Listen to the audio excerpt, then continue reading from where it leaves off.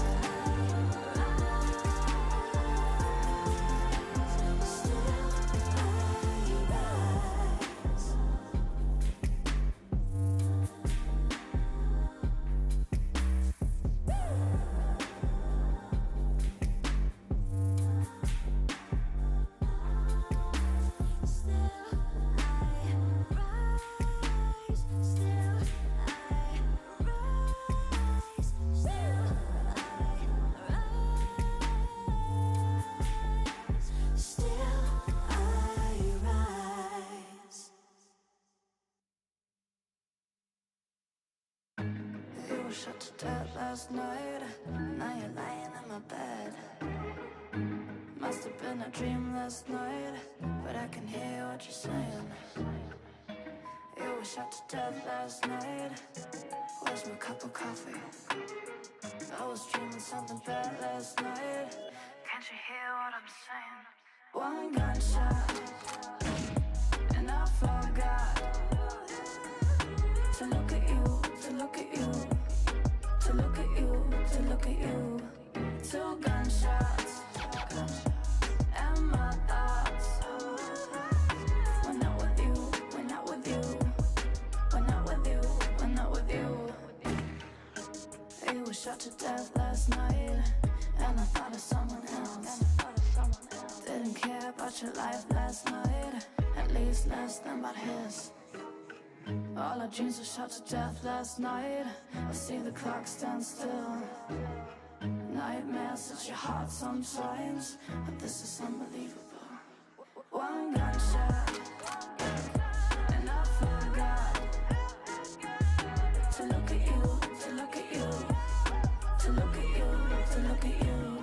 Two gunshots, and my thoughts. We're not with you, we're not with you, we're not with you, we're not with you. We're not with you, we're not with you.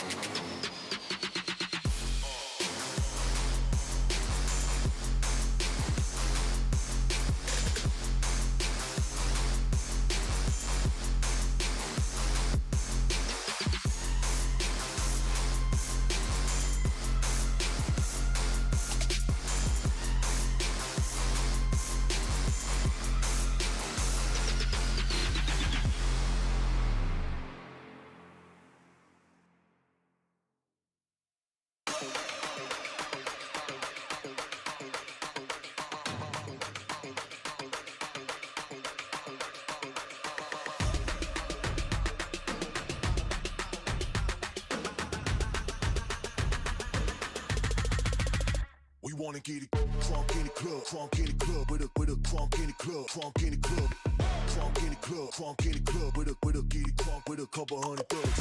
Crunk in the club, crunk in the club, with a crunk in the club, crunk in the club, crunk in the club, crunk in the club, with a get it crunk with a couple hundred thugs. Everybody round, everybody round, everybody round, everybody round here. Everybody round, everybody round here. Know we getting hype. Everybody round, everybody round, everybody round, everybody round, everybody round here. Know we getting hype.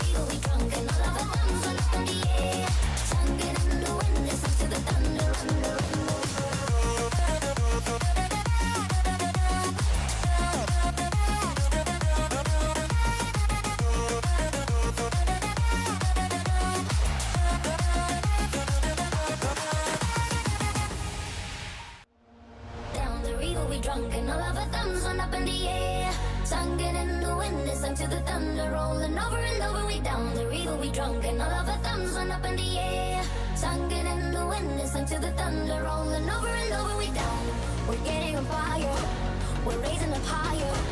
The bottle is up, we're over the top, it's time to get wild. The time of a life, it's happening now.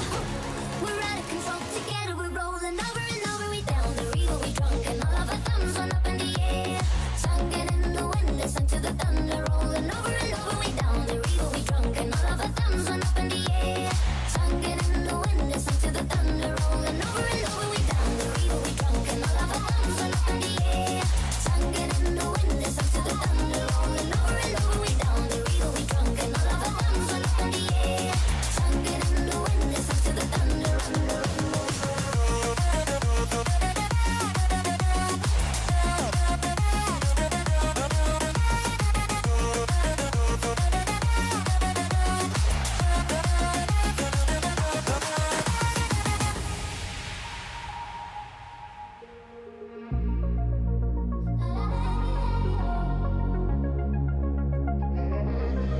We got a rock party till the last shot.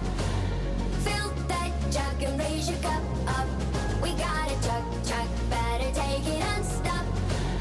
Hey, come drink it till the last drop. So please just let us burn it down this place, and we will end up in the hall of fame.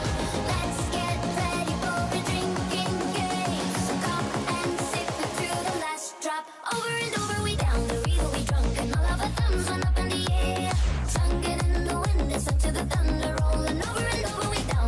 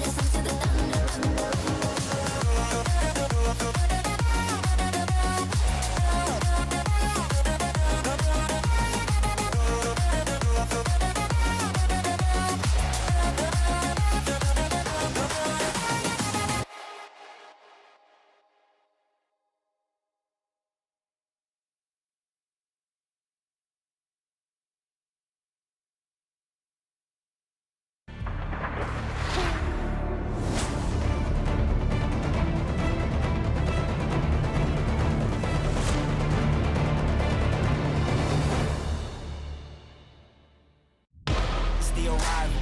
I came in the league, went straight for the title. No time to idle. I'm finna get it, put that on the Bible. This is survival. Gotta treat every move like the final. One by a mile. Nobody really all in denial. Reggie like a book, and now Mixwell called upon, the man of experience, and maybe, just maybe, the man of the hour. I've been on grind since I was 10,000 hours the motto. They see the bag is coming. Dancing with the devil, there's no recital. I'm killing competition, ain't no revival. I shoot it to kill it. I'm aiming for vitals. I'm showing no mercy. Facing my rivals, facing their flags, they getting exposed. I know they be lurking, I'm watching them close. Acting like friends, but really they foes. Saw they scheming and said adios. To the punch, you're all back there as well.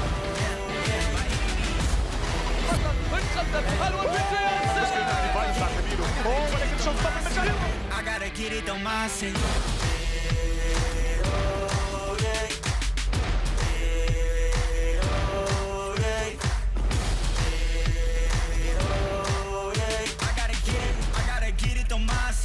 I gotta get it on my side. Well, when our journey began, we had 8 teams all vying for that one chance to go to Champions. Those 8 teams are now down to 4 as we start to send folks home. And by the end of today, we'll be down to our final 2. But speaking of the best 2, I've got them with me here. I got Lothar and Kaquka. Lothar, I'll start with you. How are you doing on this fine morning? This is going to be the most hyped match so far in this tournament, so I'm very excited to watch it.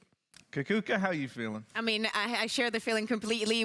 Since the beginning of this tournament, everybody has been waiting for that G2 versus Liquid, and that's what we're starting with today. So, of course, I'm very hyped. Right. Well, you know, I think a good place to kind of get situated is I said that we've been sending teams home, not us personally, don't worry, right? We sent home a couple of squads yesterday. I think most notably, right, is that this idea of football is starting to retake the Turkish throne. They beat SMB in that series. Lothar, I'd love to hear your thoughts on it. Look, when footballers came here, everyone was asking, well, should footballers even be here? They got the points from the tournament very, very, very long time ago. But it seems like they actually are the team that is probably the most consistent from the lower bracket, right? We have seen them also make comebacks, although the match against G2 that we're probably gonna touch upon later wasn't the best performance from them.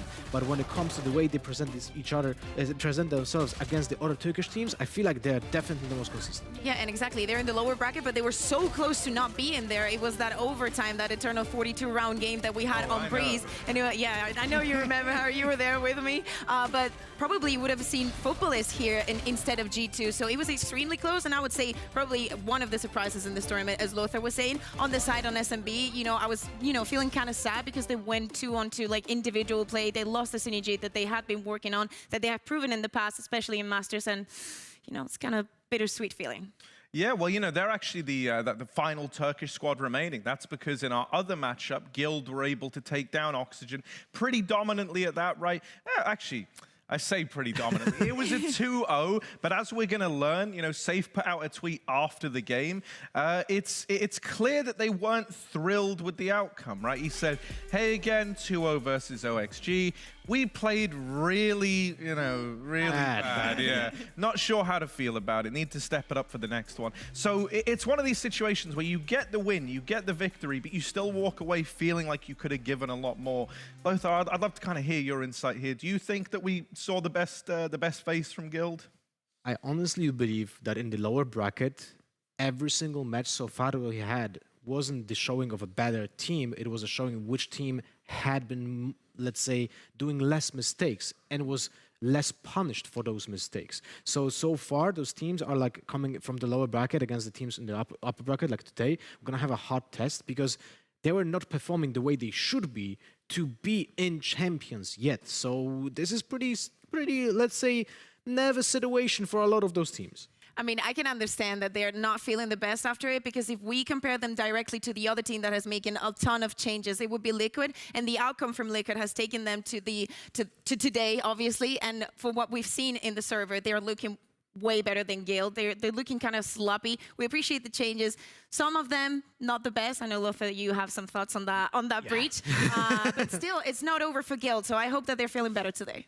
Well, you know, we kind of talked sloppiness, we've talked weirdness, and this idea that maybe some teams, you know, it's about who makes the least mistakes or whatever. But let's start to look at some bright sparks, right? Some standout individuals. We got the top 5 leaderboard sorted for ADR, and you might recognize some of these games as players that are going to feature in today's matchups. Lothar, I'll start with you. You know, talk me through some of these that really leap out at you. I don't think anyone's surprised with Scream being at the top of the leaderboard with the 207 ADR, which is, by the way, insane when you think about it. 150 is 1 kill per round. If a player is so consistent that over the course of 4 maps, he gets a kill and a quarter of it, I mean 1/3 of a frag every round is actually insane. But look at the 3rd place. Nuki is, let's say, his counterpart of G2. This is gonna be the head-to-head matchup today when it comes to firepower. But I would like to point out to Leo, the smartest player in Guild, Kaquka. Yeah, obviously, not only the youngest in the team, but probably one of the smartest players in there.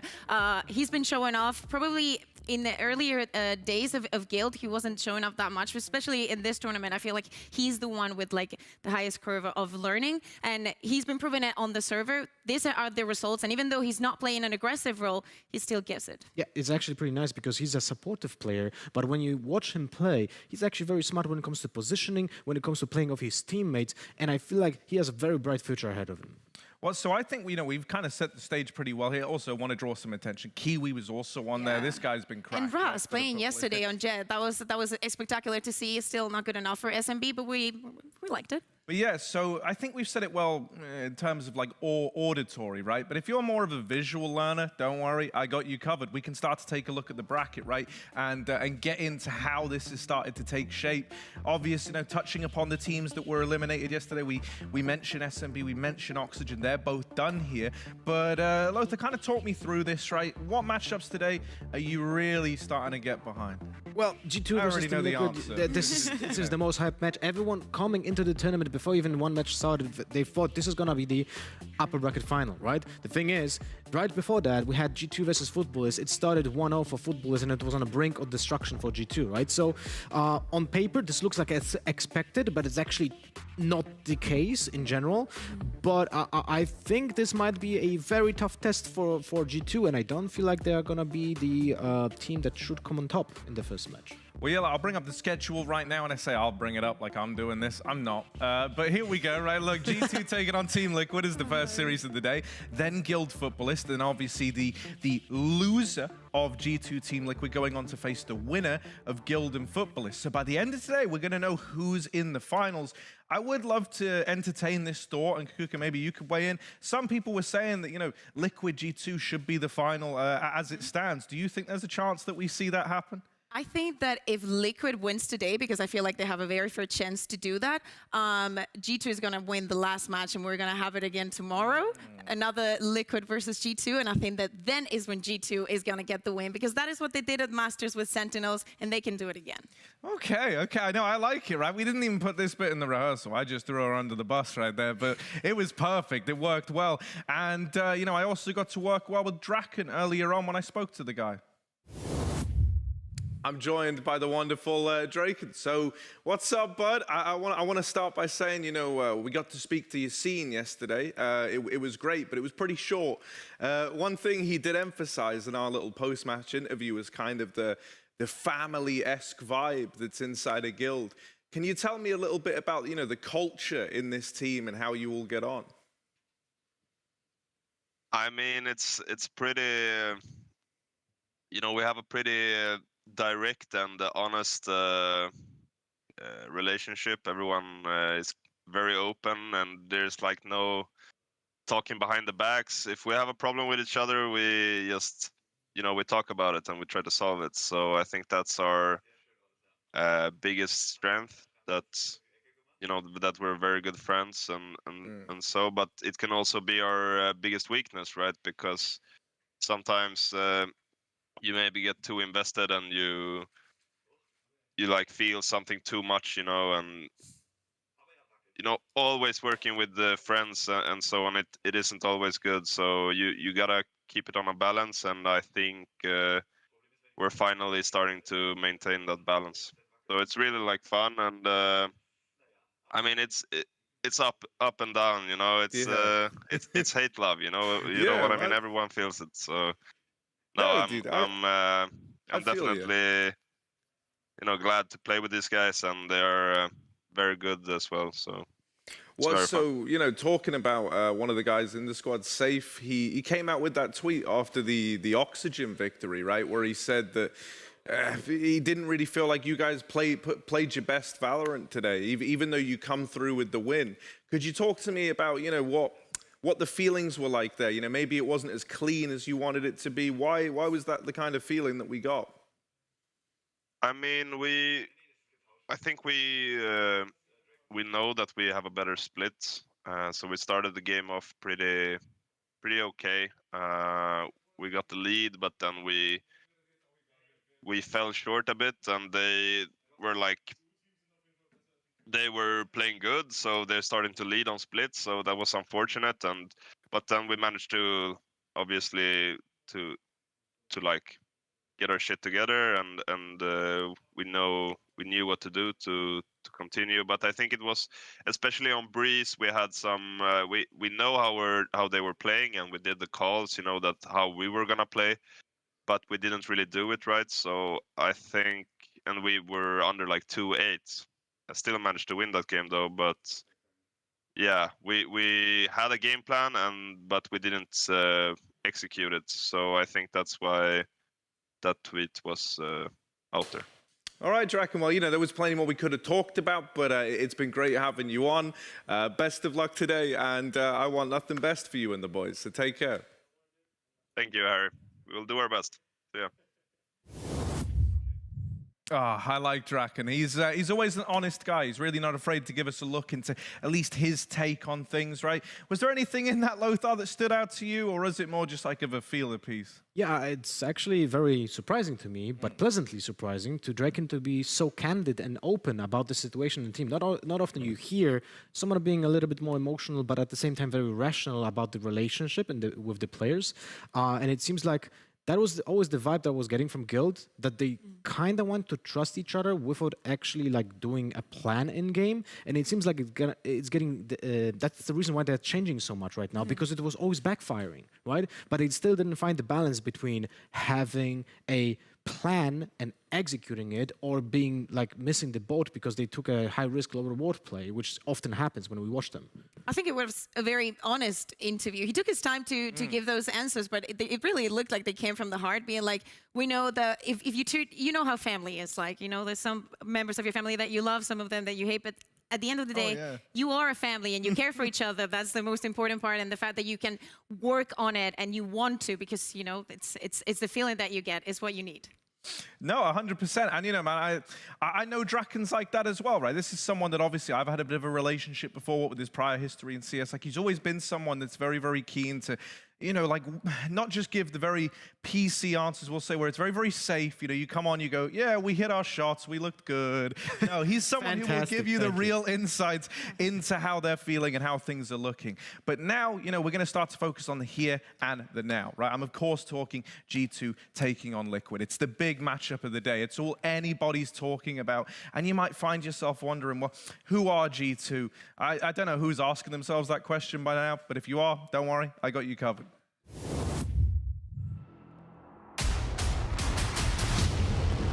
They even get one back on the race. Big trouble! He's coming from behind. Hello guys, this is Mixwell, the captain of the G2 Valorant team.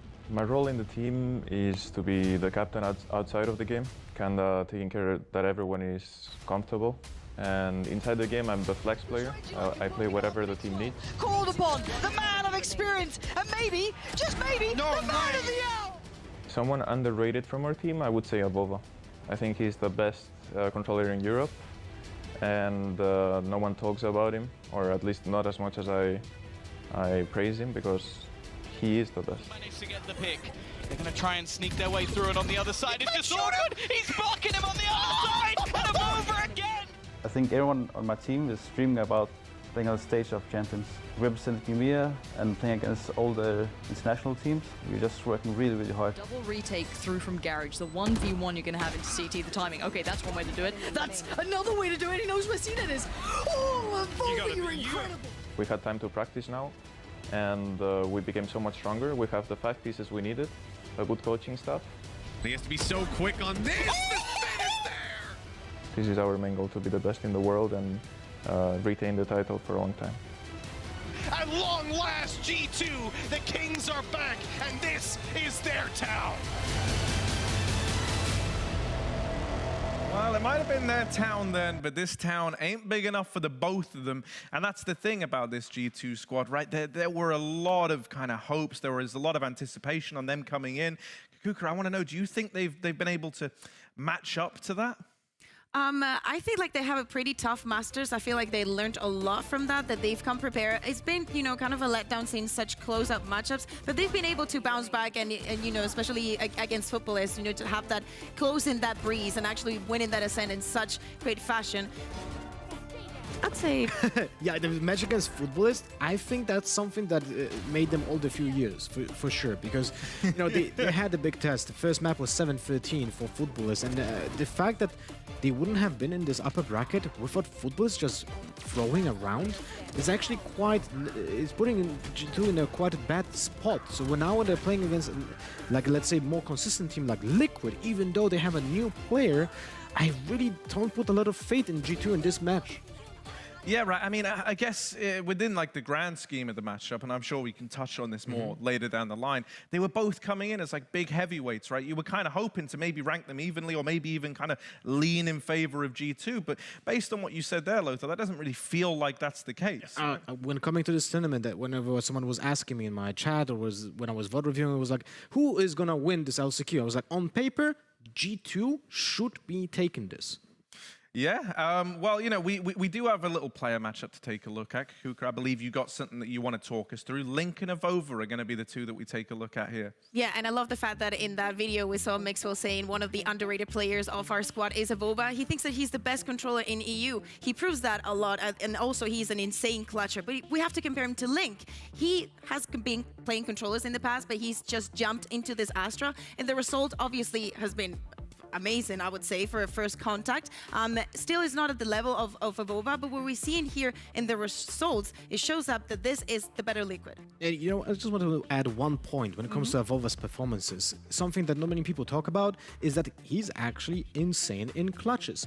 In the past 28 matches, he had 7 1v1 clutches and he won 6 out of them. That's 86% when it comes to closing out rounds, which is insanely valuable for the team. But not only that, in a 1v2 clutches, he won 5 out of 10, which is 50%. This is absolute madness. And wait, 1v2s? Yes. Yes. He's winning 50% of 1v2. 50% of 1v2 clutches, which is absolutely insane. When you compare it to Link, he has no bad stats. He won 50% of his 1v1 clutches because he had 10, so he won 5 in the 1v1s. And when it comes to 1v2s, he won 2 out of 12, which is not bad. That's 14% of clutches in a deficit, right? I mean, it's not 50%, though. Yeah, but Avova with 50% in 1v2s, it's like, what is this, right? That is mind-boggling. Wow, I didn't know that. Lothar, that is one hell of a knowledge bomb to have dropped. And now, you know, we've been talking about Link, and you might be saying, well, what team does Link play for?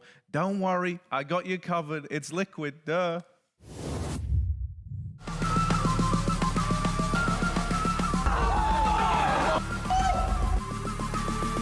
When it comes to these after-plant scenarios, it can be tough to hold on another from Yuppie.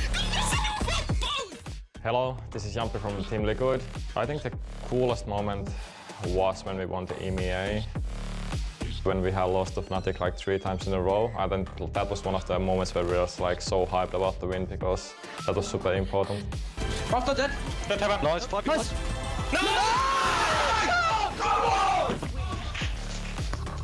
I think what I learned from Scream is just how nice guy he is and how much knowledge he has about the game and how humble he is.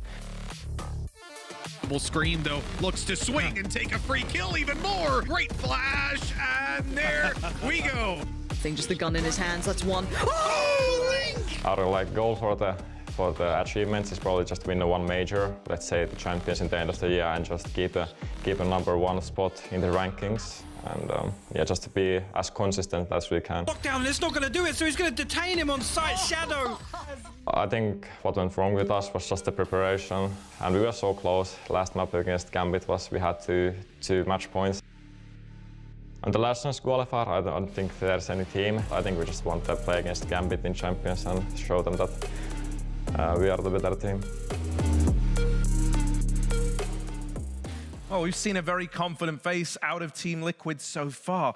Now, we kind of touched upon this idea earlier on, right? That for some people, they are strong believers that this might be a repeat matchup that we see take place in the grand finals. Kaquka, I have to ask, do you think that gives an edge to either one of these teams? We know that G2 have been able to, and are kind of known for making quick improvements mid-tournament. Yeah, and for Liquid, it still is yet to see, but this is the best Liquid that we've seen so far. And during this tournament, they have given us a little bit of everything. I think they've played 4 different maps, obviously wins in all of them. Still Icebox and Breeze to see, but I mean, this is exactly what we want from them, what we expected, especially at the beginning of the formation of this team. And now with Nevera, it looks like they found their place. Remember that we only have seen 4 maps so far from Team Liquid in this lineup. So every single map more they play, there's more information for the opponents. So G2, if we were talking about a hypothetical rematch later on, they're going to have more knowledge how to play against Liquid, which only makes them stronger. Well, I got to speak to someone from Liquid. I got to speak to Soulcast, and this guy showed up blinged out to the nines, looking incredible. So let's see what he had to say. I'm joined by Soulcast, and look at this dude. He showed up dripping, man. He's got the chains on and everything. Soulcast, I want to start off by saying, I keep my ear to the ground. I've been seeing online that the big thing with Liquid right now is everyone saying y'all are experiencing the family buff. Is that what it feels like inside of the team? How's it been with the addition of Nevera? Oh no, it's been great. It's such a great vibe within the team. I don't think I've ever experienced this in any team, and I don't think many teams do experience this kind of tight knit family feeling in this team. So it honestly does give us a huge buff. I feel playing these matches. So yeah, I'm loving it. I like it. I like it. Soulcast did just confirm the family buff Reddit, so you'll love that. So next up, in the interview the other day, I think it was Sliggy said that you guys have been leaning into picking to your opponent's weaknesses because you feel strong, I'm assuming, on every map in the pool. Is this quite a stepping stone for Liquid, right? Because you've never really been in this spot before. Yeah, no, there's been times in Liquid's Valorant history where we just kind of have these moments where I'm good on certain maps and good on bad maps on other maps, but then there'll be a few months later we'll be good on the map that we were really bad at, and it's just really back and forth. It's kind of random which map we were good at, but now it kind of feels like we're a bit more consistent. We're starting to become really good on almost all the maps, so then yeah, it allows us to now play like this where we can now pick into the enemy's weaknesses. I love it. I love it. And, we talk about the enemies you're going to be facing. I think this Liquid G2 game, this is the 2 titans of the LCQ going head-to-head. I want to know your thoughts on G2 before we get into this. And if you want to reveal it, who knows? What do you think their weaknesses are? Yeah, no, so this team is pretty good, but I feel like they're kind of just this momentum-based team. We're going to just try and not give them the momentum. I feel like as soon as we stop that, then they're just going to crumble. I feel like that's their main weakness. Well, so Kaquka was saying to me earlier in the room that she feels like G2's strength is once they've faced an opponent, they can build back, right? They can get a lot of ideas. Are y'all just planning to come in swinging so hard that they're not going to know what's hit them? You're not going to leave them with anything to figure out? Oh yeah, we're going to give them the right hook. Good night.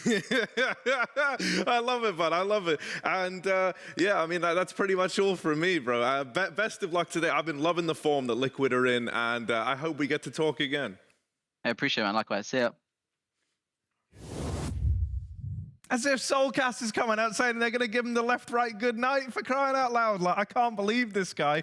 What was your take on that interview, Lothar? That Soulcast is oozing confidence, yeah. I guess. It just is everywhere, right? But it's kind of interesting to see this because he cannot really do anything particular in the interview to not spoil anything that they have prepared, because they're in a unique situation when they go to one of the most important tournaments of the year for them, and they are a big unknown when it comes to how they play, how they ban maps. He mentioned that they ban now what is the strongest for the opponent, right, Kaquka? That is such a buff for any team to have, and especially for, I've seen in EMEA, most of the teams have their permaban and they have to play around it. And if Liquid is feeling so comfortable that they get to make that statement and be like, okay, I'm just gonna feel okay, G2's really good here, I'm just not gonna play it and just go with my strengths. I like the fact that Liquid is so confident. Link the other day said that it was going to be completely free against xilv. It wasn't that free, it was free though, but Yeah, I mean, it is kind of crazy to me as well, because like whenever at least I look at this, I always think that it's kind of like an almost underdog tactic to go for like playing to your opponent's weaknesses, but they're doing it in a way that's like hyper confident. It is like, we play every map really well, and so it's all about, you know, like lowering the risk of facing them on a map they're really strong on, right? Sorry. No, go. No, it's not only that. It's the fact that, as Lothar mentioned, they do not have the information on everything that Liquid can do on every map, especially since we haven't seen those two yet. But you know, the four that we do have, you know, it's been pretty easy wins for them. Well, so obviously, right, one of the reasons why Liquid are this big unknown is bringing in a fresh face, bringing in Nivera.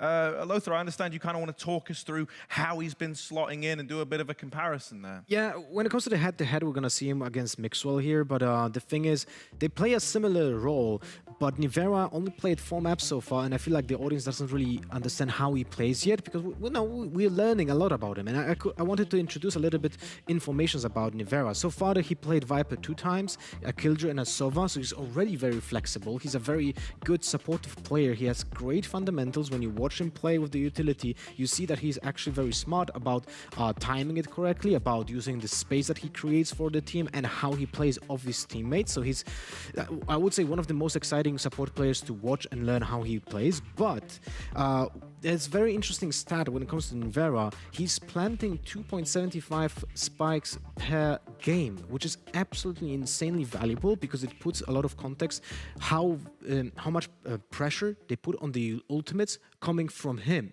So this is where he is playing Killjoy. When he's playing Viper, there's a lot of focus put on those plans to get him faster his ultimates, because they put so much value to the team. I think he's still, you know, adapting to what exactly the team needs and all the agents. So we're probably going to see him play a little bit more back, obviously, in those supportive roles. Or if he has a plan, it's going to be executed in the first seconds of the round and be like, okay, guys, I'm going to be doing this. And he's just testing, and everything is working out well. So what else are we going to see from him? We'll see. Yeah, no, I've been so excited to follow, you know, Nivera's journey on this Liquid squad, especially with meeting back up with Scream. It's unreal. But, you know, now we know the teams, we know what's happening there. We have to start to piece together where we're going to be doing Val. So I believe we got the map veto looking to come through now. Can I get some, you know, kind of hype predictions as to how you think this might go? Well, we're gonna see it. I'm gonna act like I never seen the predictions now. I'll be honest with you. I had prepared that G2 will ban Split, because so far in the tournament they banned Split twice, so it was very anticipated. But when it comes to Liquid, I was almost certain they're gonna ban Breeze, because how we have seen them play in the past, and also Breeze is a pretty good map for G2. But instead, Kaquka was like, well, yeah, I was like, we were having this conversation in the green room, being like, okay, what the veto is going to be? We do this almost every day, being like, okay, what can we expect? And I thought that it was going to be Icebox, because even though G2 lost their encounter against Futbolist, is a map where they feel comfortable in. And I also thought that if Liquid did not ban Breeze, G2 will not pick it. So as far as we've seen those 4 maps from them, they were like, yeah, this is like the easiest one if we do not want to see Icebox. Yeah, it's very also interesting for Liquid, because of the way the band worked and the picks. They're only going to play on the maps they already played in this LCQ, which also conceals even more information about them, and they will at least play 2 more maps, right? Sorry, 2 more matches. Yeah. No, that is.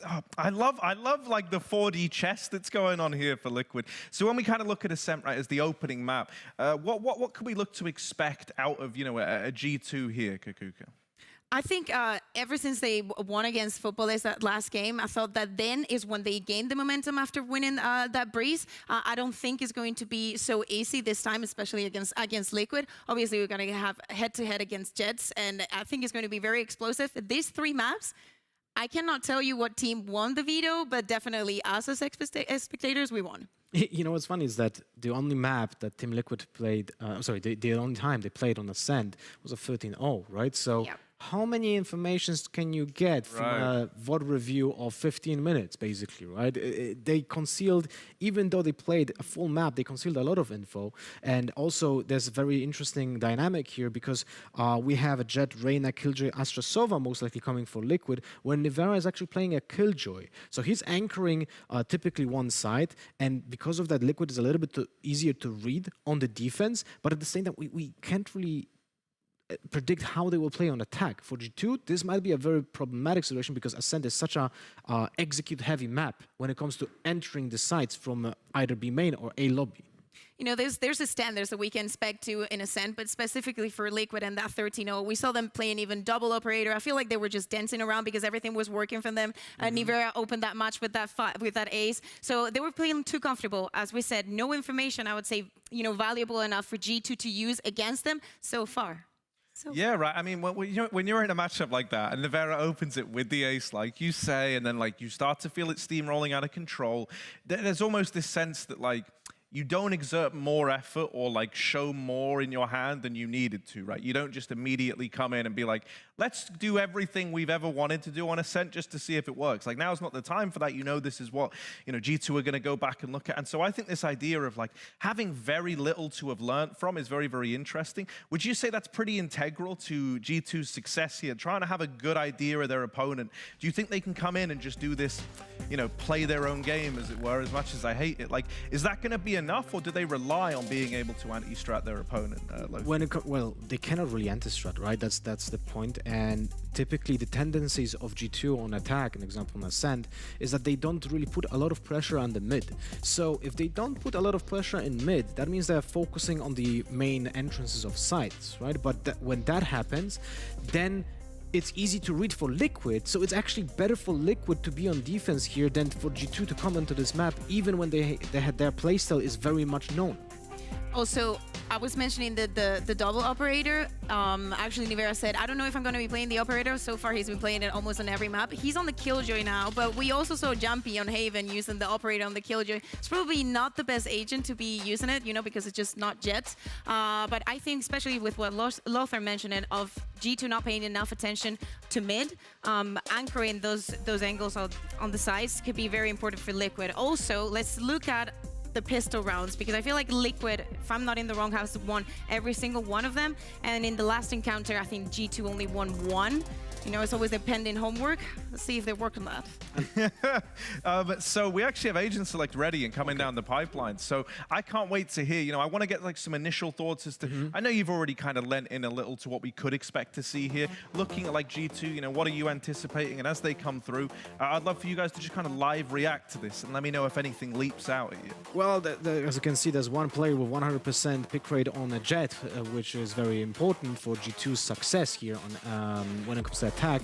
Kelox is the main focal point of the way G2 is going to play on attack, but he's also very easy to read. When he's attacking A side and just pushing with the dash, he most likely ends up on the right hand side of this of A side, and also he's pushing very fast underneath Heaven. Those informations, those tendencies can be easily exploited, and Kelox also, I had a lot of criticism when he was when it comes to his dashes, because he was sometimes lazy when it comes to checking corners, especially visible on split, but fortunately G2 bans that map right now. So I had some reservations here. I know that you're not a fan of the Reyna, but I love seeing that on screen. Obviously, one of the head-to-heads that I'm going to be paying most attention with is Avova versus Link, 100%. Really looking forward to what Kelox can do on the Jet, especially, you know, fixing those mistakes. And I'm really looking forward to see what Mixwell can do, because I feel like he's been, you know, a game changer, always taking care of what's going on in mid. Even though if they don't pay enough attention to it, he's going to be the one making sure that if Liquid know that they're not paying attention, they're not pushing through there. One more point I wanted to add, Nuki actually on Sage. Typically, he's very easy to read when it comes to those tendencies, but on Ascent, I found out that he's the most flexing player when it comes to his positioning. He's very free to do whatever he wants. He's sometimes on market, sometimes on defense, sometimes on market, sometimes on B, sometimes on short, sometimes on A. He has many positions that he is trying to flex, and this is because of that, it's actually hard to understand where they can slow down the game with the slow orbs and the wall, which is very important on defense Ascent. So that might be one of the most important aspects of defense for G2. Well, I really hope, you know, we can start this day off right, and we can start the series off right, and everything can hit the ground running. But we're going to start right now with the full English breakfast, as I've come to know them by. It's Lauren and Hypoc. Oh, full English breakfast. I mean, I love it. There's a full Monty joke in there somewhere. Yeah, somewhere. Yeah. I mean, would you be the beans? What's your favourite item from the... Hash brown. Hash brown. Oh, it's a good shout. It's a good shout. Now, I can't help but sit here and finally get to celebrate watching Nivera playing in this roster. I got to see him in, Counter-Strike. I got to watch him on Vitality in the shadow of the likes of ZywOo in their highest highs, and finally get to see him step into the spotlight. Main roster, no more sixth man. I mean, again, this is one of the things, and we'll jump more into this head-to-head, but watching this guy play, he was a jack of all trades in Counter-Strike, right? He came in as a secondary op to fix the issues on things like Dust 2, Inferno, and found that working amongst someone like ZywOo, right? If you don't know, he's pretty good at that. So again, seeing him slot in so well here is very, very exciting, a truly tantalizing prospect. But G2, we could sit here and talk about them for hours, keep in mind. Hypoc, initial thoughts now as we're jumping into this already. I mean, we do actually have the benefit of coming into this with obviously previous performances in mind, and to actually hit very heavy scorelines on either side of the coin here. But I'll hold that thought for a second. Actually, as Kellogg's and Victor are looking to explore towards short. Actually, a pretty quick piece up here. Liquid have to respect this initially and give up at least entry to site. Nivera tries to play off the turret's contact, but no damage done just yet. So it looks like G2 will find their way in. Not completely. To an extent, yes, they have at least kind of hell control, and I say that very lightly because look at Kellogg's. He's down to 42 HP.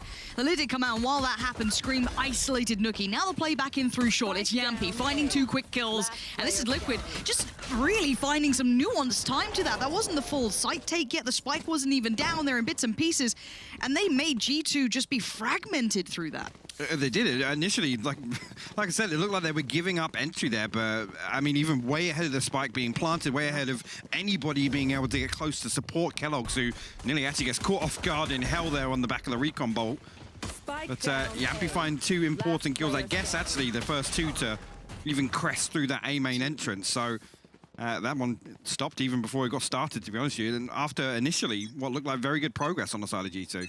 I mean, they had the first step on the site, they'd kind of pushed them away, they did all the kind of protocols that get you towards it. However, not to be Scream and Soulcats, lovely little combo there, and they're going to be feeling themselves.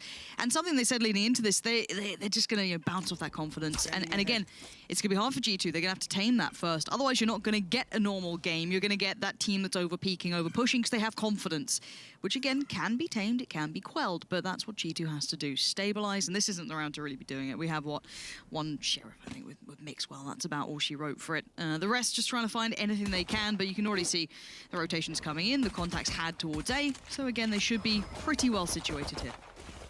Just thinking back against that, oh, actually, Scream's got himself tucked up, right?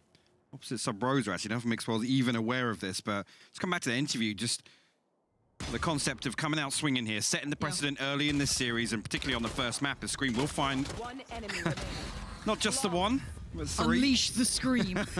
And Link will follow up on that. So a flawless second round for Liquid here, and a fantastic opportunity actually to convert this even further. Now, whether or not we see them, again, Scream's almost scratching the surface there, getting a little curious towards B main. With the help of Soulcast, obviously, in that previous round. Now, so they try and push a little further here to try and convert these weapons. It's a heavy lean, actually. You can see over towards B. So looking like they might actually get curious once again. Remember, a G2 not present here of over up top mid. At least initially, no commitment on the side of G2. Mixwell will explore initially with the Trailblazer. Did he see Scream? I was going to say, only 1 player noted, but the Owl Drone will be noted as well. They're still pushing it, though. Unrelenting aggression on this and somewhat confident. Scream around that corner. They are set up for this. Yampy, what? He gets called a mentor. Oh dear, that's a tilter. This is G2 are going to be put on red alert. This is a horrible start for them, and instantly you get the pick and they're just going to hit the rotations. They're working with specters and odds and ends, right? This is the bonus round, so they're going to be hyper mobile. They'll take higher risks because the reward is worth it. You've got to make those riskier plays, and it's a correct read. They've already put 3 players now towards A to kind of support the one that was there earlier. Link still playing towards short. Got a nice angle to play with, but Kellogg's with a great start towards Soulcast. Wow. That's a good pick. Yeah, I'm not really sure if Soulcast was just out in the open there. Kellogg's will double down, but Link with the response here. Themselves in. Link can't really challenge any further here, so the spike will be planted. G2 will have their first opportunity at the post plant. And again, we talk about 3 alive. We talk about keeping those rifles up, not losing too much here. This is G2 having substantially more firepower, and all of those rifles coming out. They should convert this round. Now, if Liquid approaches purely from the fact of, well, we just want to get one more gun away. That's it. That's all we want to do. Round, well, maybe a bit too far, but this is the problem. Someone like Nuki's position is filthy to play against. That's going to be kind of that final blow here. Hopefully the Kellogg's and Avova get the contact. They do, which is exactly what they wanted, and Kellogg's here. This man, we saw it before, when he gets those hot games, he's hard to handle, but Navira's got himself a rifle. And that's already 2 kills. That's perfect. That's all he needed to do. This is huge for them. And Avova, well, face the music. Just, yes, they get the round. They lose all the rifles. And at what cost? This is, Liquid couldn't have asked for a better outcome, aside from maybe converting the round. The economy, Hypoc, is perfect for them now. Yeah, again, in that scenario, Nivera just needs to make sure that Avova dies. Doesn't even need to challenge. Nope. Again, he saves the weapon through, which is an upgrade if all things considered. Kellogg's actually, she's getting a little feisty for the ace there, but again, at this point, G2 have to fight their way back out unless they, you know, all 3 of them will fall to the spike. So nothing but a victory overall in terms of the bigger picture for Liquid. The operator online now, and look at the purchase for G2. Bladestorm and Spectres. That's all they have to work with here. That Bladestorm popped off the rip. All right, again, the Trailblazer will follow through. See here, Navira will be called upon. Navera's been good at this spot too. And you've got the swing on the contact, you've got 3 different angles to work from. And they've actually kind of skipped the queue. You've got Scream catching them as they're trying to get towards that catwalk side, but Kellogg's finding Soulcast. There it is! The brothers in arms finding good combinations on these swings. Scream playing perfectly off the back of this, and is left over on his own. Has got himself the rifle though, so this is big. He's still got a chance, but that spike is a bit of an issue. He has to cross back through and collect it and then work his way back out. And yeah, he's got the cross. You're not getting back out on this, but the push and pull of angles there, Hypoc, the crossfires were so well situated. And even with the kill on the back of sight there, that was quite impressive. They still held with the player on stairs and towards market. Yeah, actually, I mean, Kellogg's the one to almost ruin that entire game plan for Liquid in closing the distance onto Soulcast, but he is traded eventually, and Scream doing what he does best, honestly, dipping his toes just ahead of when I think G2 have... They feel they have an understanding of, we have decent passage towards site, especially on the back of Kellogg's, and he finds that kill. It's what, 3rd man through B main, sorry. So completely slows that down. Actually, from one rough purchase to the next now, it's G2. 3 sheriffs to work with. The revive, the Cosmic Divide, but don't expect them to throw them out unless it's reactionary, if they even manage to make it to a post-plant scenario. Although I'm going to clear through against these early game protocols for Liquid. Looking pretty solid right now. G2 will actually re-aggress on the back of that. The flash comes through, again, confirmation of what they already know. Clean. And in these rounds, keep your anti-ecos clean. We saw yesterday that being actually a big issue. A little bit of a lazy swing, but not the perfect one. Navera going to be punished a little for that. Not quite recoverable yet, though. That rifle's just out of reach, but they could try and get to it. Actually, they don't. They try and isolate, which actually works very well. Soulcast is being pinned down backside. He's been punished twice now towards this. No fault of his own, but merely excellence from G2, making sure it's a problem. And now this gets a little dicey. Look at Nuki. Got himself that rifle. And now Mixwell. Oh, put your knife away. Oh, it's over, isn't it? Scream's found him. And now this is where all those problems really start to compress. If Over going to try and probably play on the edge of this. Link and Yampi together in combination, working through towards those stairs, and Nuki a little bit further back towards the back box of sight. And Scream taking his time. Maybe talking about what they want to do with this. The quick trade's going to put himself on the line. There's a trade for it. That's what you wanted. And now Nuki presented a 1v2. The man's capable. He did have the rifle, and he's got the time on his side. Doesn't get a chance for it. Link comes back through, and the retake is there. Team Liquid going to keep this clean enough. Not perfect. There were threats found. I mean, Soulcast has been having a rough game backside. And again, I don't think it's any fault of his own necessarily. No. It's just G2 have really hammered that in. But regardless, a good turn of events for Liquid that round eventually.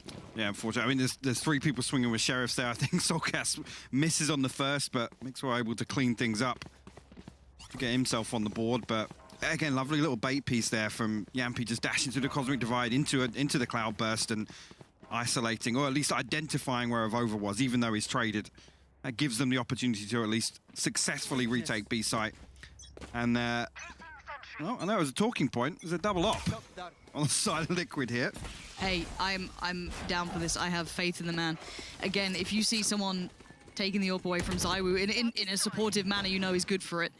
And Yampi, I'm sure, will be absolutely fine. The young talent now, looking for what they can. Information now, confirmation. on those initial thoughts. Okay, you can see the info being relayed. They have backed away from this. Where's that other op? Okay, not playing off short. I was kind of expecting that maybe a little bit more proactive.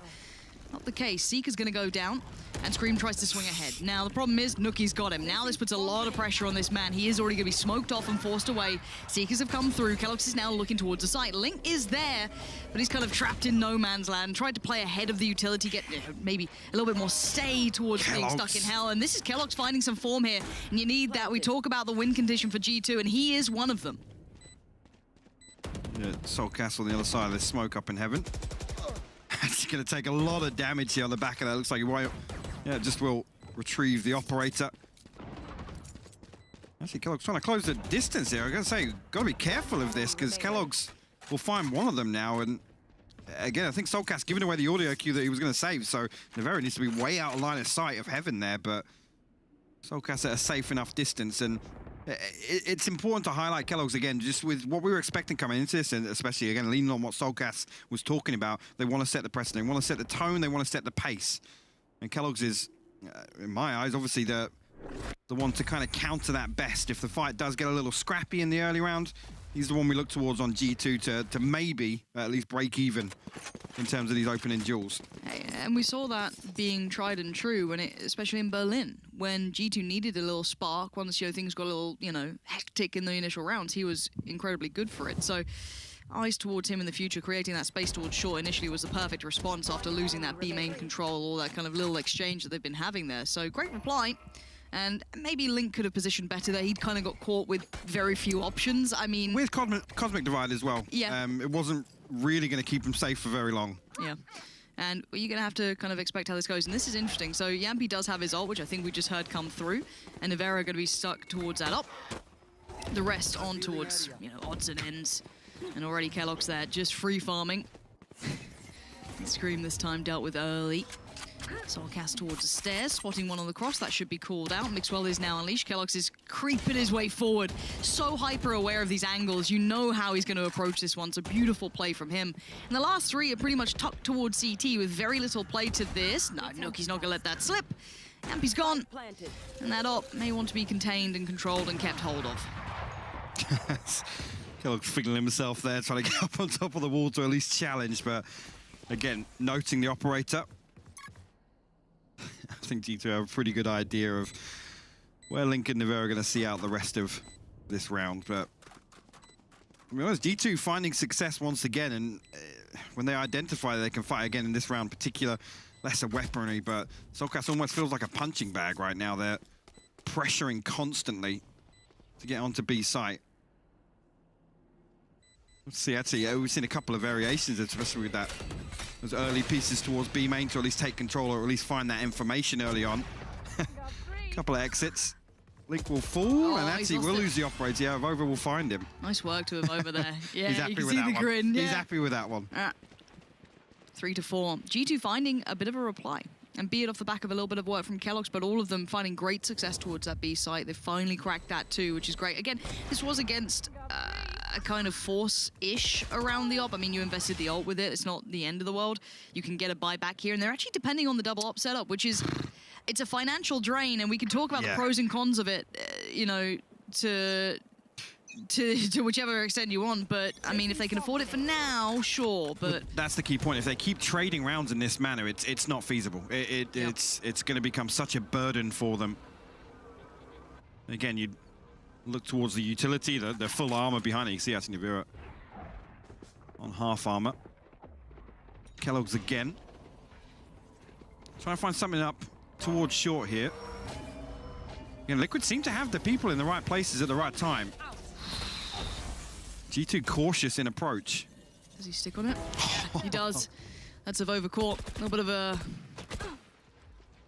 nice result after that final exchange in the prior round, but they can still aggress through short. They have sight pretty much for grabs. It looks postured for a retake at this point. There's no one actually playing dedicated on site. It's more. Well, they have the lockdown. Deeper. So I think the plan here is don't give anybody away. Keep this man advantage and make it as easy as possible for them, I guess, on the way back in. I think Nevera positioned up on the box to do so.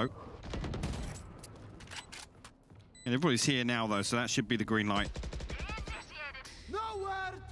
in combination.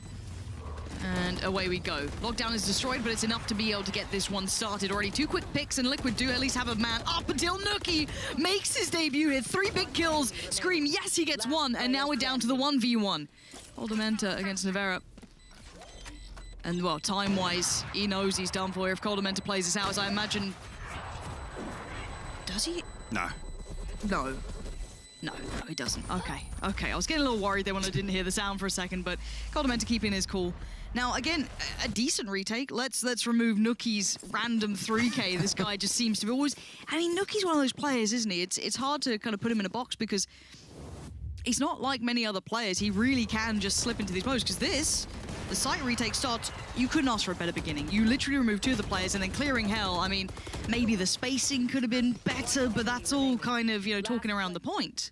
I mean, it's difficult as well, especially when somebody's noted from being over towards A main, particularly with the Hunter's Fury being popped in. And again, it's interesting. You can make the argument the lockdown play in terms of planning for that retake, questionable when the Hunter's Fury is available, but Liquid made great use of the time and getting on straight away.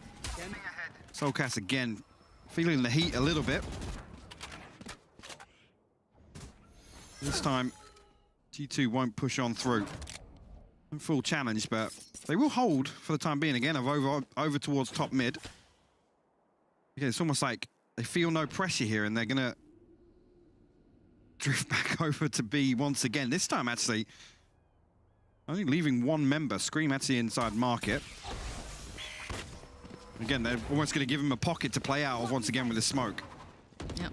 Scream on the swing. He's dealt with. That's now danger mostly removed. Yes, there is still a Marshall and some odds and ends in play, but this is comfy for G2. They'd already shown that they had such diligence on this B approach. I'm not that worried in this round unless maybe Liquid went for like a stack or something a little bit out of the ordinary. When the first pick comes in and is Scream, you're like, okay, we've got what we need here. Now the last 2, Link and Yampy. Okay, well maybe it's not over just yet. Yampy's finding some of that fine finish form. Not gonna get another. No, Nuki of over. Keep 3 alive. Spike plant, and this is just, you know, really stabilizing that scoreline that was looking pretty rough initially. And what I want to see here is Liquid actually revert back to what they were doing in the early rounds, which is kind of forcing G2 away from B main. And yes, you could argue G2 are playing a little safer now. They're not really kind of hard challenging that and giving away a couple of first buzzers they did early on. And again, we can talk about the economy being a factor in those early rounds, but here, G2, they're not doing anything special. They're initially waiting out that first wave of contact, that first wave of utility, and then just drifting back over. I mean, they're achieving nothing in terms of map control. It's literally, Avova's there top mid. He's waiting for an A push. He's waiting for any mid pressure that comes through. And then, you know, 25 seconds, 30 seconds pass, and G2 will walk into B. Yeah, I mean, normally when you have, I guess, the traditional thing with like double ops is, or ops is it focuses on kind of getting, you know, picks around the map, keeping presence everywhere. You know, the extremities are just locked out, right? And it kind of forces the other side to then go into those site hits, those full site takes, which actually G2 are winning. So it's maybe this timeout is to address how they want to utilize these double ops and how they want to put them into play. Is it going to be a little bit more aggressive on one side? Do they need to take some space here to give themselves a chance for a retake? Because double ops in a retake are atrocious. Exactly. And the point I was just about to make is actually with this investment, you need to achieve something before G2 stack up somewhere. It needs to be before you're staring down 5 people. Kellogg's leading the charge for G2, dashing on because you're never getting that kill. No. It's just not going to happen. So again, though, gonna be opposite sides of the map, and this is a little better. Again, Yampy's at least exploring now. He's holding an active angle outside of A main. Again, G2 will wait out. They'll wait for a tell, any indicator of what Liquid are up to. Has to be some clean utility use from G2 to force Yampy off the angle, which they've done. First fallback goes towards Dice on the site. Link's got his side. Seeker's already out. High flash comes in. This is Pansy. They are going to try and maybe counter this op with just sheer aggression, but Yampy's read it well. Kellogg's now found on the play towards the site, putting himself on the generator. Mixwell maybe the next layer to this, but Yampy's still fine. He's still holding his ground, and now they've been denied that space, and there's no trade for G2 here. Well, that's the important thing I said. You're never going to get that kill unless nobody follows up on the dash, and weirdly enough, Kellogg's is on site there for 3 to 5 seconds. Where's everyone else? Where's everyone else? Again, everybody stacked up there. They had the flashes, they had the Seekers, they had the Owl drone coming through and clearing. I'm not entirely sure what the second layer for G2 there was supposed to be, but it never materialized. No, and again, keep in mind, G2 now have to re-explore the map under the notion that Liquid could be anywhere. They've lost a little bit of track of where they could be because it was an all-in so A much piece. utility.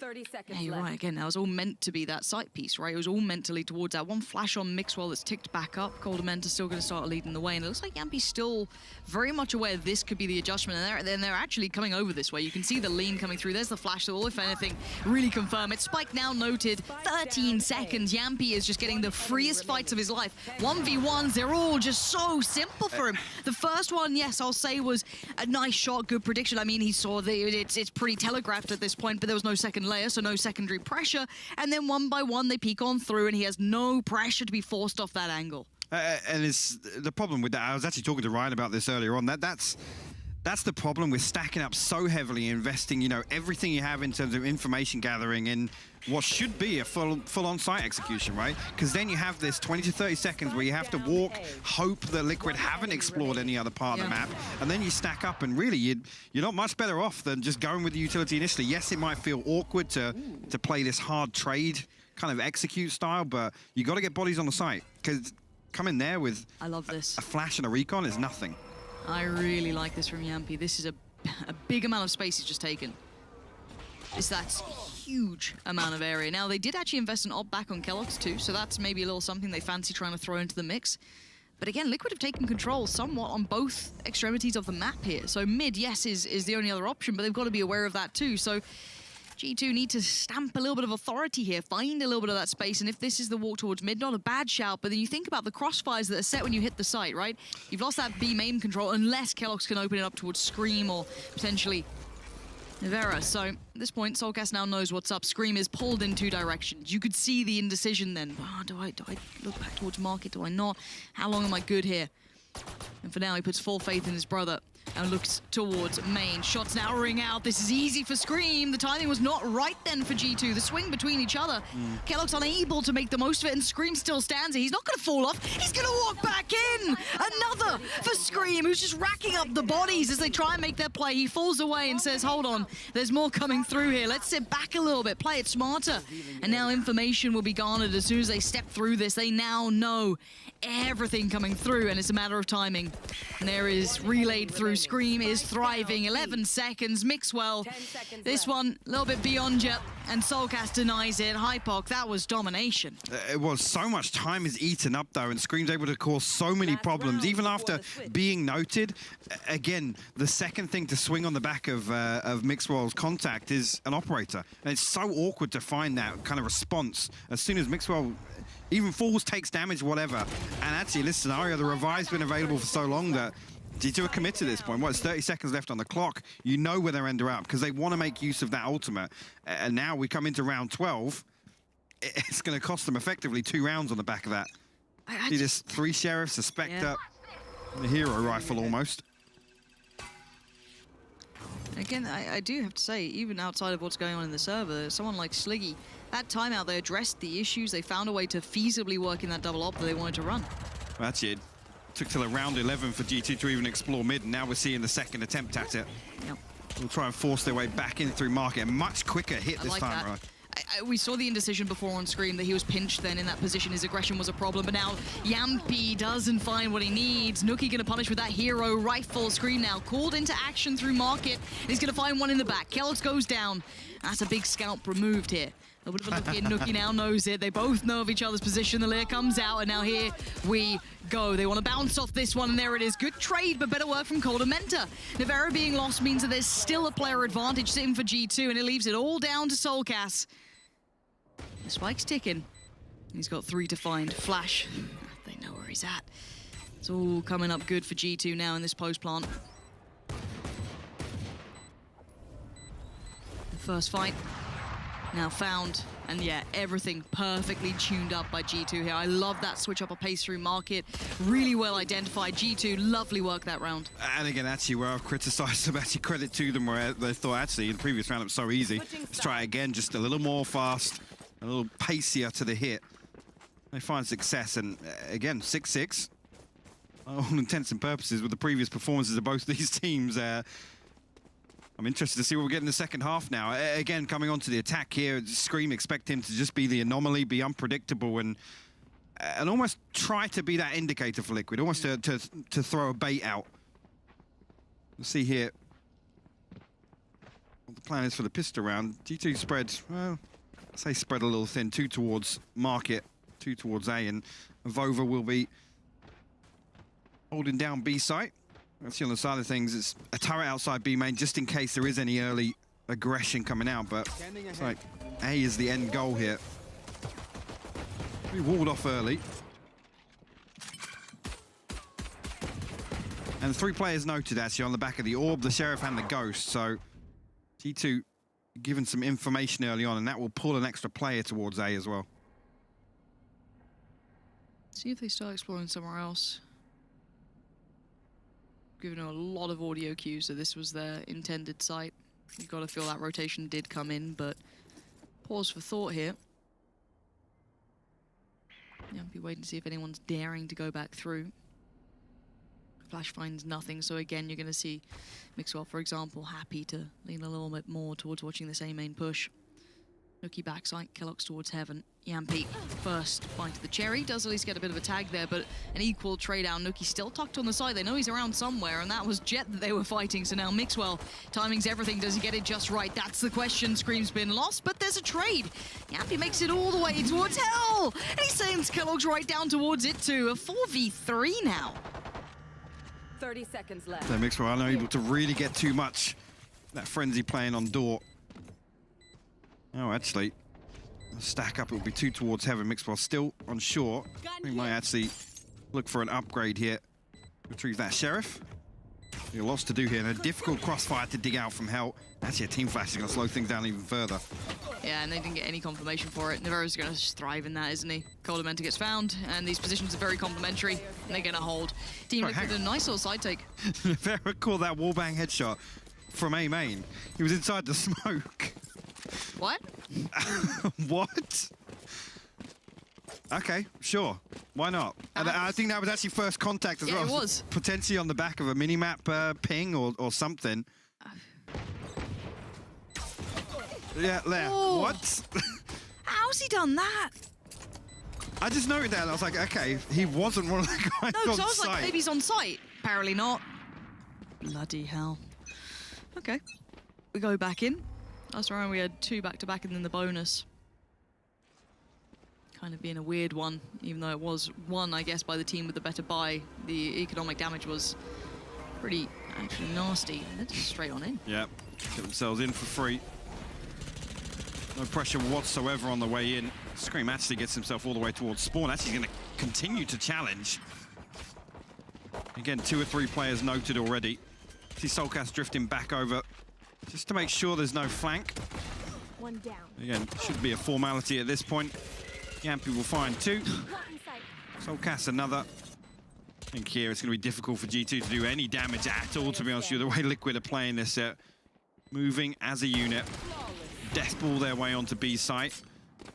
And again, another flawless round 2. So a good opportunity here as well to convert this. And previously, again, did a lot of damage. I feel actually here, G2 have learned nothing from these first 2 rounds. Again, actually, in that previous round, almost stacking up towards mid and towards short. Nothing really even holding on to B. So whether or not now we see G2, dare I say, get a little proactive, it doesn't look as if that's going to be the case, because it's actually Nookie over this side with Coldamenta. So expect the wall to come up. At least just get some early map control here. See him creeping forwards now. Yeah, the wall will go up and be main. So G2 should lean away, actually, unless the Aldrone contact going to change things a little bit.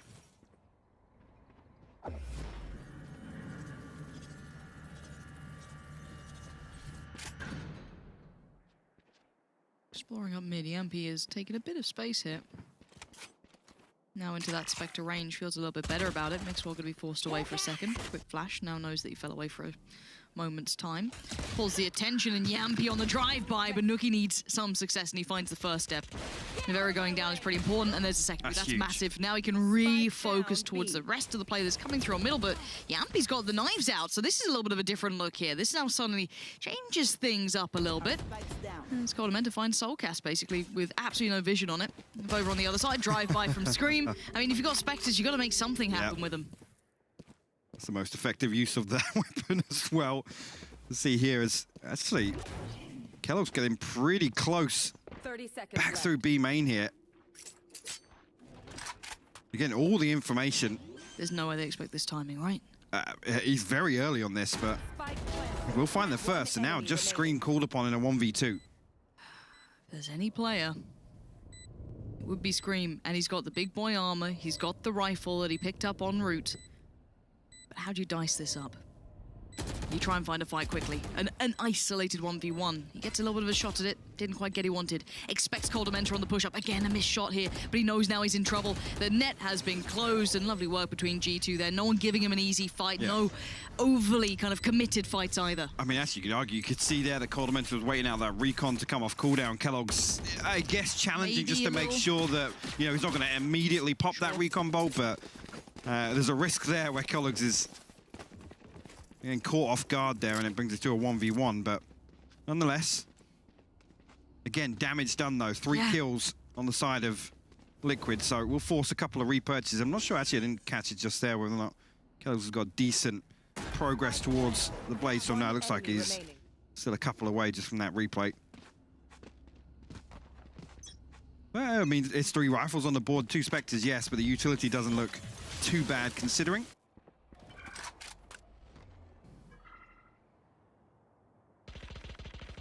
And Liquid playing a lot deeper, actually, now. That wall once again invested towards B main. We'll chip away at it. And again, just creating the hole, it kind of keeps Nuki on red alert. It's almost like you can't drift too far away from it, just in case anything comes through. But I'm surprised to see Coldamentor drift away from it. So you can see now Liquid are almost like there's no peek, there's no recon bolt, there's no Al drone to come through on this. Actually, it's been invested in mid, so there's nothing to check behind this. Avova's drifting this way, but you know, I think Nuki suspects something with that slow orb going through. At least we'll slow things down, which is pretty lucky. If you look at that from a minimap perspective, it's almost like Liquid could have found a gap.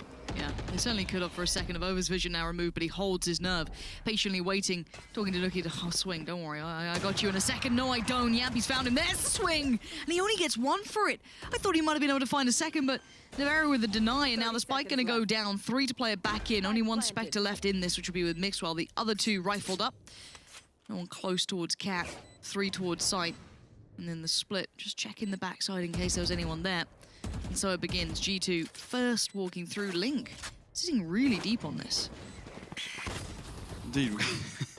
We'll catch a team flash as they try and clear out. But again, Link now in a perfect position to swing on the back of this, but may not be necessary. Coldamentor will fall to the operator. I think actually, Mixwell considering the save alongside Kellogg's. What? Nivera's found another wallbang. That was all the way from backside. Kellogg's will fall, will lose out on that rifle. Mixwell the last one to survive in this round, unless Link's going to catch him. Should have, okay. It's awkward there, awkward timing on the jump, so Mixwell will find one, but an interesting round nonetheless. Again, with that weaponry, you almost expect G2 to be playing close contact, not necessarily pushing out and I guess trying to close the distance, but at least be playing close contact. And with Coldamentor drifting away to use that Al drone all the way at top mid to clear out market, and just in case anybody's walking up, there's almost nothing to even benefit on that information. I mean, what are you going to do? There's 2 people in spawn. It's Avover and Coldamentor playing deep in spawn behind that wall. What do you do with that? Because you're not going to get back towards the the spawn entrance towards B and be able to save Nuki from any execute that comes through anyway. So a little bizarre. Again, the timing actually pretty fortunate in terms of the slow off from Nuki, just in case there was a burst. But G2 will call a timeout here, and rightly so, considering the bonus round. Yes, they can. Well, I mean, even in the round win, it was exceedingly close. Yeah. Yeah. So again, kind of necessity at this point, because you've got double digits in the next one. Well, again, here, without being proactive in these early rounds, I come back to the same statement. G2 are almost learning nothing, right? They don't have kind of that pressure point that we did see them utilize on attack, right? When they identified they could close the gap on Soulcast, how many times do we see him just kind of almost full force, wait out that first wave of utility, the first kind of exploration from Liquid, and then just burst onto B? Here, it's completely different. They've not found that pressure point to kind of abuse on the side of Liquid. Yeah, no one's given them much yet, but we do see the buy coming out on the other side. And, well, Nivera going to be on the op. On the other side, Mixwell, the one who kept that rifle over. Bit of a hero option. keloqz gets more than enough information, but again, at least they're stacked in the right place. 4 players somewhat leaning this way, so here's hoping, maybe not. Yeah, easy stuff so far for Liquid. No real threats coming from this, not feeling overwhelmed, or this stack was going to be an issue of Over can't make it through, and then Scream just appears next to you. Okay, that's not bad, though. That's a little upgrade. You take that. Falls away, but they have given up the site for this. Spike can be planted just a second or two before they go for it. This is tough to break through. Again, Nuki without a weapon, he's got to find something on the way in from heaven on a classic nonetheless. Turret doing all the work for them. We'll find that there. Nivera actually, I'm not sure who initially did that damage, but I've over down to 20 HP now. I'm forced to just do further damage and not going to be able to find anything. 3 will survive. Liquid now almost hitting their stride. On the brink now of, I guess, 1 buy round away effectively from reaching map point, and some decent ultimates available for them. But again, G2, I need to see the kind of some kind of adaptation here. Needs it now. Because they're not achieving anything to stop Liquid from just this slow, progressive creep towards a site. Again, there's not really, on either side, there's been no pressure in mid. There's been no exploration, there's been no fact finders, anything. I mean, look at the start that we had from Liquid. We had Scream kind of on runabout, everyone, you know, applying pressure. We do. keloqz now, up in hand. And again, no real deep look anywhere. A little bit of control maybe towards A main and then falling off it. This puts all the work in towards keloqz's hands. He has to be the one to greet this, but force off the angle initially, whichever way you cut it. They're very going to just test that theory.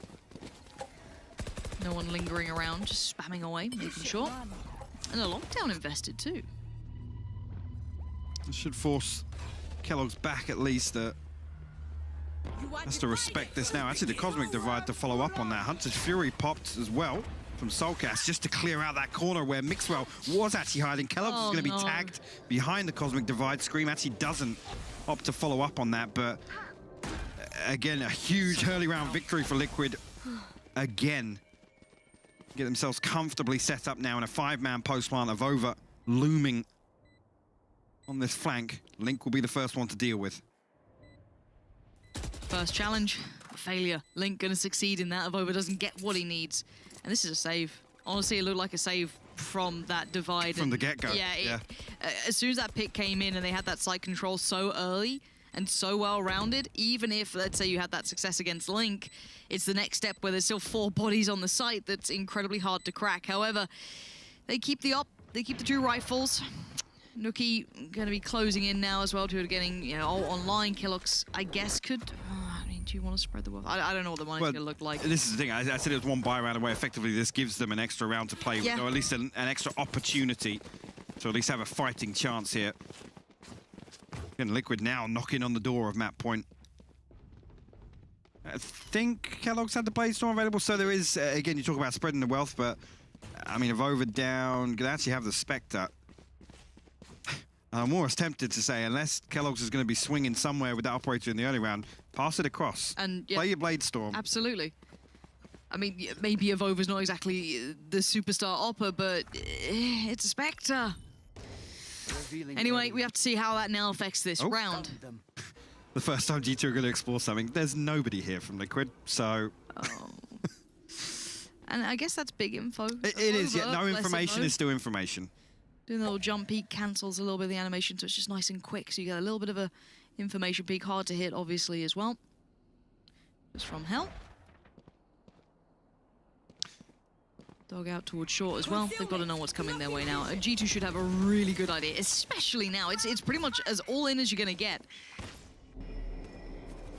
Actually, throw the Cosmic Divide up pretty early, and again, this time to box offside, different to how we saw Link utilize it previously. Again, I mean, Liquid, they can just hit the brakes here. No love lost here. They will get front sight control at least. The problem being, Avova's going to be stuck here. Yeah, what can Avova do? And he's the one with the Spectre.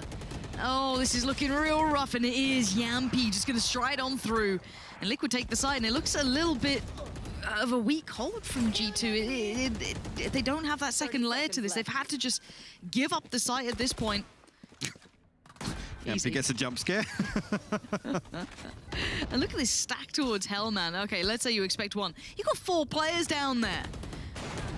This is going to be weird as anything. Good flash, though. They're going to eat that one. Can they get the kill off the back of it? No. Scream still stands, and he still holds. Nice work from Kellogg's and Cordamenta. That's big work from Nuki.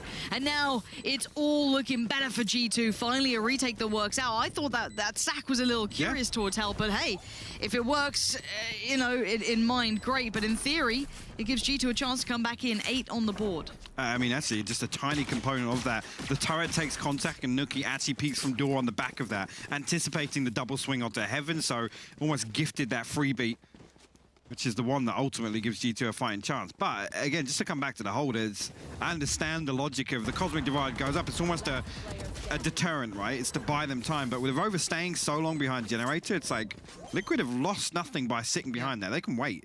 And I mean, actually, the way that cuts the front of sight, it also cuts off tree. So even if there was a split coming through, Liquid can sit in that cubby and short behind the door and the front sight. Take flight. 7 to 8 now. G2 with a bit of a lifeline. You saw the state of their money, but Nevera straight away. God.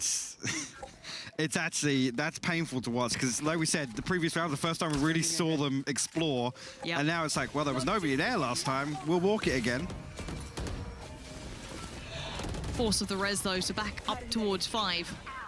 Scream feeling a little bit of pressure coming through. The Seeker's going to be coming out as well. Cordamenta trying to dissuade this, keep control as best he can. I don't think he got a tag with that either, so a little bit of a problem in that regard, but Soulcast going to work his way up short. Avova on the other side, flash him in. Does he swing? No. There's a whole lot of bodies there, and probably the right choice for Avova to sit back on this one. And again, sight will be Liquid's, but once again, we get put into this retake position. It's actually crazy how quickly that's happened. There's 3 separate pressure points there, or contact points created by Liquid, and then they capitalize on it. Avova on a platter for Scream. Oh, they'll be able to reset yet. They don't have a lot of options now. They have to fight Scream. He just ate that flash. He's dead. He's gone. Mixwell. Lovely work from that flash, creating them a little bit of space to get past short. Now they can focus towards the side, and Mixwell's doing well. Yampi's used a ghost and found 2 kills. Sure. I don't know what's in the Finnish water, but it's not looking too bad as Cordamenta taps the spike. Looking for the player on the other side. No one's giving him any room to breathe. No peeks available. He's just getting a little bit of a glimpse of Link, but it's Yampi on the swing, and it's 12 for Liquid now, making it towards map point. Another one that I kind of just want to see how Yampi's got 2 kills with a ghost there, because everybody had guns on the side of G2. Yes. Yes. Little curious. I think the phrase is we take those. Yeah, we take those. We don't ask questions. No. Just a Yampi moment. Unleash the Finn. Let's see, here's... Yeah, there will be a couple of Spectres invested. A Sheriff on the side of Kellogg's. Actually, interestingly enough, on map point, G2 going to pump the brakes and have a little chat before this one gets going. What do you say, though? What do you come out with? I think the problem is that they did that little bit of adjustment, right? Well, and that's why I say it's heartbreaking, because like I said, the first time that Kellogg's and I think Cordamenta were exploring B main in their previous rounds, like there's nobody there. So it's almost like, okay, guys, actually, this is almost a, you know, we start that checklist of what we can do, what the indicators are of where Liquid are playing. And the very next round, okay, guys, is there anybody outside B main? We'll walk it again, cool. And then there's 2 people on the other side of it. Yeah. So it's not necessarily a misread. It's just that we saw that Liquid were doing something completely different. Well, they left a gap, and G2 found it. Yeah. Ultimately, the second instance of that is, okay, we found this gap. Now, how do we convert that? How do we actually gain some value from finding this space? And ultimately, it results in them that they lose out. Scream's very quick to try and pinch through to punish that res as well in B main, and straight up market, in fact. Yeah. So, again, it just comes back to that G2 aren't learning anything from some of these rounds. It's almost like as soon as they get that first tick in the box, there's no second step to it. Ultimately, not through their own misplay, it's through Liquid kind of pivoting back and being diligent about that in the next round to readdress that gap that they left open. Liquid are being super defensive. Maybe knowing it's going to be a weird buy, just making sure they don't want to give anything away. The G2 timeout. I think they might try and play aggressive after that one, which is why Liquid are in spawn still. Yeah! Not a bad read. It's not quite what G2 are doing, to be fair. They haven't gone that deep. I mean, they were literally in spawn, so nice idea. And there's the Danger Man, Mixwell. Rifle locked in.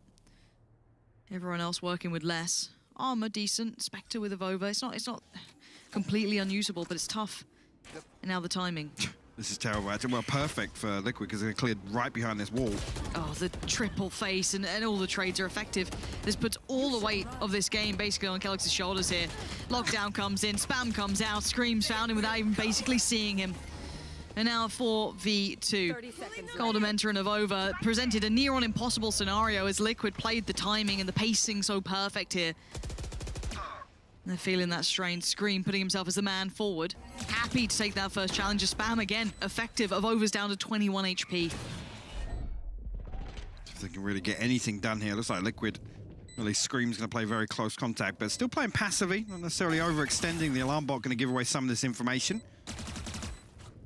One enemy remaining. Wow, just like that. Said they're going to play a little passively. Scream will hop up onto lane, find the first soul cast, will clean things up. So a 13-8 for Liquid here on Ascent on map 1. And again, once they hit their groove, particularly in the second half, it felt pretty comfortable, I got to say.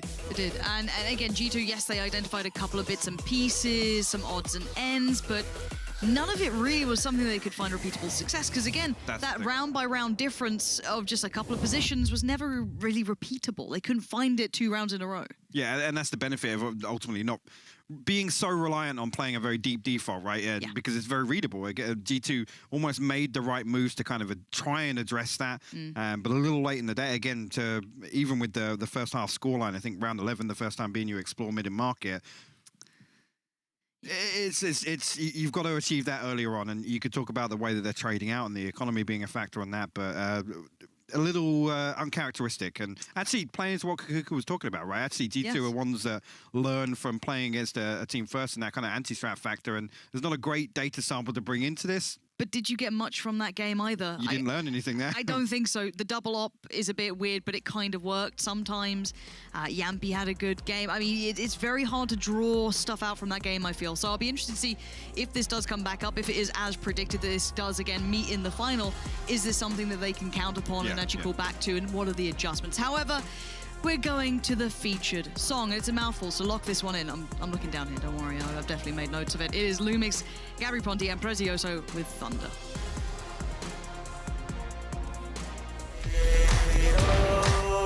I gotta get it, don't mind it. I gotta get it, don't mind it. Down the river we drunk and all of our thumbs went up in the air. Singing in the wind, listen to the thunder rolling over and over. We down the river we drunk and all of our thumbs went up in the air. Singing in the wind, listen to the thunder rolling over and over. We down, we're getting on fire, we're raising up higher. The bottle is up, we're over the top, it's time to get wild. The time of a life, it's happening now. We're out of control, together we're rolling over and over. We down the river we drunk and all of our thumbs went up in the air. Singing in the wind, listen to the thunder rolling over and over. We down the river we drunk and all of our thumbs went up in the air.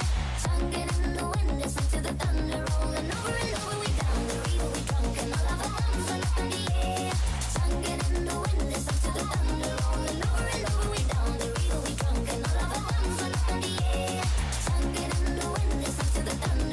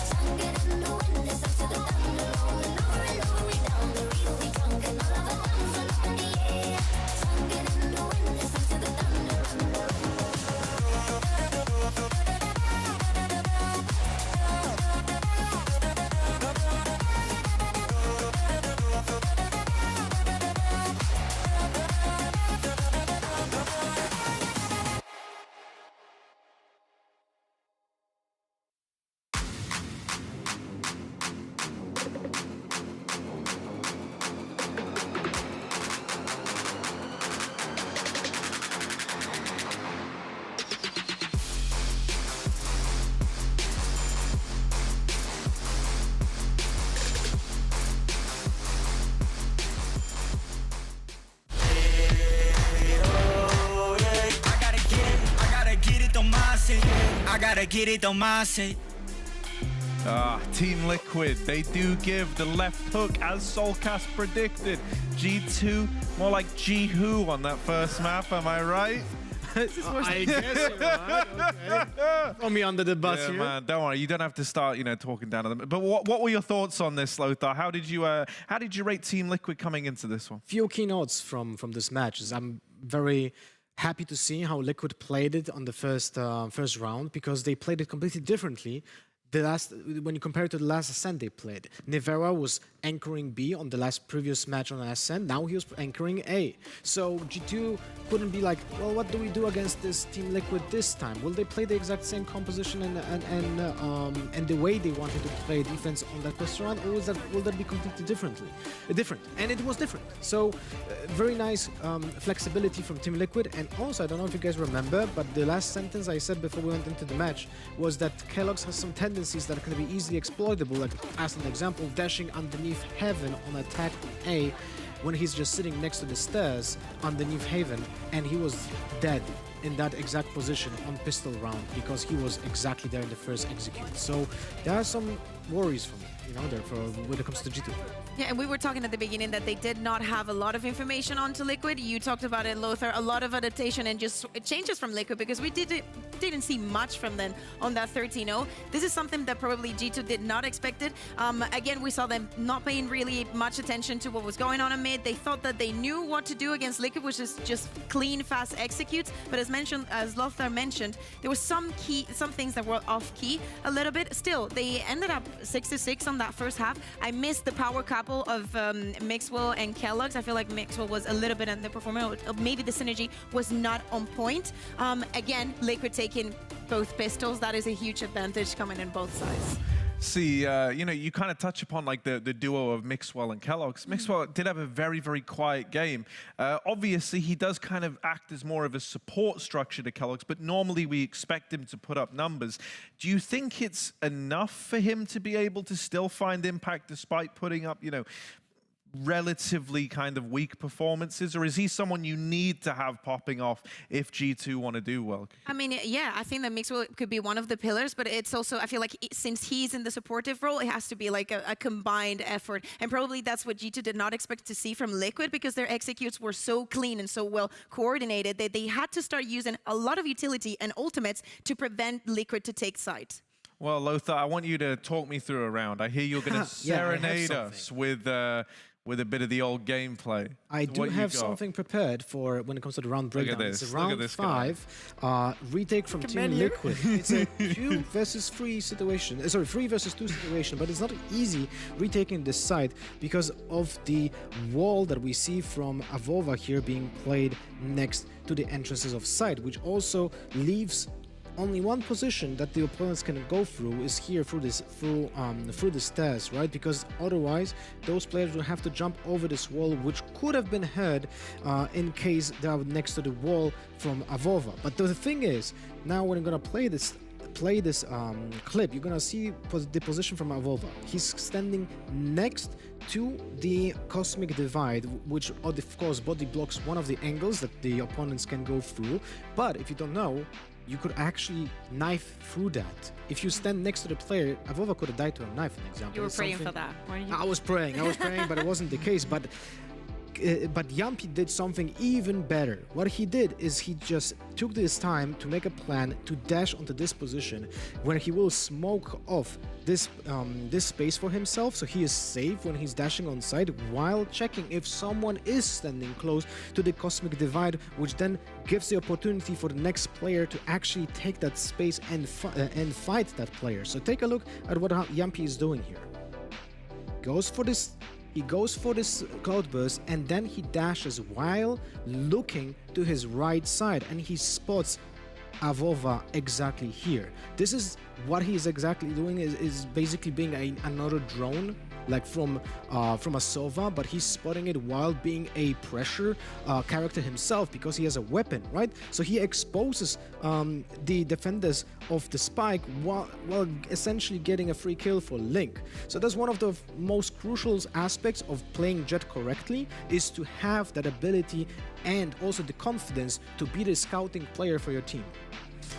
I absolutely love that, Lothar. And can I just say, that little freeze frame you managed to get as he's like jet dashing through, incredible. That's like top 10 photos taken moments before disaster. Everyone was like, oh no! Right? You wonder probably how I end up in this situation. Yeah. Record scratch, freeze frame. And that's exactly what's going to happen to us now as we get ready to throw this one over to a quick break. But rest assured, there's still more Valorant to be played. There's still more G2 Liquid coming down the pipeline. I gotta get it, don't mind it. I gotta get it, don't mind it.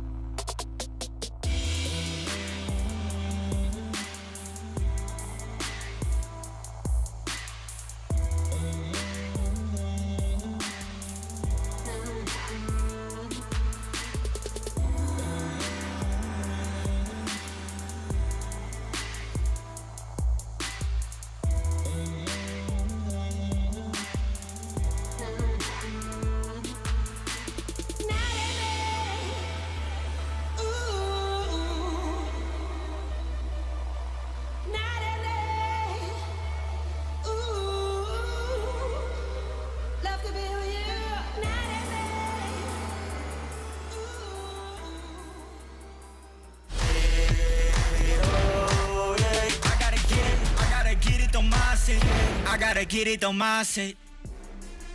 Well, we're in a bit of a bind, or at least G2 are. We're getting ready to head to Team Liquid's map pick. Already 1-0 up in the series right now. And good things come in twos, and that's why I've got two of the goodest things over here with me. But Lothar, you also want to talk about, you know, the power of doubles, as I've come to understand it. Yeah, the one thing I wanted to say in the previous segment is that there was one round when Team Liquid committed to buying 2 operators on defense, but it was also the same round where Nivera had his lockdown available. So they played for retake like in the first place. And I was wondering, is that a conscious decision that they're going to retake with 2 operators? And it ended up very awkward for Team Liquid. So will that play also like that way in Unbind? I don't know. Yeah, right. I mean, is that something that you would really be expecting to see come back into fruition here on Bind? Probably not, because Nivera will be playing Yeah. Viper, and because of that, he will commit to more close quarter fights with a Phantom instead. Okay, right. So, as we get ready to look towards Bind, right, even though Liquid are a map up, even though this is their map pick, things are looking really good for them. I kind of want to home in on G2 a little bit, right? Kaquka, what do you think G2 are going to need to get right? What are the keys to victory here if they want to long this out and make it a 3-map series? So first of all, this is the way that they started against Footballers, so they are able to bounce back. One of the things that we need 100% from G2 right now is going to be Mixwell on the Viper actually performing, because on the defense, which is I think the side that they're beginning with, I think it's one of the key points, especially on A. Why are you laughing? That was a camera looking at me. I was like, yeah, sorry, right? So go on, Kaquka. Just ignore Lothar. He's like this all the time. It's like having a kid in the back of Mixwell Viper. We ain't laughing at the Mixwell Viper. No, but that is one of the things that is obviously going to be of big impact. And from the side of Liquid, I'm just going to give, now that you were laughing, I'm going to give a stat. You know, I don't even know if you have this stat, but on the previous map against a match against Guild, Team Liquid, Soulcast had 4 first kills, 0 first deaths. Ooh. And Scream had 5 first kills, 0 first deaths. So that is an explosive duo of duelists to burst into a site. That's pretty impressive, and typically when you have those stats, you're probably going to win the map. Yeah, and pistols too. Oh, yeah, right. So let's actually take a look at like the pistol record, right, as it stands. Things are looking really good for Team Liquid in that sense, right? They're able to win both of them back on that previous map. It always makes me a little bit worried, right? I don't know. I feel like it can carry a lot of weight, especially when you're splitting some very fine hairs like we are right now. You know, like when we look at a G2 Liquid game and it's coming down to these kind of very, very minute differences, well, suddenly those 4 rounds, if you win both pistols and the conversions, come to matter a hell of a lot, right, Lothar? I mean, winning pistols in the best of 13 has a lot of implications to how you're going to snowball, especially when it comes to importance of saving guns on 2nd and 3rd round when you just build up your economy. But also, on Ascent, it was even more impactful because G2 was playing Sage, which is not the easiest character to convert her ultimate because it's so expensive and also reactive. So one of my main criticism towards G2 composition on Ascent was that Sage pick, because of that they couldn't like really fight when they were always on back foot on that map. On Bind can be a little bit different because of that, even if they lose pistols. Yeah, I think it's going to be a tough one, and in Bind, I feel like now that we're mentioning Ascent, it's going to be a little bit more of the same. They did not expect the Liquid so well coordinated on the attack, and it's exactly what they're going to receive. So also, I really like that we got a cracking start out of Yampi, right? He was looking really, really good from the get-go. I think Nivera kind of hit the ground running as well. We've had a couple of key pieces start to look really, really good. It was exciting as well for me to see Yampi on the Jet and actually making it look good, right? We kind of had lackluster performances out of him on that Agent. But as we get ready to head into Bind, I would love some predictions, some thoughts as to what we might see Agent pool-wise out of you, Lothar. Well, the last time Team Liquid played on Bind was Jet Astra race of a Viper with Nivera and Viper, which, you know, we didn't have many reads of how he exactly plays, but we know that he typically on A short on attack just goes into lamp to control lamps with his Tuxedo that he repositions towards CT entrance. But other than that, they have a lot of focus towards showers and short. So they are typically attacking those side of the map. When it comes to G2 though, I would say which is interesting, as actually they don't have a lot of first bloods on attack by defaulting. They all put a lot of effort into actually committing to a split on B or rather or A, but there's not many default positions that they benefit from. You were mentioning that one of the things in the green room, that one of the things that Liquid was missing on that Ascent is, G2, is the Sentinel, you know, moving past the Sage, and you could definitely tell that was missing on the game plan. What Liquid on the other side is not going to have on this Bind, if they do not change anything, is any flashes. So even though they're playing with double duelists, the only thing they have to set the ground is obviously going to be, you know, the controller's utility, which is going to do a lot in dividing the site and creating the space for yourself. But you have to do, I mean, you have to go looking for the duel because you do not have, you know, any way to take G2 out of their position. Yeah, last time they weren't, like, let's say, finding any opposition in the opponents, and they were just able to get that space on the map just by brute force. But it's really surprising to me to see Soulcast on Raze, typically, when he actually plays a lot of Sky and he's super aggressive. And good. Yes, like he's pretty good on Sky. You know? I fully agree, man. Really for it. I remember speaking to him back in, I think it was last Challenges, and he said, you know, like, yeah, I want to show everyone that guys like Starkster aren't the only Skies worth talking about. And, you know, he had a lot of fighting talk around this. So it does kind of surprise me. I do wonder if we could have changes, because I'm kind of inclined to agree with you, Lothar, in that Guild never really offered up too much resistance. And so as we get into this, I am really, really curious to see if Liquid, for this occasion, you know, maybe looked to make any changes of bringing some initiators into the fold. But once again, you know, just give me your kind of live action reactions here we go. To what we got coming through. Solka's What's your reaction? Unfortunately. But one of the reasons why he actually swapped off Sky would be the change in the flash, when she's actually a little bit slower on re-equipping the gun. So this is probably why he feels more comfortable on this map with this setup. And when it comes to G2, well, Sky so far, typical composition from G2, so no really big surprise here, right? No surprises. I don't think it's the moment to have those surprises. G2 has been perfection in what they already had, and Liquid is still testing all those new changes, so I'm actually pretty happy that we're seeing the same. One thing I do have to say about G2 is that they don't have a Jet now, right? But they do have the Raze, and you have to question how big of an impact is the Bombot having on controlling Hookah instead of just having Jet, which is a pretty good, strong character.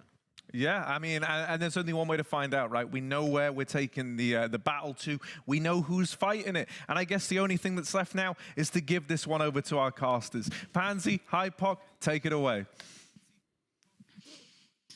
Yeah, with absolute pleasure. And there's a lot been said kind of leading into this and our kind of overall expectations with this matchup and these two teams in various states of their, I guess, evolution as a roster. Now, I want your general barometer of your thoughts so far. Now we've seen one map under the belt. What are your expectations? Let's start with like Liquid, for example. I mean, actually, just coming back to that point Harry just made about not an awful lot of resistance. I actually think in terms of the outcome of these previous, we haven't really seen the real test, right? They haven't been pushed. And I think there's no kind of slight at Guild or anything, but in terms of the outcome alone and the way that previous performance played out, again, we haven't got an awfully great look at where the ceiling almost lies for this. I agree. And again, you can talk honeymoon. I hate the phrase myself, but another one I just want to come back to as well is this Raze pick. I know Lothar just touched on it, but knowing the way that Link plays on this, particularly on the defense, what's the value of the boombot? What's the value of that hooker control? Because again, if there's a judge on the other side of it, again, respect the boombot, fine. We'll have to have a wait and see. Already called him into taking a boatload of contact over towards long. Going to dip through on the TP. Did his teammate join him? Yes. Yes. Avova decided best choice as well, so going to switch away from this. That will give up most of the site now. Again, Liquid can probably pick the pace up. They now know that both players did hit those rotations. However, Nookie and that, you know, they're no slouches in this either. They've picked up the pace and got themselves towards back of the kind of elbow side. There's a TP audible now found. Yampi well and truly aware, going to relay that information. Spike is planted, but there's Avova finding Screamer now, taking away some of that back line that could have come out to play. Nookie isolating Link. This is great from G2. This is a much better look for them. As he's just Nevera and Yampi, well, his position, he's not being quiet. The shot's good, but the follow-up, so many bodies on the side for G2 there, and that was brilliantly played from G2. It actually was, considering how badly that went with both players having to TP away. Actually, the fact that they're able to rip away that backline, because the one benefit is that you think Liquid are going to have a fantastic opportunity to set up comfortably, take these really deep angles, almost take contact very early in terms of, you know, the retake coming in from G2, but it gets absolutely picked apart. I mean, the first piece of that puzzle is Scream falling down towards Fountain. Yampi, I guess maybe a 5-second window where he could be a little further closer to that once the TP comes through, but there's still the question of anybody else playing even further behind than him. But really good recovery by G2, and initially that looked awful for them. Yeah, and good to see for them. A nice little bounce back, probably, if anything, a confirmation of we're still doing all right. Don't worry, we're still good, boys. We got this. As it stands, though, a little exchange of utility at the start. And weird TP. I'm not sure how I feel about that. That's a bit. Talk to me logically about what just happened, because I can't. I don't really want to. They, I guess, wanted to convert this presence noted on the back of the Trailblazer. Link actually used the smoke to slip away with not even sure if he found that. Solka somehow walks all the way through B site, and we'll find Mixwell in spawn, and just like that, it's down to Nookie. In around the I guess they wanted to be decisive, and it comes back to that setting the precedent early on in these rounds. And again, you can look back to the Ascent and think, what did G2 achieve from the early rounds? It wasn't an awful lot. Maybe this is just a, right, guys, a step off on a strong foot. Almost forced Liquid into a more passive play style early on here, but it's not paid off. It's not gone particularly well for them. See here if Nuki can even do some damage on the way. I mean, the saving grace being, I don't think an awful lot of upgrades here as Soulcast will actually fall, so there's still a chance for Nuki to make this interesting. He actually tries to double satchel across, but between a rock and a hard place, Yampy will close things out. Again, just if you're going to make a play like that, it needs to be some sort of coordination around some of the utility invested. I'm not sure what the Viper Wall kind of achieves there in terms of pressuring in the backside of Showers. And it creates a pocket almost for Liquid to sit behind comfortably, and even though it's dropped here, you can see Link's just playing, just waiting for the pinch to come through. So yeah, a little strange, but I guess that's G2 just, again, trying to assert themselves a little bit early on. I think there's a fine balance, and it is hard to be clean in your... It's not, I don't see like an anti-eco. It wasn't like a full buy against, like, you know, nothing. It's, again, there are upgrades here. There were sheriffs coming out. Right place, right time. Sure, it worked very well in that regard for Liquid, but it does make me scratch my head a little bit there. Risk-reward factor certainly could be something to talk about. However we go back into this, and the pace is completely different. And you've seen this before in the first map with Liquid. It's patience being shown. It's okay, let's hold this default and find if anyone's getting fruity like we just saw. Well, that's the thing, particularly in this round where they could have almost got a sense of, okay, this is potentially how they want to play. The thing really Liquid have gained here in terms of knowledge is presence noted on the other side of the boom bot from Soulcast, but he's still holding sand. Rest of Liquid now will regroup towards the bottom of B long. It's only Avova actually on site here. G2 will hold with 4. Now again, the problem comes from if this TP rotation comes through. Soulcast is actually there with a Vandal. 30 seconds left. Now he has Nevera to back him up, but the hit comes through. Avova, let's see if he can get anything done here with his classic. Yeah, not an easy task. You're gonna have to find like a little pocket somewhere and instantly taken away. Lynx found it cleanly. The other 4 are en route. They are stacked towards CT for now, at least the vast majority are. Spike is yet to go down, though, so keep that in the mind. If that does get denied somehow, I mean, that could be an issue, but Scream's keeping things pretty safe. Soulcast doing very well. And we're down to 2 now, so once again, jump on the swing. Really nice little combination between the two, make it harder to try and keep it clean. Nuki still doing some damage, does get the upgrade of the rifle. 60 HP in a bit of a dream, but he realizes the rap's coming in, but he can't deal with Nevera, and that's a rifle recovered. And Liquid keep 3 alive, Spike plant, job done. Job done. Again, with that, with that second round being flipped as well, that's all you can ask for here. Yeah. Holding on to the majority, because G2 obviously in a better financial position now. Looking actually decent progress towards the showstopper, as I say, actually. He's not online already. With the 5 kills he's racked up. Soulcast 1 away, respectively, on the other side. Yampy does that Hunter's Fury available. This time, again, similar to what we saw in a couple of rounds on Ascent, Liquid will stack up very heavily. So again, they're gonna... Quick control towards Shower. Again, just the tap of the orb will bait out. Wow. Look, actually gonna try and send it here with the showstopper, but achieves nothing on the back of it. Again, I love that little bait there. You can see as well, Yampy's in position to just greet the other side as Soulcast taps the orb, and it baits out so much. The Trailblazer used up the showstopper as well. Look at the amount of utility they've invested already from G2's side. Liquid have shown presence, which is exactly what you want to be doing. And now there's much less to deal with on the hit now coming in, but let's see how this works out. Liquid theoretically doing things right, but there's still pressure aplenty. Nuki being part of that. Mixwell, good timing on the swing. The shot, rough. But luckily he's not alone. He has Nuki, he has Kellogg's, he's got everyone by his side. And theoretically, yes, it's not bad for Liquid, but G2 still hold ground. Nuki's work then was wonderful. This guy, if he starts having a game for G2, he can be that difference maker. I mean, already off to a fantastic start. Again, interesting to see Liquid's intentions here of just baiting all of that and how effective it is in the early round, but not able to capitalize. One enemy remaining. Again, I think at this point here, there's 4 people stacked up. Avova finally comes through, and again, if that's the scenario we see, how often we see Avova kind of playing anchor and being almost disconnected with seemingly no flank control on the side of this this composition from Liquid. Whether or not G2 can find value this time around, kind of sending out some probes.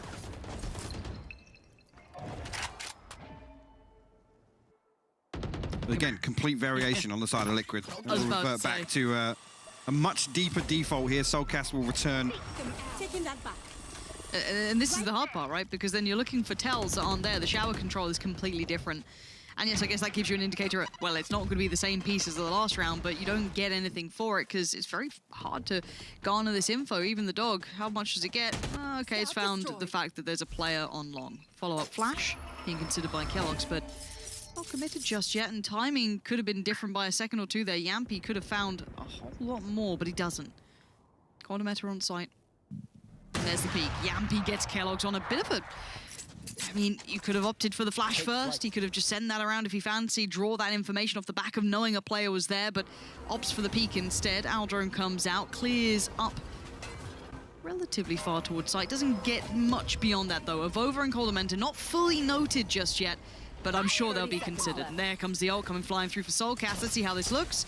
Checks close. Does he find the player? He's still not seen him. Coldamenta getting away with murder. And there's Avova waiting patiently. And they held so long. They held their nerve until literally Liquid were in the trap. Link with a lovely peek. The perfect follow-up.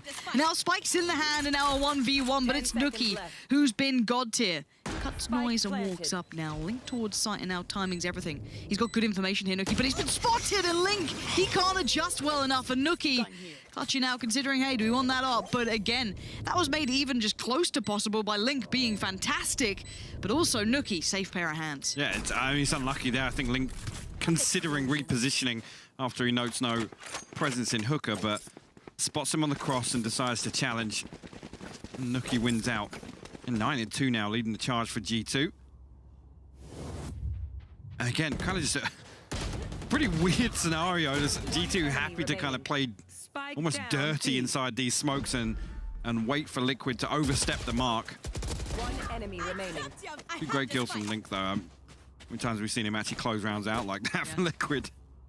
I mean, he is starting to make a real name for himself, Link. And look, Liquid are happy to make roster changes if they feel the need. He's not ever been even in the discussion, it feels like. He's always been quite a safe player in that.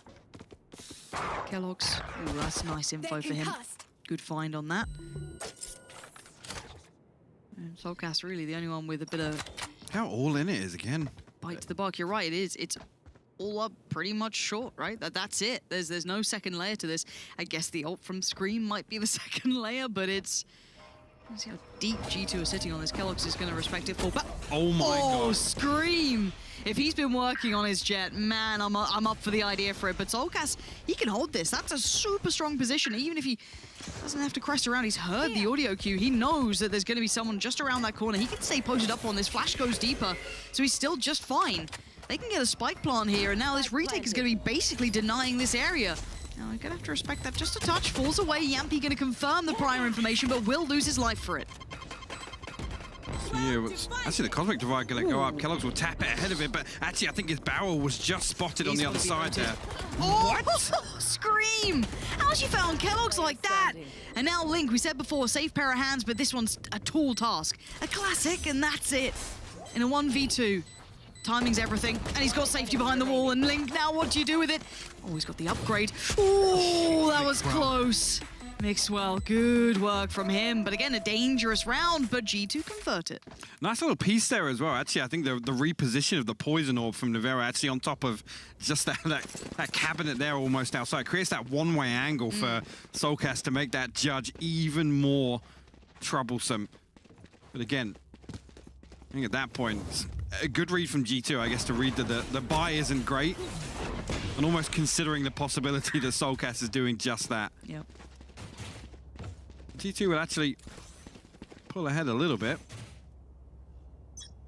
See here what the plan on the buy round. Again, previous round was pretty much all in, but equipment definitely a consideration to make. And let's see Nuki that opens up with the operator. We'll find Soulcast over towards Fountain.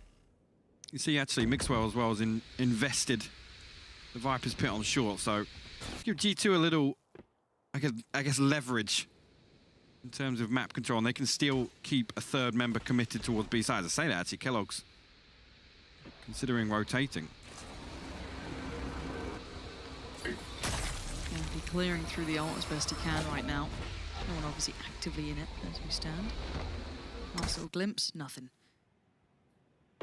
Yes, the fact that there's nothing is information in itself, but they can re-aggress, they can reassert a little bit of that presence, which they've done. So Mixwell going to slot back in. And again, Ordamenta just in the corner here. Waiting it out. And there's Nivera on the other side. Welcome to Ooh. my world. Ooh. It's going to get weird. Yeah. Yeah. 30 seconds left. Wait, what how do they... you can ferry the spike through, I guess, but beyond that, this to me is just again so curious in that regard. I mean, Mixwell still just fine. He's got a green wall to play up against. It ain't optic, but it'll do. Already Mixwell and Cordamenta in combination have taken away basically the front lines of this. You've got 10 seconds now, no spike plant.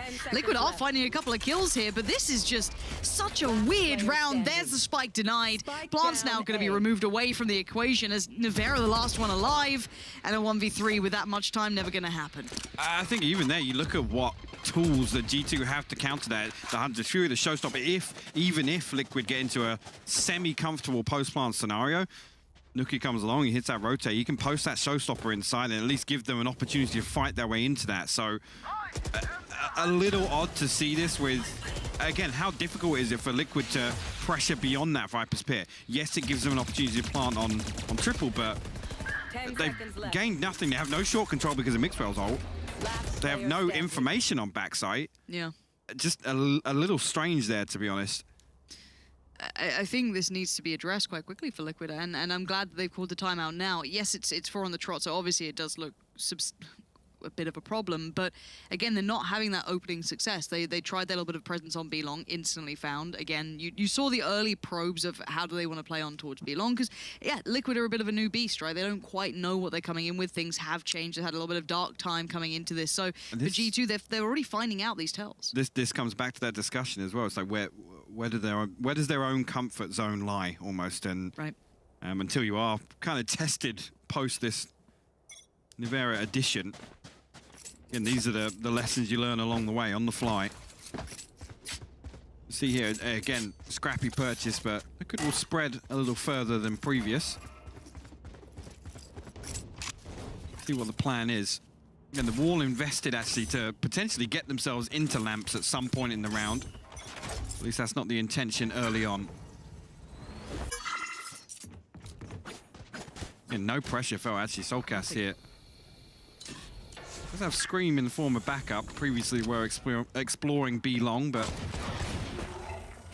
in G2, at least we'll figure that out. Actually, the Aldrome will confirm it on the back of the Trailblazer as well.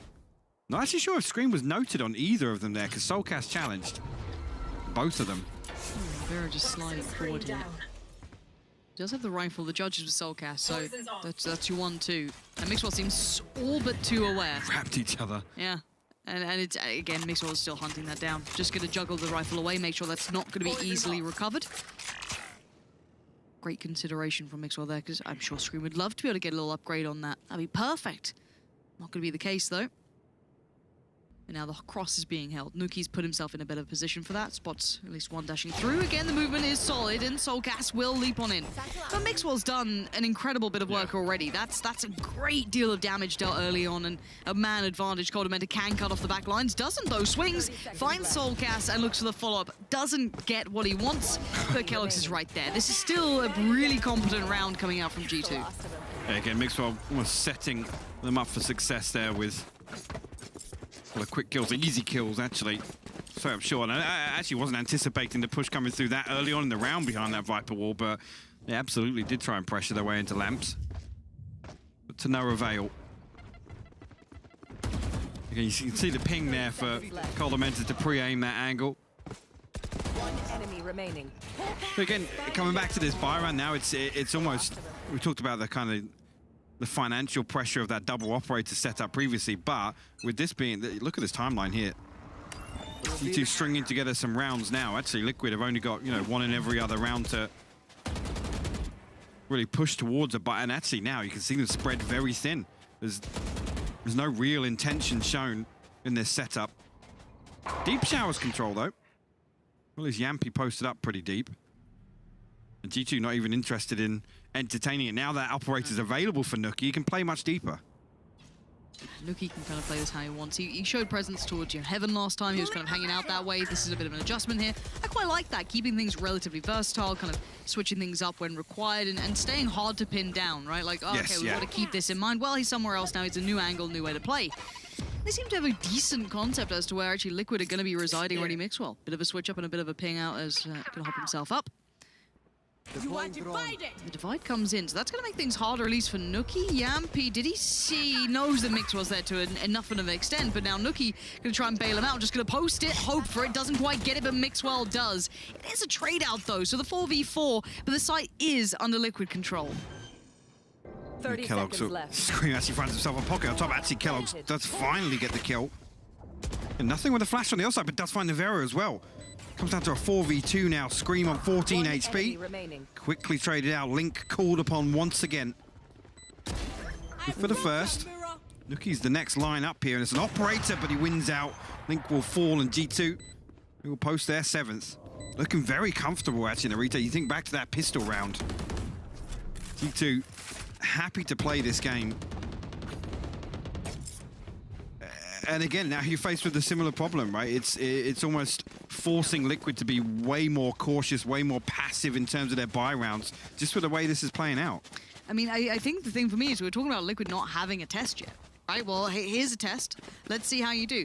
Now, I would argue G2 is playing a really good game right now. They are playing a very solid game. They're falling for nothing the Liquid's trying. There was that little bit of a fruity push through one of the TPs that definitely caught us off guard. But outside of that, this has been really solid. And again, for Liquid, their timeout came in. Not much really came from it. Now the presence on long has generally gone G2's way. That's a game changer. Unleash Scream. That's how you do it, apparently. If everything goes wrong, just let Scream off the chain and let him go. Avova's still up towards Hookah, though, so there isn't just free access here, but the utility's in the way for now. So as it stands, Avova, how much can you get done? Still being noticed as well. So that's actually fine. Avova as well. Scream good for the 3rd. Mixwell, the last man standing here, and just becomes a question of damage, and there's not going to be any for him. A flawless round victory and a good response considering how the last few rounds have gone. It could almost proving they still have a little bit of fight left in this half now. Round 11. You get one of those with Scream though, right? It's the benefit of having like a Scream or a TenZ or someone like that, right? You might get one once in a while, where it's like, I'll win you the round. Yeah. I don't get me wrong, yeah, the supporting utility's great, but the man just literally, you know, straight Beybladed up off the side, just let it rip, right? Like, it must be nice to have that. However, it doesn't really... It's not sustainable. It's not a solution. It's a nice get-out-of-jail-free card. They need the rest of these rounds, in my mind. Yes, the curse is strong, but I kind of need a little bit more. Something solid, something a bit more than we've had. Now, I guess the one bonus is a lot of these rounds have been quite close. They have been getting down to, you know, the 1v2s and what have you, and the money for G2 isn't perfect. Isn't that kind of scary, though? Looking at that timeline and then looking at the economy of G2, what's gone amiss there, to be honest? Colomentis sat at 3,600, Mixwell at 2,100. That's after a 6-round streak. They have been close rounds. It's come down to exactly. A few times. It's been, you know, down to the wire to a decent extent. But even with that kept in mind, close isn't enough at this point. And you can talk about, you know, economic damage and how that can affect it, sure, and I'll give you that conversation. But you still have 7 rounds under the belt for G2. And that's excluding kind of the pistol run, if you want, like the initial 2 rounds kind of, because they had that weird turn. However, Nuki again, the adjustment has been made. Solkat's in a really prime position though to punish, and he does. Finding 2 finally as G2 get a little antsy on this. Well, we noted with the with the Boombot, Showstopper available for Solkat, sorry. I think Liquid here, again, with that early contact, they've got a pretty good idea that Avova's surely solo. Mixwell does actually come through with that rotation now. Got to target a star. Liquid they can be slow, they can be methodical. Actually, it's not going to help them too much, but I think does trade that out. But Avova good for the first at least. And away we go, Soulcast. Luckily, Yambi was there a little cleaner. Make sure you're just fine. Just kind of keeping that aim on Soulcast, allowing it to be a much cleaner target. Seem very paranoid about maybe someone in elbow, but that's not the case. And Spike's recovered. What? He's getting the orb. Okay.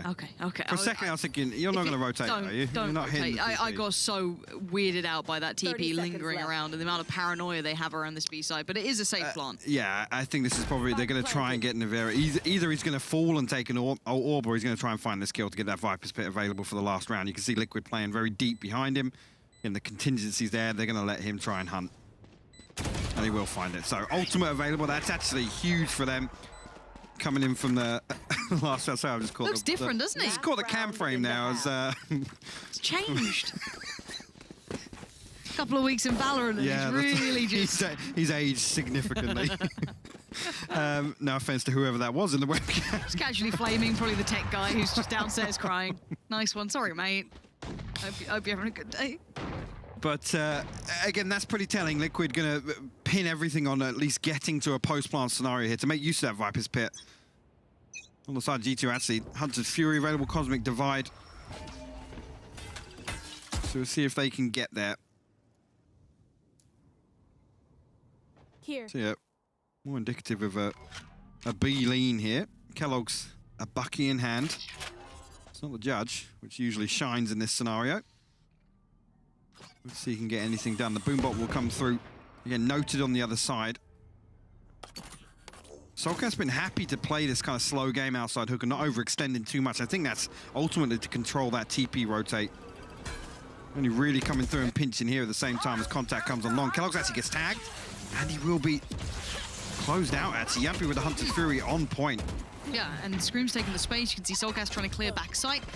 At least confirmation that no one's in that corner, but they still have to double check. Scream's going to do just that. Side's clear. Right, game on. Get that spike over here while the smokes are still in place. Divide goes in. And now the lines get drawn on the battlefield. They know where that ult's coming from, where it's going to be. And now Scream's going to push forward. The man is feeling it. Vine's called a mentor, but he needs more here. This 3v3, how long can it last? Mixwell on the other side. He's got Judge, man. This could be just absolutely taking the air out of Scream's lungs.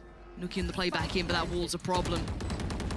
Just going to walk on through, try and maintain composure of over. Starts to build as well. Now look at the site. Starting to look a little bit more isolated, a little bit more manageable. Finds the one on long. No trade available because they're in such fruity spots. Look at Scream right here. Oh, Mixwell! The jump peak on the corner. And Nookie finishes it off. Those post-plant positions from Liquid were very questionable, and G2 will lap that up. And actually, just off screen, Avova somehow found 2 kills, just swinging out from elbow, I guess just ahead of Liquid being able to set up behind that Viper's Pit being popped, but a little preemptive again. Almost took what felt like 5 minutes for the spike to filter through to even get planted in the first place, considering, you know, initially, as soon as the showstopper gets popped, you know that everybody's going to back away. They have to respect that, right? At bare minimum, when Scream gets to backside, there was still time between that. I'm a little worried about the delay on the kind of approach from that side. Maybe just overcautious. It seemed a little slow to react. Maybe conscious of a stack behind that. I'm not entirely sure. But nonetheless, G2 will close out 8-4 and much more convincing this time around, actually, considering their defensive half on Ascent at least. Have to see what Liquid can get done. G2 will spread pretty thin. 4-1 split. Okay, got there in the end. Now, Avova, I think, only heard 2 shots in response, so not necessarily fully telling, but now he's going to spot 3 now and relay that information. This should be the catalyst, or at least the go signal here for Mixwell to push on. You can see he's trying to close the distance on Nivera here. Oh. Actually will find it. The amount of just precise utility work coming out then from so many of G2. Now Liquid are down to 3 and out of traditional spots. Links in literally no man's land. G2 should be able to get really nice post plants as well if they can kind of secure short as well, which they're doing right here. So feeling a lot comfier now, a little bit more free to kind of, you know, settle into this post plant as Soulcast does begin his journey back in. Nookie would be the one to give him the first challenge once he crests this corner. Checked on. Nice work from Soulcast. They need another, and they get another. Yampi with the jump. And now maybe there's a chance in this one, but a double stack. What? Excuse me, no way, Link! He finds two and Evova's just cornered, and you are gonna be in pieces after that pistol. It's beautifully played on the way back in there. And again, you come back to that concept of setting the tone. First round here, it was almost Liquid come back with a no respect retake. To clinch that one back. Again, looking for the round 2 and potentially the bonus as well, and they're right back in this. That round deficit negated right off the rip here. Mixwell, I was just saying, just completely unaware to the possibility something could be that close on backside. A little sloppy on the way back in, but seeing actually G2 force up into this. A couple of SMGs. The Sheriff in the hand of Kellogg's here. See what they can get done. No, a lot of emphasis shown towards B here.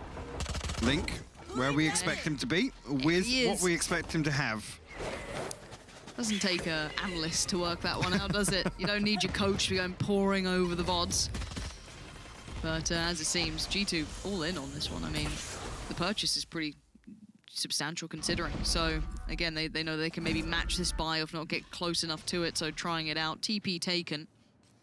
And rotation being respected here. Screams en route after hearing that. And exploratory work from Soulcast. So interesting. That's going to pull back Scream, but the hit is still coming towards A. So it's going to be Vera on the other side. But an adjustment coming out off the back of maybe Mixwell's positioning here. But there's still 3 players on this site. It's interesting as well because, I mean, there's potential for Mixwell to relay the information. You know, there's no longer a judge in Hookah. So maybe indicative of a rotation, but actually does get hard cleared, but Mixwell still loses that. A lot of damage done again from Link with this. Oh. That's disgusting. Oh. It's filthy. Go on. Oh, dearie me. You're feeling silly if you're G2 Link. He may not be in the room, but he's close enough to the room. Don't go there. Just don't. Do not cross that line. Best judge player in the world. Yeah? Yeah. Just from this map, that spot, that's it. It's a huge accolade to have as well. Truly. It's second only to Bunny. 30 seconds. Down B. One enemy remaining. Of course, we're being forced to witness the entirety. Oh. It just feels like you get winded every time it comes in. Oh, dear. Nastiness, isn't it? But hey, it works. And now they get to kind of sit through on this pretty garbo buy, but it's better than what G2's coming in with. So unless you take a mad TP and just feed at the back of shower, you should be okay. Yappy's fine, as said. Just hold down mouse 1, have a little bit of a wander. Codeventer can't find it cleanly. And we're down to Nuki and Evola. Soulcast gonna hear the steps on the other side. This actually will swing, so know exactly where the last one is, and Nuki will fall. Another flawless victory. And Liquid right back in this now. 1 round separates them. Again, the opportunity to carry these weapons across. Got themselves a huge buffer now. Really being forced to repurchase the utility they're investing. Silence. Yeah, the only thing better than a judge is a Spectre running. That's what they say anyway. Oh, on the streets. Yeah. I'm going well, Yeah. The streets are bind. The streets are bind, yeah. Said no one ever. Yeah, no one said that. A little lineup here. There you go. Don't know where it goes. Don't play Viper. You don't play much Viper, do you? You okay? You dabble. I only lock it ahead of Mitch, just so he can't play it. Well, I think honestly taking any options away from Mitch is probably the best choice. Poison's off. People pleaser me. We'll see. Mixwell drifting up short here again. Now another judge on the board. Nivera inside lamps. Again. He's a trendsetter, is old Link, isn't he? Yeah, yeah. I mean, it's huge considering just the position and how kind of pivotal these positions are. They're completely cancelled out by Link and Nivera. Again, whether or not Link's going to be fed, he's going to eat right in this round. Soulcast will know at least 2 people towards long, and everybody from G2 drifting this way now. They don't want to entertain the judge once again. Don't really blame him after the last sequence that went down. Oh, 30 seconds left. Scream's got an AWP. Spike down B. Oh, it's working. He went to do the CS spray. What's going on? Of course he did. I think actually, you know, I think that's still the muscle memory, thinking he has a third smoke. Can't stop. Just has to go for it. Is it Cosmic Divide going to be invested here? G2 want to make absolutely sure there's no risk of losing this, but Yampi will find Nuki. Avova does respond though, so it comes to the 2v2. Actually, a lot of spam coming through actually. Kellogg's down to 18 HP, but still finds the kill with the operator there. The consolation, at least, from Link. Avova quick to trade it out. Not interested in the operator. I think actually that's the only real investment on the side of Liquid. Whether or not Scream's already made progress towards that Blade Storm, you can understand it, but in 3 rounds on the bounce, they should have themselves a nice, comfy buffer here. Actually, he's going to throw another operator in the mix. One away from the Blade Storm. I don't know how I feel about it. You have someone like Nivera, you have Yampi. We'll wait and see. I'll say open-minded. I mean, he got 2 frags. It's just, it looks like someone's messed up the overlay to me. I'm just like, well, that's not Scream. Hey, prove me wrong. Let's have a watch. Doesn't even have to hit headshots. It's even better. Yeah, you're going to play a little deeper. G2 they seem very, very slow to react here, at least. I mean, the Owl drone going to come through, but will there be any follow-up? I don't expect anybody from Liquid to show to this. Got your trail. As the Seekers get popped from showers, not an awful lot of information found off that. Scream actually re-peaks and will find Nuki. The Hunter's Fury from Yampi from the backlines. Coldamenta will fall. Kellogg somehow slipped the net. Yeah, I don't know how he's got there. I don't think Scream knew either, and now just Nivera caught in just like that impossible position, and there's the reply instantly. They find 2. Again, Soulcast, one off the showstopper. If he does find a kill here, expect him to pop that almost instantly to double down. As Liquid now find themselves in a 3v3. Cosmic Divide of their own to use. They want to get that done. Potentially, actually, that nade tried to follow up on the gravity well, but no damage done. Taken out. MP has found Kellogg's. Timing's going to be a real factor on this one. Soulcast didn't get it to halfway either. And now, what are they going to do with this? Mixwell's right there. He's going to find another. Can they deny this one? They absolutely can. Again, it got a little close, a little, you know, a little bit dangerous, but by all accounts, G2, their ability to turn back those initial 2 picks was incredibly impressive. They find Scream and Nivera in such quick succession. And well played by Mixwell as well. Just a small kind of smart play to come back in behind that Cosmic Divide and not even really have Avova be the one to take contact. So yeah, they're almost reading into the fact that Liquid will anticipate. They will divert their attention fully towards showers. Mixwell played that perfectly to come back through lamps, and Liquid will actually call a timeout here. You hear the, again, with that early work done, but Scream actually losing the Blade Storm in the previous and with that operator purchase leaves him at 2,700. Anyone really unable to purchase anything, but I have a sneaking suspicion he might throw a judge across to somebody. You reckon? Yeah. That's a full buy for Liquid, isn't it? I just, as much as I honestly enjoy watching Liquid and they play well, I still don't think they have that solid identity yet when we watch them play. Like, yes, they pick up a judge or 2, and we know that Link likes that, sure. But I just, it worries me because this, as I said, we talk about tests, right? We talk about them kind of, you know, finally getting a bit of pressure by better teams, and every time we see these roster changes, they'll have, you know, that decent run, and then it hits a bit of an icy patch. I want to see them find those fundamentals faster, which is obviously a tall task, right? It's not easy to just get good forehead, but I mean, I just want to see a little bit more of the fundamentals in place for them, because it comes with the consistency and all the other good stuff that comes along. But right now, I just still see a little bit of the old Liquid here, but we'll see. We do see enough of a full buy, right? I don't think you were particularly wrong in that. And yes, he is still there. He will not move. Take flight. And it is noted as well. We'll deal with the utility. Almost as a deterrent here. And again, it is a straight 50-50, right? It's, okay, is he showing the judge because he doesn't want us to come, because he's playing solo, because, you know, his teammates playing very deep and disconnected, but it will force G2 back towards A, and that's a 3-man stack for Liquid. The nade will come over the top here. Actually, G2 get close enough to pop the Viper Spear, at least to give them some control of default. Soulcast will respond with his own showstopper, but Nuki's still ready to post his, and actually will find Scream completely blind. This is just... They're so deep on the site. They have so much control. Yes, Nivera has taken shower control, but that was a bit weird from Mixwell, if anything. Nice work from Nivera. I guess you take what you're given, but Spike now down 3v3. Retake time with the judge in mind. That's still going to be tricky to bring to bear, considering Link can't exactly close the gap like Bunny could, for example. He's got to just, you know, trot along. So let's see how he does in this post plant. It looks like a bit of a switcheroo, doesn't it? One towards Heaven, one sitting towards the cubby of sight, one towards Lamps.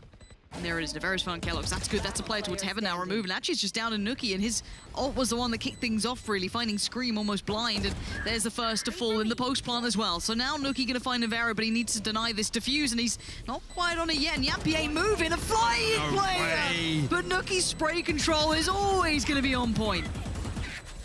Nuki closing out with an ace here. Perfectly played, and I was almost critical of that post-plant setup. Again, Kellogg's and Nuki positioned, actually one up in Heaven, one down that cubby underneath. The plant was on default. It's almost, you don't have clear line of sight here, but Liquid find everything they need to on the way in. Nuki just turns this around. Again, unfortunate timing here. I almost feel like, actually, the fact that Link still has that judge, Yampy shouldn't be sticking there. You get the half and then stack up, try and trade that out. Again, with the Viper Wall falling, it's the worst person to fall first is Nivera, because you lose that kind of safety net. Or at least you lose the possibility of breaking line of sight. Again, Link will show the judge. G2 will respect it initially. The buy so shoddy. The two rifles, one on Nivera, one on Yampy, but that's about all she wrote for it. I mean, Scream, headshot to headshot, but he's not getting given the first. Yampy did try and swing off the back of that contact. He did get Kellogg's, but an instantaneous trade for Evover, so the site's pretty much theirs. And Mixwell's position is nasty as well. He can be just a late game thorn in the side, quite literally. Yes, they can clear it, but look at the time they're going to buy on this post plant now. Here come the issues. Link, again, will have to find a way to somehow get so much closer. Mixwell is right behind them. This is going to be the freest kill of his life. That's one. Sits back real deep. He knows it's Link there. He's like, I ain't getting close to that smoke. No way. And now Nivera in Toxins going up. Not a fun scenario, is it? Fine one, but again, no interest in losing armor, losing the weapon. Try and get what they can out of the next round, but this will be G2 going to map point and forcing a third, actually. They can close things out. Again, just looking very, very comfortable here on Bind in particular, and looking as if they have a really good read on exactly what to do and when. And this is, even with Liquid kind of sending out almost, I don't want to say Link, baiting G2 back and forth, but able to counter this so easily. It's almost like this, the second layer behind Link playing with the judge there. There's no kind of fail-safe if G2 explore elsewhere. But particularly, I mean, you look at the losses in the previous map versus this, you feel like G2 are almost bouncing back much easier. Yeah. Just feels a little flat when it's gone down to the meat of things. And the buy, still not particularly great here for Liquid either. So, odds and ends to try and close this one through. G2 still well situated, at least with their money. So they do start their build. Vera having a bit of a hot or cold hold towards that A site as well. It's not been easy for him. You do know that, of course, Link is there. It's part of the course now. You kind of know what you're up against. So it does look like they're leaning back towards A, but aggression from Scream. First time we've really seen that through short. Haven't really seen them get too proactive in these sort of plays, and yeah, it pays off. And then some. Torment is now gone. That's one ult removed. That's pretty big. Vova's still got his, if needed. And now they look for that next step towards A. Look, he's staying curious. The rest of G2 as well, actually. They want to force their way through. Look, he does walk. He gets very close here, and that's the Aldrin. I don't think he's going to spot him here. He's got himself into a deadly position and finds Scream. Okay, Scream's now down. 4v4. Navera's still close. He's going to be behind enemy lines. He doesn't need to get one for all that trouble, but it is a man advantage for Liquid here, and there's only 15 seconds. The spike being ferried towards the site now, so spike plant should be coming in as soon as they feel as though they have maybe a second or two for it. And here it is. And it ain't much, and here's the go signal for Team Liquid. Up and over we go. Soulcast going to offer himself up for the trade because they have the players with the advantage, so they can get the defuse. Finally getting one back on the board, and I mean, I like the first look from Scream then, actually getting a little proactive on the push-up. Zero with G2 kind of slowing the pace, really, in the last few rounds. That's the response you want to see. Again, difficult to really repeat that over a couple of rounds, especially if G2 continue to be able to buy. And actually, I did just see a quick glance. Lots of ultimates available now on the side of G2. So just a matter of time. Again, that snowball comes into effect here with how the second half has played out. Everything but the Viper's Pit available for them. Actually, just looking, there's not too many holes in the purchase here. Other than Soulcast, really just missing the Boombot and one satchel. Link, no judge. You'd feel like you've kind of set the tone that, oh, he shouldn't come here, but now they're actually exploring and they've not heard that judge this time, so they now know, okay. Well, this is absolutely, it's a knock-on effect, right? The one round he's not here, G2 will explore it. They'll get curious. Why not? Maybe, is this a switch up? Is it a stack? Where is he then? What's he going to be playing like? Where is this player? They've taken that control. Soulcast wanted a little bit back over towards long, but just has a little bit of a glimpse and doesn't really get much for that look down. And they're actually peeling away here. So a little bit of presence shown. And they fall off this back towards the A site. I've got your trail. And the Seeker's coming through as well. This could be Scream. Navera holding towards the A side. A little deeper this time. No one pushes up a little bit more aggressively. The Seeker's still going to be leading the way in. Yampy going to send this one right on back. Do with a tag or two off the back of it. Doesn't get as much as maybe I'm sure he would have wanted, but Scream looking like he's in no man's land here, trying to find some sort of comfort in this. It's not going to be easy. One through shower coming in, try to find the timing in between the two, but didn't quite get it. Navera now going to be forced out of position or forced to fight. Oh, I don't know, burn alive, just melt yourself down. Now you've got three players pre-firing, pre-aiming, and just locking this one down. It looks like G2 might have this sewn up. Enemy down. Potential for just that here. I see Coldamenta and Mixwell playing pretty close contact here, but seemingly unnoted. Liquid will pause for thought. That's his gravity well, will catch Coldamenta. Actually, the clear comes through. Scream and Yampy both find kills. That's incredibly impressive, and Link even chiming in one of his own, and Avova left with the Spectre. He's still going, though. He gets the upgrade. He's defending this with everything. He's got Avova. There it is. The clutch man himself. Used to see it on Omen. Now you get it on different agents too. G2 finally getting across the finish line there. It got real close in that round, though. I thought that was going to be actually a bit of a turnaround for Liquid in the end, but again, I'm impressed to see Avova finding this form. Beautifully done in that final round. And again, credit to G2 correcting a lot of, I guess, the fundamental problems they had on Ascent and almost learning a lot as they go, right?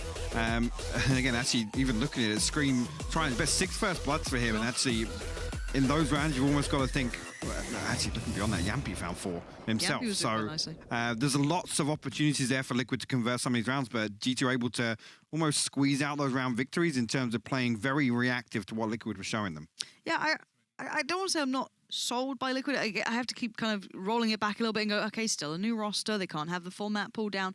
But this is the first time we've seen them tested, really. I'd say this is the first big push we've seen against them. First big map loss as well against a good team here, where it's like, okay, they can't just come in with, you know, the abundance of confidence and use that as their leverage through. Yeah, it's almost it's almost awkward to think back and think, yeah, we've got a roster change, we come through. We play against teams that didn't really push us, and you come into this with almost false confidence, right? Yes. And I think G2 punished absolutely all the mistakes that Liquid made there. call it complacency on a round-by-round basis, but G2 played very solidly on the second map. Great recovery from them. They absolutely did, and this does unlock the third. So we get the full series. We get to see these go the distance, and I know a lot of people think this will be the finals as well. So you get the full look at this one. So do stick around. We'll be back in just a moment's time with the Analyst Desk. I gotta get it, don't mindset. I gotta get it, don't mindset.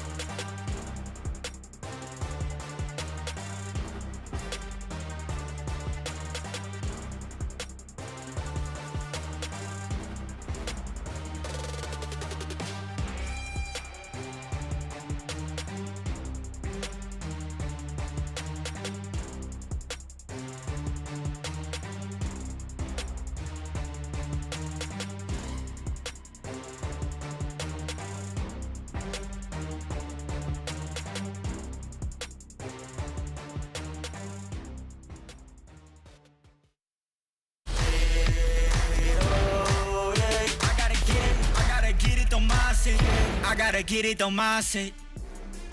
The G2 are out for revenge, and they're able to lock that in, right? Liquid looking more like lolquid there as everything starts to fall apart. I got one for every day of the week, don't worry. And it's impartial, because I've done it to both of them now, so there's no bias here. Kaquka, I'm going to start with you. I want you to kind of talk me through this G2 trajectory and what went well for them here. I mean, I think many things. First for all, Mixwell actually appearing and coming back on this Viper. I felt like, especially on the attack, they learned how to move around Liquid's positions, and it looks like it's the same Liquid that we had before, but with new agents in some positions. So they actually were able to read into that and to play that into their favor. Also, Nuki, I think he had a great performance. He's been having it during the entire tournament, but he shows up when they most need it. Oh, definitely. Nuki is like the X factor here for G2. He was able to bail out G2 out of some really ridiculous rounds. But what I wanted to say about G2 is what they really did well is to exploit the weakness from Liquid's composition. because they didn't play any flashes. They just had mobility on Raze and Jet. G2 was able to play angles, just defensive angles, when they needed to, because they were never worried about, can I get flashed here? What can happen to my position? How can I be pushed away? Because the only thing that could have happened is either the grenade from Raze, right, or the paint shows, or the utility from Astra, but that's about it. So when you don't have any flashes that are like compromising your positioning, then Nuki was able to get some operator frags without any retaliation, and that's a big problem from Liquid on Bind. Yeah, and all the choreography that we saw the other day against Gil, we did not see today, but from G2, another thing that we need to point out is the rotation of utility that they had during the entire defense was almost perfect. They knew exactly what they were taking control of and how much they were investing thinking about late round.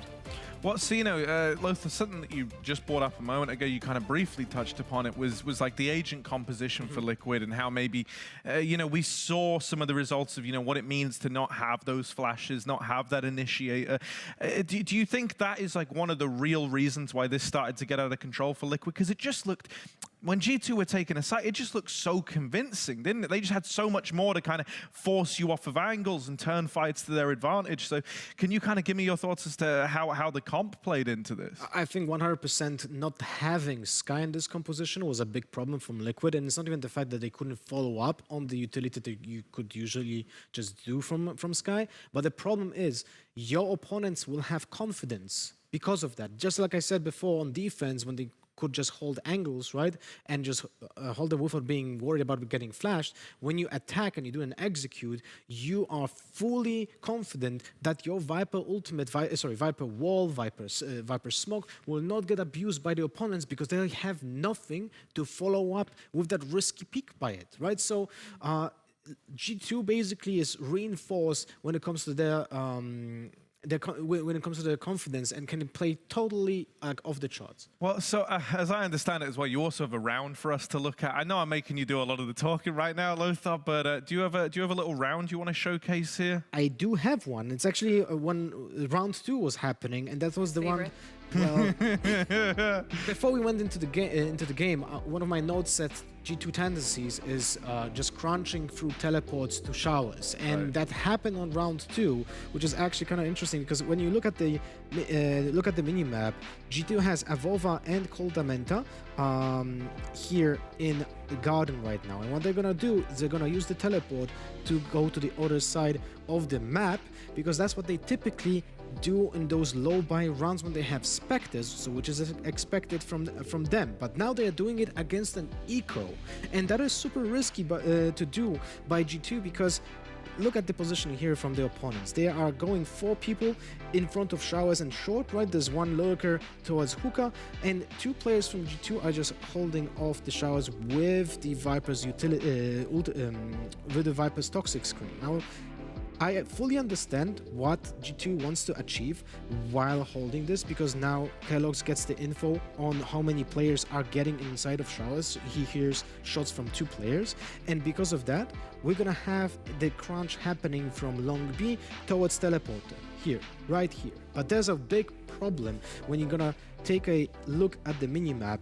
2 players from the teleport are already committing to their position, and they're gonna fight. But the thing is, they have no support. So when you pay attention to the players in showers, where they are, they have no contact. They have nothing to essentially help. The teammates are already teleported, and there's another big problem, that this Viper wall is still active. So even if they peek out of this, they're not able to have any kind of vision control to help those 2 teammates with when they teleport, and that is a terrible outcome for G2, because now they commit to a fight while being fully exposed, and they die to the low buys from the opponents, and that is like a horror scenario for G2, right? I was actually super surprised that they were able to pull off a comeback on defense after this round.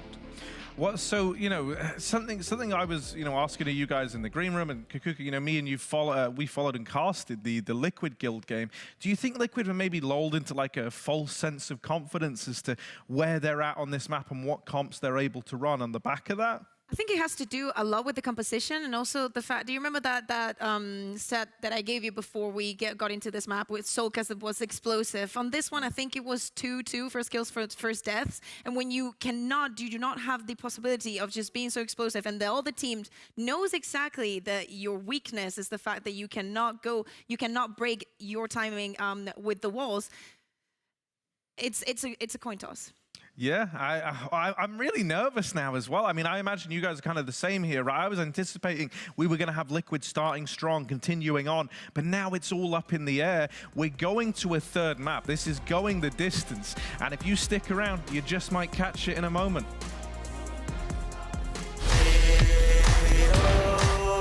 I gotta get it, don't mind it. I gotta get it, don't mind it.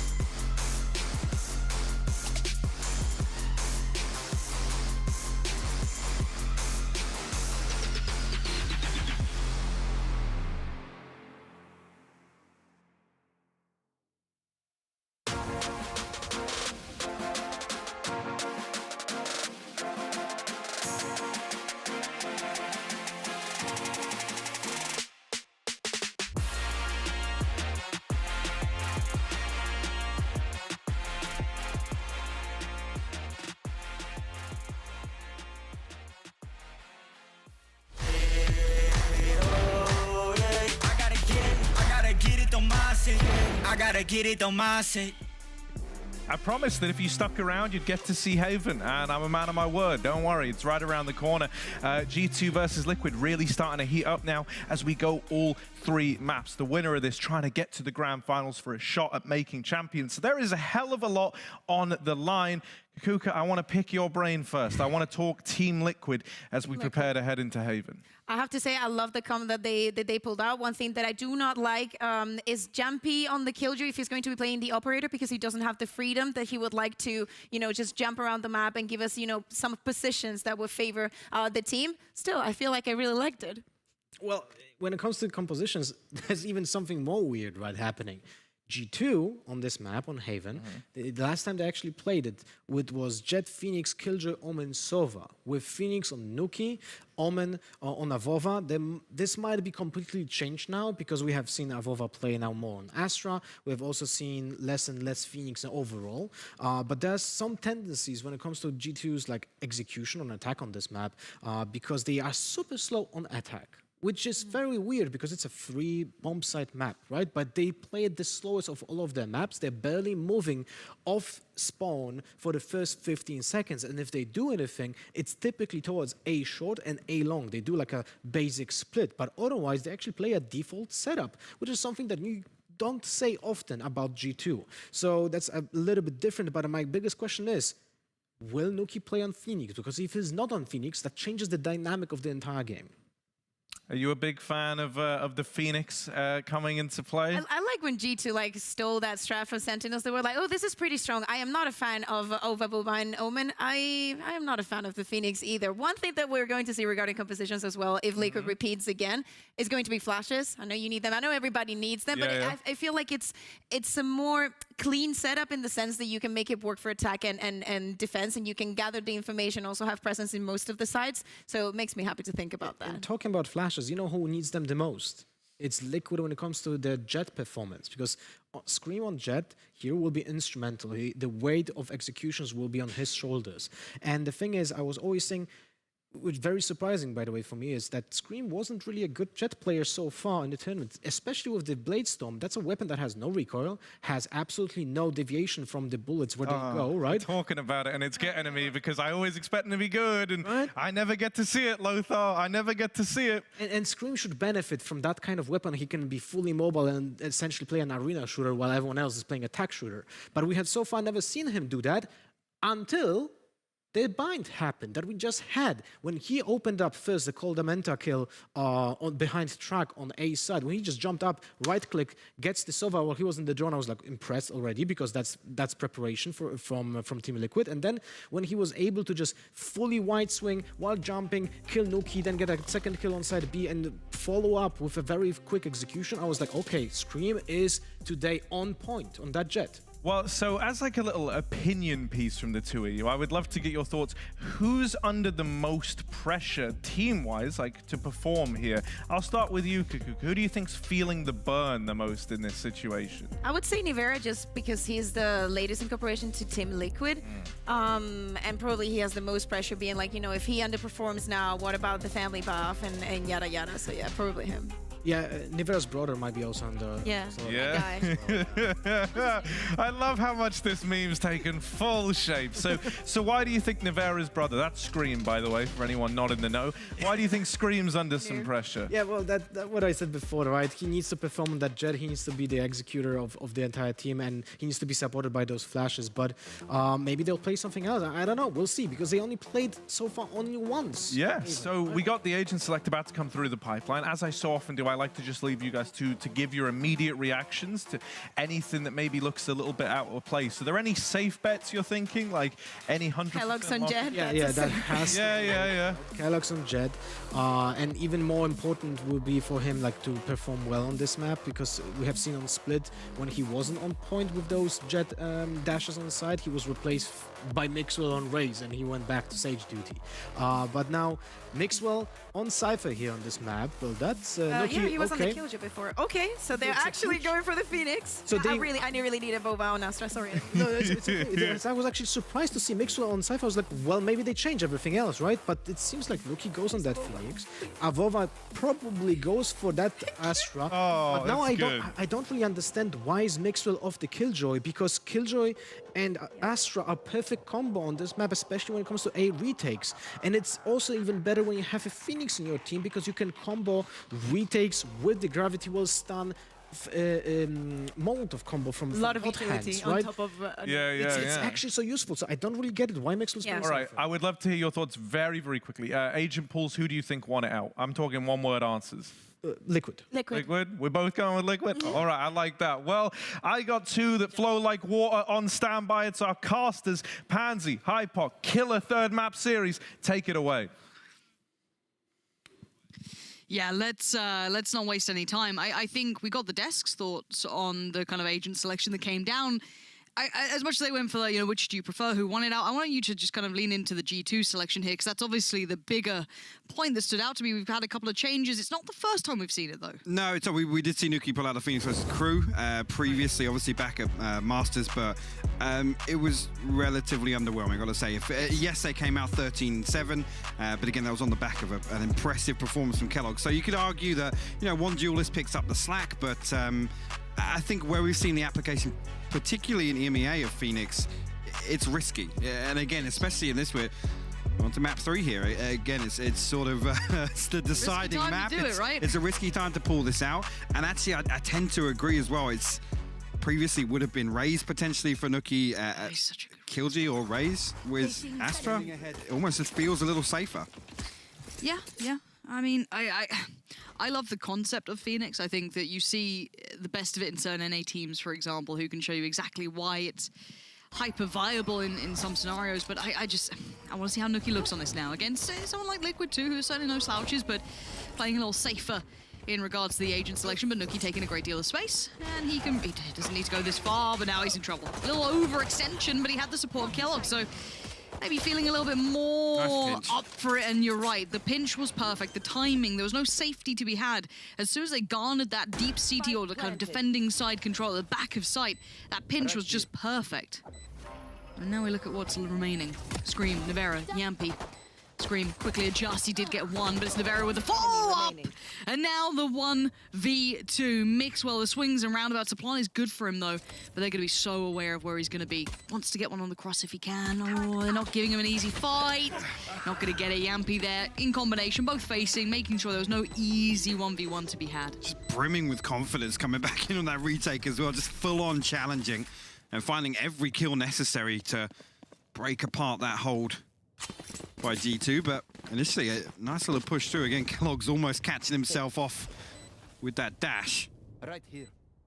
Can hear 3 stacked up on default and unable to really find it. Zavova just drifts out, it's facing completely the wrong direction. One enemy remaining. At that point, they're able to double down on that. So Liquid will post a pistol round victory, and again, we're going to see G2 force back in. We did see that previously as well. Yeah.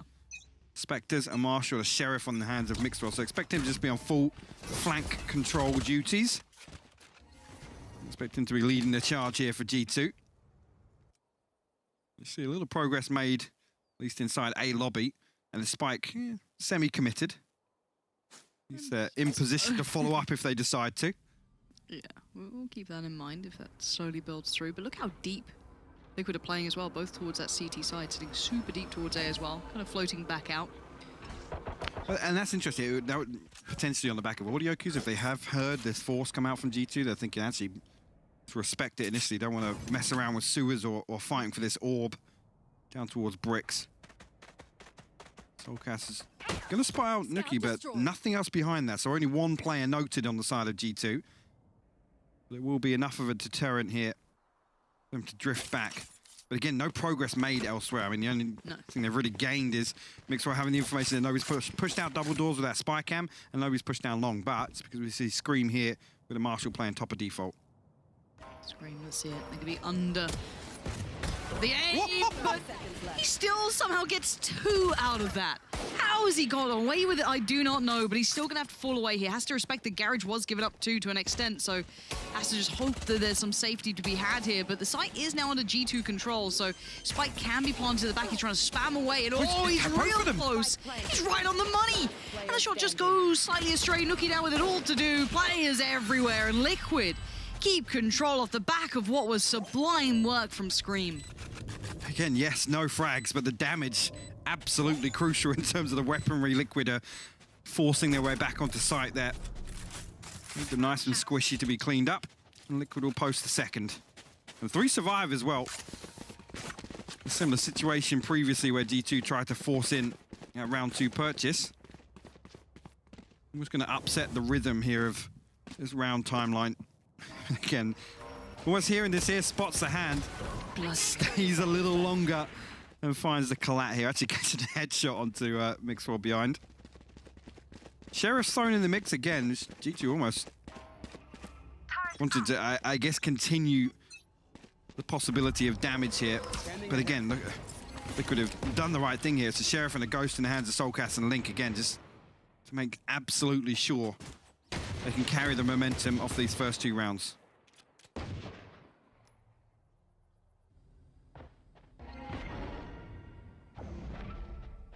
Building up through mid so far, but there's Sheriffs. A bit of light armor to support. Decent touch of utility, so they can springboard off the back of it if they do find a bit of success. Soulcast, though, going to show them how it's done. Already 1 on the board. Yampy now decides that's the opportune moment to strike, but Soulcast is making real light work of this. He's probably one of the least equipped players to be doing as such, but Yampy does put his body on the line, just swings on round, hoods up, you know it's gaming time. And Scream showing off the Marshall. I mean, hey, anything Tens can do, I'll give it a try as well. But Avova, last one alive, and he's being swarmed. Scream's got him, and Liquid making it look quite decent at this point. And again, a couple of moments where G2 certainly had the momentum looking favorable to them. Site control starting to build, but Liquid pulling off some good retakes, some good presence, and Scream's performance seems to be continuing. And again, they've almost kind of addressed all 3 sites here on the side of GT. And I was talking about previously not really, you know, gaining too much from those early half losses in terms of the rounds themselves, but at least now potentially forcing some variation out of Liquid's defensive setup. And we're going to see just that, actually. You can see here, Yampy has invested some utility across, actually. Turret inside B, and G2 will swing out lobby. Nobody there to greet them, but Scream goes for a walkabout into sewers. Not sure actually if the smoke was even noted there, but the Owl Drone will spot him out. And actually, still, Scream curious to re-challenge on the back of that and will be punished. First time we've really seen, I guess, Liquid trying to fight a little deeper on this as well. They have been sitting quite deep on these sides here, quite far back, but challenging a little bit further in towards what you could argue is G2 territory, at least early game. Trying to clear the corners. Yampy going to take that time to swing. Nookie gets the better of him. Bonus round, bear in mind. So we've had a couple of these go quite close, but tend to work out. Navera, I thought he was set up for that, but he actually doesn't get what he wants in Kellogg's. The rifle just that little bit sharper at this point. Now the site's looking good for at least the spike plant here. There's Soulcast and Link the last 2, but they do have the rifles, so their interest is probably dwindling. You're right. Again, it's almost expected, really, for Scream, Navera, and Yampy to almost try and find something there. The trade good enough to remove 1. Soulcast and Link want nothing to do with this. Right there. And they'll sit behind. Taking that. Mixwell's trapwire, and again, for G2 to get themselves on the board here, it's huge, but I think it's probably going to take another 2 rounds really to reset the economy fully from this early progress made by Liquid. And again, towards the ultimate progress there, actually. Pretty decent. Obviously, Scream did invest the Blaze on race. That's going to be off the cards.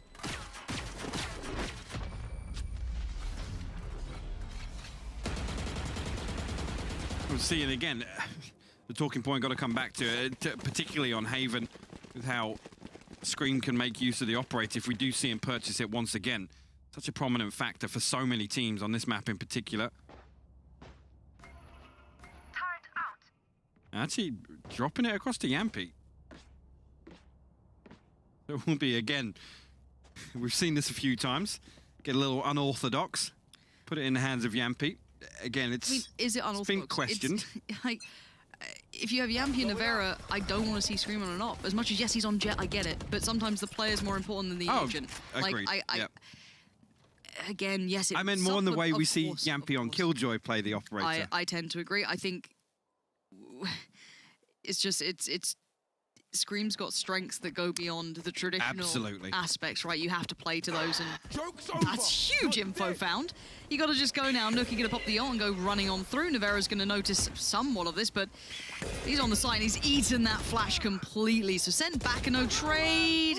Kellogg's, there he is. At least gets 1 on the trade there after that site push through coming out the back of the ult. Now, where's Mixwell in this? Just about appears, and Link's there waiting. Not clean enough for Kellogg's, and they're all effective work for Liquid. This is a fantastic look. Where was this team in the last map? He's now ready. We're down to just Coldamenta. He's got 4 potential opponents who have every aspect of that site under wraps. We have the spike, but again, mountains to climb, 30 seconds looming on the clock. I'll find a kill now if he wants to make this even feasible. 30 seconds left. In the turret. We'll be watching B as well. It looks like actually, I mean, even in this scenario, that one round victory, this is going to be G2's economy completely reset on the back of it. What's the value of even holding on to this Rafa? You could question, but it's like that's what he's going to have to settle 10 for. seconds left. You know, it's weird to see Kellogg's. I don't know if he just transitioned away from Nivera thinking he'd got that kill, but even the follow-up on the running back seemed good initially, but they weren't able to kind of convert that towards site control or even having any sort of comfort towards C. Again, expect the Coldamenta a little bit split down towards long. Obviously, the ultimate usage, the factor being to the side there. I'm expecting a timeout to go out from G2 if a couple more of these rounds go astray. Identify what they want to do on approach here. They've had a couple of close ones, but I mean, the rotation from Liquid have been actually super, super on point. Pops out again. Yampi gonna opt for it. How does he play it as well? I guess that's the question then, is how do you kind of work in an operator with a Killjoy? How can you make that the most viable it can be? Well, you put a lot of faith in it. Very self-sustaining. You can kind of keep utility in place as almost a second man towards a site and then play off the other angle. Now, with all that in mind, though, G2 aren't looking towards the A site, which is where Yampi is. They're actually eyeing up B, and at the back of the site is the Beast waiting Scream. Does have support through from Garage if needed.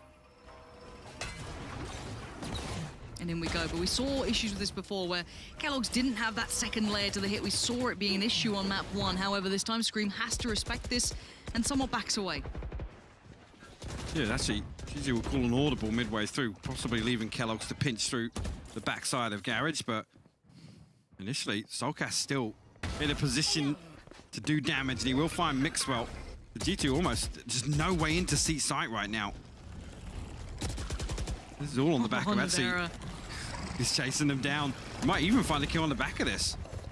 I mean, how close do they think he might be at this point? Now they know, but for a second or two, there could have been a chance he could actually hunt them down. But Spike is going down towards B, so they've kind of, I guess, re-engaged that initial exploration. Scream waiting for someone to cross away. Coldamenta outdoes him on that.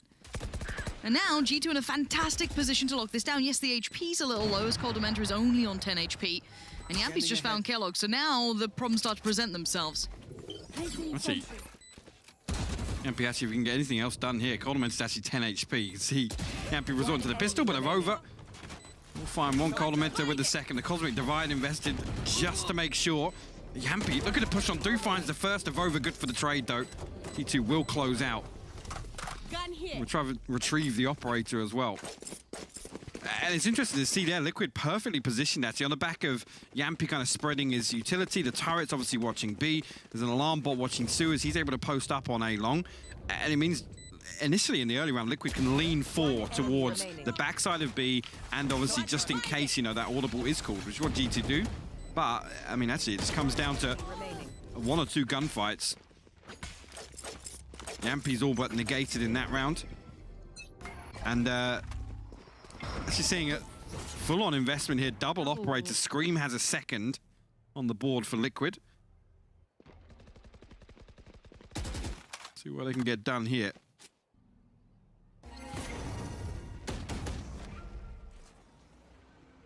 Well, G2 making the cross, so first two get through. The Owl drone's gonna cross each other, so aware of each other's presence, but there's gonna be the ult popped, and actually Scream did find Coldamenta, so that's an integral pick at this point.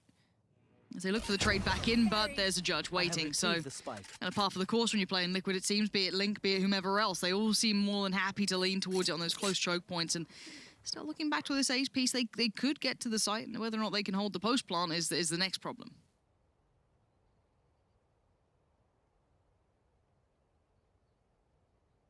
Little pause for thought, potentially. Kellogg's holding that angle here. You see Nivera up on the X-ray, repositioned towards heaven. And Nuki actually clearing out one of the corners there for Mixwell to advance as well, and nobody actually holding the angle on short. And Yampi does have the lockdown, so potential here for them to completely give this up and just play a very quick retake on the back of it. xilv will actually find one there. Lockdown invested as well. Bladestorm thrown up. xilv only finds a little damage though, no kill. So we'll have to reset away from this. And the pace on Liquid trying to get back into this as quickly as they can. Can they get to halfway? Kellogg's is going to swing, and it's a miss. And now the defuse should be able to get halfway, unless Mixwell does something wild through that smoke. Not going to happen. Yampy's there on the other side, and another successful retake for Liquid in this. Yes, we noted that the spike plant could probably come in. It's the post plant that was going to be the problem. Complement that with the lockdown coming in as well. It was really odds against G2 in that, and a good try, but not good enough. 2-5. Yeah, will actually be a timeout called. Again, another possibility here for maybe rethink the approach on the side of G2. It's almost, you lean back towards this Phoenix pick.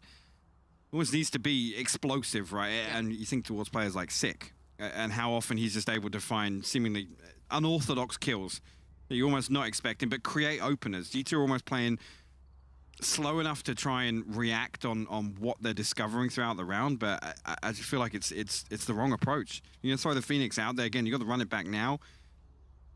The way we see Nuki previously on Raze and Reyna, for example, and particularly on Sage, it's a much slower pace. It's very rare we see Nuki, unless he's full on tilted, doing that whole kind of you know, go in, don't really care, no respect shown.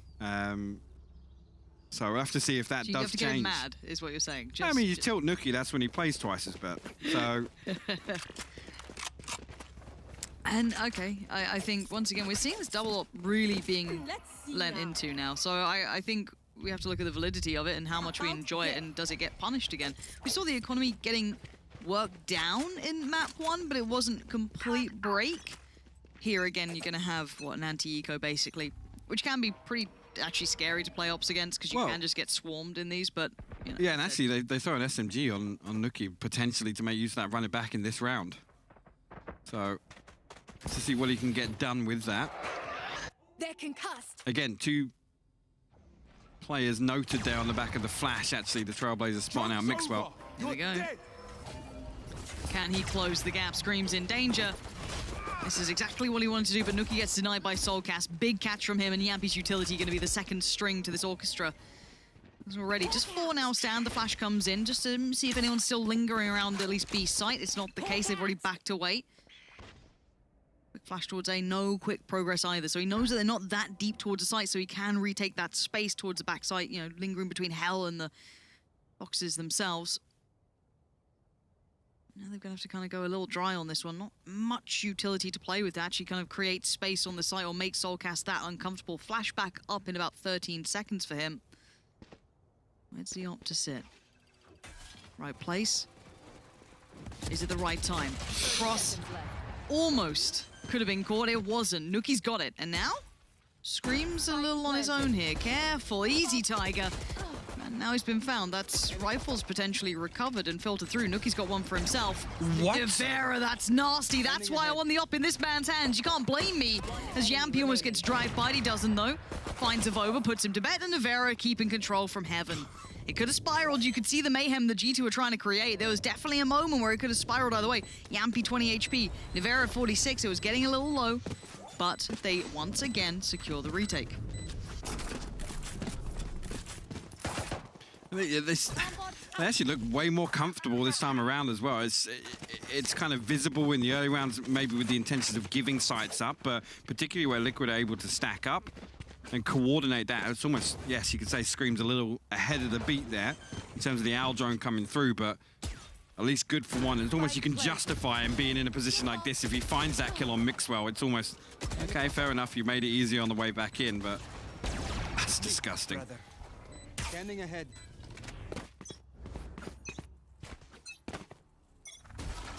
Six-2.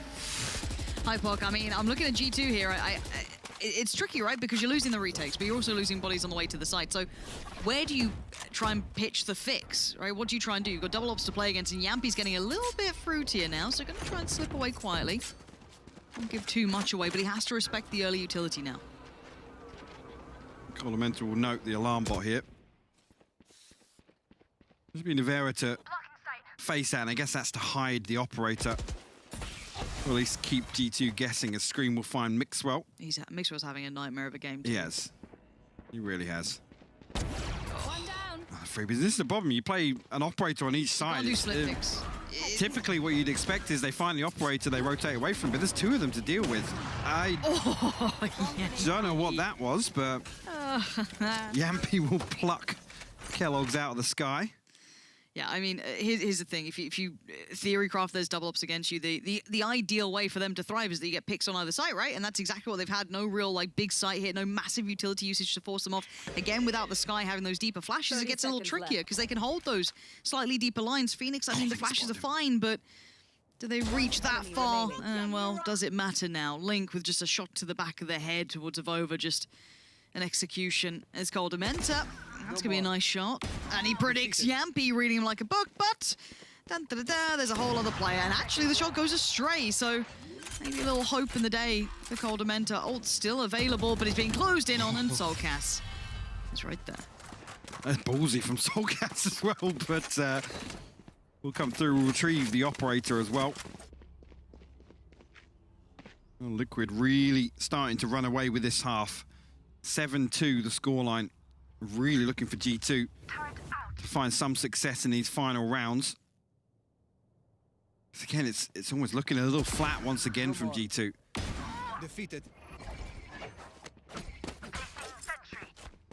Again, you look at the tools really they have here to deal with one operator in terms of the owl drone, the flashes and whatnot, but Kellogg's also unable to really find an opportunity to create space or at least close the distance on either of these operators. It makes it even more difficult. And actually then it leans heavier on the reliance of Nuki, right, on that Phoenix. Yeah, it puts a lot on his shoulders to try and create that space and find those ways forward. Scream gets the timing just right. Great internal clock from him, just kind of making sure he's checking on it every now and then. And ooh, you saw the crosshair just twitch a little. So he caught a glimpse, but he doesn't pull the trigger, so now they back away.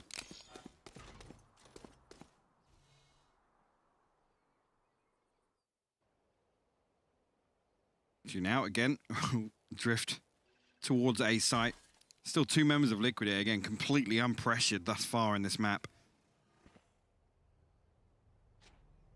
Nivera seems to have a really good read on how to control this A site. Soulcast actually must have set himself up with a little flash, but will fall. Avova will actually find two. Yeah, Avova, given an opportunity, which is something you don't want to see him given like that. He'll absolutely lap it up. You give him that chance, he will deliver them. And now, well, gotta say it, give it credit where it's due. Liquid have been good in these retakes, but there are now two rifles filtered through and smuggled away by G2. Now there's the lockdown coming through. It's gonna force Coldamenta to have to enact that ult coming out. Scream gonna smoke off towards Sewer and find Kellogg's in the meantime. Hell's next up. He cleans it out. Just working his way through. And again, these retakes. Clean. It's so clean. Again, they're even just saying, you know, up until now, Nivera not really pressured and immediately falls there. The safety net being Liquid looking so comfortable in the retake. Yes, you could argue the purchase is a little weaker, but they got the upgrades. They got what's necessary. The Hunter's Fury comes through to deny the lockdown, and actually it creates a window of opportunity where Liquid know that they have a 3v2, and just at the right time, Scream finds the first one here onto Kellogg's. The second, almost a bonus at that point. Yampy cleans things up. Right there. 2-8. This is deadly, and it's tough when you're constantly losing these retakes because you do it like, well, strategically, I guess we're doing the right thing. We're getting on the sides, we're getting the spike down, we're getting into the post plant, and then we consistently lose it. And they're running double ops, which traditionally should not work that well in these retake scenarios. No. By no account should they have this much freedom to make this work, but they are, and they're doing it well. Scream eyeing up long. He already had contact here earlier. He's got a really good notion as to what's coming his way, but there are players coming through Garage as well. You know that pinch is coming in. Kellogg's body on the line. Where's that next step? Well, it's a missed shot from Scream, which does give him a chance. Still just about staying alive. The flash confirming presence and pressure now towards the backside. But G2 this time bursting enough. Player standing. As once again, looking for maybe a little bit of coverage to come out, but it ain't the case anymore, as now it's just Yampy. Now, this retake might be a little bit too out of his reach. Yeah, I think this is probably the one that Liquid aren't successful on. Have to wait and see if Yampy can even make this interesting. Still curious. Again, even at this point, I mean, it's round 11. If you can get some damage towards G2, make this last purchase a little more painful for them. Again, G2 adjusted accordingly. Playing this very safe. Everybody in a post-plant situation, or position, I should say. Don't want to give away any of these weapons. And it's interesting to see, again, just coming back to this double op, the support system in place behind both of them. Both Yampy and Scream have this buddy system. They have somebody to counter peek or at least balance off that control that they're able to get just by putting them on opposite sides of the map, honestly. It's the first time really G2 have had a response for it. It's almost like a throw bodies on site and hope for the best. Almost, I mean, there wasn't a particularly well-coordinated execute, but they found the right kills. That's all you can really accredit to that round. Mixwell or not? He's got 1 kill. Let him have a try. Yeah. I mean, rolling back the years here, fair enough. It's all going a bit topsy-turvy this game, so why not? However, G2 have given themselves a little bit of room to play with. They've given themselves a buy in this round. They have some ults to play into as well, but look who's going exploring. Look at this setup. Both ops towards middle. Scream going a little deeper with it, and he's got Yampy kind of watching window for him. So this is a very big change of pace coming out for them, or at least a different look here. G2 just anticipating a push, but it's not going to come with the way this is played out for Liquid. I mean, this is the first time really you've seen Scream explore anything outside of any of the site entrances. He's just posted up in mid. And again, the byproduct of this is they can almost lean away from A, commit to that retake, because they've been so successful with it on A site in particular. I mean, look how deep Nivera's playing with that Hunter's Fury. They run it back. Yeah, sure, space created, but in terms of win conditions here for G2, this isn't what they've fallen short on. They found entry to site. They found these plants. Okay, here are those ults they've got stocked up for basically either side. We know that they've got plenty. Kellogg's with a quick one. That's Yampy now removed. As Scream's been locked down by that little bit of utility here. You can see the temptation. He wants to break through, but his patience pays off. Gets the better of Mixwell. He was down there for so long. And now the divide comes out as well. It's a 4v4. That went straight to Kellogg's. It was actually accidental. The second one does damage as well. Oh, Kellogg's is in all kinds of trouble. He gets found by Soulcast. The burst comes in, and the retake once again is off to a good start. But Avova, out of nowhere, finding Soulcast and Nivera. Finally, G2 stick the landing. The final chance of it as well in the first half. I mean, best possible case scenario, really, to close things out 8-4 here in terms of G2. Well, with 2 very important rounds at the end of that half. But again, with it all to do in terms of these early rounds here in the second. So unfortunate for Kellogg's. I think actually Nivera completely, not completely misplaces it, but completely unaware that he's caught the first on him and does a load of damage on the second as well. But Vova and Cold are meant to coming through. Nuki to clean things up. See here, what's the response from Liquid on their attack? And again, here you come back to the same sort of talking point, really, is how's Nuki going to play this on defense? How do you then find the value when you, again, haven't done the expected and been dominant on the attack as a duelist? Yeah. And again, even in the hands of more experienced players in this, let's say, this agent composition, like your Sentinels, right? Even they still sometimes have a tougher time finding its, place in the defending side. And it's what makes them very talented, is that they can still make it somewhat work. But for now, Liquid already get this off to a great start. They're into the post plants that favor them, but now obviously his shoes on the other foot. They have to try and weather the storm on the retake coming in. Mixwell wants to get this halfway. He can't do it just yet. Gonna touch the spike, draw out some utility.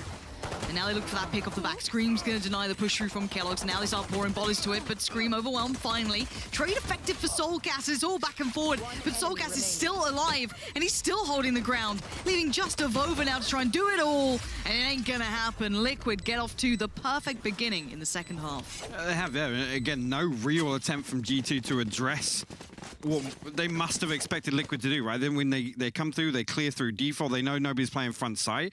Other than the flash from Nuki, and it felt a little, I mean, soft-fisted to have nobody swing behind that with him. you know Liquid are just going to play post-plant there. You know that, yes, you can tap out very early onto the spike and draw out some of that utility, but as soon as that Astro smoke drops, you're there with nothing else to really help you. Yes, this should do. See G2 not force into Spike drop. this second round. 3 sheriffs thrown in the mix. Liquid want to explore towards C site initially. The recon will go over the top. Actually, a little bit of a misplace there. Mixwell not going to be pinged up on that. I think it will become a real factor in this as trap wire will be triggered. As Yampy goes walkabouts, Nuki actually way disconnected from this. We'll find the lurk at least.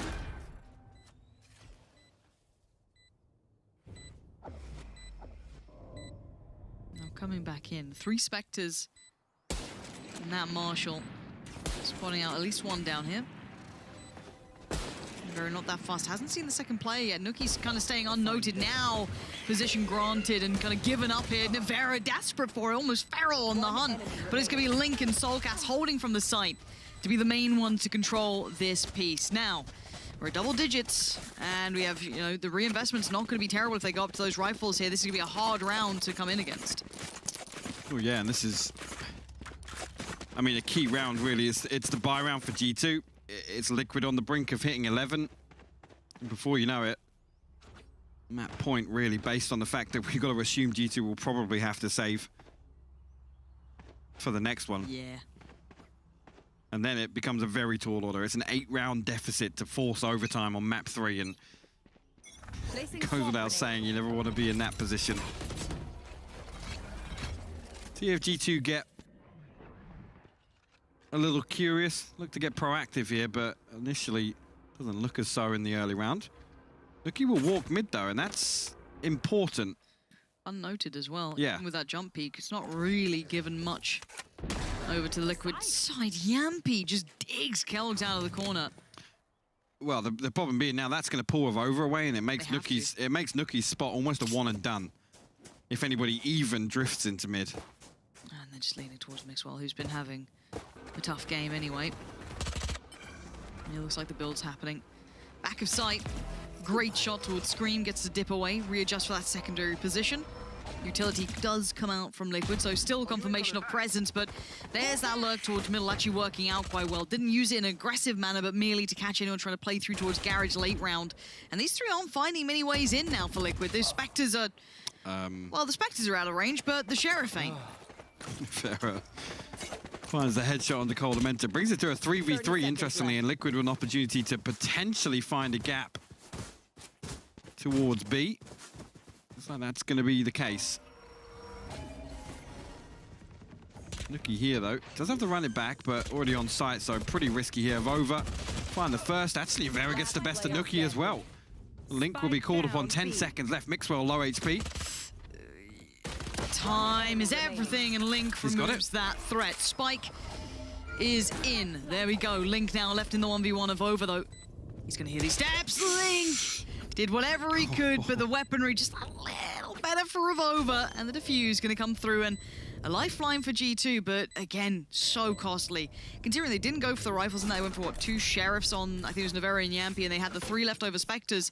They've done a lot of damage on this. Ooh, 4 kills. The plant as well. See here how flourished the purchase is. I'm seeing rifles float around in the background, and Marshall actually for Kellogg's, and actually, yeah, Nuki on a Guardian. Actually swap that out. Coldamenta will take the Guardian, drop a rifle out to Nuki. Again, still got that run it back, but it's the usage here. You almost kind of have to bank on it as either making kind of an information play or play to find first blood in the early round, or you save it for the retake. You be kind of the tip of the spear on that retake. The early exchange of information, kind of just the camera going in. Nothing too much. You can see the patience on Liquid. They're not overly rushing this yet. But again, here, it doesn't even look as if... I mean, Mixwell's in a similar position. We've seen how he's played out the previous rounds. Almost challenging on the backside of default here. They're not going to have the opportunity to play a full 5-man retake if they do lose out potentially once again on C site. Liquid will creep up mid. You are divided. Pulling them in. Actually, a Cosmic Divide to split B site right in half. They've walked through it. Nuki's walking mid right now. Just going to try and get into this while he can. He does at least reveal one, but look who's following him up. Avova was there by his side. I've got your trail. So again, that's going to be a problem for Avova. Going to give away the game. Flashed up now. Should be noticed. Should be found quickly. Still outdoes Scream. I'm amazed by this, but then there's a second layer to everything. All these kills coming in back to back has created at least a 3v2. It's still favorable to G2, as now Nevera in all this madness and mayhem towards B. G2 weather this, and they can get the upgrade. There it is. And they come out with a nice op, 2 rifles. They're happy with that. Again, the fact that Avova is able to adjust and find that kill, but also there's seemingly no follow-up. I think Yampi probably the closest to the entrance of B site, who's not at least throwing some Yuto out, because the flash comes through, but nobody swings on the back of this to trade Scream out. Actually, I did completely miss that. Nuki fell actually to the molly. Sorry, Soulcast fell to Nuki's molly. So I guess that was meant to be the second layer, and it just... Hey. Again, they split the jet off. The Scream completely isolated there, actually, in that scenario. Yeah. Completely missed that as it happened, but... Again, that's the problem is... Again, if you are to be critical, Yampi has kind of no opportunity to really make use of that operator in a way that you want to on attack, right? You're looking for these kind of, I don't want to say aggro peaks, but peeking pretty deep, right? In a position where you can dash away. For him, he's almost forced to be in a position where he's out in the open and being that kind of second contact, third contact, potentially. I mean, they're going for like a B hit. Right, like at this point, with an operator walking up mid. What are you going to get out of this? Like, these guys are super talented. They can still get kills from it, but it's just not the perfect environment for that. So again, Yampi not given much chance to bring that through. They will be forced down on a lighter purchase, maybe just sheriffs and odds and ends. A little bit here, maybe, you know, as I said, there was a little bit more on Soulcast, so he could invest a little deeper if he fancies. Outside of that, though, on the other side of things, it's not a perfect economy either. They can fashion a better buy. You see the op there in hands of Kellogg's towards C, so he's got a lot on his plate. 3 players on the other side, and no ping off the back of the flash. But the ult now heard. And Kellogg's noted there on the cross at least. Unless Scream actually... Okay. He's so good. Mechanically, Yampi is just a different breed sometimes. I would not be doing that if I was Avova. You are a brave boy, but I guess you got to back yourself in these things. Yampi just absolutely decimating Nuki in front of him. Yeah, that B site, it's not just one play, you've got 2 here. One towards the right side connector and one left. Doesn't quite see Mixwell. Puts himself up in the corner. See if he hears any audio cues. Maybe catch those rotations after showing early presence towards C. He pushes himself up towards middle and they lean towards the A side. He can be a real nuisance as long as they show enough of a threat.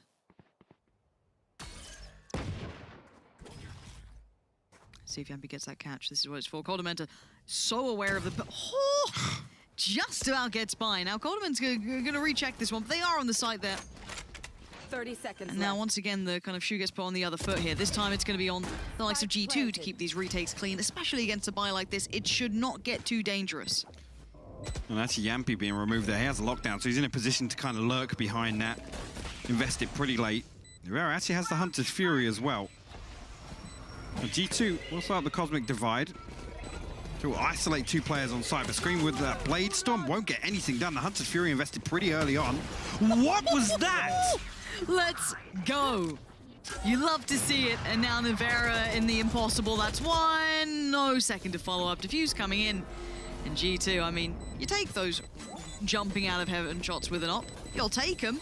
It didn't seem as, you know, coordinated as maybe some of the retakes we saw in the first half, but hey, if that's how you do it, bit of flash it's to it. stylish. Yeah, absolutely. And the op was just out of reach as well. It was up on the boxes. I don't think they were able to actually recover that, so that doesn't go into the opposition's hands anymore. Actually, on the back of that, G2 seemingly on the brink of tying things up again. At least 1 buy round away from... Yeah, the op's unrecoverable up there. Still unlucky. Yeah, actually, it's a bit of a mishap, actually. Yeah. Right, Yampi purchased an operator of his own. You see where he's posted up, and again, in this scenario, it's one where ultimately, he's on flank control duty. Can sit here for the entirety of this round. It does have the lockdown available, and whether or not Liquid use that on the way in or just to secure a post-plant hold. There's a little bit of a switch up on the side of G2 here. Just a Vova. Playing over towards C. Nuki going walkabouts once again. He get himself tucked under window. Taking that back. Last time, who was it? He caught a player going through towards Garage. I mean, they're all stacked up on long like it's a full in. So I don't know if he's going to get that much chance at it. Creeping up, and here's the burst. Flash goes in, ult comes out, screams on the side. Where's that second layer? Has he got support? He doesn't need it. He's doing it just fine. Navera's got his back as well. They've got site control now. Spike can be crossing over. Nuki, I don't think, can really deny this now. 30 seconds left. Yeah, people find a pick. Actually going to flash out this Nuki. A little bit daring with it there. Coldamentor will find two, though. Screen. Quick with the response, and Liquid strike right back. Put themselves on 11 rounds now. Again, able to want to slow things entirely into their own favor. Again, nothing special about the hit there. It was just, again, without those initial kind of information points, I think they're left to just believe somebody's playing default or somebody's playing plat, and they're able to isolate both kills pretty easily. Yeah, and looking at what this is... Coldamentor, what are we up to? Are we going for that? Okay. Who am I to judge? Not an awful lot left here in terms of the economy as well, and this would be Liquid. It's looking a little dry out there. Reaching map and series point, actually. See, Kellogg's going to ride through the Blade Storm in this round. But again, with that one... again, it's 800 credits behind it. 200 on the side of Nuki, 50 for a Vova. So the next purchase will be difficult. I mean, even if this is a victory for them, it's still going to be difficult. It's still going to be difficult. Yeah, you need stars to align. You recover rifles. You lose almost no one. You keep everything really, really tickety-boo, right? And again, that's not too easy. So we'll see a little bit of a tech timeout. Hopefully, whatever the issue is gets resolved. What do we make of Yampi on the op so far, on the attacking side? Again, in these rounds where he's kind of disconnected from these executions, I'm fine with it. Again, the last thing you really want to have to do is dig somebody like Yampi out of a corner, especially when he's playing an operator. He's not even really holding angles. It's holding for a push. He's not really looking for information anywhere in those positions. So, again, even in some of these rounds, if he's good for one, he's doing his job. Yeah. Again, even just breaking even is enough in terms of that flank. And again, finding the information, especially if 2 or 3 people come and try and dig him out of that position, that just leans into Liquid's favor. You know, then they can kind of spread out on site. They can push a little deeper, get a little more aggressive. Sure. So it definitely works. It's actually more the defensive setup that sort of concerns me. But I mean, with the double operator, that's completely countered because they put them on both sides of the map. And so what did G2 do? Yeah. I'm just trying to look at this game, and G2 went on a really good run in Berlin, right? And now they're being pushed by a team that didn't qualify.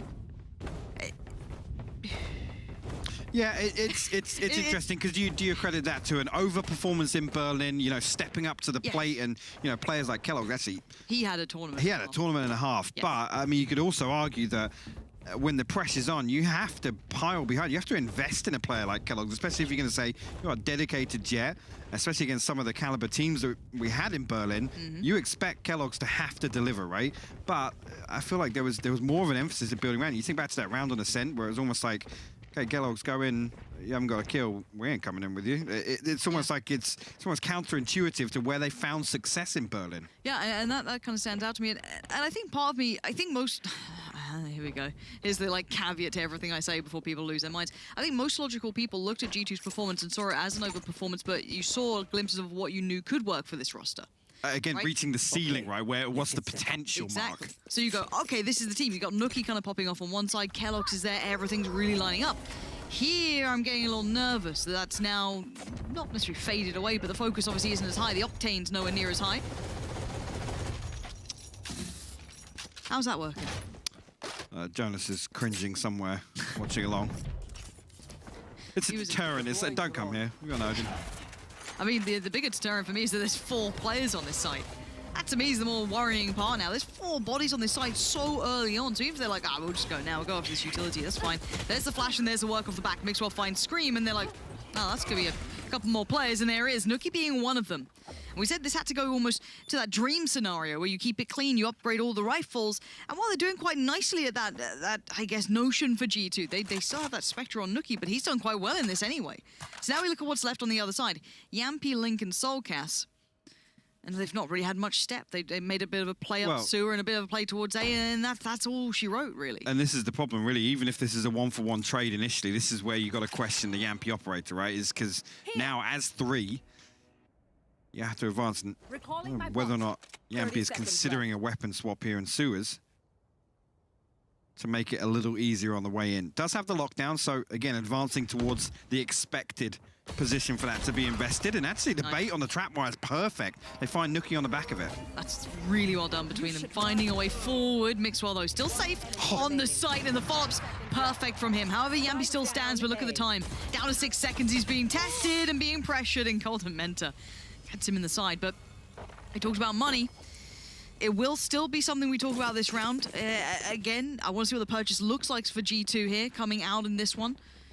But they got the round, which is what they really needed. And 3 survive as well, which is the key whenever we talk about that and having that one round that could define the outcome of this map, and obviously the series as well on the back of it. That's important to note. And I guess Golden Menta also held on to his Odin, so... Fantastic news. That's what you really look for. That's the ticket. Well, actually, economy-wise, Kellogg's actually able to get the operator retrieved. Fantastic. So that's key as well. It's going to save them a hell of a lot of money as opposed to investing into that. See if Liquid can get anything done now, but 3 rounds separate them, and potentially going to reduce that to 2 here if all goes according to plan. You got to feel as though... Revealing area. Oh, I say this is such bated breath. Do you? We've seen... How's it? Yeah. Nah. We have seen those mad shots from Yampi, right? We've had a couple of those rounds where it's like, oh, okay, he's doing some big damage here, but they are keeping them at arm's length here. Mixwell's on the right side for this again. He's trying to stay mobile, but he does give up his life in no man's land here. Nowhere to back away to, and no follow-up from Avova, who has to respect this now. He's lost site control. He doesn't have that full information. Trying to take down the Aldrone, flashed up, a little bit of a peek, forcing him off. This should be a spike plant now, at least get the time favorable to their side. And Kellogg's is waiting, posted up. If anyone to swing, there it is. Good work from Kellogg's to give them a first step back in. Soulcas, Link, and Navera, what do you do now? Well, Link got lost to deal with it. We'll actually find a headshot onto Avova here, so 22 HP, able to survive. Navera actually finds 2. No, Soulcas followed up on that. Look at the HP on both of them. 10 HP for Golden Menta, Soulcas on 7. Dire straits for both sides, and the spike's a little tricky. Soulcas. Oh, this is so close. He's just about it, Golden Menta. I actually thought Navera found that second kill. It was actually the headshot that brought Golden Menta to 10 HP. And you can see Soulcas was like, rely on the classic, rely on the classic. He's 10 HP. You don't need to challenge with anything else. But the Odin will seal the deal. G2 now 2 rounds away from tying things up. And Liquid, they made that very, very difficult actually on the way in. Out of nowhere. That was, I mean, Navera had that rifle, catching that cross was nice, but Link on that swing towards the back of the site, it worked so nice. Again, that 1v1, it could have gone either way. You look at that, it's, both of them are a one-shot, right? Well, again, also the shock dart forced Soulcas into a really uncomfortable position.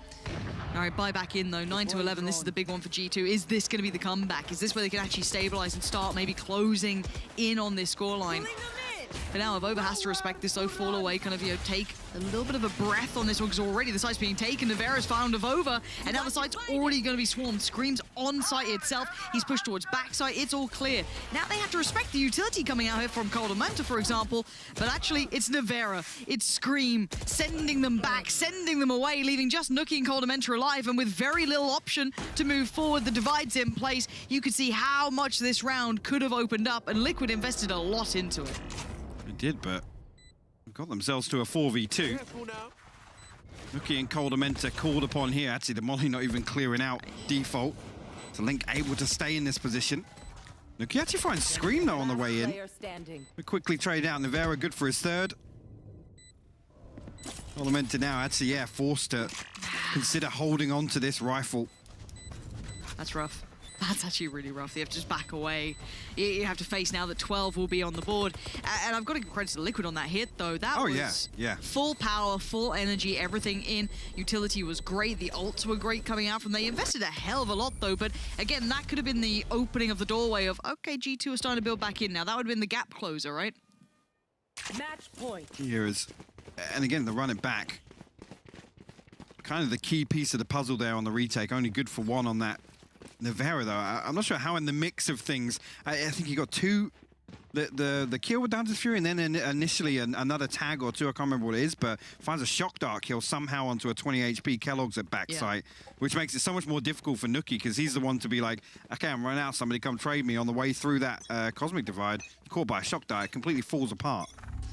Here we go again, and look at what the buy is. Already Mixwell having to suffer on this one. They have been able to get at least 3 rifles with that one that was carried over. And then you have Avova as well coming in with the Spectre, so they're going to try and make this work. And they've had success at C, and it looks like they want to once again finish towards this side. Spike slowly being ferried this way, not completely committed, but on the way. Buy obviously not perfect either for Soulcast, for example. He's suffering a little less, but he's got the Seekers coming out. He's got everything he needs. And look at the pressure coming down towards G2. It is smothering right now. Scream's there, and it's going to be Scream open this up. The site is theirs. It's got Liquid just written all over this right now. Ult now popped. It's on Kellogg's, Mixwell, and Nuki. If they want a chance in this map, in this time of facing, I know we talked about the next meet, maybe in the final, but they have to make it there now. Scream dragging them almost over the finish line. It is now down to Nuki. Do everything he can to try and save the day for G2, or they have that horrible task in front of them. Clears out default, looks towards long, but these players are waiting patiently. He's found Yampi. He starts to find so many more in the time. Oh, that's not the gun he wanted. Oh, no. It's all going wrong. Nuki is going to have to face the music here, forced to try and fight, forcing them out. What? And he's tried so hard. But it is going to be 13-9. Team Liquid do make it over the finish line. And I've got to say, some of these moments for these boys looked phenomenal. If they can keep putting together this new kind of puzzle that they're coming out with, this could be a great-looking Team Liquid. Yeah, absolutely. And I think we call upon the previous things we were talking about. Scream again having a fantastic finish out, obviously, here on the third map. And ultimately, Liquid looking a lot more coordinated in terms of the plan, the intentions in the early round. You can see where they're aiming towards and what they do to achieve that. It was much more visible here on Haven. Yeah, I think map pool-wise, we're still not sure where we're putting Liquid right now because we're seeing some distinct looks, right? From one map to another, you see a very good-looking Liquid, all the things kind of starting to line up. You're like, okay, we can see the intention, it's looking nice. Looks a little, not quite there yet on others. But again, we have to flip the kind of script on this and talk about G2 here as well. Yeah. Because, again, they have been this collective now for some time. They've had that, big LAN performance coming in, maybe surpassing some of our expectations. But where do we put them now? I think it's fair to highlight possibly some of the concerns here. Again, Kellogg's probably had a slower day in terms of numbers than what we'd used to, where we've seen G2 kind of excel previously, or at least overperform what we've talked about. Again, I think there's a couple of other quiet performances that Nuki actually closed out reasonably well on the final map on that Phoenix. But in terms of the impact of that, what did G2 achieve on the back of that? Again, it wasn't there for me. I'm not sold on the Phoenix pick for G2 there. No, I'm with you in that. I think we've seen it when it looks good, and we've also seen it when it doesn't quite hit the mark. But now you have to let us know who you think hit the mark with the PaySafe card player of the match. We've got some options for you coming up. Now, again, there's only one name that does seem to supersede the rest, but there's a fair shout. You've got Link in there, you've got Scream, Yampi. Who do you fancy out of that one? I actually would say we've had a very good day for Scream today as well, especially in regards to how comfortably he looks on Agents, how he's kind of performing, not just in the, the realm of Scream hit headshot, it good. It's Scream actually looking really comfortable on Jet these days, looking way more comfortable. Yeah, and then again, just to see him even just go kind of 1-for-1 with the operator on Haven, because again, that made it so difficult for G2 running that double operator setup, and obviously he's a key component there. Look, I will be a naysayer to the op for forever, but I mean, he looked pretty good with it. All right, I'm not gonna completely bar it off, but again, it's not for us to break all this down. It'll be for the analyst desk. We'll be joining you after the break, so do stick around. Plenty more games coming up today. We'll see you soon. I gotta get it, don't mindset. I gotta get it, don't mindset.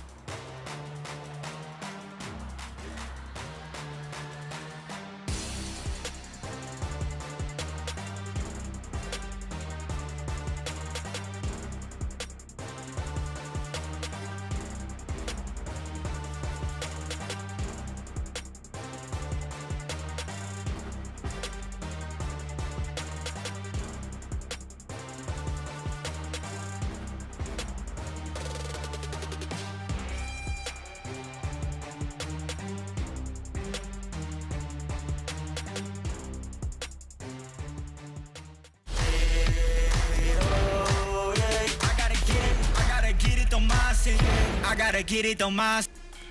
Liquid, they come through, and it's two brothers rising above it all in that third map. Scream, Nivera, both popping off, both looking good. You know what they say about a team, they're only as strong as their weakest link. Well, it turns out the link in this squad is actually a bit of a beast, and we actually have him on standby to talk to us now in the interview. So let's go ahead and get him up on this screen. I want to see that beautiful face. How's it going, bud? So, you know, first question right off the top. Talk game plan to me. You know, what are you kind of prepped coming into this this G2 game? Go to Mixwell's bomb site. That was like our thing number one. But no, we just knew we had to play the same like as we've always played. We just play the same as every practice. We just do the same things every time. We need to make sure we stayed calm because sometimes we get a little bit like overzealous or a little bit like crazy when it comes to some rounds, which happened in like the third map. But we just need to play the same as we do in practice, and yeah. So I was curious about this this bind composition that we've seen out of you guys a couple of times now. You know, not featuring any flashes, instead taking that double duelist. Could you give me a bit of an insight as to how that's been working? And you know, did you get the results from it today that you wanted? No, but I don't think we lost because of any comp issues. Like we just lost because the difference in how we played against Guild versus how we played against G2 on bind like was massive. So we just know that like it has nothing to do with our comp and stuff like that. We just know that, you know, we need to play afterbounce situations better, like a lot of the time. That's probably our weakest point, so have fun anti-stratting that. And yeah, it's just small things like that is what kind of lost us that more than just our like double duelist comp. Man, you guys are just exuding confidence right now. I gotta say, I'm a big fan of it, Link. So I was wondering, when it comes to Nivera and, you know, getting him integrated, he plays like a real variety. We saw him on 3 different agents throughout this, you know, Viper, Killjoy, etc. It was, I was curious, is that like him coming in and looking to be very, very flexible and malleable, or is this like a kind of long con to try and figure out exactly where his strengths lie? No, I think he's come in and done exactly what we needed him to do. We needed someone, you know, that can do these jobs, and yeah, well, he's obviously showing that he can come in and do them like pretty well. So yeah, I think he's done everything like fine. And then, you know, for you in kind of your journey here, you know, obviously we see you like warming up to this Astra pick a hell of a lot. How have you found building up that relationship with Astra? I mean, the agent's hard, but like it's it's fun to play. Like we didn't play it for a while. We knew that we had to put it in there soon. So obviously, me being the main like controller, that like I should be playing on it. So yeah, I've been playing it for a little bit now and been a bit more comfortable. But I still think we're waiting to see the peak of my Astra. Ooh, so you don't even think we're there yet. You know, there's still more good stuff to come out of Liquid. That gets me very, very excited, man. It's been a pleasure talking to you, Link, and best wishes to you and the rest of the boys as well. Best of luck in the grand finals. Thank you. Right, so that was Link. Wonderful chap, and he's always a straight shooter. I love that about him. Also, I got two straight shooters right here. I got Lothar, I got Kaquka. We're ready to go. We're ready to get into this this breakdown of that third map and this whole series. Lothar, I'm going to start with you. You know, what kind of impressed you about Liquid from the get-go? I think they're getting way better at something that I was criticizing them a lot before, which is the way they execute attacks. Before we had Nivera on the team, they were always a little bit lackluster. They weren't on the same page. There were missed timings, or they didn't have a person to just initiate it and create the space. Now I see that people are actually playing way more aggressively on Liquid, and when they're doing the retakes or when they're doing the executes, you can always see who is making the call or who is going first and expecting everyone else to follow. And also it does help that Scream, I think for the first time ever, it feels really confident on Jett. Yeah, it was actually a good Jett play, and it's exactly what you're saying. Liquid knew exactly where they had to be for the retakes, or even the way that they were playing the sides, because they didn't want to sometimes be too aggressive, but they did want to have some presses onto the side. And the fact that they did not allow an execute to take place without at least getting one kill, even if they ran back and there's just a retake from there, I think it was pretty clean. The fact that they were also playing with the Sky, I think it did them a great favor, because on the other side from G2 with Nuki flashes, it was just not enough. The retakes were not able sometimes to just take place. So I'm a little bit surprised that Liquid didn't punish Nuki more. Nuki is typically that guy that pushes out mid on defense and sits on the window. He was actually 3 times in a situation like that when he didn't get punished. I think he did get punished once, sorry, but 2 times he actually gets the kill first. And those are the situations I feel like Liquid could have been a little bit more prepared against, but they still win 39. Yeah, but he ended up 1-4. Like, the entries for G2 were definitely not there. It looked like they were literally the opposite from Liquid. Sometimes the plan was just not clear enough from them. There was one round when I remember when G2 actually ulted with Phoenix on an eco round. Oh. And I was like, well, I guess they are very huge believers in this round, but it was literally like no value whatsoever. Well, you know, I mean, we know our candidates for the Pay Safe Card Player of the Match. I want to ask you two, before we go into revealing who won the vote, who would you have given it to? Lothar, I'll start with you. I would give it to Link. Link? Who would you give it to? Either Link or Yampy. Link or Yampy? Well, let's see how good the analysts are at reading the room. Let's reveal the Pay Safe Card Player of the Match. Y'all already know who it is. It's Scream. Of course it is. Of course it is. Congratulations. Nivera's brother comes in with the Pay Safe Card Player of the Match. And I tell you what, you know, like he might not have been like the linchpin, but we certainly got some banging Scream moments out of him today, right? I think he deserves it today, just because of the Jett gameplay, pure Jett gameplay, and improvement that we've seen from him. Yeah, I mean, he, as I said 2 times already today, this is the first time when he was actually impressing me when he was playing on Jett. The knives were on point, the movement was on point, he was taking a lot of space and creating for the team. I just wish on Bind that would have that Sky to back him up.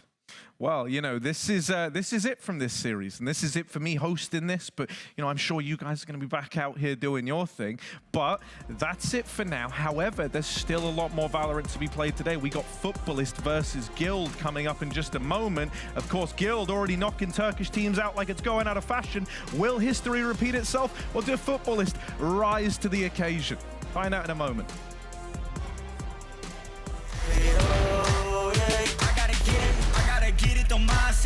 I gotta get it on my set.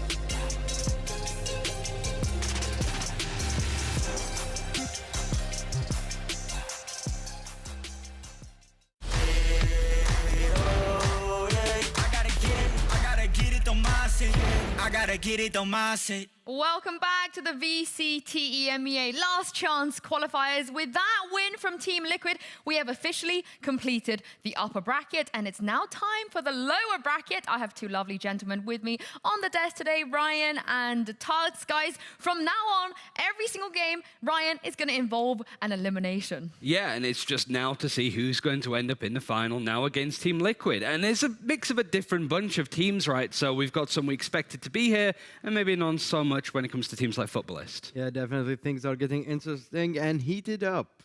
Well, Guild versus Footballist is going to be the first best of 3 in this lower bracket. Guild, they've beaten every Turkish team they faced so far, but can they take down another one? Sometimes you just have a feeling, you know? And I never really trusted that feeling. I always thought that things were just black and white. That paid off. Safe is still alive. Safe is still finding a frag. And it seems like the clutch minister has called in as he's trying his best. He finds a round where needed. And then Yasin taught me, like, you know, not everything needs to make a lot of sense. Nearly struggling. Tries to pick up another weapon. Oh and my Yasin it is! Yasin it is! In our team, we've played since the beginning of the year, and I feel like our bond together is really good. And I feel like other teams maybe don't have the same thing. One surprising them yet again. Draken goes back in there and takes the fight to the Angel, but he's shot in the back. I think they changed me. Oh, they both need to reach the reload. Oh, God. Oh, my God. It's like Yasin says, I'm there with my family, you know. I believe that we fell short, you know, in moments that we should have risen. Yeah, the Rolling Thunder is going to come out from Foz, but safe. He's in the corner. He'll find one. So winning against Fnatic and FPX and then qualifying to EMEA was, I guess, the highlight, because it felt like we always had that obstacle of like beating FPX or beating Fnatic, and we always fell short. But that tournament, just, I don't know, it just clicked. Look at this sweep through. Leo. Everyone is extremely motivated and puts in time. That helps me as well. When other people show dedication to the game, I get motivated by them as well. You just show like with passion for something, with energy, with love for your teammates, and you know, all that, you can achieve so much more than just being a normal team.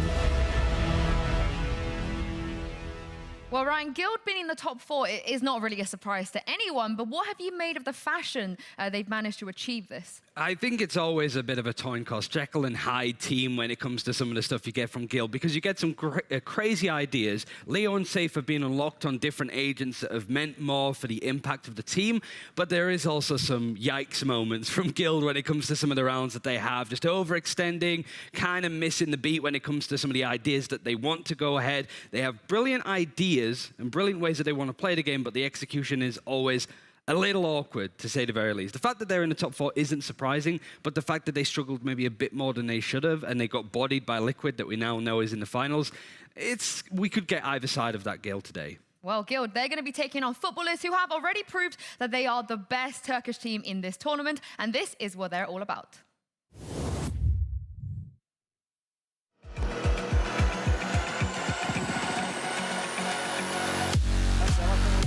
Tek tarafta ikimiz gördük.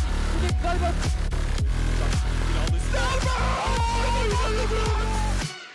Merhaba, ben Doğukan Kıraksbalaban. Futbolistin support oyuncusuyum. Kırmadık değilim. Duvar yalnız counter boost geldi. Krax 2 tane. Aslan'ı da bu arada sanırım gitmiş biraz mermiler. 22 canı kaldıktan sonra Takımın motivasyon kaynağı Emre. Genelde geriye düştüğümüzde veya herhangi bir şey yanlış gittiğinde 0-0'dan başlıyormuş gibi oynamamızı tekrar söylüyor. He has a flash. This could be huge. Glow is completely flashed. He gets taken up. Asista on the refrag. Gets 2. Sterben. Benim rolüm smoke'cu. Genelde clutch pozisyonlarına kalıyorum. Takım rolünde de genelde en iyi değerim burada ortaya çıkıyor. Clutch pozisyonlarını başarıyla kazanmak. Toronto was happy to just tank it, get blinded on his way in and take the kill. Sonuçta önceki turnuvalarda da en çok başarı gösteren bizdik.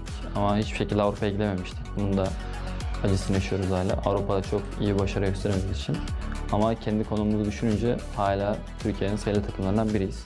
Ve bunun için hala uğraşıyoruz. The fruit of the labour, but there's Magoo. That's the deadly part of this. Kill the tag on Bonkar as well, look. Bonkar is 22. What? Gerçekten günümüze katarak çalışıyoruz. Vakit konusunda hiçbir sıkıntımız yok. Bir sorun varsa oyun planımızla alakalı onu çözmek için yani uyumadığımız geceler bile oldu. Sasuke, he's on short. Bana göre her türlü çalışan elde etmek istediğini alır. Onu hak ediyordur. Çalışan kazanır. İyi olan kazanır. Well, in the beginning of this tournament, you know, we weren't sure about this 9-man roster, but the roster change they have made, Tux, has been very effective. I think it's the best deal in Valorant so far. Like, aside from the 7 figures we saw on 10s, we are watching Kiwi, which is going insanely incredible in this tournament, leading his team to victories, getting those frags out. And the team are utilizing Kiwi very well, creating those spaces for him to actually shine more. Like, I would give credits to Sterben right there. Yeah, I think the funny thing is we expected Guild to be top 4. I don't think anybody had it in their pickups that Footballist were going to be. And the funny thing is, both these two teams have beat the same teams to get here. They both beat Supermassive Blaze, they both beat Oxygen. It cements Footballist as the best team in Turkey right now, it's fair to say. And Guild are the team that constantly beats these Turkish teams. So maybe, just maybe, Footballist can get a bit more revenge for their region and take out the team that's been problematic for them. So we've got like the Turkey Slayers, you know, versus the best of Turkey. This is interesting for sure. But I do want to talk about their map pool when it comes to both of these teams, because Ryan, they're the teams that definitely do still have that permaban. For sure, yeah. I mean, Ascent is not a map that we expect Guild to see. It's been problematic for them, but all of their maps have been difficult because they've had to change their comps, which we're going to see across all 5 of the maps that they typically play. For Footballist, it's more the bind that they don't go for, and we haven't seen some of those maps in still quite a while, but a similar sort of map pool for both teams. Like, you expect to see the splits and maybe the iceboxes, especially considering Footballist hammered Supermassive Blaze on Icebox. Like, that was a defining moment for me. And the teams are, like, right now, in this, especially in the LCQ, we have seen more Icebox and Breeze than any other maps. Like, it's incredible how the teams actually got adapted so fast on those new maps, considering they want to rely also on mostly, like, let's say, individual skill to get those space and create those chances for their own team. And I think football is actually coming very strong into this one, considering all that Guild has to do is do not give Kiwi that space. Yeah, I mean, in terms of maps as well, you spoke about how Guild, they like to ban Ascent, but that's also good news for Footballist, right? Because they've banned 2 maps in this tournament, not just Bind. Yeah, I mean, they've mixed it up, and one of them was Ascent, as you sort of mentioned. It's a map that you typically expect those Turkish teams to be amazing on, and even teams like G2 as well have looked good, but neither team is going to touch it today. Yeah, well, that's enough of us theorizing the picks and bans. Let's have a look and see what the teams are going to be playing today for this very important elimination best of 3. So as we expected, Ascent and Bind have been taken off the table, but Haven is the first pick. That's where we're going first, which is a bit odd given... When was the last time we saw Haven, Guild play Haven? It's been a while since we've seen Haven just be picked as a map by a team almost. Like, this is from Guild as well, who typically sort of want to choose to split. Both of these teams want to play split, yet it's map free. Like, I think it's mostly down to the fact that Footballist ran a really weird composition against Supermassive Blaze. They ran the Breach, they ran the Sky. It looked okay, but it fizzled out quickly. So Guild have gone, that is their weakness. We're going to try and exploit that. So, I mean, if they lose on that map, it's going to be difficult. And the fact that Guild, of all teams that usually play Breach, no longer do it, if they lose to a team that's playing Breach, I think I might die from dramatic irony. Like, that's got to be tough. I think Lothar would also die with you if that were to happen. But yeah, Tux, what do you make of these 3 maps? Who does it favor? I think it definitely favors Footballist. We have seen Kiwi actually doing very well on that operator. On the other side, Guild, Yassine is not doing very well, actually. Like, in a couple matches, he's been underperforming a lot and depending on his teammates a lot. And I see he's like committing so many mistakes, but I think that's the thing. If you're an IGL, how do you control your players? Like calling out those, you know, you have to go get those information, get those kills, go and peek. I think it's just utilizing your jet properly would actually give you Haven, because we know C long, we know A long, we know what you can do with that operator on that side, and I'm looking forward for the compositions. see the couple of Cyphers, couple of Killjoys. Right, that's the main thing for me, is just we haven't seen Guild play it in this tournament. And when we did see them play it, it was like Safe playing Cypher, for example, and like Draken playing different agents. Now we're seeing like Leo a bit more unlocked playing Sova mostly. I think everybody's going to be changing their agent, other than you're seeing who you expect to still play Ray. So yeah, agent select for Haven is going to be really odd, considering Futbolists have played a little bit of KO as well, experimenting with that. It could be just balls to the wall chaos in this first match. I mean, I want to talk about Icebox as well, because you mentioned Futbolists on Icebox, but how about Guild?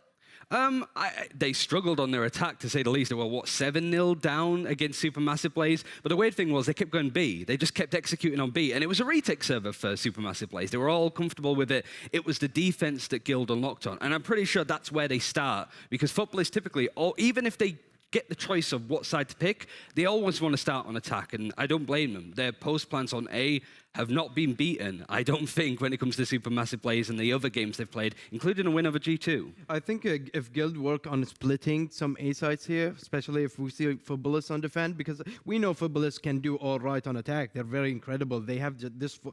The Turkish force, as we can say, like the aggressiveness of the Turkey League. But yeah, if we are going to see Guild on attack, we need those splits. We need to bait those utilities out. If you bait those utilities out, you can actually push Kiwi maybe in a very hard spot, dealing with more utilities maybe in that situation.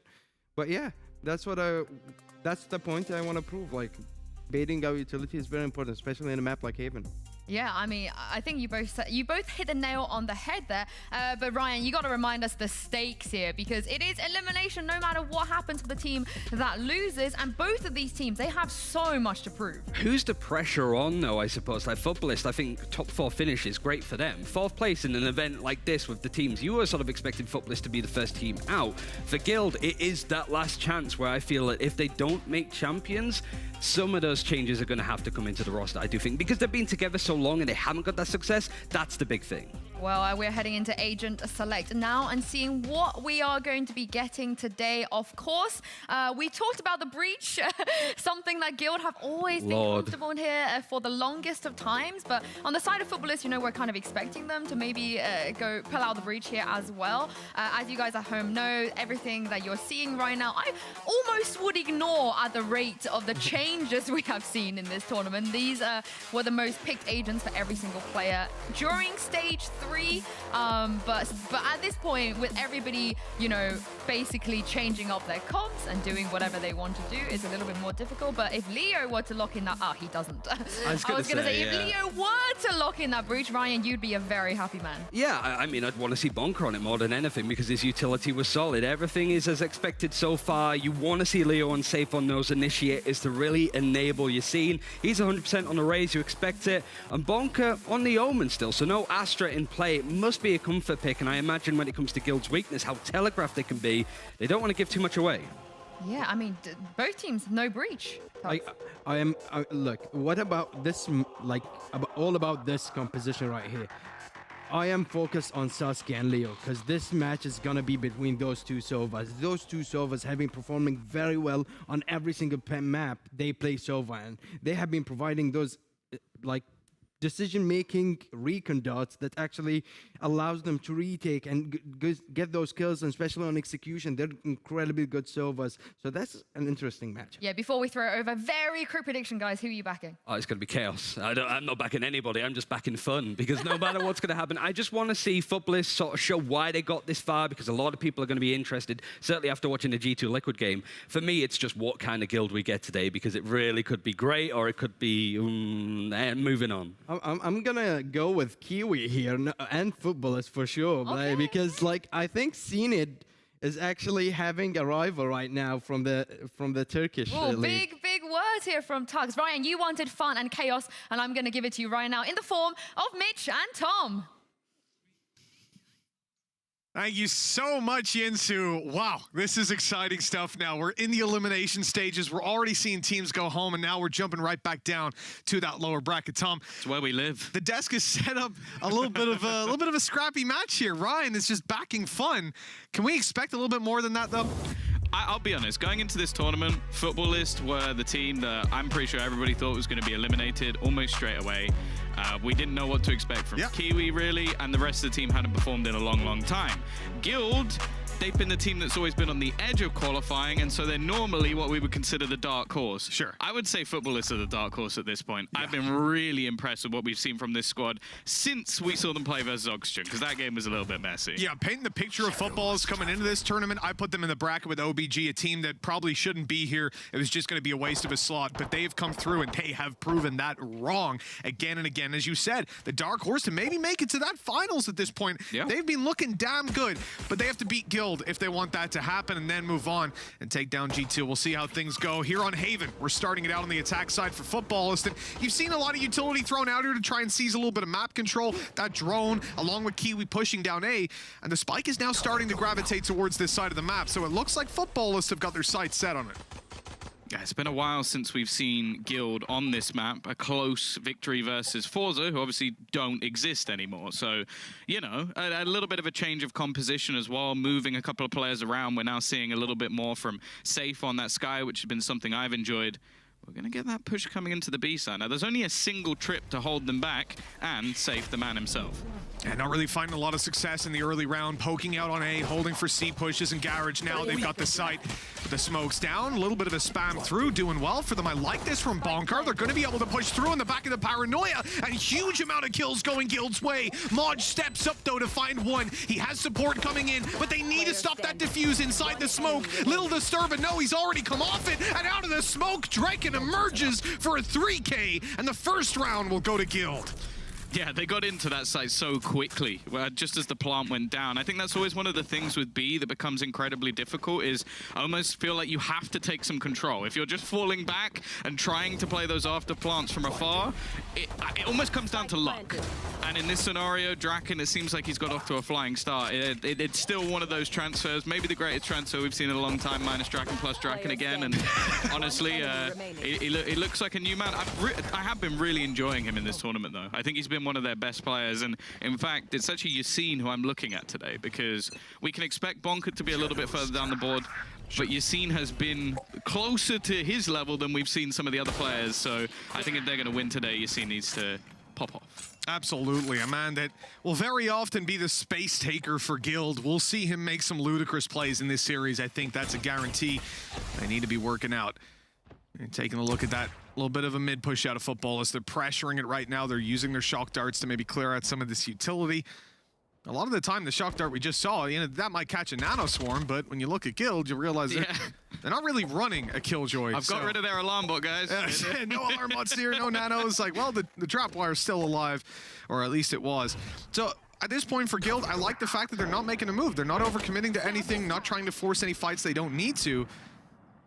But Footballists have gained a little bit of control. They're sat outside of C-Long, sat outside of Garage. It looks like maybe we might have a split coming up in a little bit. 40 seconds left. There's not a ton of time for them to really make a move.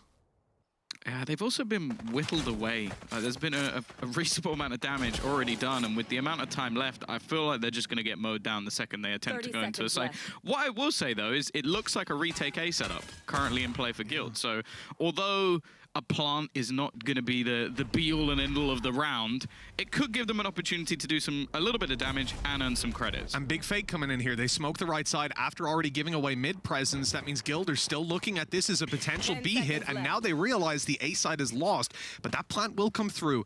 And this is now very dangerous because these pistols, they hold the close angles. They now have a chance that they don't have to force fights. They just need to wait for Guild to walk on in. The first kill swings Bonkar's way, and a lot of these guys are low HP, tickled up a little bit, but they can still cause damage if they catch them unaware. Well, that's the thing. Even 2 kills here, that's a win for Footballists. Any real damage they can do, and it's only going to be the one. One in a plant, it's not the worst case scenario for the side of Footballists, as they will come in with a pretty decent purchase going into the next round. But I really don't mind this from Guild. I think a lot of teams will almost spread themselves too thin on Haven and almost be like, okay, we're going to try and control everything at once. And especially in a round like this, where you're likely to get rushed by a full 5, I'm okay with them playing a bit of a retake. And you'll notice first man around the corner there, I think very tactically is Bonkar, because let's be realistic. The man has has the least firepower probably on the server, but why you got him like when it comes, but look at how he's being used there. He's the first one around the corner, so even if there's a sheriff that's going to one-tap him, they won't get the second he earns player. up his ult from the shadows, which we all know is incredibly powerful. Yeah, I loved how he used it on Split yesterday. That was really, really exhilarating gameplay. But jokes aside, I have to say, when it comes to Guild and utilizing Bonker, obviously he's here providing a lot of the round-to-round, mid-round calls, but when and that's where he's bringing the majority of his value. But in situations like that, he's willing to throw himself out there and be traded by his teammates to go down. Right now, you're seeing him play with just a ghost that was recovered from the previous round because, again, you're not going to want to invest up onto him in a round like this where it is just a bonus. And we're seeing very scrappy early round. Like, these teams, they're holding back. They're waiting for a fight and hoping the other team is going to make a move and give them that opening. So far, though, Guild have been very, very patient on this defensive side. They're making Footballists make the first move, ready for the default play. I like this as well because we know, for example, if you give someone like Kiwi these opening battles, the chances are most of the time he's going to win them. Not this one, though. You seem to actually just owned him with the Spectre. First man down, 45 seconds left, and basically no ground has been taken just yet. Finally going to start making their way through the garage, but at this point, there's a camera watching it. There are 3 players currently waiting if they try and boost themselves up. Guild have got a fantastic read. Yeah, and the best thing about this, Bonkar with that paranoia now ready to blind those guys up. That cost them even more time. No kill to fall off the back of that. 4 players on this C site now as they look to walk on in. I don't know what Sturban was doing there. That was a brave attempt to cross over. He'll fall, and they still don't know just how many players are tucked into the crevices. There's 10 seconds left as they push forward. The spike falls safe, catching them unaware. A swing out of Leo to close the round, and that is about as good as it gets. The second round, they only lose Bonkar, and this time around, they convert the bonus, upgrade to 3 Phantoms, and put 3-0 on the board. This is looking very good for Guild. That is a chef's kiss round for Guild. Like, they couldn't have played that better if they tried. Like, the initial aggression, the finding out of information, the gamble stack, the rotations, nobody over-peaking either. Because those rounds can easily fall away if just one player goes, oh, what if I peek now? What if I peek now? You just see them sit in the corner going, well, they've got 10 seconds. If I just stay here, we win. And yeah, as good as it gets, they upgrade a lot of the weapons. And now for Footballists, we're kind of looking them get a little bit closer to some of the ultimates, but they're still playing with next to no weaponry. So yeah, Guild off to a fantastic start in this map. We've seen it plenty of times though, Tom. Teams get a little bit overconfident after winning that bonus round and they lose to the pistols. Guild cannot take their foot off the gas on this one. They've got to be cautious.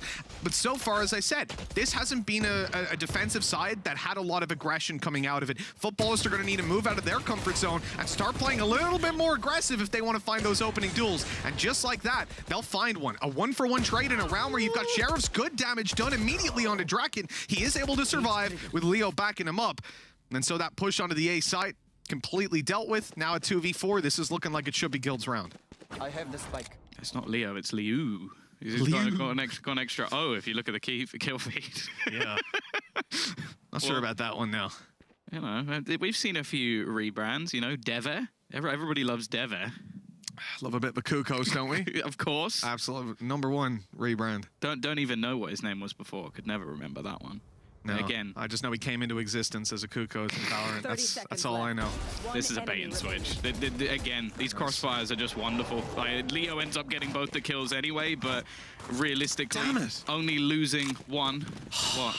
That's so terrible. Draken wasn't able to get the extra kill, so we'd have the neural theft. Kaquka's going to be absolutely molding. Back on this again, are we? Back on this again. I like how I made that joke once during game changes and somehow it's caught on. She's doubled down, man. She keeps telling me how good the ult is. I don't know. So close. But they do at least get the Hunter's Fury, which may not be quite as good, but you know, Leo probably going to be able to pull that one out in this round, especially with the lockdown on the other side. It's going to make things a little bit more awkward for when Footballists actually want to try and use this. Now, this time, I like it. They're picking up the pace. The slower rounds, the D4 rounds really haven't been working for them, so let's try and put Kiwi in a position where he can try and open up some of these rounds. I'm looking at Footballists and look at the change in their early round because they're not playing default right now. These guys are looking to push into the A side, at least for early round aggression. And that might come off the back of Guild playing so passive on the defensive side. But in this round, they have B and C control with Trapwires. They have Bonkar watching Garage, and they're 4 stacked in a buy round on this A side. It seems like Guild they're definitely predicting Footballists to go this way. They've got no walls activated, and this could be a big problem now. The lockdown coming into play, Yassine's going to try to deal with that, and he's got it done. Now looking to fight on site and getting out of there with the kill for free. This has been a great start to the round, and by the looks of it, it's going to be a great end to it as well. They are getting slaughtered. Every single time, Footballists must just be sat there like, how did they know? Yeah. How did they know? I'm sat there wondering that right now, Tom. I mean, the fact that they push down C long to get that trap bar, they do the same on B in the early round or the pre-round. Oh, Yassine, look at this timing coming up. He's already won this fight before with a Spectre, now armed with a Phantom. There's no shot he loses it. Poor old Sturban all by himself. I gotta say, that round right there, that's absolutely gorgeous by Guild. I just want to know, how readable was that? Do Footballists maybe like always go A on these kind of rounds? Is this something for the desk to maybe delve into? Because Guild just had the playbook open in front of them on this one. Well, the frustrating thing as well is like the previous comp that they tried to run when they played versus Supermassive Blaze, which I will say didn't work, involved utilizing a breach, which was basically like a double, well, I think it was the flash and dash is what it was being called. All right, okay. Where they basically were trying to set up Kiwi as much as humanly possible. Now they've switched that up to have the Sova. So in my mind, I'm going, you got a Sova, now you got a lot more information. You got a Sky Sova play. So you should be able to find out where your opponents are. Yeah. No, absolutely not. They've walked into the stack site every single round so far in this game. True, yeah. I gotta say, Sova on the other side, Guild, Leo's been on fire. He's 9-1 right now when it comes to those frags. This guy's been holding down the A side. I don't know if it's Sova utility. I think that's just Leo. No, it's just the Sova on the other side, exactly, yeah. But a little bit of a timeout coming through here from Footballists. Now, understandable when you're looking at the situation they're in, 5-0 down. This is definitely not somewhere that you want to just sit in and let it spiral even further. One of the big problems for them, having already used their lockdown, you look at the other side, Guild are winning rounds purely on what I would describe almost like it's not even Valorant. It's like it's very conservative. It's not based heavily around abilities, ults, any of that sort of stuff. And we're about to have the ultis come online now for Guild. Hunter's Fury, Showstopper. These guys have a lot of high impact ultis that so far they haven't needed. And Footballists are going to need a solution to that. Maybe even just to bait them out in this round where they're not investing enough. Well, at the moment, this is almost looking like a rigged game of roulette. Like they've just been going red, and each time it's been red or got black. aces up his sleeve. Black. Yeah. Like each time they've had 3, 4, sometimes even 5 players waiting for the push to come in. So not even roulette, because it's not just, there's 3 bomb sites on this one, so it's even more. Well, I suppose there's green. If you hit the 0, there you go. And I suppose you don't often go B, so it is a lesser probability. All right, well, let's move on. Let's look at Footballists moving in towards the A site. Now, there is only one player here this time around. Poor old Draken might be under a lot of pressure. And in this sort of situation, I think they'll be happy enough to play a retake even when you have that Showstopper to try and buy your way back in. But ideally, Draken finds 1 to 2 kills as they come around this corner. And it looks like he's about to peek into short, right into heavy traffic. Kiwi was ready for that. And now things get very dangerous. Blade Storm online, rifle to be retrieved by one of his teammates. And the site control goes to Footballist as well. Yeah, they finally found themselves an open site and an afterplant to try and get back in with. Moj has got some pretty good timing on this as well. Now, we're going to see the Hunter's Fury thrown in to try and at least do a little bit of damage. And in fact, you've seen he's just gone straight through alongside it, already picking up a couple of kills to turn this round back around. They've killed off the flanker as well. This retake is looking incredible. It's left onto Sturban. Now, he's had some moments in this tournament so far, but this would have to be the best of them. He finds the first through the smoke, but if anything, there's so much left for Guild to kill him off, and they will make it look relatively easy. Definitely one of the closer rounds, Mitch, but it's still 6-0. Yeah, it is 6-0, absolutely. And we said, you know, the Hunter's Fury, the Showstopper, these sort of big impact ultimates, they can come through and they can save a round like that where you've given up the A site, they've used the Blade Storm, they've got a weapon off the floor. All of a sudden, it's not an eco anymore. These guys had armor, they had abilities bought up, and so they stood a pretty good chance, but obviously you saw there, Krax was busy trying to flash the players coming out of spawn off the back of the Hunter's Fury. He wasn't ready for Yassine to already be backside, and Yassine just snuck through there. He managed to get right into the backside for a I double was kill. surprised Open and I up the could see space. him doing it. Yeah, exactly. But that's the thing, this guy is just ludicrous. Sometimes he'll make these plays that you do not expect out of anybody else, but you have to expect them out of Yassine. Yeah, especially when he's on the Raze. I will be honest, like, his jet hasn't been the most impressive thing in the world so far, but his Raze, maybe second to none. Like, one of the best in the world. Safe, timing here going to be everything, and well, it is spot on. Even a paranoia just to make sure that he can get out of there, and he's taken a lot of damage on the cross as Modge has to fall back. Yeah, the Seeker's not really going to feed a lot of information here. That one's just popped and confirms the information they already had of 2 players inside of Garage. It's not really going to affect their decision-making, but they will start to shift their way towards this A side. Again, Leo playing outside of it on that retake, and a smoke blooming now tells him that this is likely to be an A play. Spike Plant should be coming in a second. The full rotation will come through, and that's where Guild will have a much tougher time of getting this retake in now that they don't have those ultis to back them up. A lot of these rounds, though, have been calculated by Guild so far. It's definitely not been as most aggressive as we normally see them. They've been trying to work out their opponents, as again, we're going to see Yassine just blast packing his way through. This time he's caught. He has granted a little bit of space, though, and just a combination stab retake was filth. 5 kills in a matter of seconds, Footballist. We just move on to map 2, because they're getting boomed. Yeah, again, you got to look at Yassine on that blast pack play. He gets in there, and sure, he doesn't find anything in concrete terms. He didn't kill anyone, but his impact in opening up the space, they combine it with the recon coming out of Leo with his drone. He's already got the info on where a couple of these players are. He's able to spray them down from above while they're looking at this absolute lunatic flying through the air. He is just mowing them down. And I love that combination. The timing on pushing out for it was absolutely perfect. And obviously we saw Safe off screen picking up Sasuke and Cracks, who were trying to provide that little bit of support. Guild look clean, man. I'm really enjoying this map from them so far. Their defensive side, I have practically no critique on, and well, with it being 7 rounds to 0, you can't be too surprised about that. Yeah, it's like maybe don't get headshotted by a sheriff. Yeah, that's the one call. Yeah. I feel like I can forgive that happening once. This is going to be dangerous. They're about to blitz around this corner. Safe is going to be caught potentially unaware on this. The first and second as well, and he knows Cracks is up close. That's dealt with immediately. Never mind. Safe had it all under control. 5v2. 5v1, in fact. Oh no, just end it, please. Coming in. I can't see this happen again to a Turkish team. I can't. We haven't even got to the point where a Turkish team faces off against Liquid just yet. That might happen down the... Well, actually, looking at this, it probably won't, but... Safe, I don't know how he got away with 3. I couldn't tell you. I could watch that back 4 times. I still wouldn't be able to process what just happened to this man. I'm getting flashbacks. Because it's Haven.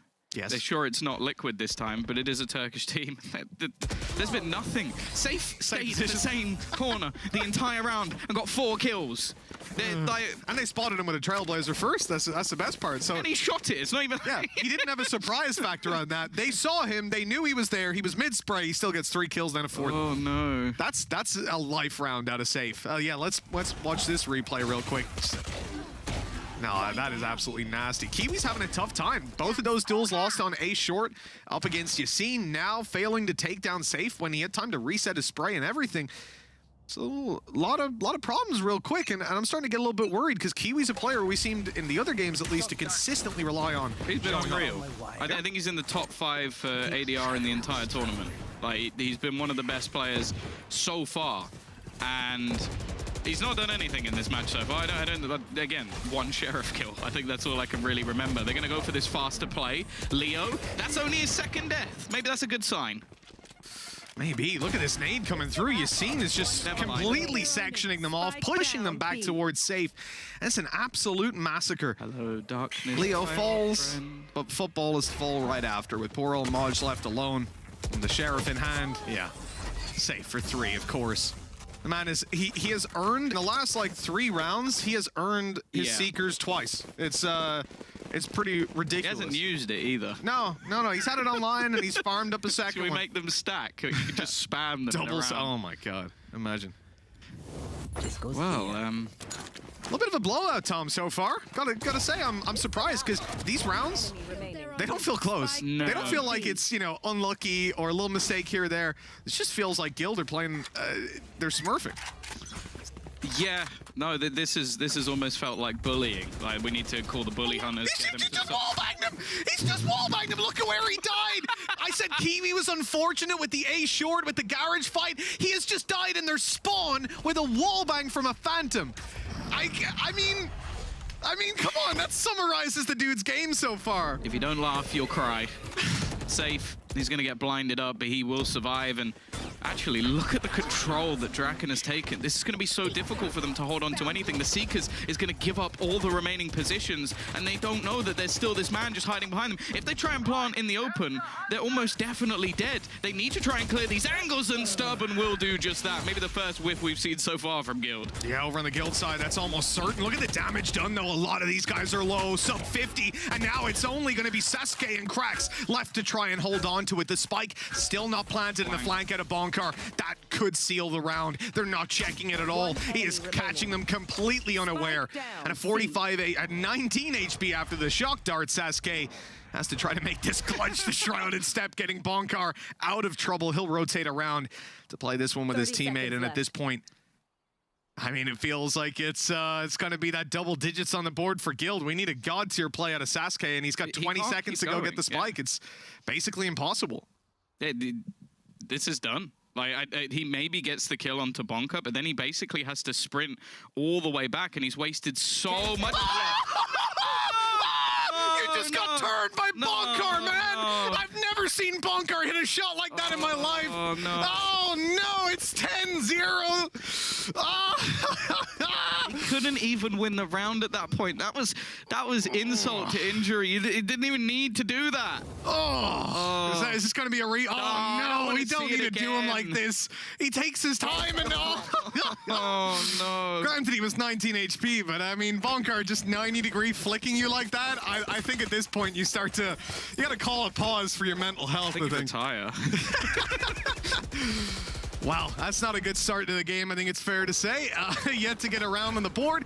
And we're coming into the home stretch. Ulti's about to come online for Footballers coming out of this round. They've invested everything right here and now to try and make this one work. Ultimate's popping through, Seekers revealing Draken. He's somehow still alive. They're spraying him down inside of that cage. He's being revealed. There's Seekers, there's everything, but he won't find the kill. And that presents an opportunity. Then Bonkar just goes nuclear after that 90-degree flick. He is on fire. It's 11-0. I feel like Footballers, they get a little bit of an opening into a round, and then Guild's go. All right, okay, let's get serious here, guys. What is happening? I'm so confused. Like, firstly, like, what has happened to Footballist? I think that's the initial question I need to ask. But secondly, where was this Guild for the rest of the tournament? Like, you can even, like, remove any sort of sarcasm, jokes, whatever you like. Literally yesterday after they won, you had Safe, like, tweeting out saying, like, we won, but I am not happy with our performance. I don't know if that, like, I don't even know, like, just caused them this? Oh, there we go. That's something. Leo down as well. Stopper coming out of your scene. He's got the kill up close. A point-blank execution. A nade onto Maj doing damage.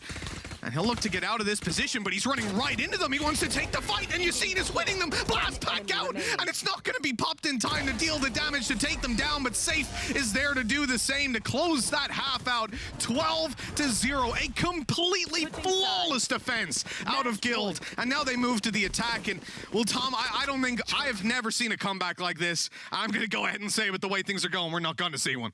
Yeah. Do you want to know what the other thing that's really entertaining to me, at least? Go for it. It's normally one of the main storylines of when you have a game and then another game straight after. The desk is like, maybe you have a little bit of fatigue. This is going faster than a match of DM. Like, it's so quick that I think Guild would just be like, okay, well, that's the warm-up done. I think now I've we get played into the main course. I've played games of Spike Rush that have gone on longer than this, to be honest. Like, this is... And you didn't have your ult as many times. True, yeah. Not as many times as Safe's had his online. This has been a heartbreaking start to the series. It's a pistol or bust, in case anybody was wondering. Yeah, 13 to win. And, well, at least it's starting out well for Football. It's a double kill to open things up. It couldn't get any better. Nade kill onto Sasuke. They know that this flash is coming around the corner. They saw it in the X-ray. Do they know about Maj? It looks like they do. Yassine is running on in, but cracks, shuts him down, keeps it doable for Footballs. In fact, it looks like this should be theirs. Bonkar is low, Leo's on 80 HP, and Kiwi's got the flank locked in. Okay, one of them's for free. It's left onto Leo. He has had an unbelievable match so far, but he won't be able to stop them from getting their first round on the board.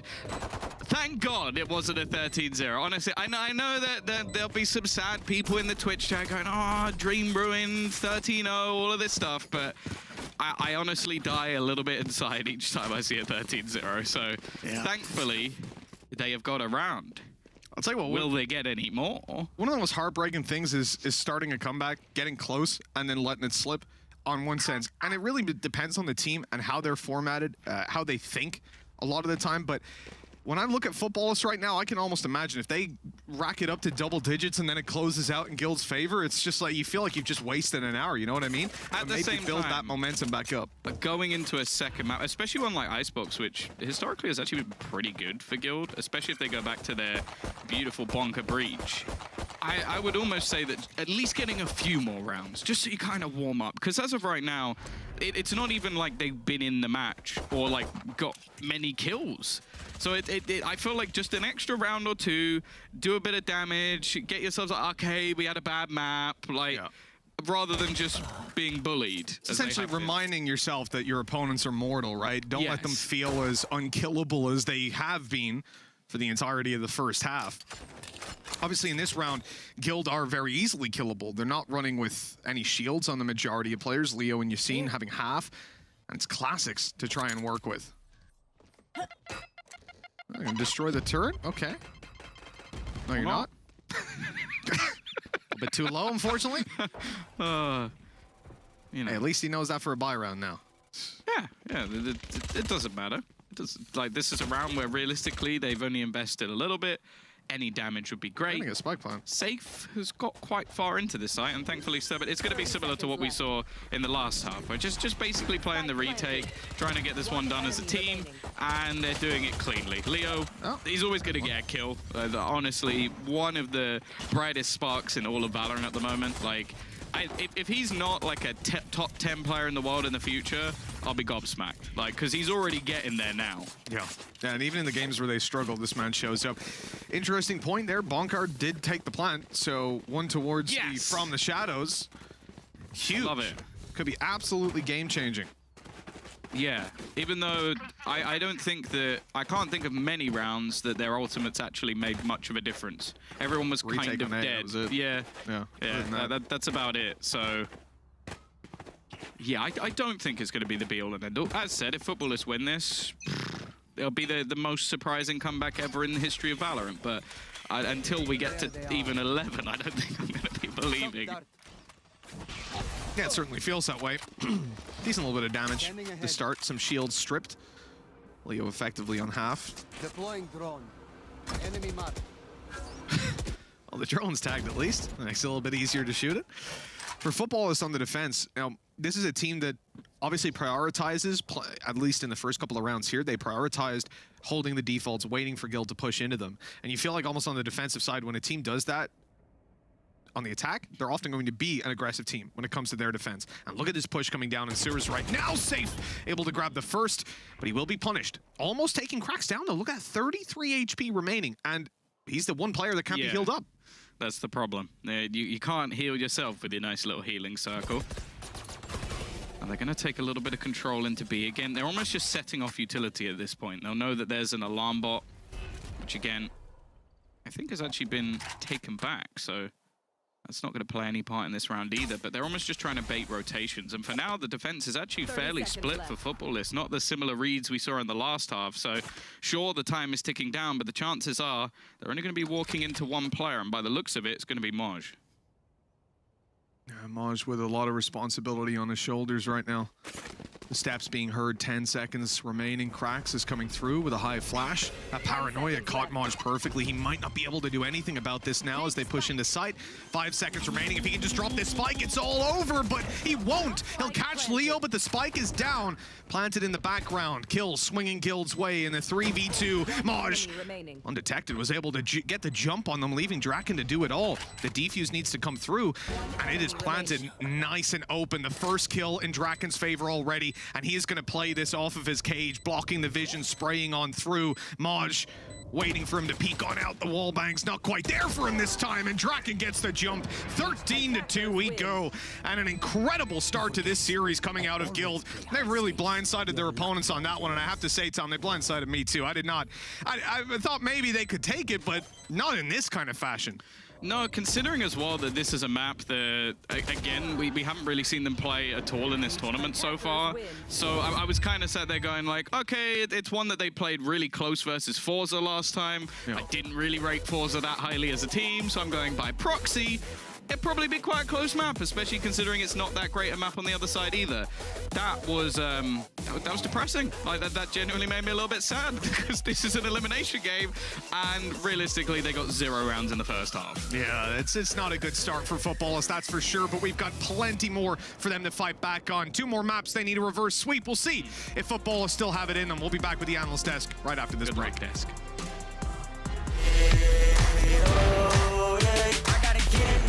Get it on my set. I gotta get it on my set.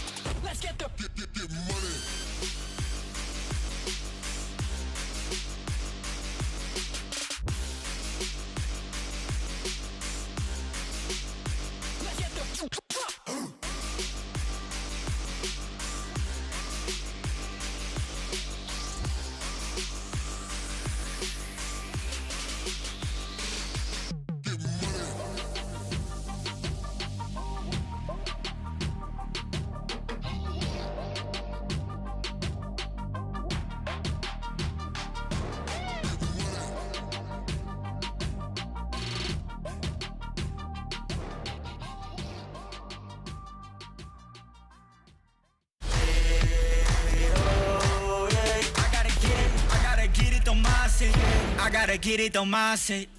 Well, Guild, they didn't just come to play, they came to dominate. I'm your host, Yinsu. I didn't get to expect to see you guys so soon, but after that dominant performance, Ryan and Tux on Having, I mean, what can you say? We've talked about Guild being the Turkish slayers. They're going to slay all of the Turkey teams. Ryan, they're on track to take down another one. Yeah, it's the fact that they went for that Haven pick in the first place. They were very selective, saw it against Supermassive Blaze and went, we know exactly how to deal with that. And a 12-0 half on their defense goes to show that the post-plant kings of Footballist, if they can't even get the plant down most of the time, how on earth are they meant to capitalize? Like the amount of crossfire we saw from Guild, the utility usage of the Cypher, we saw some deep trapwires in the C-long and the usage of the camera, allowing them to rotate actually to the bomb side that was Footballist planning on executing on that side. And we saw a demonstration of an individual skill, which was outstanding by Safe and Leo. They were doing really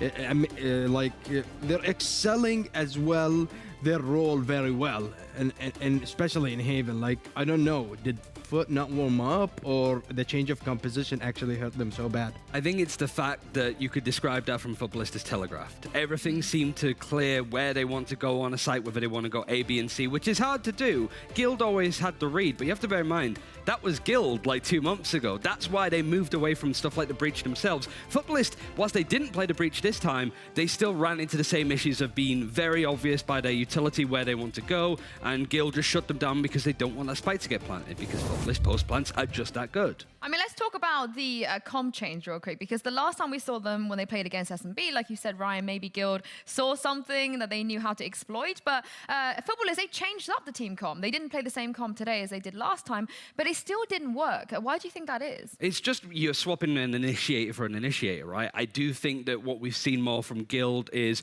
when they throw out the utility recon darts, sky flashes, they put smokes down, it's really all that case of, all right, all of that utility is heading towards A, then we know that it's going to be an A here. I also think the Guild were very careful with how they approached any attacking op-in that came out of Kiwi, but when you lose 12 rounds in a row, how often are you going to have the op? But Guild were careful, they were considerate. And when Guild play an attack, it was a little bit more messy, but they play much higher contact. They don't try and use utility because they know how obvious an execute can be. So they're much more careful and deliberate. Footballist, they have to change stuff up with the composition, but it's still the same playstyle, basically. It's basically as well, just like the little amount of intel they gain, that immediate reaction, immediate response to that intel, and immediate execution. They definitely denied Footballers of doing any kind of plays, any kind of executions without going through the flashes and the smokes coming out from Guild. And one thing I want to put out as well, Footballers was playing very fast-paced, and when they tried to play very slow, they didn't gain anything. We have 15 even brilliant rounds, Ryan, that you could choose to break down. I want to know, which one did you go with? I actually want to go for the time, one of the 4 times that the plant was able to actually go down. So I want to really highlight this as more of just a solid retake overall. Like I mentioned, you have this sort of typical position where a player might keep an eye. That is where Leo's heading up. But he is very considered and careful because of this gun here. The attacking operator, Kiwi, makes it work, similar to what we saw at a Spike for OBG. Like, the numbers are pretty exceptional, but just the way that Leo plays around this, he doesn't try and peek into too much, so the execute starts to come through. Leo has been very careful in his positioning. He doesn't peek. It's just a little bit of util that gives away the position from Kiwi. I think it was one of Draken's cameras because, as you see, Leo still has everything available util-wise. But I want to talk about when that recon dart comes in, because this is a difficult execute to make. A lot of the 6 rounds ahead of this for Guild were based off stuff like utility, Seekers off the back of other ultimates. The From the Shadows, as Mitch and Tom highlighted, as having huge impact. But it's this utility, the flash that comes in off the back of Safe. You've got Yassine doing typical Yassine stuff when it comes to jumping on the site trying to get a kill, but it's how it unlocks the rest of the team. Yassine is more than happy to die in this situation because he's trying to find an opening, he's trying to find timing, and this is where the retake comes in. Leo makes his presence known with this kill over onto Moj, and then the recon dart actually goes out into this position right on this corner that catches Kiwi in the smoke. It's more the utility off the base of it, the layering. I was talking to Hypoc about it earlier. It's a great definition for it. It's the recon dart, knowing it's going to get cleared instantly in a position, but if you flash it and you just throw Yassine in a player's face, it's very difficult to clear that utility, and we didn't need to see much of that from Guild in the end anyway. That was a really, really nice retake from Guild, actually. And I was considering the post-spam positions. There was no teamwork there from also Footballists. There was no answer by countering utility. Because while engaging on that side, they used so many utility just getting in there and planting the spike, which is one of also the ways that Guild played, actually forced Footballists to do that mistake, and that was the effect. I mean, Tux, I know you were a little bit critical of Yassine before the match started, but Yeah, it felt like he really found his comfort zone on that map. Oh, that was actually, I take everything I said back. Yes, you're amazing. To be fair, he popped off on that map too. Like, his presence was not there in the past matches, but when it mattered the most, he actually delivered. I think for me, he's comfortable and raised, to say the very least. He can be just that entry that gives up his life to create space, especially if Leo and Safe are backing him up and they're like 14 and 3 or whatever it was. Now we're going to Icebox. His jet isn't on the same comfort level, so that could be a very different story. Well, it's going to be an interesting matchup for sure. We're going to take a quick break here, but like Ryan said, Icebox is next, guys. Don't go anywhere.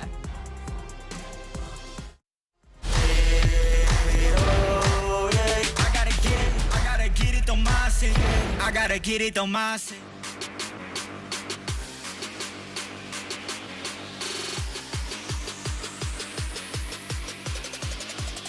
Let's get the money.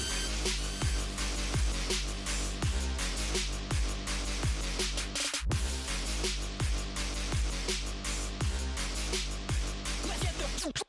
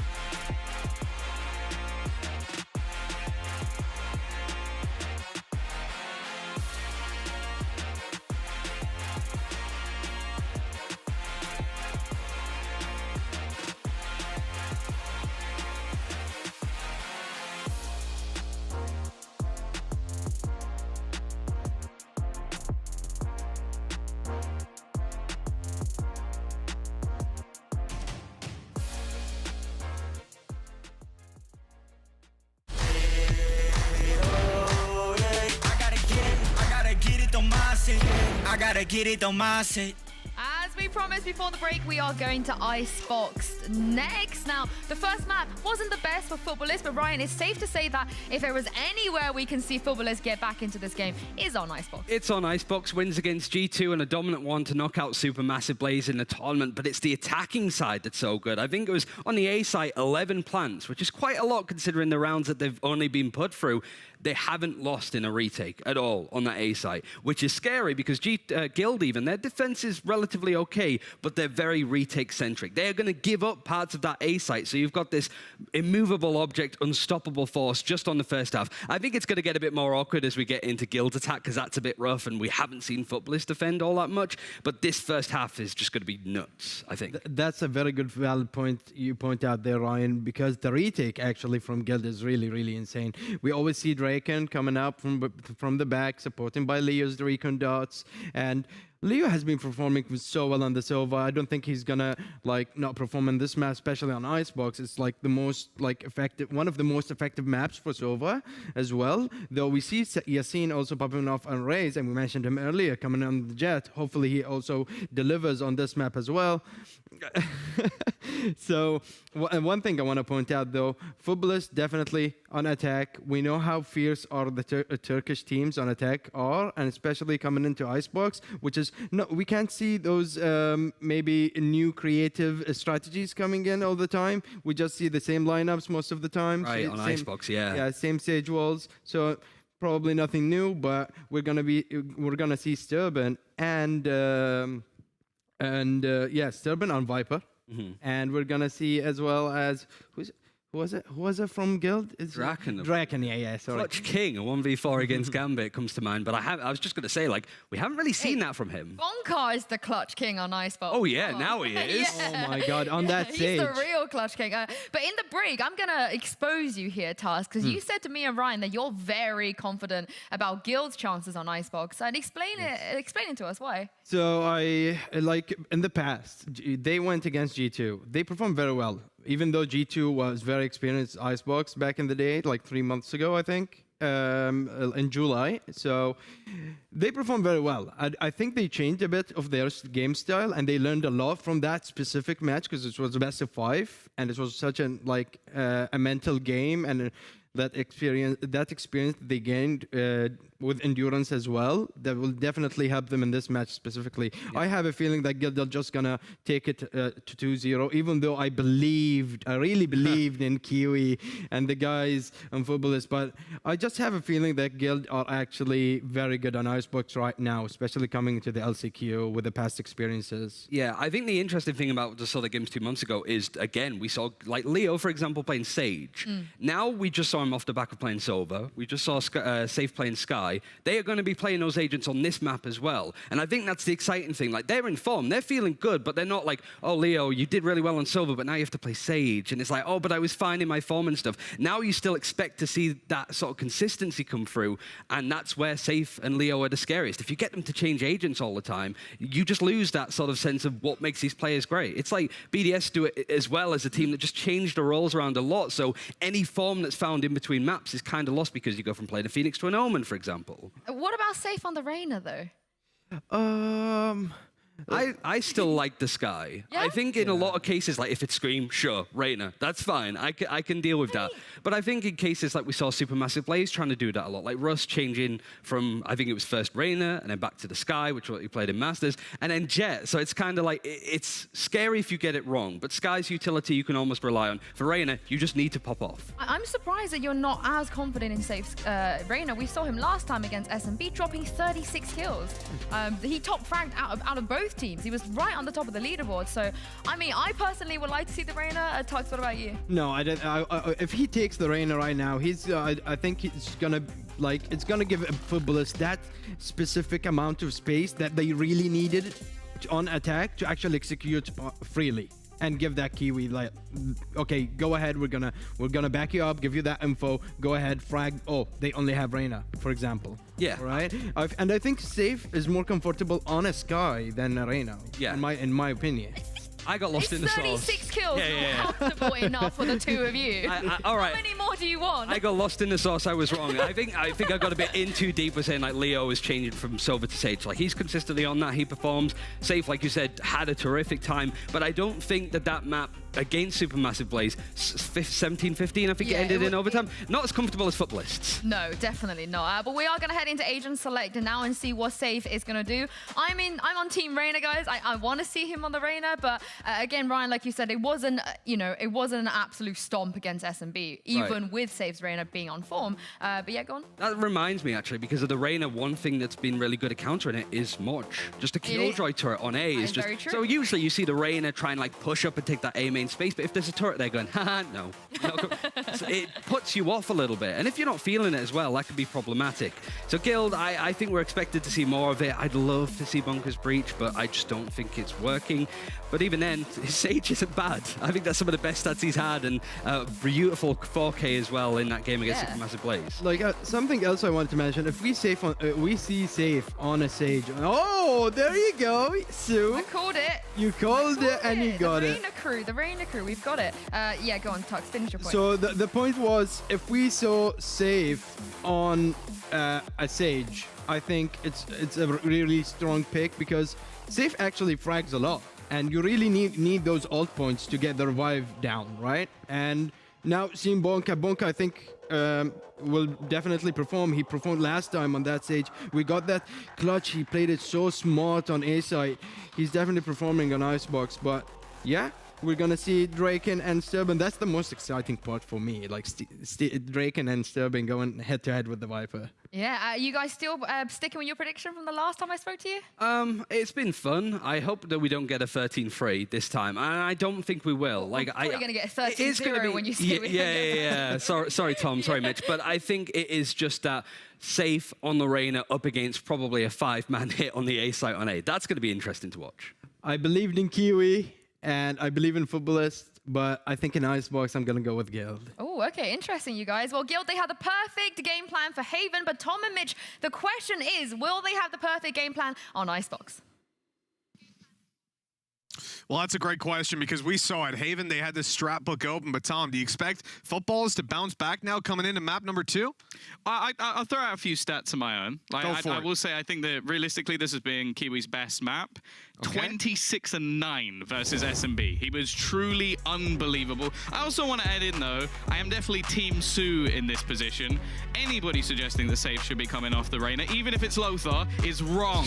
Man was unbelievable versus Supermassive Blaze. Sure, Futbolists won it more dominantly, but I don't think it's anything to take away from this man on this agent. He has been fantastic playing more aggressive, more duelist agents. I still put Sky within that bracket. It's not like he was playing passive on it on Haven. Yeah. So now, if anything, he just has a way to escape. Yeah, you look at these comps as well, it's a direct comparison with the exception of Safe, right? He has gone off that Killjoy, playing in on Arena, and a lot of value can be brought off that as we've just discussed. We'll see how this one unfolds as we jump into the pistol. Guild on the defense, and we've seen a very slow round out of them again, but the mid control, the wall going down, and now there's going to be a distraction play coming out, right? That's spam, but they're ready for Safe to be up close, waiting to bait them in. He's able to heal up a little bit, and in comes Bonkar now. A shock dart around the corner, not finding any targets. Bonkar seeing that there's actually no one in this area anymore, and eventually, as that recon reveals no one, he'll start to push forward a lot of the time, but actually, no,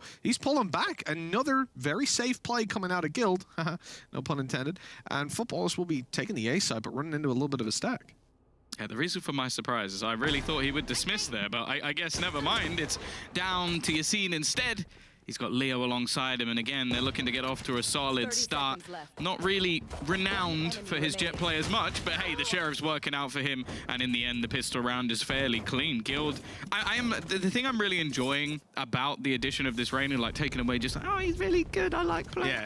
It gives them more space to be that little bit more aggressive. And I think that the fact that Yassine is normally the player that does that, but on Jet, I just don't think he's as comfortable as on Raze, which is fair enough. He is, as said, one of the best Raze players within the entire region.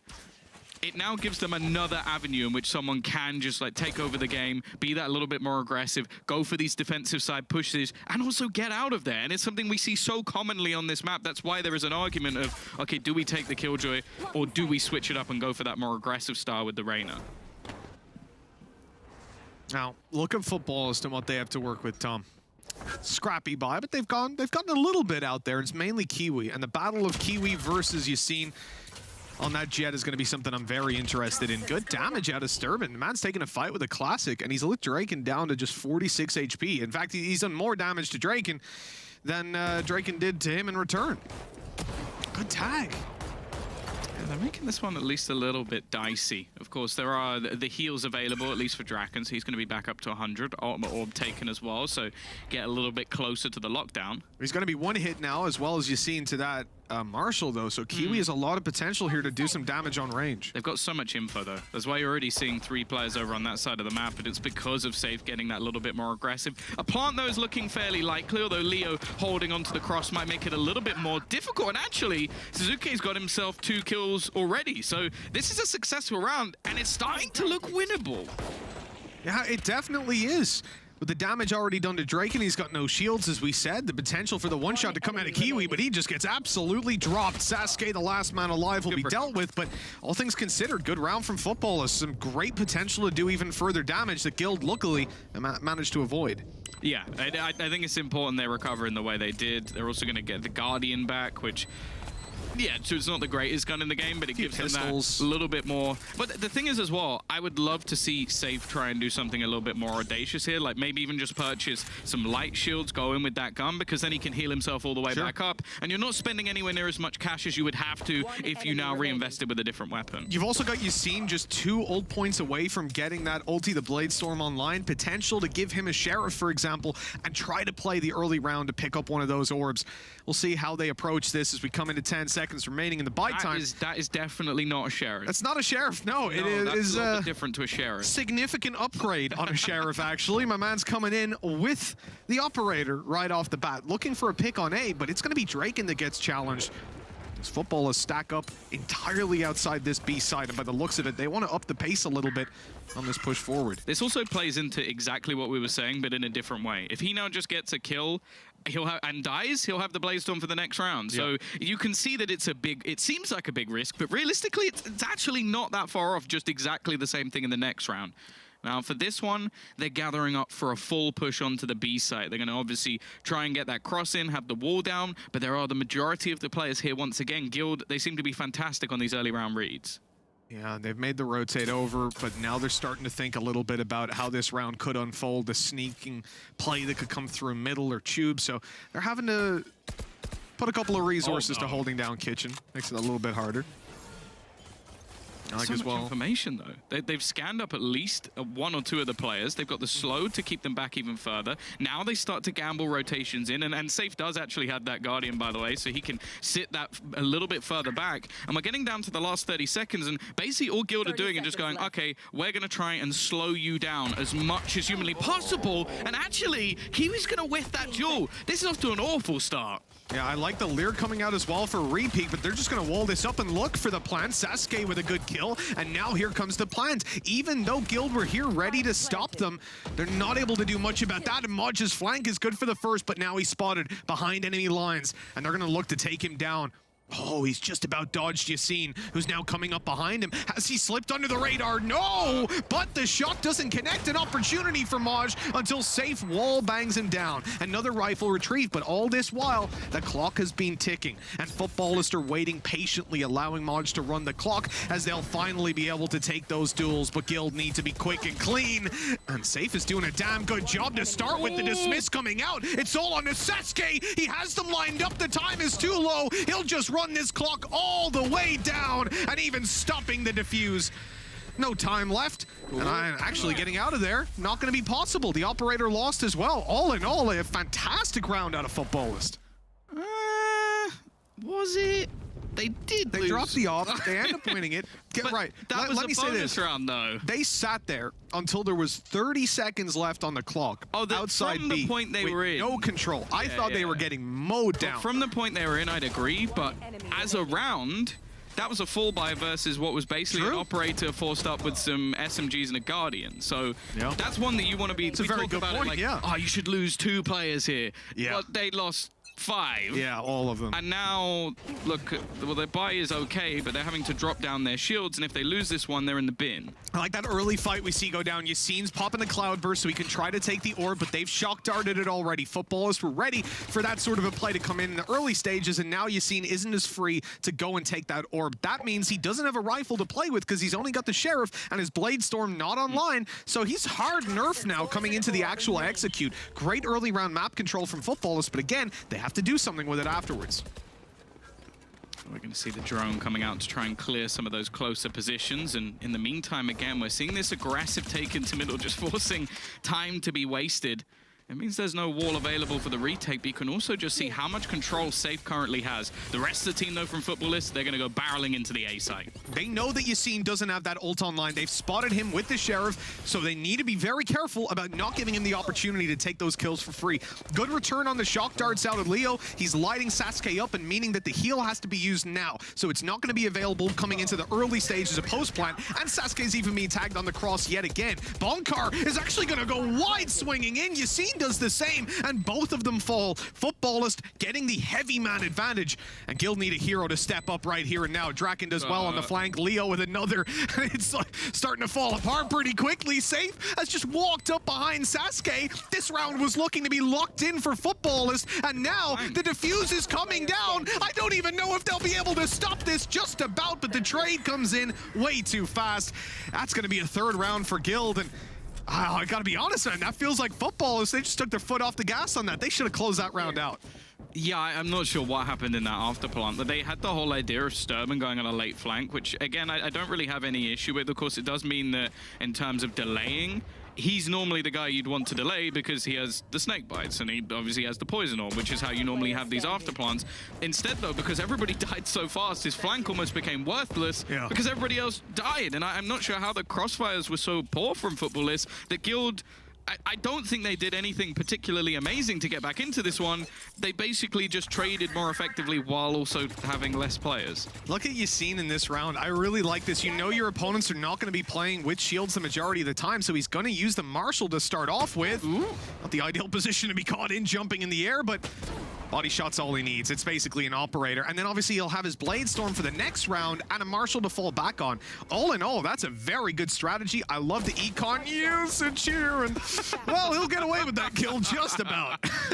I feel like every single kill he's taken, he's going, I need a heal. I've been body shotted a couple of times. It's like, but it's fine. And they win it flawlessly. And yeah, as you said, for all the other rounds we've had, it's been relatively close, or they've done a lot of damage but taken a lot of damage in response. For now, though, they don't lose any players. So their economy is going to be booming. Their opponents are only just coming back in with another buy onto the board. And as of right now, again, like I will look at this as a match where I think things are going to be a little bit backwards. Like normally I look at teams on the attacking side and go, that's where I would say they're favored. Whereas for Guild, it's definitely the opposite. Like their defense has always been the better of the two. Yeah. But then now that they've moved to a comp that actually revolves around a Reyna and a Jet, they should have more opportunities on the attack as well. Oh, talking about opportunities on the attack, let's look at football as Kiwi. Oh, he's been spotted now. Getting tagged up a little bit. 8 HP remaining. It's an easy kill for Safe as he drops back down. Yassine, we talked about the Blade Storm in the previous round, getting it online, playing with the Marshal, and this was the round where he was set to use it. Hasn't managed to find a kill off the bat, but Maj is tagged down to 75. Sturban's got on the site. The ult is used up here, and Yassine, he's not doing this. Surely, he spotted the barrel to his left. I'm not sure he noticed, but he will take Sturban down. The shorty counterplay on the back of the drone. There is a res coming in onto Sturban, and Yassine is trying to hunt him down yet again, closing the distance. He's literally camping this wall with a shorty, guaranteeing they will not plant here and now, but that lockdown should force Guild back. Uh-oh. Oh, no, it's actually not going to move him out of the corner. The thing is, though, he can't actually escape from this position. He had to try and make a move, and Sturban will pull him out. So a decent response. The remaining players, though, are coming back in incredibly quickly, and they haven't actually retrieved the spike. The trades, though, going in the favor of the attackers, and Safe, the only one remaining, can't do anything. Incredible recovery from Footballist in a round that was looking bleak. They take themselves a second. I gotta say, I'm surprised with the early round aggression that came out of Yassine. He had the Blade Storm pushed up on A, looked for those fights, and then we still see Football Futbolist able to get on the site and pop that ultimate, the Viper's Pit, and then it gets wrecked by Yassine with a shorty. Absolutely crazy round looking at that.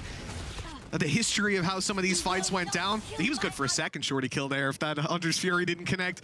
But 4-2 we go. Round for Futbolist secured. They used a lot. That was, yeah, they used a lot, and they were up against Guild, you know, the Blade Storm not really connecting. They did lose a player in the early round, though, and still managed to recover it, but now they only have 1 ulti coming into this. They had 5 in the previous. That was a 4-ult round. And already, well, one of the danger men has said he was fantastic the last 2 times they played. Kiwi's been missing so far today. And the fact that he's losing that opening duel versus Yassine means it's going to be a bit more of a dry push. We know that the res is incredibly far away, but Moj, that's a pretty nice entry. Gives them a little bit of extra space. The head of Bonker has been spotted, but they won't find anything just yet other than the afterplant. Well, that's going to be a little shutdown from Leo, and this head's getting tagged up. The 140 headshot, but he'll survive just about. Time taken away, but Guild have got plenty to work with here. They've got the man advantages, just got to be sure to be getting those trades in. Bonker down to 27. Hell, a lot of guys low right now. That's an opportunity, and Krax tries to capitalize on it. He'll have to do it all himself, though, and they know exactly where he is. The first and second go his way, but he won't get out of Leo's sights. 5 on the board for Guild with this defuse coming through. Hunter's Fury getting closer to being online. You've got the Viper's Pit on Draken as well, and that's going to be a big concern for me now because Futbolist really cannot let Guild run away with this. But when you have that Viper's Pit activated in the early round on a map like Icebox, it makes it so damn difficult to make any sort of push if they do it on A, for example. Let's just keep the scoreboard there for a moment. We'll look at our, what was it? Sue described Bonker as the big clutch player when it comes to Icebox. Surely a reference to the other day, but haven't needed many clutches. True, yeah. I will say, just a funny stat, I noticed that he had less assists than Yassine, which, as a Jet, but obviously the dude was playing He has Marshall. 0 ACS, so like, he has nothing. So yes, he has no assists. There's no way he has, sorry, I missed that. He has 0, he does have assists though from healing. Oh, okay. He does have assists, but that's what I'm pretty sure it said. But we will we'll have a look at that. We'll revise swiftly it. on. Yeah, very swiftly indeed. Kiwi's down right away. These pistols just looking to get some scrappy fights out and not finding any success on it. And you'll notice as well, just look at the posture of Guild in this round. Yassine is playing...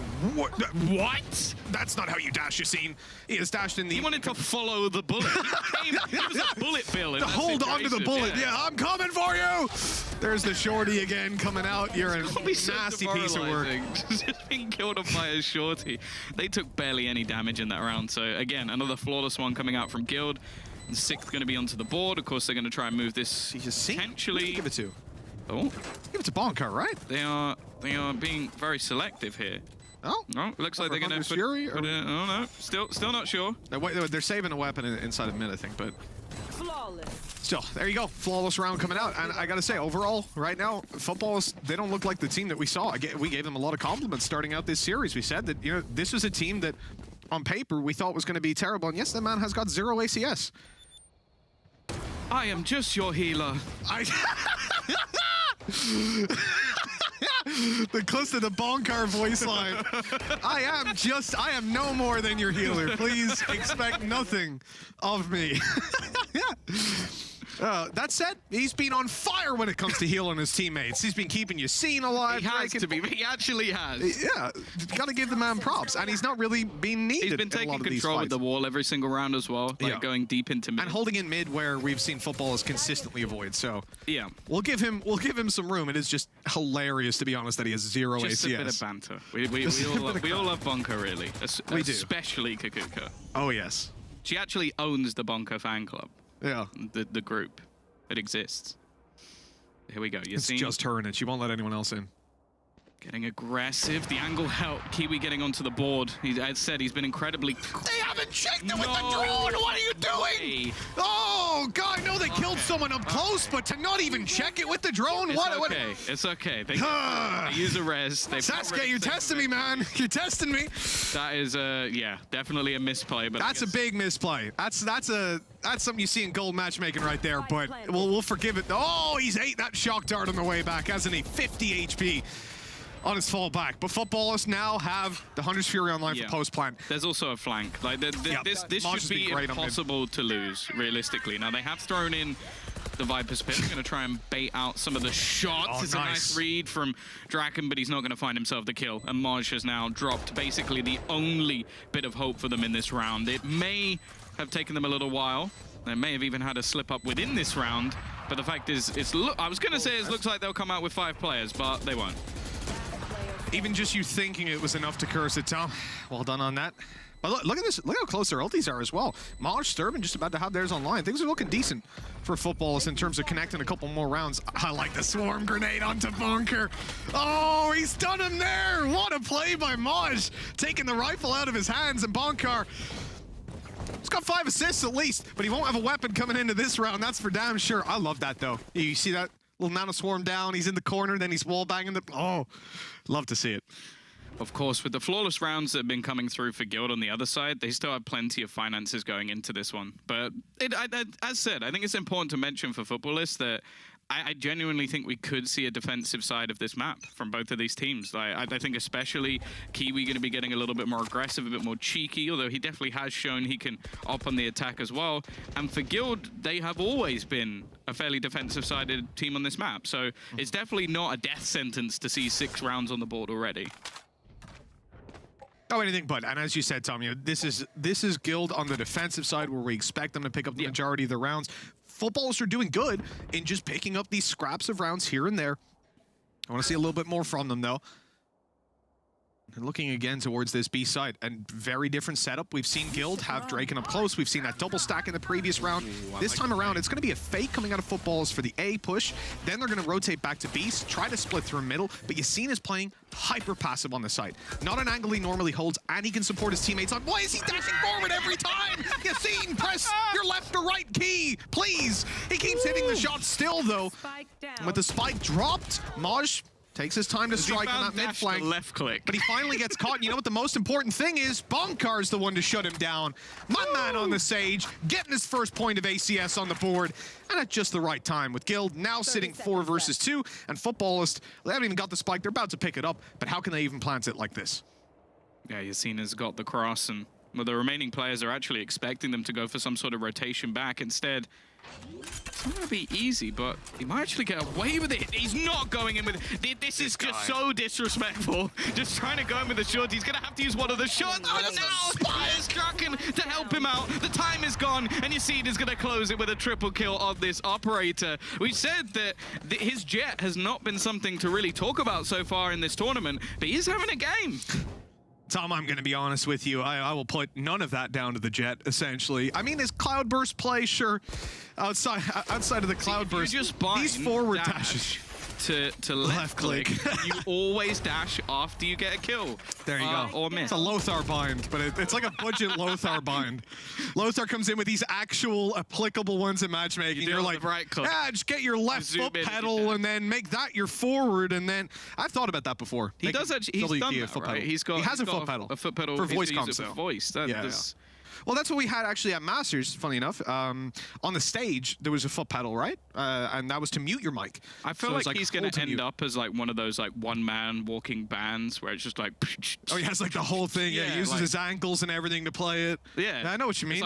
It's like he winks and that'll be... His keyboard is like... It's like one of those Yu-Gi-Oh! Duel things. Like it's on his arm. He's just typing away as he goes. Lothar could pull that off. Yeah, he probably could. Yeah. Some like he fancy can finally smart mix glasses. his like Valorant and love of Hearthstone together and create like the super setup for this game. Yeah. Or he could just play like a normal. Just play normally, yeah. What is that's not the Lothar way, is it? Well, that's true. Man's out here right-clicking with a stinger. No one had ever bought that weapon before, and he's like, how can I use it? I love it, though. That's what we like to see. A little bit of innovation. Let's see what innovation is here to play with now. The tactical pause. Oh, I felt that one. See you later. They've even got Cloudburst down, and he shot him straight through it. Storm as well. Kiwi's having the unluckiest game I've seen out of this guy, but well, that's not ideal. He's dashed to the right, though. Yassine not dashing straight at them. Hunter's Fury popped. Looking to catch Bonkar, but he'll make it away this time, and very close to connecting that shot. Now, Footballists are constantly challenging this operator on range. That seems like it, you know, potentially could be a mistake. Well, not like that. You've seen shooting them in the ankles, and that's going to give the opening now for Footballists to close in the distance on the site. They have lost Sturban, so there's not going to be a Viper's Pit online, and Draken is slowly coming up on the flank. Maj goes back to check it, and it might not be ships in the night, actually. Draken is able to take the fight heads up, rotate around and play with his teammates, and to be honest, at this point, you can even just look for the post plant and allow them to, or the retake, sorry, and allow them to take the plant, or you could look for some fights. Oh, that's opening space for Safe to get up behind, and he knows it. Don't think Cracks had a clue what was going on there. He knew exactly where the second player was. 8 on the board for Guild, and to be honest, Tom, they're making this look relatively easy. Again, we did say we expect a lot from them on the defense, but at least for me, correct me if you feel differently, Tom, I feel like they need 4. They need to get to that 4 mark, or else it's going to be an incredibly difficult half for them. Yeah, especially because at that point it almost comes down to the pistol potentially ending the game, which you never want to be in that scenario, especially as well with Kiwi. Just he's had a round or two, but he's been absent in comparison to what we've seen from him previously. Like we have hyped this guy up all the way through the tournament because he has been phenomenal in every single match, and he's basically been one of the reasons we put this team on the map to even compete.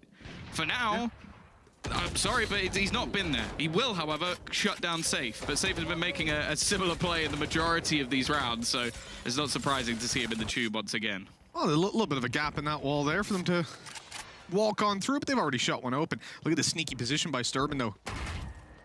He's already made it past the opening point, and he will catch Draken completely off guard. Now the B site open for business. And Footballists are going for a mid-split here, actually. A lot of options in terms of where to plant it. With Kiwi falling, it's not the end of the world. That Viper's Pit to play inside of is really just a goat on this one, and they're aware that Maj might be behind. Yassine catching him with a quick headshot, opening up that res to come in on Safe, and now they've got the man advantage. And a Blade Storm to counter a Viper's Pit, that's perfect if you can land the right click. Especially with how low Sturban is, and already it didn't matter. He's gone. The right click to the face leaves just 2 remaining. One of them with a pistol in hand does at least find a connection. But again, the retake comes through from Guild. They're going to get 9 rounds onto their defensive side. And all right, Leo, you can just defuse it this time. There's no need for sharing. It's 9-3. The half's over. But yeah, Footballists, I don't know. There needs to be some sort of major epiphany going into the next half, because so far we've seen nothing of the team we've witnessed so far this tournament. A strong 59 ACS at a bunker here. Solid stuff. Again, it hasn't been needed, man. Like, he's just holding down mid, popping that wall, healing up his teammates, being that friendly face. And you've seen on the Jet, it's been good. You can see some of the mechanical failures, right? You see those dashes forward. That's the main thing that we're seeing out of him. But the confidence that it gives him to keep on taking those aggressive angles, you can see that he feels much more fluid when it comes to this map on this agent. I'm liking it. With 9 on the board, pistol, it means a lot. Losing here for Footballists will not only spell the probable end of this series, it means it's the end of their run in VCT.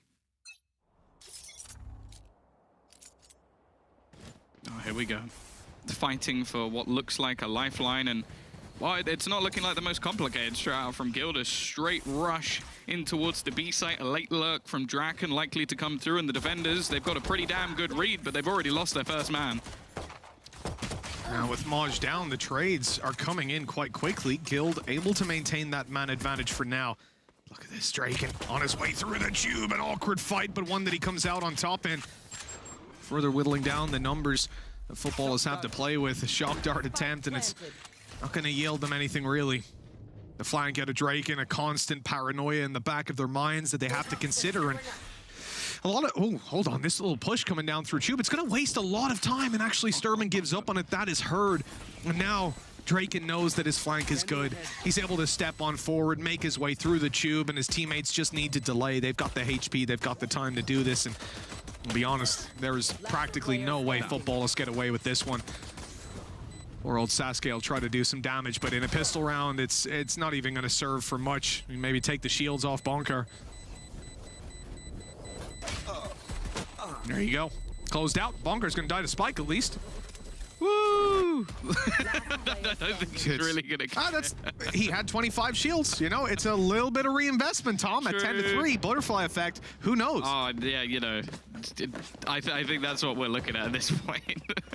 Yeah, you need the butterfly effect. right yeah, now. they need something, that's for sure. And I'll be curious to see how much of an investment's even going to come through here for Footballists, because you can understand a team at this stage forcing. On the defensive side, you don't really see it too often. Unless they're going to maybe hit a few shots here, they might start to use some of their utility up. But other than that, the likelihood is going to be saved for the next round where they actually come in with a purchase. I'm also liking that we're seeing a bit more of an investment into rifles. Like we saw the Guardian in the first half as well for Guild, giving them a much higher chance. You got the Bulldog here as well, which definitely not the most popular of weapons, but alongside Draken with that Phantom, it means that there's a lot more danger going into the next round as well. And this one already in the after plant, well, there'd need to be a miracle for Footballists to turn this around. Oh, most definitely. You look at Kiwi maybe to try and get some of these range duels down, but to be honest, even a body tag for him, he's on 59 HP. It's just going to be an absolute massacre. Leo farming up his 4th kill. He's going for the ace. He wants to send it. 12 HP left. This could be it from the top rope, and there it is. An ace for Leo. 11 rounds for Guild, and it just seems to be no stopping these guys. This has been an embarrassment for Footballists when it comes to this series. They have not gotten started. They don't look like the same players. Never mind the same team. They don't look like the same players as what we've seen earlier on in the tournament. Yeah, and then the worst thing is as well, like, okay, sure, an ace, it's all well and good, but you've given it over to a player that has such an impactful. Leo's stone cold, man. Look at this guy. He's not even flinching, not even breathing during this. That's motivation for you. Hold your breath till you win the round. That's what it is. Yeah. Let's hope they never increase the round timer to 3 minutes. Well, it would be the end of Leo. That is true. That is true. Well, here we go. It's not going to be the best of buys. They actually, I think they lost the Bulldog as well, so that's gone, but Dragon will still have him a rifle, and this is just very aggressive. They are just rushing B basically every round, and after plant that's not really going to be able to be denied. The snake bite would have been far too late, so just hoping to try and get something with the spam, but that's within, what, like 10, 15 seconds? Versus and it's a full retake now. Yeah, this is Guild just coming in and letting Footballists know, we're going to take the space. We're not going to give you any room to breathe. So he's got Hunter's Fury as well. Oh, little shock dart down, safe. Going to avoid the second, as you said, Hunter's Fury online. So for Guild, running the clock down is the best way to play this round. That's exactly what they're doing. Big flank coming out of Bonkar. He's only got a pistol to play with, so he's easily shut down by Modge. Wanted to buy a bit more time with that, but that's still just fine. Hunter's Fury activated, 1 charge, all that's needed, and they're taking down the snake bite, absorbing and making those players vulnerable. The defuse not even found halfway. The wall is giving them some cover though, and it's going to be taken all the way at the last second. Footballists keep themselves alive in this one, but Tom, again, that was an eco out of Guild. That was a bonus round. They managed to kill 3 players and survive with 1 rifle carried over.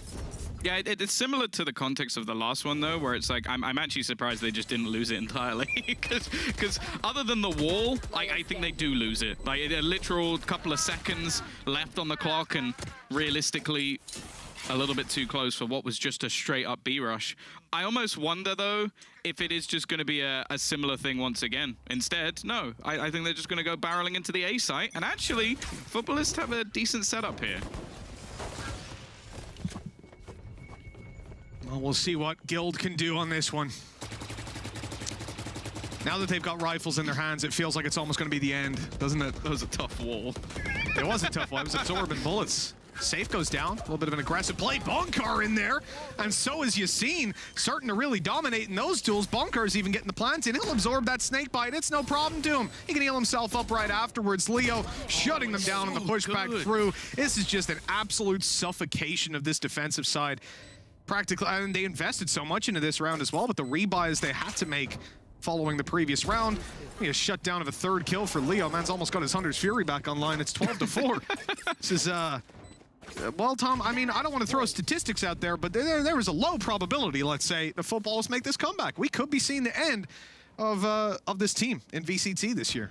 Yeah, Leo is having an absolute worldie of a game. Him and Yassine have been fantastic. I don't think they've needed much more than that with both of those players just popping off. And the other thing as well, it was something mentioned by the desk, is like, oh yeah, but G2, they get to watch the game. They can learn. They've learned nothing from this. Absolutely nothing from both of these matches. So watch out. Leo might shoot us. Yeah. A bunch of times. Yassine likes to play fairly aggressive, in case anybody didn't know that. Let's try to take Bonkar in the early round so they don't have heals. There you go. There we go. You called it. Hey, Footballists coming in with the strats. Let's go. I'll take my check by mail. Don't worry about it.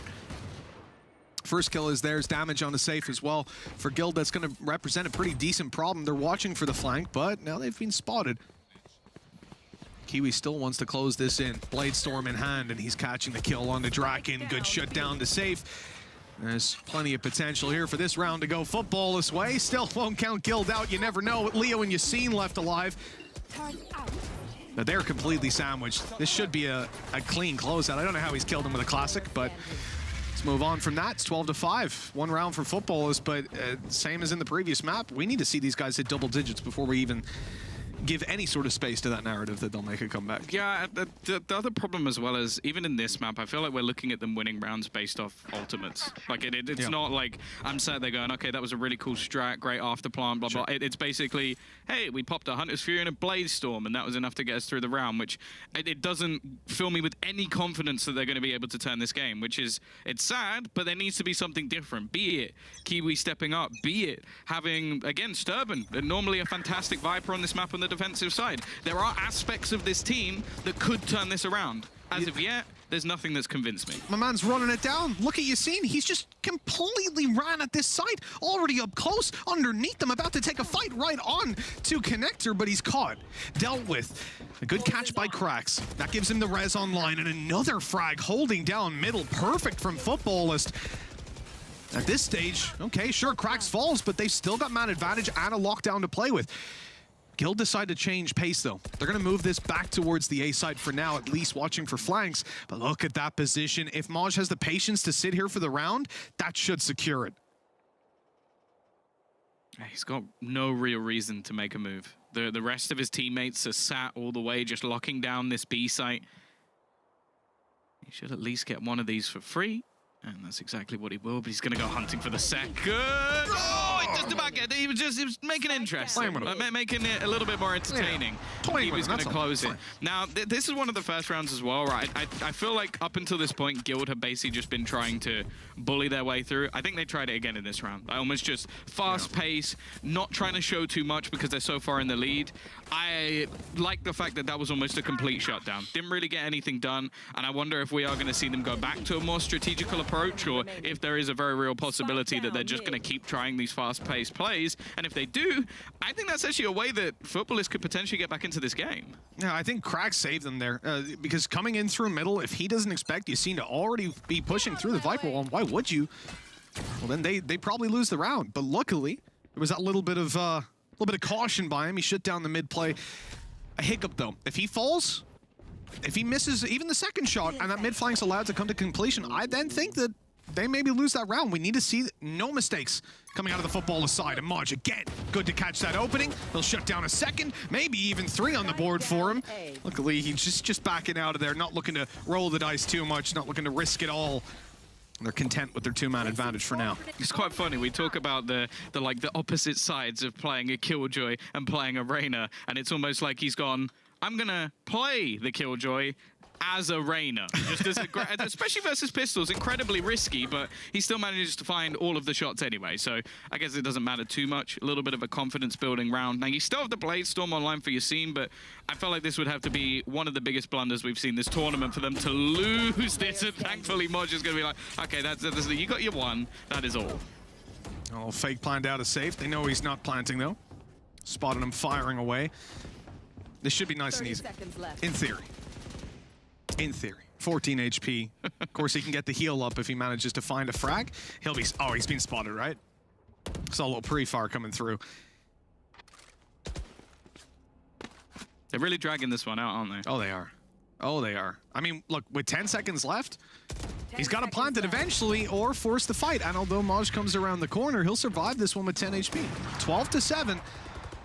It is starting to get a little bit scary. Again, I'm genuinely withholding any sort of hope for Footballist until double digits come on the line, because all Guild need is one round where they just pop ultis, where Yassine pops off, where Bonk are aces, and it's done. Yeah, you know, maybe a 1 versus 4 clutch. We saw it last time. Why can't he do it again? Clutch king on Ice. He only turns up when they need it most. That's it. It's like... He's like the secret weapon. You don't want to use Bonkar in a game where you're going to win anyways. You want to wait till you're challenged and then go, all right, dude, show him what you got. Unleash the beast. 4 ultimates online. The Bladestorm obviously used in the last round, and Marge actually going to go back for exactly the same play as the previous round. Now, it's not quite as surprising this time, but he does manage to escape, or so you might think, because Yassine is just hunting. He's trying to take him down all on his own, and well, it's not gone great. No, it really hasn't. With that shutdown, the res is going to come through from Bonkar. Popped up after they've cleared the space a little bit, but he's going to be deleted. Good trade coming out at least. Keeps Guild in it. 8 HP on Sasuke. Viper's Pit activated. Shock Dart's coming in. Not going to find much. Same for the Snake Bite on Sturban. But he can get a little bit of a spam. He's already past where that Sage Wall will go aggressively, but because they have the Viper's Pit, oh, he's going to jump on top. I like this a lot, but he was revealed. Great recon coming through, catching what could have been a very, very dangerous play before it can even get started. A third attempt. Fourth attempt. Stop watching him, thank you. Rez in, Sturban down, jumping up on top. He tried it 5 times and eventually he got caught on his way. Lockdown, trying to push them out of this ultimate, clear that little bit of space. We're still seeing one stick around up close though. Bonkar wants them to come running through the wall so he can catch them, and it's absolutely massive. He'll be detained, but it doesn't matter. They still have players alive to try and make this one happen, and Kiwi is, yeah, okay. Good for a few little kills. Little team kill out of Leo. It's a 1v1. I couldn't explain how that one's gone down, but I will tell you it's 13-7. Guild with a remarkable close to the game. Leo so hungry for kills, he'll even take his teammates down just to ensure they don't get deleted. 6 rounds between them in the end. I gotta say, good recovery by Footballers, but it's not enough, and that means we see Guild move on. That might be one of the funniest rounds I think I've ever seen in terms of the end of the game. Yeah, I see that. 3 players are detained. One of them is using a Hunter's Fury to make sure they can't defuse, kills his teammate along the way, and then 3 people actually die, but it doesn't matter because the time's already too far gone. It's a weird one. It's basically ultimate spam coming through from Guild, but that's basically what we were saying. Like, they didn't really need to show anything too crazy to us because of the fact that they did so well in that defensive half. They get themselves those early couple of rounds in the second, and then it's just, it was a matter of time. Like, Footballists, they just didn't show up today. What I will say though, and that's something I think needs to be said about them as a team, we expected very little for them. They've come through in this tournament as a top 4 finish, which I think is a success for such a short lifespan. There's a lot of S's. Absolutely. And I'm looking forward to seeing what they can do now. They have a bit of time to actually work on it, because I believe they're going to be at the Red Bull tournament coming up as well. In November, yeah. And I think for me, Kiwi, taking my takeaway, I don't want to judge him based on this series. Obviously, today has been shaky for them. And you know what? I know what it's like to look at Guild, to play against them, let's say, or to prepare against them. And they're not a nice team to play against. They are an incredible... their approach to the game is incredible, but then let alone when you have someone like Leo just tearing it up like this, when you've seen it showing up on the Jet, there is very little that you can do. And even in that last round, man, as much as I love to meme about Bonkar, I love you really, man, the dude was incredible. The fact that, honestly, I think he's one of the most selfless players that I've seen. For sure. Because he will run in somewhere and he's like, I'm 100% dead here. Like when he was in the lockdown. Need a Bonkar. You absolutely do. Yeah, that's why I play with you, Tom. We always need a Bonkar, but minus the IGLing or the aim. Or the selflessness. Or the selflessness, yeah. You're a budget Bonkar, we'll put it that way. And the hair, unfortunately. That's for sure. I gotta say, all in all, very impressed by what we've just seen coming out of Guild, though. As much as I want to commiserate Footballists on that, now that they're out of the VCT running, out of the running for champions, I have to also say, Guild came in here and just look at the start of their Haven. Their defensive side, I mean, it's not going to be a surprise. It's not exactly a deep analytical point to say it was pretty clean. Yep, they didn't lose a round, so that's obvious, but it's in how they structured it. From literally like the 5th round or the 4th round, I was super happy with how passive they were playing, with the fact that they're taking some map control. The play that we saw coming down on Haven C Long, where they early round trapwire that. They already have one on B. They leave Bonkar solo holding the entire like 2/3 of the map. And then they 4-stack A, which they just get ran into. It was incredible. I've not seen that level of counterplay in quite a while, so I was very happy. I think the other point that needs to be made is if this was a long, drawn-out series, whoever won it then had to go on and play G2. So although might be some people sat at home like, it was a bit disappointing. I was hoping for a little bit more of a like solid match. The fact is for Guild, this is as good a scenario as you can get. You win quickly, you then go on to face G2. You haven't got that same level of fatigue. You've also won in a manner which is only going to build up your confidence because you had Leo, Yassine, Safe, all of them popping off in this map. I think Dragon didn't really have that much to do in the majority of the cases in this game. And the previous map was absolutely dominant as well. So again, the other side of it is G2 have learned nothing from this game. They've learned that sometimes if they need to close the game, they spam a lot of ultimates and 3 of them will sit in an ult. Yeah, that's one way to do it, right? Sit inside the lockdown, Hunter's Fury to close it out. Let's talk a little bit about player of the match here. We've got the PaySafe card player of the match that you guys can vote for at home. Head on over to Twitter at @ValEsports_EU to get your vote in. 3 players you can vote for: Yassine, Leo, and Safe. And whoever you think deserves to take it home, let's be real. Again, I'm always going to ask Tom what his recommendations are for the people at home. You're free to make your own choices, but Tom, who's getting your vote today? Probably Leo. It has to be, doesn't it? He was just incredible, as were Guild. They'll move on to face G2. That match will be coming up in a little bit. For now, we're going to throw things to a break, and when we come back, the analyst desk will break it all down for you.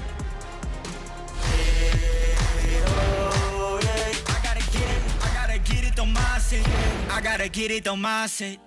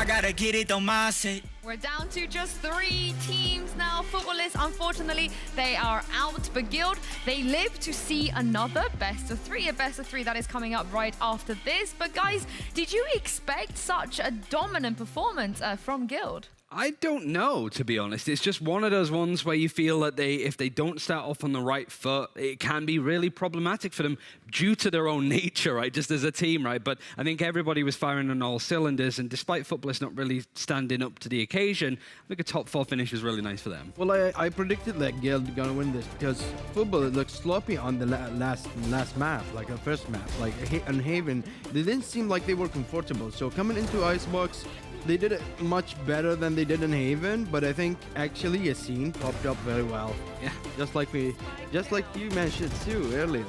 Yeah, he did. He had a really good day. And I want to circle back to something that Tom was saying during the cast, that it felt like, you know, midway through this map, especially after the first half, that Guild, Ryan, were just saving strats. They didn't want to show too much. Would you agree? I think so, yeah, because obviously now Guild go into that best of 3 against G2, who were probably noses to the monitors watching that, and like the casters kept saying, there's not much to take from that. I think a lot of it comes down to Guild just being better on the defense. Footballist, a team that loves to be in the post plant, could never get there because Guild had such a good read on them. I guess for Guild's attack, there's a lot to be desired. I think the big thing, even with the clips that we saw from Yassine, sort of missing a couple of shots with the op initially, or dashing forward into a player when you have the op, that wasn't punished. G2 will punish that. Yeah, exactly. Like, you cannot do these stuff against G2. They will definitely try to get any chance to just, you know, lowering the numbers, even the numbers, just to get that a small advantage. And coming to Guild came in this best of 3 series on Haven. I think they actually used a little bit of strategies on Haven, but on Icebox, it was definitely a demonstration of individual skills. We saw them, okay, the callouts were there, rotations were there, but actually, if we saw Guild right now going against G2, they went against each other a long time ago. Coming right now, the meta has been changed. Definitely the playstyle, not very much, because they both had the same roster. So probably we are going to see something new, that these two actually are hiding for each other. Ryan, I know you said that, you know, the top 4 finish for Footballers is a really, really good result for them, especially given the expectations coming to this tournament. Yeah. But the way that they went out, the fashion in which they went out, I think people will be surprised, right? Because given how they performed in the last few games, I think they were almost on even footing against Guild coming into this. Yeah, I think so. I think a lot of people will look at that and go, like, Footballists were just not very good. Like, Guild, they're an iffy team, so the fact that Guild were dominant against them, I think it's that Guild had just such a good read on how Footballists play. And remember, the big thing about what we saw from Haven is that Footballists were incredibly telegraphed. Everything that they did, every bit of utility, gave away the big picture of what they wanted to do that round. Guild know that because that was them weeks ago, and now they know that that's how bad it looks, their bad habits. They fixed that, but it's just those cases where when it comes to utility being used a bit too much, it has been a little bit iffy for Guild, and I just think that now they go into this series as underdogs. They did against Team Liquid, they got battered, but everybody seems to be getting battered by Liquid at the moment. I think G2, that series, they go in as underdogs, and G2 don't look that good right now, or they look a bit more shaky. Yeah, definitely. But I can see that also G2 are doing very, very well by combining their utilities. We did see Mixwell maybe underperforming a little bit, but I think they already have the solid ground that they need to actually go against Guild. I think it all depends on what kind of maps they're gonna play as well, because yeah, the pick and maps are gonna be huge. Don't get ahead of ourselves, guys. Don't get ahead of ourselves. We're gonna be there in a couple of minutes. Actually, more than a couple of minutes. But Tux, I want to say, how much of today was down to Footballists underperforming? They were performing like I don't think they were in the form. Like, we can see like all the players. Sometimes we can see like multiple players just underperforming. But I think today overall Footballists were underperforming. I don't know what's the reason. Maybe they didn't study Guild so well. They didn't actually knew that Guild have that amount of power. Maybe they underestimated the enemy. I have no idea what happened to them today. But all I know is one thing: they were so fast-paced. They never played default. They always went in, throwing these utilities that you said that actually gave Guild the opportunity to know what kind of strategy they're up to, what kind of rotations they're planning on. There's a lot of belief from Guild's performance today, I think. The big thing is, you know, like we keep saying, Futbolists, they want to get the plant down, they want to play post-plant. You would assume that Guild might go, okay, we don't want to let that happen, so we're going to try and face them as much as possible. The fact on Icebox, they were like, no, we trust in our players to do some crazy stuff. We also trust in our retakes and those kind of calls. And they were retaking a team that had only lost one retake against Supermassive Blaze and also G2 of all teams, right? The fact that Guild went, no, we got our game, we're focused on this, is very different to Guild that we've seen in the past. It goes, panic, Yoru, breach, you know, this feels like we know what we're supposed to do, we don't care who we're playing, we have our game. I like the Yoru. Yeah, but I want to see Draken like back pocket on the sands, Yoru. just Yoru. Harry's going to be really upset with you for saying that. He's a Yoru fan club member. But speaking of Guild doing things very well on Icebox, I know, Ryan, you've got a round to break down for us that demonstrates that. Yeah, I think it's, again, the belief. And I think when you look at your scene, there is a lot of belief in this play overall. But kind of one thing that we touched on when it comes to retakes from the guys over on Haven is just the timing of utility. So this is a difficult position to be in. You're in a 4 versus 3. You've lost 2 players in awkward positions on mid and also on B. You know it's going to be a B hit. First and foremost, what we see from Yassine doing here is actually, frankly, disgusting onto Moj. And Moj is a player that you need to keep an eye out, because in this position, Lothar will say it a lot when it comes to you want to be able to Sage Wall here, but if that gets broken or if you're under pressure, you got the Viper's Pit, of course, but if you can also get a flank into this position to just get timings on players from Guild from the retake, you're going to have a lot going for you overall. So Yassine knows that. He goes for an egregious duel. Safe gets brought back into the server, but it's more Yassine's movement here. This is fine scaling. He doesn't really check some of the angles, but he's not expecting it.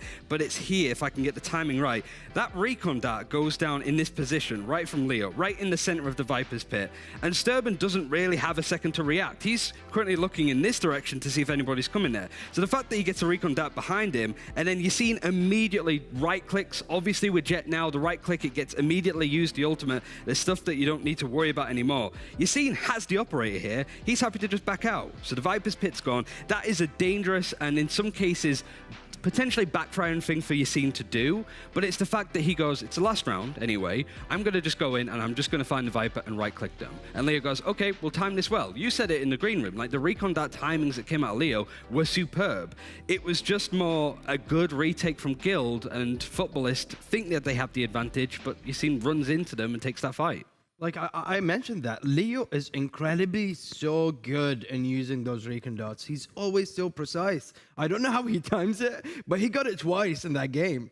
Yeah. If you remember in the A side. I'm not sure if that was intended. We mentioned that in the green room. We'll come back to that round because we know exactly what happens. Yeah, I mean, let's just get on to that one, because I feel like we all need to rewatch that. It was probably one of the most bizarre endings to a series, Ryan, that I've personally ever seen as well. Yeah, I've got no analysis. I just wanted to watch this one back again. So it's just, I've never seen this happen before. But of course it's bonkers. So in the position, like, I guess that you're looking at this.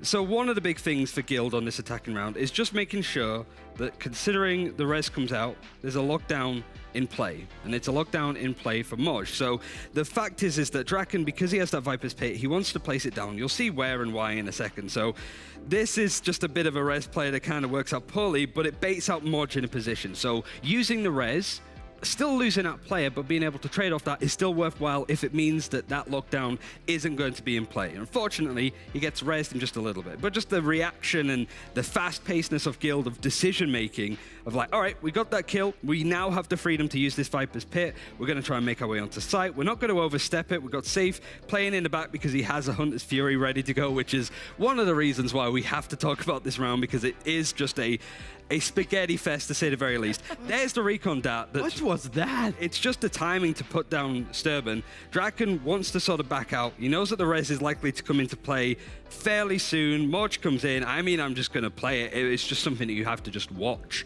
You can't even explain it in words, because the res brings in Moj. Moj now has the Killjoy. And it's good to talk about Bonker, because this, when I'm saying about like the belief from Guild and just the confidence to do these kind of things, the wall needs to be broken. Why is Bonker there? Of all of the places, free players. I'm trying to like scroll it, like free players get detained, but because that Hunter's Fury is there to protect the defuse, Kiwi kills everybody, but there's just no time. That ends a series and a tournament for footballers. I mean, as a Killjoy main myself, that's just a dream to be able to detain that many people. But the clock, there wasn't enough time for them, Tux. That was actually very smart also not to use, like usually the Sova players are gonna go for the Killjoy ult just to give their teammates a space. No, okay, you guys go get locked and I'm gonna stay at the back and use my Hunter's Fury to end it. Yeah, he's like, keep an eye out. We're gonna do something stupid, Leo. And he's like, I got you. Well, speaking of Leo, I think you guys are not going to be surprised by this. Tom and Mitch thought that he should be player of the match, and you guys at home also thought that as well because he is your player of the match for today. I mean, this guy, we talk about him over and over and over again, Tugs, about how young he is and how talented he is, but he's had a very, very consistent, not just tournament, but career so far. I think he's the smartest Sova I've ever seen so far. We have a good Sova in the MENA region. He's called Frankie. He's so good, but I think Leo just surpassed what have seen. Just a little bit. Are bit. you allowed to say that about the MENA region? I don't care, but I'm stating he's facts. That good, yeah. Yeah, he's that good. Like, 200 IQs for sure, man. Yeah, I just like that you could sort of put him on a donkey and he'd win the Grand National. He's just, you could put him on any agent and he will perform. It's nice to be able to be on that because he's always going to be involved. Like, no one outside of the United Kingdom will ever understand that. It's horse racing. Just made. Fine. I love it. But yeah, very, very good for Leo. But I know, just really quickly before we head to a break, I know, Ryan, you said that some of the stuff we saw from Guild, they're not going to be able to get away against G2. But does that apply to Leo? You think the things that he was doing, he wouldn't be able to do that to G2? I don't know because he's in that passive position. That's why him on the silver is so good because he's late involved in rounds. Not quite like Hiko levels where he's just going to wait in the back line and just let everything happen. Like that is a very unique example of what we saw with Hunter's Fury, but he can also sort of follow up on his teammates. Like he's usually cleaning up after people like Yasin, let's be honest. But the fact that Yasin's getting those kills anyway, it made him and Safe Stay very easy, and I'm sure Yasin's going into this with a lot of confidence. It's actually, I would say, Leo is playing a game of chess, and he's just so good at it. Because he just sits at the back, analyzes everything, and just goes in. Yeah, well, we're going to see Leo again pretty shortly, and we've had some pretty good competition so far at LCQ, but you guys haven't seen the fiercest one yet, and that is between Tux and Lothar, brought to you by our quizmaster Zesht. What would a studio production be over here in Berlin without a proper quiz? But we're not taking on lore this time. It's stats, and for stats, I got the right kind of people with me. On my left, we have a little bit of a premiere. It's obviously the big brain from Bahrain. It's Tuxedo, who's not in a tuxedo. It's a rare sight. I mean, you're always properly dressed, but sometimes you have to take it casual, of course. But who am I to come up with any kind of quiz regarding stats if I'm not talking to the human database of VALORANT? Obviously, it is Lothar. I couldn't be more happy to see him. What has been the first VCT EMEA game we saw excluding qualifiers? That's a tough one. Well, we have a few options. G2 versus NIP, Guild versus Monkey Business, Wave versus Fnatic. Okay, that's option A. Is it option A? What's your guess, Tuxedo? Option B. I gotta give it to Lothar. I'm sorry, Lothar is absolutely right. It was G2 versus NIP, and it was actually G2 being so successful in 2020, and then having their first big loss in VCT EMEA was 1-2 versus NIP. It was disastrous for many fans. Great. I mean, that's the first point for Lothar. Let's carry on. Which player was the first to ever receive a 300 ACS rating in a best-of-3 series?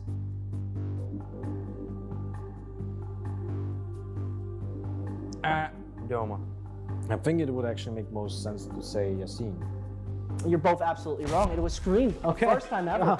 The most obvious answer was the actual answer. Yeah, but you know, it's still working for you, Lothar. You're still slightly in the lead, but nevertheless, we got more coming up. Who has been the most successful clutch player by percentage throughout all the EMEA Challenger playoffs? I will settle with Who you're selling? Logan.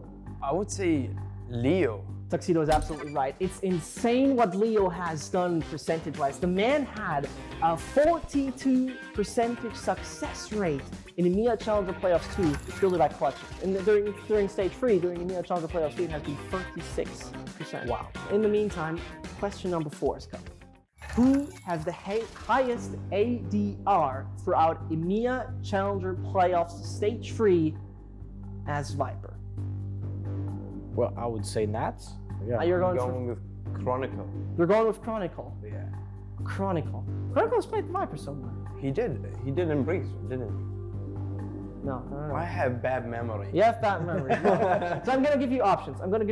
So, Draken, Angel, Nats. I'm gonna go with the Drake. You're gonna go with Drake. Yes. I guess you're sticking, right? You're sticking. Yeah, right? I'm Understandably, sticking with 100% understandably. It's wrong. I really got disappointed. He's right. He's actually right. 176.5 average damage per round. But to give you that, he had a significantly lower amount of rounds played. Yeah, that's what I thought. He played like one map, I think, Viper. Yeah, and Angel also on the list, who was like second best, had played 17 rounds. Well, you know, I'm a fan of Nats. I'm not disappointed that I supported him. Who isn't? We obviously go further, and this one is a lovable question. How many teams in Masters Berlin have played Cypher on Binds? I'm not sure, but I think it's only 2 teams that actually played Cypher on Berlin. That could have been actually 0. You think it's gonna be 0, Lothar? Yeah, okay. Okay, you're gonna stick to 0? Yeah, I'm gonna say 0. Okay. Yeah, I'm gonna stick with 2, yeah, I'm guessing. 0 is the right answer, Lothar. 0 is the right answer. It is actually correct. Now though, we have a question that is tailored for Tuxedo. So during Strike Arabia, the team prior to LCQ, we saw a man rocking the stats table with 250 ACS. His man is Shadow. His main agent has been Jet. But what is the second agent he played throughout the tournament that made it possible that he got that ACS? I know the answer. That was Raze. I would say Sky. It's Yoro. It's Yoro on Breeze. Yoro on Breeze? Yoro on Breeze. The final question coming up now. And what amount of kills has been the highest amount of kills achieved in a single map? We got 31, 37, or 42. I think it's 37, and I'm not sure which match was it, but it was also overtime. I mean, I remember the game between FPX and Forza on Bind, and that was like 24 to 22, so it's a lot of rounds. I think it would be 30 minutes. Okay, all right. Tuxedo, you're right. You're absolutely right. 37. The thing is, it was exactly the game Lothar mentioned. All right, this has been our quiz. This has been obviously some interesting statistical facts, and we obviously had some excellent guests. I hope you liked that one. And if you have some other questions, just go ahead and type in the comments. We might use them next time. We're going to see you there.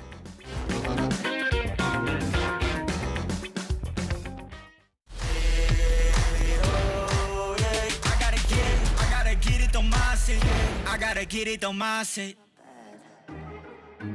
Must have been a dream last night, but I can hear what you're saying. You were shot to death last night. Where's my cup of coffee? I was dreaming something bad last night. Can't you hear what I'm saying?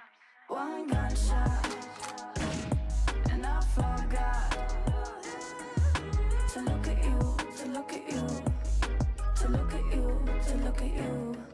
2 gunshots, and my thoughts. We're not with you, we're not with you. We're not with you, we're not with you. You were shot to death last night, and I thought of someone else. Didn't care about your life last night, at least less than about his. All our dreams were shot to death last night. I see the clock stand still. Nightmares at your heart sometimes, but this is unbelievable. One gunshot, and I forgot to look at you, to look at you, to look at you, to look at you. 2 gunshots, and my thoughts. We're not with you, we're not with you. We're not with you, we're not with you.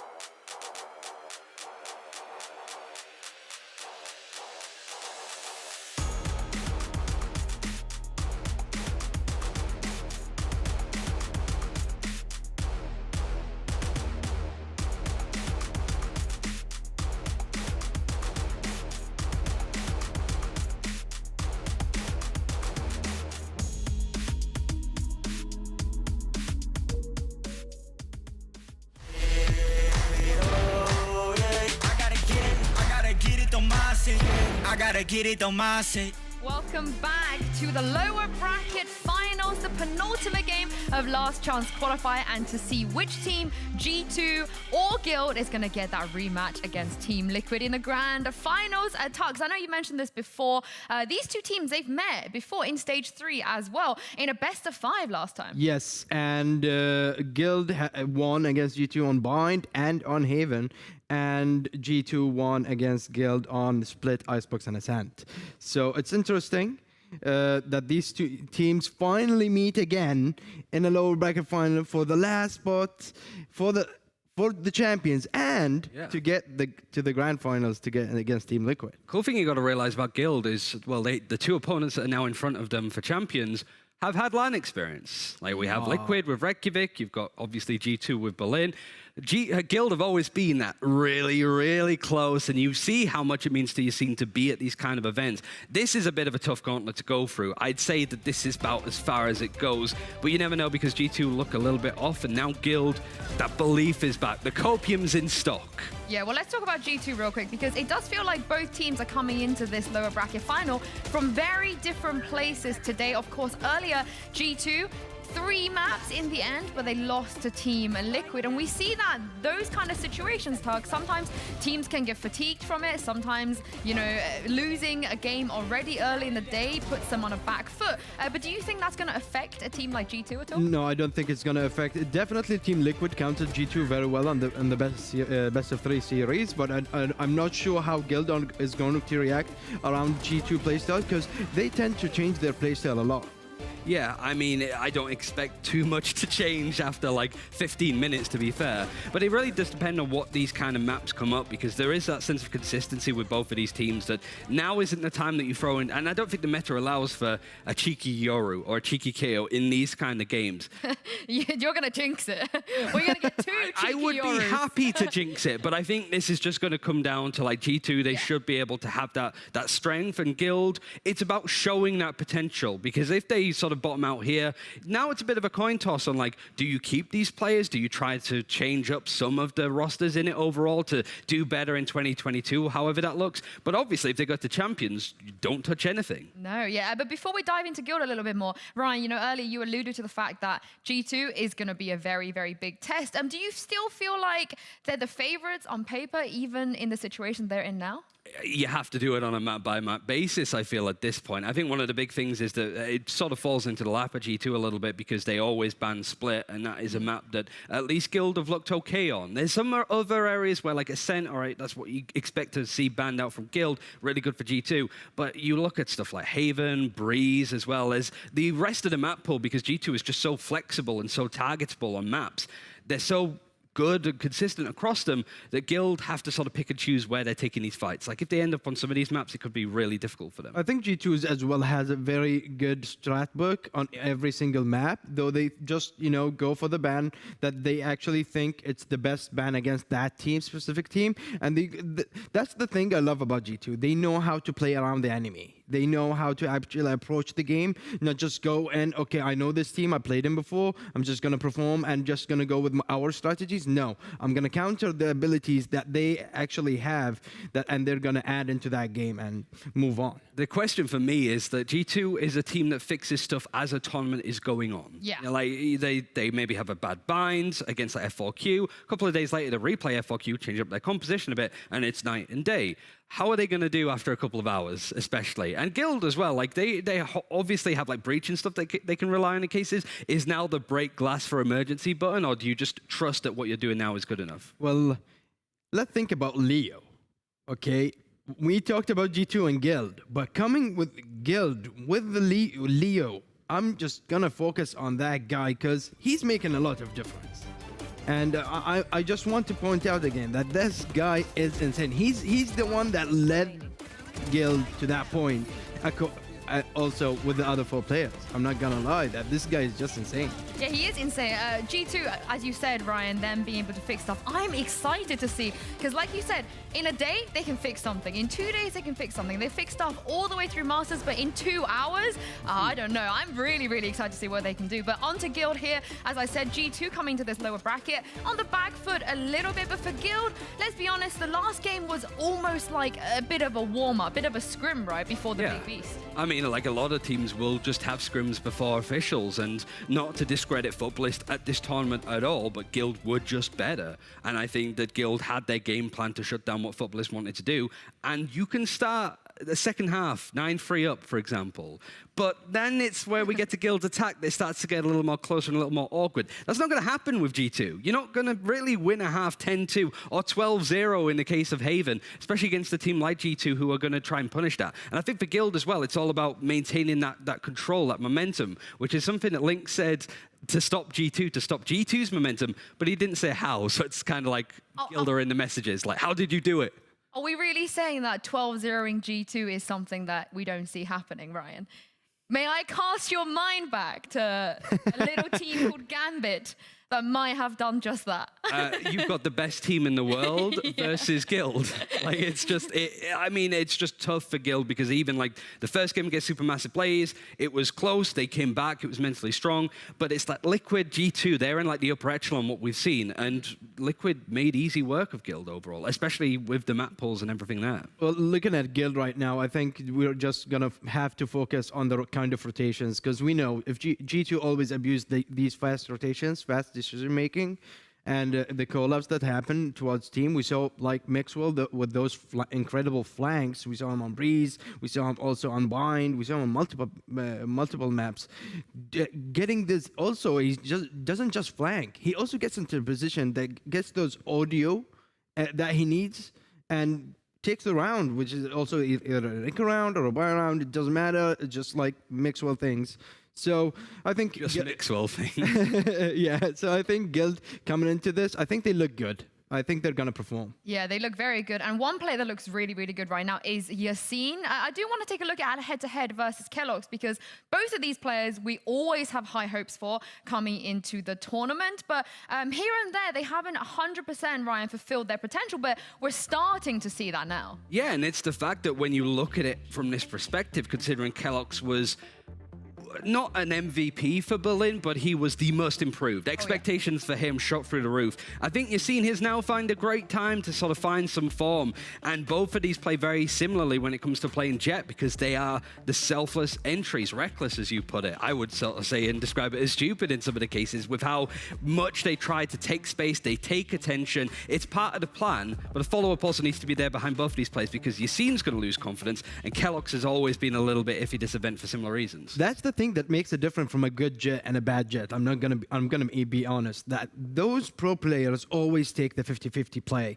the high risk, high reward thing. So I think that's actually very important for any pro player to have because if you get those kills, those entry kills, those frags, you're gonna help the team a lot, create space. And that's with the agent as Jet. That all her utility is just to escape. Yeah, I think one interesting thing about it as well, I just realized is I think Kellogg's is the better Jet. In comparison to Yassine, I think Yassine's a better raise, and we do see a little bit of that. I think Mixwell's going to be taking up the reins, and he's another player that I think Link didn't have many kind words to say at the end of it. But I also think that Mixwell is the kind of player to bounce back very quickly. So. Oh, 100%. He's got so much experience. He's been in this position before. But we're going to talk about the map vetoes. I think you spoke about it already in terms of the perma bans. You know, Split and Ascend, they're the ones that we are expecting to have it taken out of the pool. But my question to you, Ryan, is if you're G2 and you just watched what happened on Haven, on Icebox, do you want to dodge those? And if so, if you're a Guild, how confident are you that you can also beat G2 on those maps? Yeah, it's a tricky one because I think G2, they came into this tournament wanting to play a lot of Icebox. Yeah. But because of the results, losing to Futbolist and all those kind of things, they've sort of veered away from it. But G2's map pool is vast. I think you can even look at the Haven game and go, we can take them on that map. It was close against Liquid, but realistically, Guild weren't tested against Footballist comps and stuff like Bind as well. Like, this is something that G2 won against Liquid, and Liquid dumpstered on Guild. So they have the buffet of maps that they can choose from. I would like to break that. G2 is really good on using these utilities, like getting the smoke and the shuriken darts and like a good timing and getting those, for example, snake bites and getting to the execution position into sight. They're very, very well trained on that. That's what I'm gonna call it on G2. Though I think the difference between them and Guild is Guild are very good. Okay, they're all right, above average for sure as a team. They got here right now facing the third best team in LCQ. Yeah, I know. Like, they're above average. They're above average in using utilities. I'm just gonna, like, yeah, definitely Leo there, but yeah, they're good at teamwork. They cover each other very well. They're a family. Oh, please don't. I can't. The meme, the Fast and Furious. Yeah. That's what Guild are. You see, he's just got a picture of Vin Diesel. If they're gonna win, it's probably definitely gonna be family. Well, okay, let's with that in mind, let's take a look at the picks and bans for today and see where we are going for this last best of 3 in the lower bracket. As we predicted, Split and Ascend are taken off. Bind picked by G2 is a no-brainer. Guild going for Haven, they're very confident, I feel, after what happened earlier, and Icebox will be the decided Tux. What do you make of these 3 maps? I'm not gonna lie, but I really want to go to the third map because the third map is actually gonna prove to us who's actually better. Since we know Icebox strategy is almost the same, walls, same, Killjoy, tube, whatever. It's all the same, it's just all pure skill. It's a favored map for both teams as well, Icebox. It's a little bit weird. It's the last one. It's just Guild. Yeah, go ahead. I think we can take them, guys. But we really haven't seen that much from them on that map because they changed the composition. We've seen them once, and it was a 12-0 attacking half, defensive half, even against Footballist. Maybe we sort of see that come out, and maybe Bonkers Omen can bear a bit more fruit because I think him versus Evolver on a controller, that's a tough matchup. Yeah, I think there's definitely a little bit of a gap there in terms of the experience as well with both players playing those agents. But let's talk about the first map here, Bind. When it comes to these 3 maps, I feel like, Tux, that this one is the one that heavily favors G2. So we compared Yassine and Kellogg's. Now we can compare Nuki and Yassine because it's Bind. Raises, and we know the Raze is going to pop up from both of these players. Yeah, I mean, that's the good utility overall to see from them. But yeah, that Liquid loss stains me for Guild, and I'm sure G2 looked at that specifically and went, that's why we want to pick this map. Yeah. Because they beat Liquid just now. Yeah, and would you, like I said, would you say that this really heavily favors G2 out of the 3 maps? And one thing I wanted to check is just the sides, because it was the defense for Guild even that struggled, because one thing that Boaster said for his watch party, by the way, hey Boaster, is just that Liquid were not running with a flash. They weren't playing with a Sky on attack, and yet they were getting clear sights almost, which is fine if you're playing for retake, but we still saw Guild players standing on sites, trying to hold lamps, trying to hold like the little box around the corner, and still without flashes, without utility that should scare them.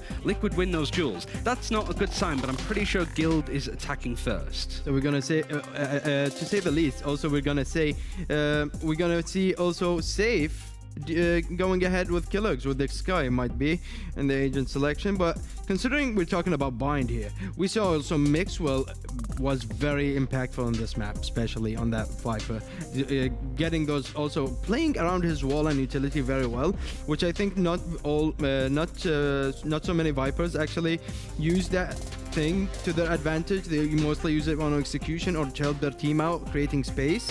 But he actually does it very well on actually rotation. G2 also on Bind, they're very good on using the teleports. Yeah, well, I mean, Lothar's going to beg to differ when it comes to the teleports, but Agent Select is ready now. Let's have a look. Mirror matchup, I feel like this is what we're expecting, unless one of them decides to wildly go out of our expectation and do something funky. On Bind. I don't know, maybe not that one, maybe anything but that one. Coffee for OBG on the Euro, that's coming back in fashion. Oh God, can you imagine? Tens as well. But yeah, so the mirror matchup, we're going to see you guys mention, you know, the Raze versus the Raze, the Sky versus the Sky, the Viper versus the Viper. But I want to quickly ask you about the potentially having the Astra versus Astra, because those 2 players even play this agent pretty differently. I mean, the amount of experience, like you said before, is the big thing as well. Like Avova, I think, has cemented himself as one of the better Astros, not only in Europe, but across the globe. For Bonka, he feels like he's only just started playing it, really. Like, Mixwell is going to be going up against Draken when it comes to the Viper off. I really like Kellogg's versus Safe on the Sky. Leo on the Silver is going to be matched with Coldamenta. And yeah, like you said, mirror matchup, but all of these fights are so individual with like how Yassine approaches playing the Raze in comparison to Nuki. And then you also have Leo, who is the MVP for Guild, going up against the IGL of Coldamenta. It's just a completely different matchup with how these two teams play, despite playing the same comps. Exactly, and we're gonna see the both teams playing with the double initiator, double controller composition, adding up with the Raze, and we don't see that quite often. We usually just see the Jet right there switching up things up, but we see the amount of damage those two teams have, considering utility, nades, snake bites, all of these stuff. It's definitely gonna be it's gonna be a massacre. It's gonna be like those teams gonna go head on. I feel like there'll probably be slow-paced, maybe playstyle coming from G2 on attack, but I think once Guild get on attack, things are gonna get really, really heated up. Well, you know what? I'm going to ask you. Who do you think is winning this one, guys? I don't mind so long as it's a better scoreline than a 13-6. Like, if it's like a 13-11... Cop-out answer, right? All right, I think G2. But if Guild can make it like a 13-11 or a 13-10, obviously it's going to be heartbreaking. But I think that's still a nice bit of confidence to go into Haven with. If they just get like beaten 13-3, that's tough to come back from. I believe in Yassine Raze, and I believe in Leo's backing him up with the Raycon Dust, to be honest. And with Viper Walls, with the Viper utility, I think they can push it through. So I'm gonna go with Guild. I really believe in them going against G2 on that map. So I just wanna see the match and see how my prediction will go. I want to see the match as well, Tux. And with that, also all of that said, Tom and Mitch, I know you guys are also very excited to get into game. That we are. We're ready to jump right on in. These players are riled up and ready to go. Tom, where's your prediction going on this one, though? G2 or Guild? For this map, I think it has to be G2. Like, I think going into this map, especially once they changed back, bringing in that sort of Viper in once more for Mixwell, this has been one of my favorite maps, if not my favorite map, to watch G2 altogether. So I'm excited to see how they're going to perform in this one. I'm also looking forward to seeing what Guild are going to do here, because they should have expected this map coming into the pool with how good G2 are on it. Yeah, you definitely expect it. Here on the defensive side, G2 will get the start, and they're looking for a little bit of B-long aggression, but they're going to spot that there's no one here. Guild are looking at the other side of the map. It's the A site that they want to take. They've got a little bit of bathrooms control here. That Viper wall can be very dangerous when it comes to pistol rounds. It puts you so down low. Blast packing in. Yassine is going to take over control of Lambs, but look at the early flank G2 have coming in. They're already pushed all the way down middle, but that plant's about to come through. It's a lot of information, but with the amount of time that it's actually taken for them to get back into spot, their opponents are now watching for it. You can see Kellogg's flanks has already been spotted, but it doesn't necessarily matter because G2 are finding all of the kills. Yeah, just running over them at this point. Good shot from Drake, and with the right clicks coming in, a couple of these players still going to be pretty low. I love the stun going through, the push right after. Bonkar caught up close, but they don't know he's here, and he'll jump through to catch that snake bite down, and this makes it a little bit easier in theory to take these players out, but with just 5 HP for Drake, and it's only a matter of time as Avova picks him up and the defuse already halfway. The first round will go to G2. Yeah, I mean, enjoying already how proactive G2 are being. Like, it's one of those things, especially with Kellogg's now switching away from the Sage and moving over to the Sky, that like he's going to be finding more information for the team, and I think it's just a better fit altogether because him normally is about taking space, being more aggressive, being more proactive. Sure. So putting him on an agent where he can fix that, and then also having Mixwell, as said, like on his Viper is always going to be a little bit more of a player. Like also, again, finally getting UK back on his Raze. Like we see him switch up a lot of the time now, but this is the agent which basically made me excited about him within Valorant at least. Oh yeah, most definitely. I think when it comes to... Hold on. This is about to be a push through here with the drone. Safe's in a lot of trouble and he gets picked off. I love that approach from G2, combining those two pieces of utility, getting rid of the danger of peeking into those closer range angles, but Mixwell's now in trouble himself. Look where Yassine's made it to. He turns around at the wrong moment though, caught unaware. And that's going to be a two-man advantage for G2 to play with now. Damn, Mix almost got killed off just by the 2 shock darts alone. Leo almost pushing and pulling. Unfortunately, without that kill, it leaves them in a horrible spot. Bonker, 1v5, both players in front of him alone, but they're just spamming him straight through the smoke. It is a flawless round coming out for G2, which, well, you can kind of expect in these sort of bonus rounds. But now this is where the game should actually get a little bit more interesting. Yeah, most definitely. For G2 in this round, I think as well, they might have been able to pick up, well, they were able to pick up the judge. The question was, did they? By the looks of it, no. I mean, you can use that judge, obviously, inside of Hookah very, very well. It's going to be a lot more valuable than a Spectre in a round like this a lot of the time. But with G2 having themselves that 2-0 lead and Guild coming in on pistols after a decently heavy buy in the previous, it should be a nice little 3-0. We don't really get into the meat and potatoes of the game just yet.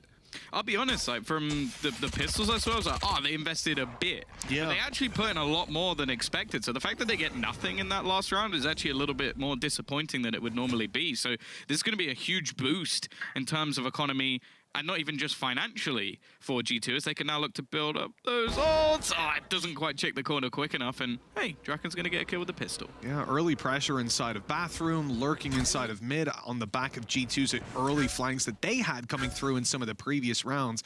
I like that counterplay from Guild. It's conditioning G2 now that they cannot take that space as freely as they thought they could, and obviously with the man advantage now swinging the attacker's way, it's going to make the rest of this a whole lot easier. What was that shot onto Kellogg's?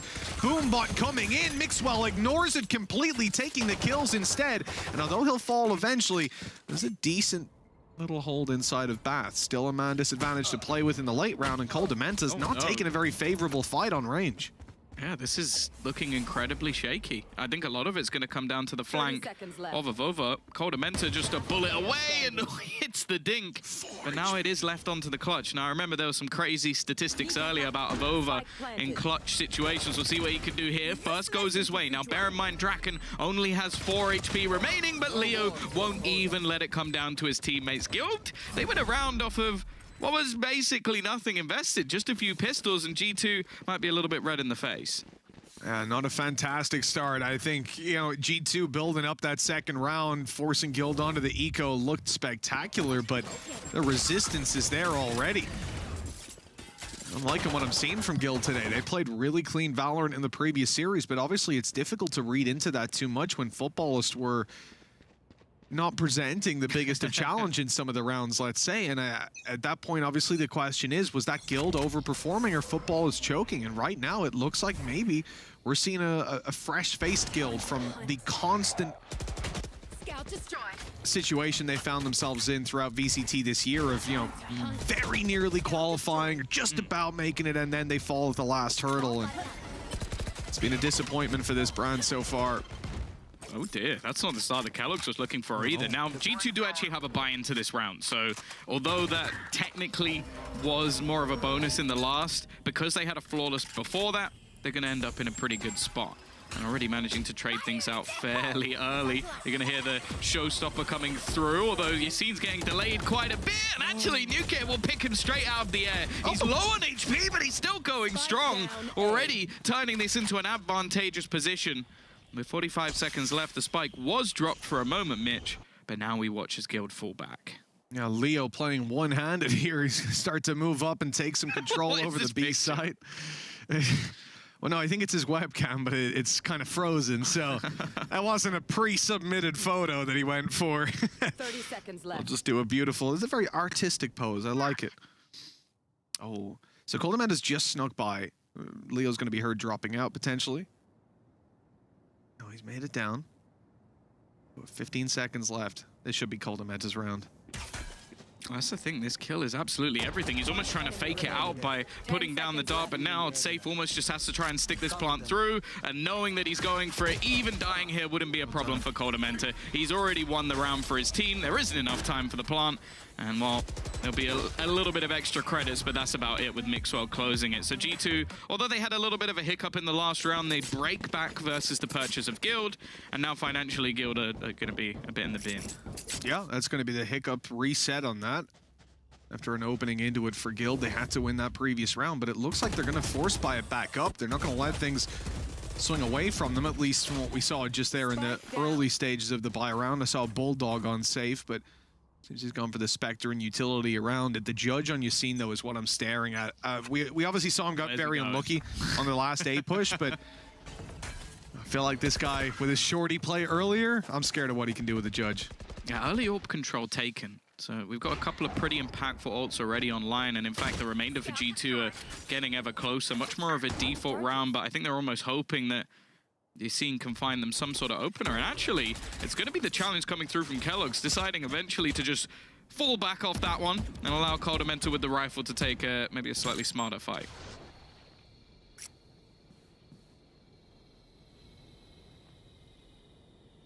Both Seekers online, one for each team. I was going to say, feels like they'll be used eventually in a slow round like this, and there you go, popped up. Reveal Yassine up close. Yeah, he was trying to destroy them for his teammate there, just in case someone thinks he was having some sort of hallucination. Obviously, you can see Euroone coming, but not the others. And now here we go. The push out towards site. Yassine with his blast pack's probably going to try to close the distance and pursue them. He's on his way already, but he's caught on the way. The Hunter's Fury popped, won't find the connection at first. We'll see with Yassine dying, but Bonkar gets hit down to 45. Time going to be a constraint for them here with 30 remaining. A late flank coming in out of Leo. And he's giving away that he's still here. So he's not going to be able to get the jump on them. In fact, Leo's going to fall, and they need someone to take some space. It's Draken that they look to, and the Viper's Pit comes online. It's activated now to stop those rotations from coming through. But look at the position that we're seeing out of Mixwell. He might be able to catch them off guard here. As he comes around in towards Bath, he's very conscious of safe being in this position, and there's the frag. Okay, 4 versus 2, but you're playing against a Viper's Pit, and that's never going to be an easy closeout. I think he's actually going to let it drop, though. Wants to try and get back for the after plants, which are going to be spam. Bonker still trying to play around all of this. Utility has just got completely lost at all of the smokes, and although we're finally going to see those snake bites fall, I don't think they're going to buy anywhere near enough time of over, just sticking at least to grant it to half. And now Draken needs to come all the way through to try to do something, and he's already been picked off. Beautiful stuff as we go 4 for G2. And 4 players left alive, considering how low a lot of these guys were. Obviously, a little bit of tanking of a snake bite in there as well, but it's still a decent round. The fact they managed to get in there so cleanly, Mixwell just cutting off that the lurk coming out of safe inside of bathroom, and then they deal with Viper in the late round. I like what we're seeing from them so far, but it does feel like Guild they've tripped themselves up a little bit. We've seen the second round force buy not go their way. They got an opportunity back in. That doesn't go their way. This round here that we just saw falls apart as well. And now you're looking at an incredibly strong lead for G2, with this one being an eco out of Guild. Okay, see you later, safe. That's the thing as well, like, I'm liking the way that we're seeing some... Oh, no. Oh, no. That's got as bad as it could have done.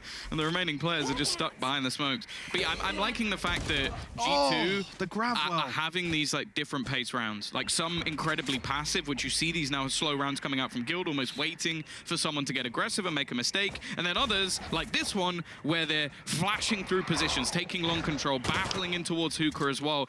They're almost not giving Guild any sort of break in terms of them having to consistently switch up how they're playing each of these rounds. And as of right now, Kellogg's is just going to walk through and almost earn his ultimate up once again. A round that we don't expect much damage, but a dent in the G2's economy would have been nice if Guild had have succeeded on that front. Leo started out on the first map of the previous series 9-1. He was dominating in duels, and now he is looking a little bit shaky to start with, but still plenty of time for that to turn around. The early half has gone G2's way, that is for damn sure. Now Guild need to be flawless. They need to bounce back on into this one. So let's throw some numbers out there, Tom. What do you see for this to be an okay half for Guild? Taking into consideration G2 on bind and how strong they are. How many rounds do they need coming out of this one? I'm still looking at like at least 5. Like I want to see that. Yeah, because at this point it's looking pretty bleak. But I think especially with how Yassine's probably going to try and be as aggressive on the defensive side, he needs to show his real impact on this half. And as of right now, well, it's not really been there too much at least. And G2 are looking very, very comfortable. Also, I think G2's attack is fantastic. Oh, 100% agreed with you. And I think you have to look at Guild in this situation and say, well, you said 5 rounds. Well, Tom, if they lose this one, then 5 is probably the best they can get. Because their economy is, again, going to be challenged heavily coming out of this one. I like these shock darts. We see it very commonly in these days, whether it's to stop an Astra, a drone, or something of the sorts. Kellogg's up close, flash around the corner, well timed. Another one coming on through. They're not going to find anything off the back of it. In fact, he goes down to a blast pack out of Yassine. That is a strange engagement. Yassine from the grave getting a kill. Yeah, they're consistently trying to use the teleporters as well, but they haven't really been baiting any of the rotations from G2. In fact, the second they tried to use one, a snakebite goes down. Mixwell and Draken have actually passed like ships in the night, but it seems like Mixwell might have a decent idea of this. So although the cross has been taken, he's now almost this rat in the corner. The fact, though, that Guild have gone back in the other direction, though, leaves a lot of this onto Avova. 15 seconds left. They're pushing the B side. Avova has it all to do, and he's been spotted now, having to get out of the corner. Shock darts coming his way. 5 seconds are just about on the clock. The plant comes in. If Avova could have stopped it, the round was done, but now a retake has to be mounted. 2 versus 4. Nukia has a showstopper, but do you want to commit it? After spotting a player in the corner, he does, but Safe was already out of there. What was that shot? Okay, well, that makes up for it. Now the round is doable. I don't think they go for a save just yet. You're going to try to force one more kill out of this, and all Guild need to do is avoid giving that duel over. And, well, they've actually won the first one, so that's nice and clean. Team Ace out of Guild, 5-2 we go. And, well, they found the attack round they needed to. Yeah, these rounds still feel very uncomfortable, though. Like, they're basically trying to bait out the rotations, and the calling from Bonka basically has to be perfect, like absolutely perfect. And in this round, I'm pretty sure it's as good as it gets. Like pulling the rotation in one direction, you had the noise being made by Draken as well on the other side of the map, and leaving just one player to try and defend it. But you kind of look at that scenario, if one piece of utility is missing, if Avova even gets a single kill, maybe they run out of time there and the round slips away. So they're running on incredibly fine margins, and although that was a very solid round, I want to see if they can do that consistently before I get too excited. Yeah, exactly.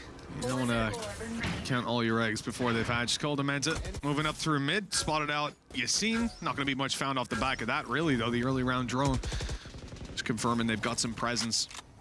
The same is spotted outside of Bath. This is just a default out of Guild, and I think G2 will have that read as well, having seen and heard the utility inside of Bathroom, having spotted the players in middle as well. But Guild will late move towards this A site.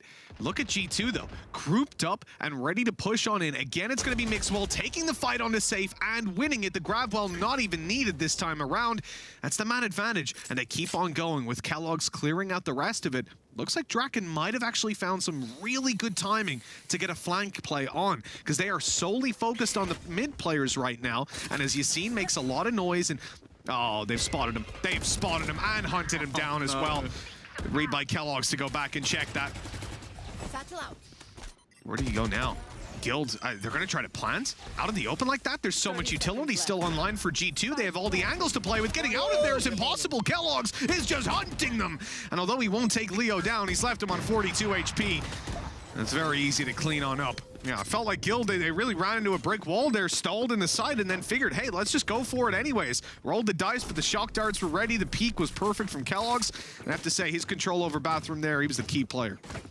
Yeah, and I think that's something that G2 do incredibly well in general. Like, they put a lot of focus there, having the screen in a lot of rounds, and Mixwell having a focus to try and almost deny it with snake bites. But then they have that more proactive approach, which they've had on both sides of the map now, where Kellogg's is just going to try and deny that control away from Guild, and you can see how difficult it is when you don't have control of the bathrooms to actually get any sort of after-plant scenario there. Like, they were almost hoping for a hero play or a miracle to try and drag home that round. 6-2. The buy is weird. I'll put it that way. A couple of players with pistols, and then Safe's actually got an operator. There's the op bringing out over on Nukia's side, but he's not really able to find anything with that. You know, you see the drone coming through, the missed shot. It gets me a little bit nervous, but with it being Nukia, you have to give him the room. You have to give him the faith. They're going to have a Cosmic Divide coming up, clearing the site completely. But again, Safe's lurk play. We've seen this guy again and again try to get Bathroom control and lose that duel to Mixwell. Turns out that operator you mentioned earlier, Tom, was all he needed to win that duel in the end. And they've used the Cosmic Divide as well to actually grant them the plant. And although there's a little bit of utility, I feel... Oh, actually, that's got Yassine. And now I'm starting to watch the position of Kellogg's, because they're almost trying to set up for the after plants already, but Safe is just so aware. This operator really has been the be-all and end-all of this round, and it comes down to whether or not G2 can make the retake work. Okay, good play by Avova, still clearing the corner. That's at least going to be the first, evening up the numbers a little bit. But Hunter's Fury online for Guild right now. It's just going to be used up in a moment to fully clear it out, but they've already gotten it halfway. Now things get a little bit dangerous. He's going to hold it, knowing that Snakebite is down, but the clock isn't really in their favor with the halfway defuse. They've got to push quickly, and they won't get there in time. Diffused from right under their noses as G2 get away with 7. It's got to be frustrating as well if you're safe, because that was a really solid round from him. Opens things up, catches the flank, denies his teammates from being killed, but it just seemed like, well, if anything, it was the crucial kill onto Bonka that just meant that G2 had enough control that the remaining players could kind of hold things back, and he didn't really have the positioning to deny that plant. So, yeah, it's maybe a little bit more of a fumble for Guild than a victory for G2, even though, well, they still had to get all of the kills in the retake, and they still had to get the defusal through. It was a round that felt very unlikely to go G2's way. You look at all the factors going their way, but it feels like just a mistimed Hunter's Fury. They're safe down right away. Nukia peeking out this time on the B side. And the kills are swinging easily in their favor. With pistols in hand, Guild will realistically be lucky to get away with 2 kills. And although they've already dealt with the first and the operator is down, Bonkar on 17 HP and Draken with a Sheriff, it doesn't feel like this is going to be, like there's going to be much more done. Yeah, I guess for Draken, extra ult orb would be nice. Like get himself maybe a little bit closer to the Viper Spear.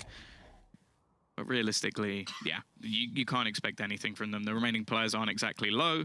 All weaponry is still in the hands of G2, and they even have a couple of stars ready in case there is anything spotted, and Kellogg's is looking exactly for that sort of play, although they do seem like they might have actually managed to bypass some of his positioning. I still don't see them getting anything done, and well, Nebula's going to form just before they try and push out.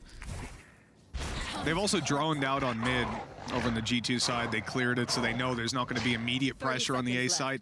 These players on B obviously much more conscious of it. That's why you see Kellogg's popping out the Trailblazer. Still has a flash to work with as well in case he wants to clear it out, and he'll be caught in the open. That wall now gives them cover to cross over towards side, and things get a little bit scary at this point. Oh, things get very scary with Mixwell going down.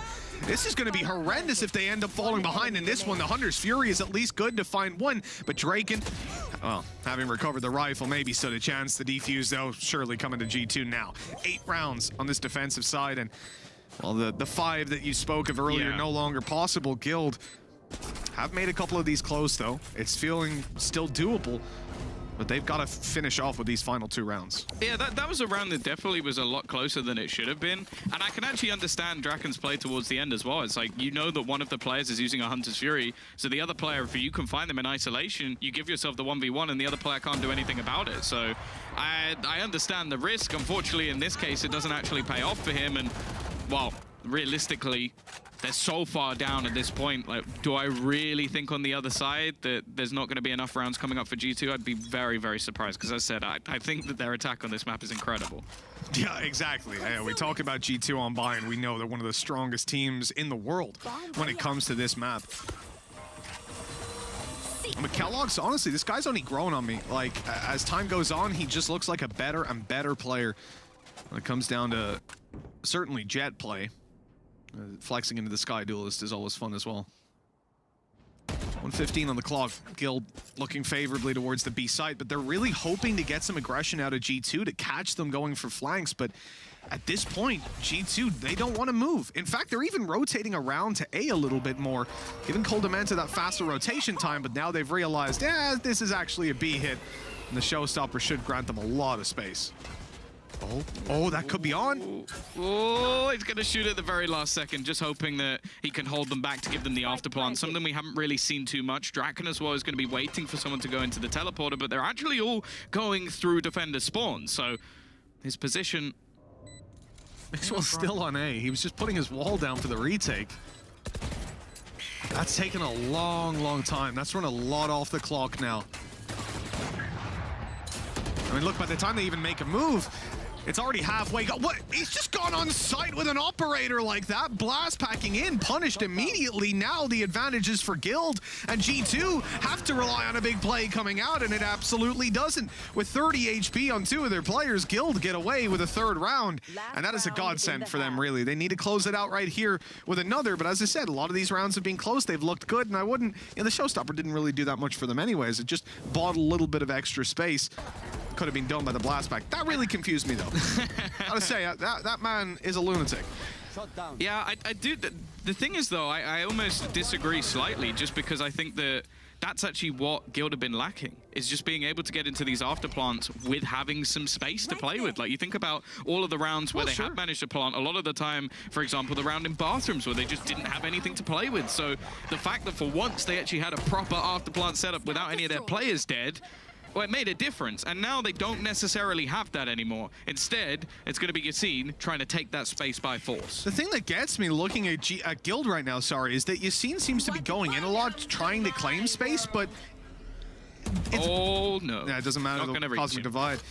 The problem is that there's not really a follow-up a lot of the time. It feels like he's going in, and if he dies, no one's ready to trade. They're not immediately seizing the space. We saw it just here in this round where it took quite a while as well. With Nukia down in the final round as well, that's Showstopper taken out of the equation. Mixwell not on a good range to take that fight. As he falls, Yassine popping the reload, has a little bit of cover. 2 players here ready to take down Cole Dementa. The nade was at his feet, holding inside the smoke. Safe is good for 1, and they'll easily close out of Ova as a really nice round from Guild. And 8-4 we go.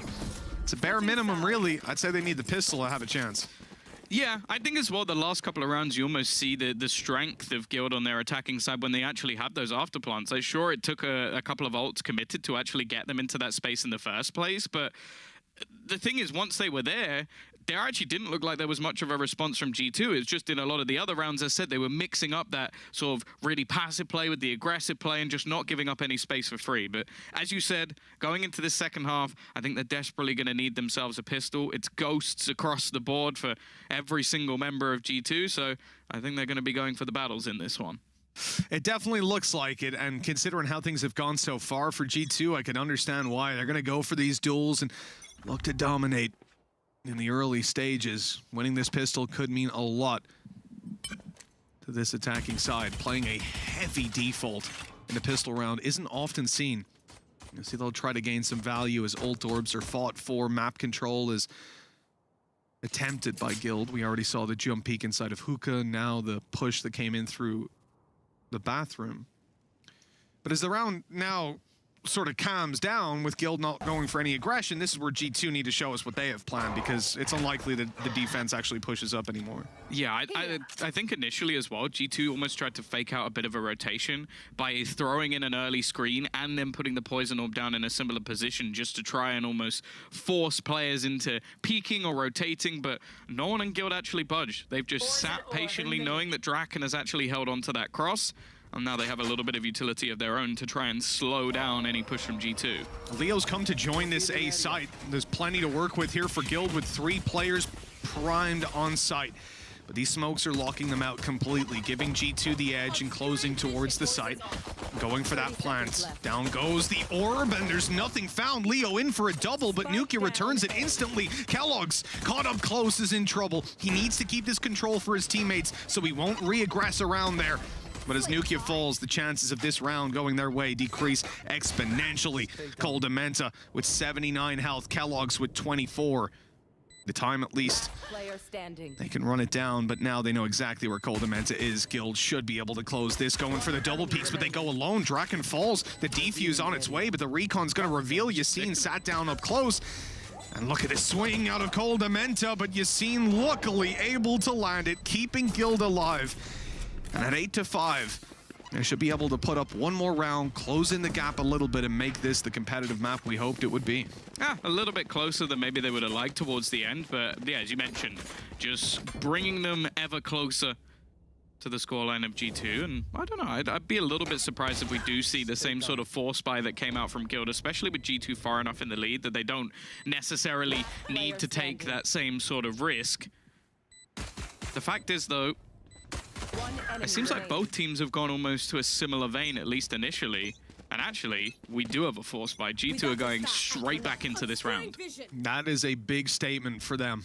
Obviously, we saw from Guild, they invested heavily into round number 2 and didn't find anything with it. And here on the attack side, going for that kind of a play usually means you've got a big plan ready to roll with. I like Guild's counterplay on this Viper wall. So there's a Viper wall from G2 allowing them to get Lamps control. We saw this from Draken in the previous half, but they've got these Astra Stars down to really stop you from doing anything. As soon as that wall goes up, they can pop the one-way smoke, play on the other side of it, go in for a gravitational well, and start spraying on top.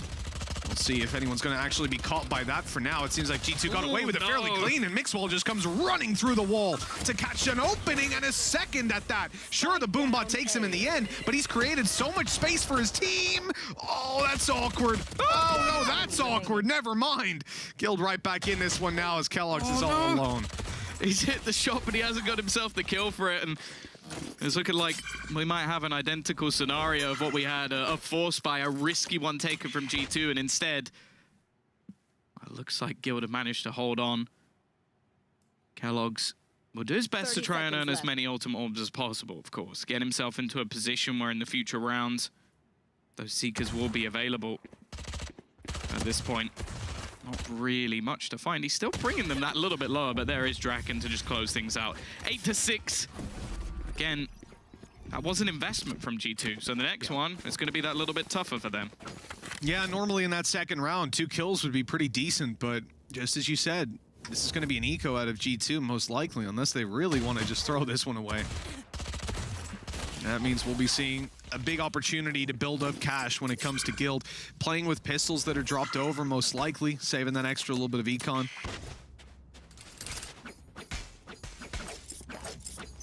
They have actually gone for reinvestment into Spectres, which is interesting enough, because I think some of these guys should have secondary pistols from the previous round. Well, let's see. Guild managed to win this round last time, so I don't know. Maybe G2 are going to be able to do it with the pistols as well. Mixwell is going to force Yassine back. The drone already pushing through, but isn't really going to grant them much with the Tiger going back in response and just slowing down this push at least a little bit. There's already 3 players ready and waiting. In fact, it is going to be the full rotation. They're going to try and gamble that somebody has been pulled off of this site. But again, in these sort of rounds, there's not really any need for Guild to take any risks. So they're still going to have a couple of players here. In fact, even bringing over Leo for support. Sheriff's up against Spectres.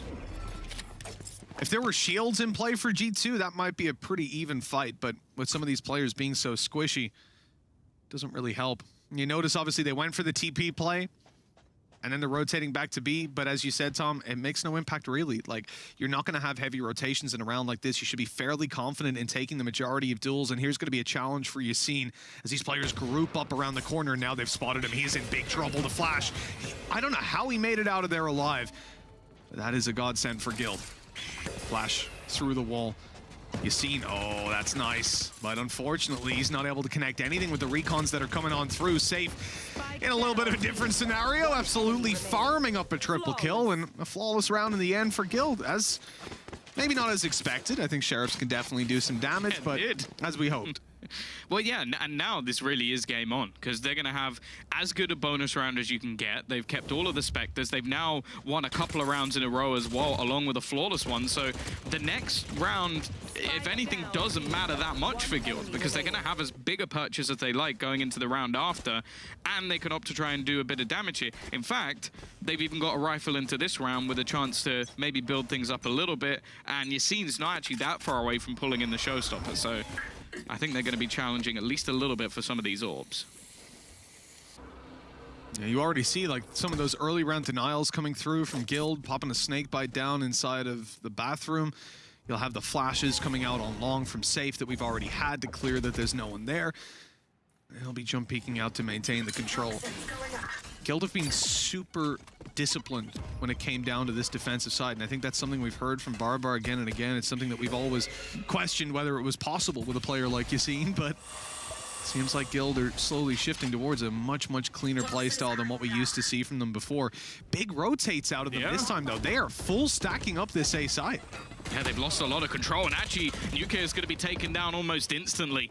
Coldamenta trying to take a little bit of extra control, but Draken and Leo combine, and they're just pushing straight out. Leo with a triple kill in their bonus round, leaving Mixwell in a 1 versus 4 to try and turn this around. This youngster is unbelievable. A quad kill to even up the scoreline on the map choice of G2. And with such a commanding lead now dwindling, Guild might actually be in the driver's seat.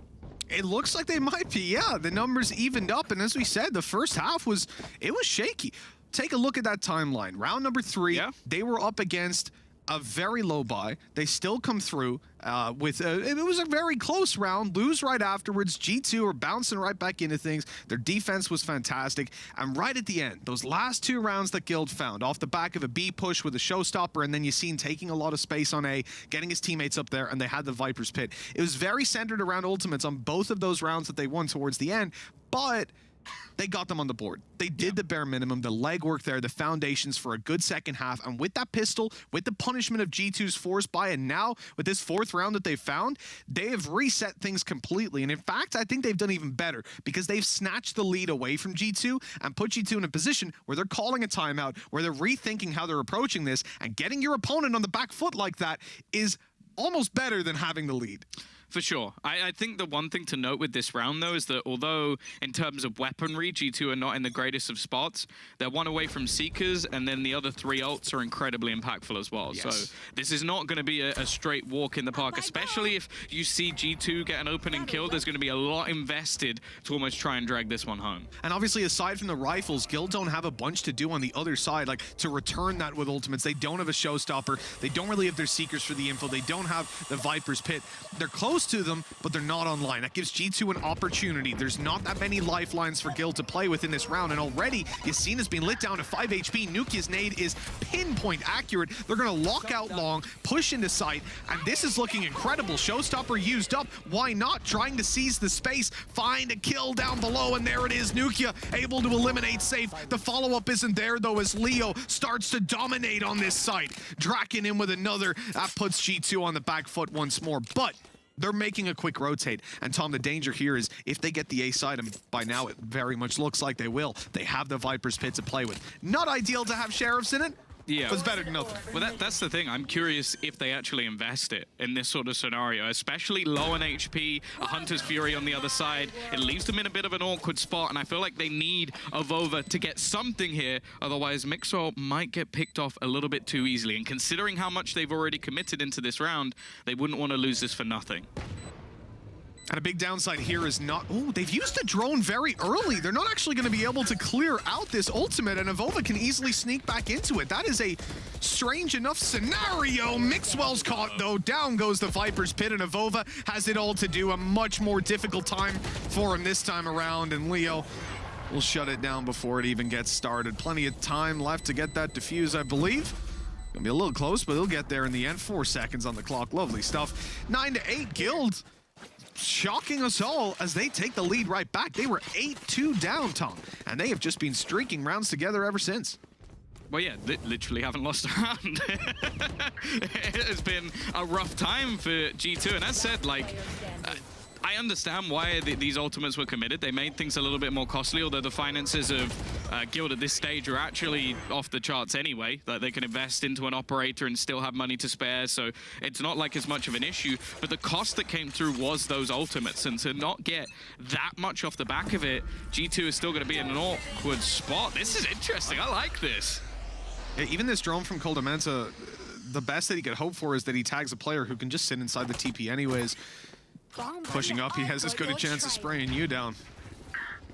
Easy mid control on B. They just need the 1 player for long, which leaves them in a position where they're stacked up on this side. Nice ultimate coming out of Leo. Another tag. Plenty of damage. Kellogg's down to 50. And G2 wanted to shift things towards this A side. Now they're in a really tough spot because they don't have the drone to use to get back inside of that Viper's Pit. And just walking up there is basically suicide. Oh, a chance to potentially catch out Bonka. That's given them an avenue that they definitely wouldn't have had before, and holds a couple of extra players onto the other side of the map. Now, sure, you do have Hookah almost completely locked out, but because the Viper's Pit isn't from within there, you can actually see Draken turn all the way back round. Safe is already going to land one with the operator, leaving the remaining couple of players still kind of stuck in the mud and left with the decision of do they actually fall back and try and make a play into A, or do they continue to push into this operator? It's a pretty tough decision because you have to look at the position of keloqz with 10 HP. He can't really go through hookah, and a solo push through long, like not splitting any of these other angles, yeah, it's just not the right play. So the TP is going to be taken, leaving keloqz behind. Oh no, he's on his way now, actually. Really confusing the Seekers on his way. They don't have time. If you see him just manage it, oh, good flash, but yeah, they don't have it.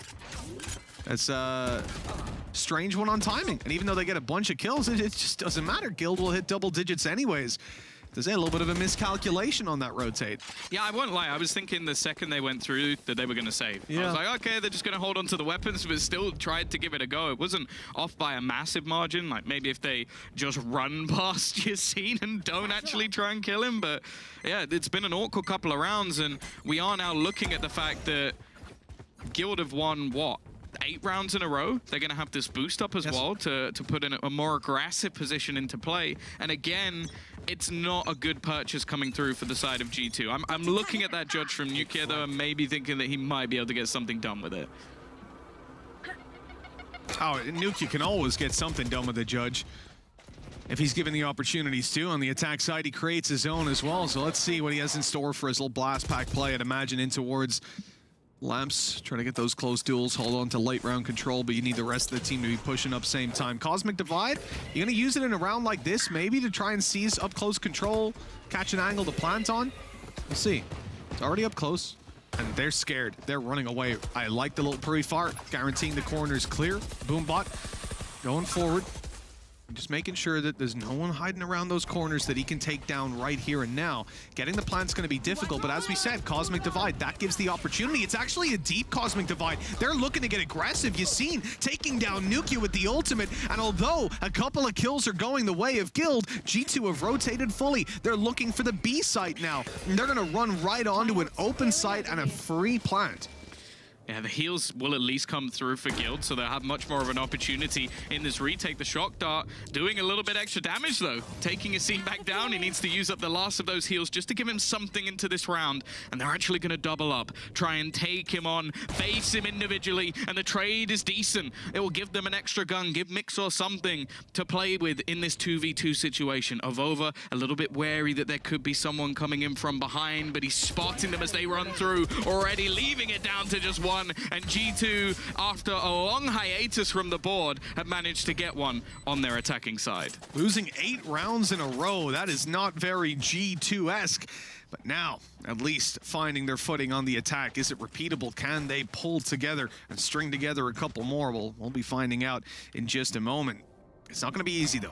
You look at what Guild have to work with, and that operator on Safe was a big factor when it came to some of the previous rounds. Sure, that they still didn't win, but it was very good from Safe. We'll see if he can continue that now on the defensive side. And we're now looking at a bit of an odd game, because there's basically no ultimates online for anybody. So it's just a straight-up firefight. So the operator on either side, of course, keloqz not on his classic jet, but on the attack, you're normally going to be a little bit more patient in the battles you'll be fighting for anyway. And you can see Yassine trying to find some sort of spot over mid, but again, it's much more of a tentative round. Guild have been incredibly passive in the majority of their holds, forcing G2 into these slow round plays. And once again, they'll just be waiting to see if there is going to be any aggression. And there might be. Bonkar coming around that wall, trying to maybe catch an angle as he pulled his smoke back, maybe trick them into thinking that it was going to be online for a bit, getting out of position, giving him the frag, but no. Nothing happens for him, except for clearing out the majority of A mid. Replaces Star as well as that extra bit of security. Players spotted outside the B site. They're spotted outside A as well. So at this point for G2, it felt like they were looking for a late lurk. Now that isn't really an option with the information swinging towards Guild. So they have to come together and try to make this push happen. But Guild have got the read. They're rotating around. Even still, though, they've lost Safe. They've spotted Leo towards the back of the site. G2 are in a really good position, but out of absolutely nowhere, Leo pulls up a triple kill, and this is looking like the round might be done and dusted. 10 seconds left for Cordamenta to attack attempt the push onto site, but he's not going to even go for it. Just the operator pulled up, and he'll be out of there. It's not quite the retake if they didn't take it in the first place. That is the point, isn't it? Yeah, you don't even get the side. Oh, God. I have to say, there's been a few things about this defensive side from Guild that I've absolutely loved, and I almost feel like it's like anti-Guild. Like what we've come to love of like, oh, Yassine's going to make this play into mid. They'll go aggressive. They'll look for these opening fights. No, but instead, it's the delaying ability of this team. Like they've had even just Yassine's paint shells as they look to try and pressure into mid. He slowed them down for an extra few seconds. You've got shock darts flying through every single time. You have the grav wells pulling them back, the smoke slowing them down. And by every single time we get into an execution, you can see these riskier plays from Guild because there's only 20 seconds left. Yeah. So their opposing team are having to try and like blast back into the site, fly through as a full squad because they've wasted so much time just trying to get past all of this utility. And G2, I don't know, for me, they're looking a little bit flustered at the moment. I'm inclined to agree with you, Tom. And their economy is heavily strained as well. Obviously, at this point, they're calling a timeout and they're figuring out where they want to dedicate their credits. But the reality is, they can't really allow Guild to push up to 12. A 12-9 scoreline, that's going to put G2 way on the back foot. 3 in a row. I mean, hell, they've only found 1 round so far in this half, so it's not going to be very believable. They've got to try to make that happen right here and now. An operator on Kellogg's, 2 rifles, but then look at this, a Vova with a Spectre, a Sheriff in the hands of Mixwell. This really isn't the kind of buy that you want to put all your faith in to win out on this map. A map that we came into heavily favoring G2, and a map that G2 had an 8-2 lead on just a few moments ago. This is not a good face for G2 and a good start to the series. Yeah, I was hoping that last round would almost just be an awakening for them, but no, it's gone back into a similar sort of vein of just really struggling to find any sort of foothold. And I really want to give credit to Guild by the fact that they are giving literally nothing away, but they're using their utility to the best of their ability to just try and slow down this squad as much as humanly possible. Now, it's looking like a bit of a pace change, a faster take in towards long.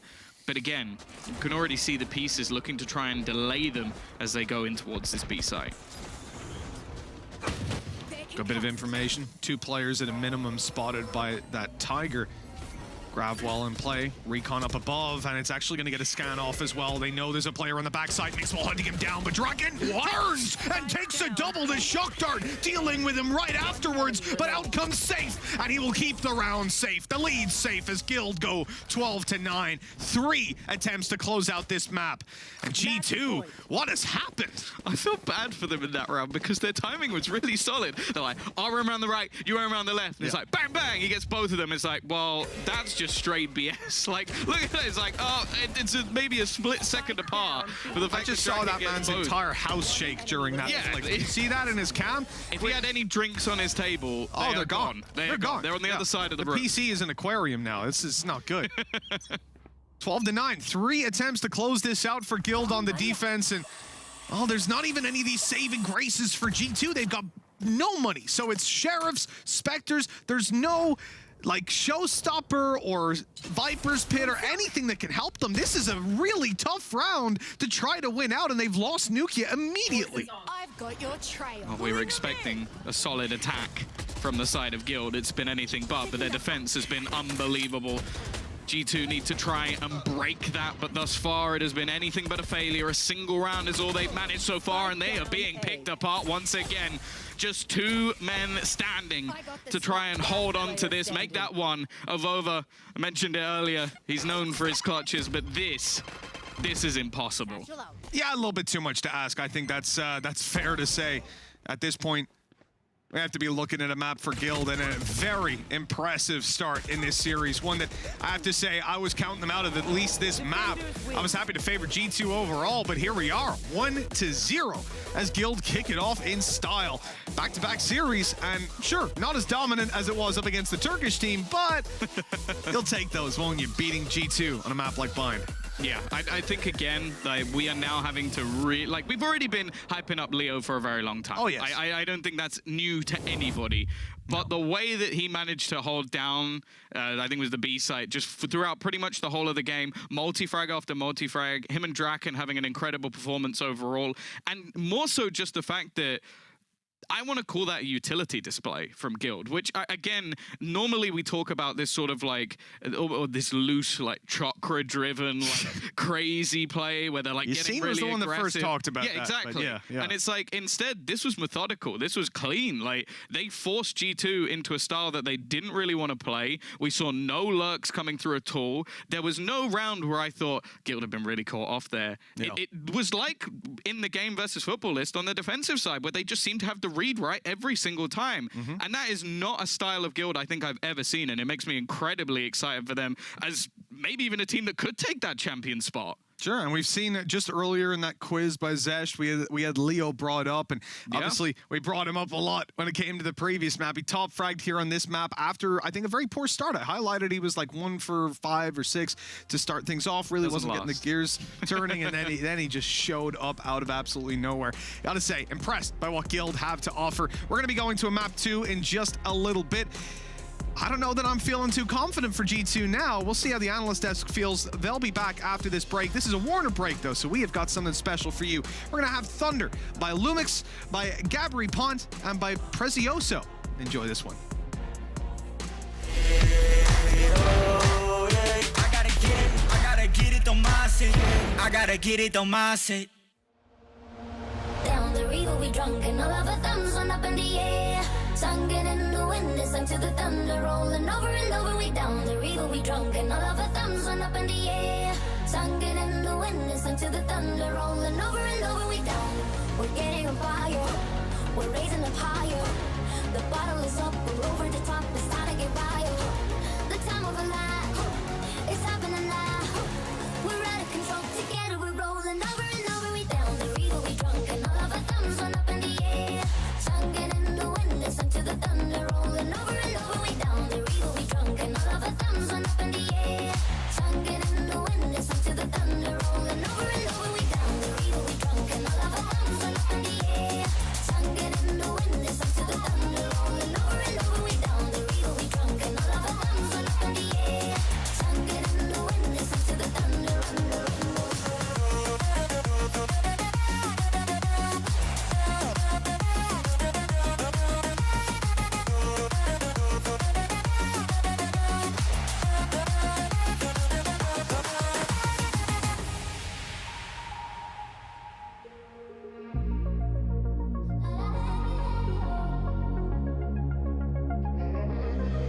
We got a rock party till the last shot.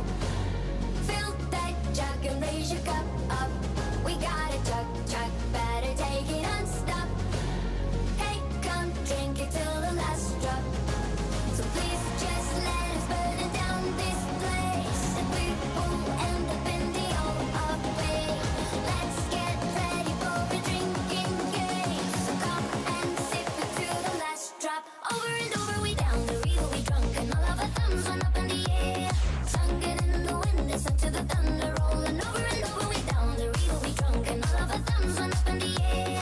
Singing in the wind, listen to the thunder rolling over and over. We down the river we drunk and all of our thumbs went up in the air. Singing in the wind, listen to the thunder rolling over and over. We down the river we drunk and all of our thumbs went up in the air. Singing in the wind, listen to the thunder rolling over.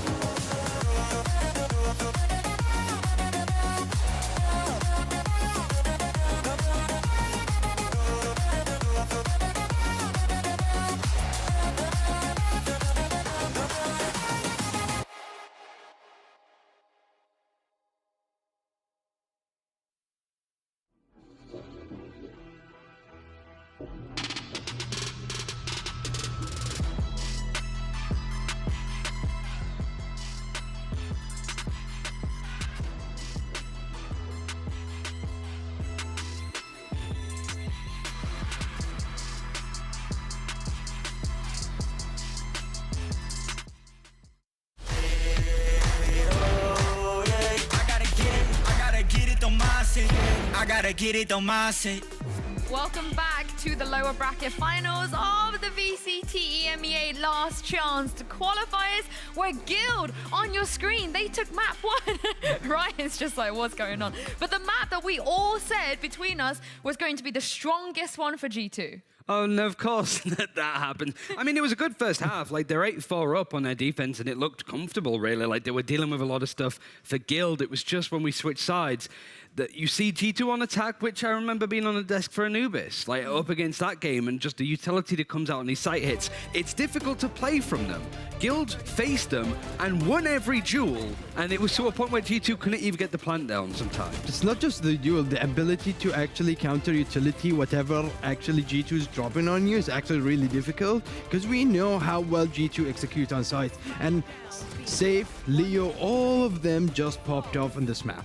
Yeah, they did indeed. You know, we spoke about the different places that both of these teams are coming into this lower bracket final. You know, G2 dropping down from the upper bracket, but it feels like Tux, like Guild, they're fully riding the momentum from the last series. Oh, I'm telling you, this team is something else. They're coming running through the lower bracket, going to the finals of the lower bracket, and against G2, G2 goes for the bind pick, and Guild actually takes that away. And going to the second max, it's going to be interesting. Vova was the only player that went positive when it comes to KD. Like, the differential on the rest of G2 is super lackluster. It's funny though, because we watched that initial Guild Footless game and we said there's nothing that G2 can take from this series at all. But Guild played exactly the same. It was just sort of, all right, we don't want this team to go into any retakes. I think they only defused the spike twice, despite winning 9 rounds on the defense. Some of them was just the time running out, but most of it were just those executes like you saw on screen. Safe peeking out of a smoke and just killing 3 people. Like, don't get me wrong, both teams actually performed fantastic on this map, but I guess just Guild was so much better on defend, because the way they used their utilities, they were waiting for G2 to get into that bomb site to just rein them in with the utilities, recon dots.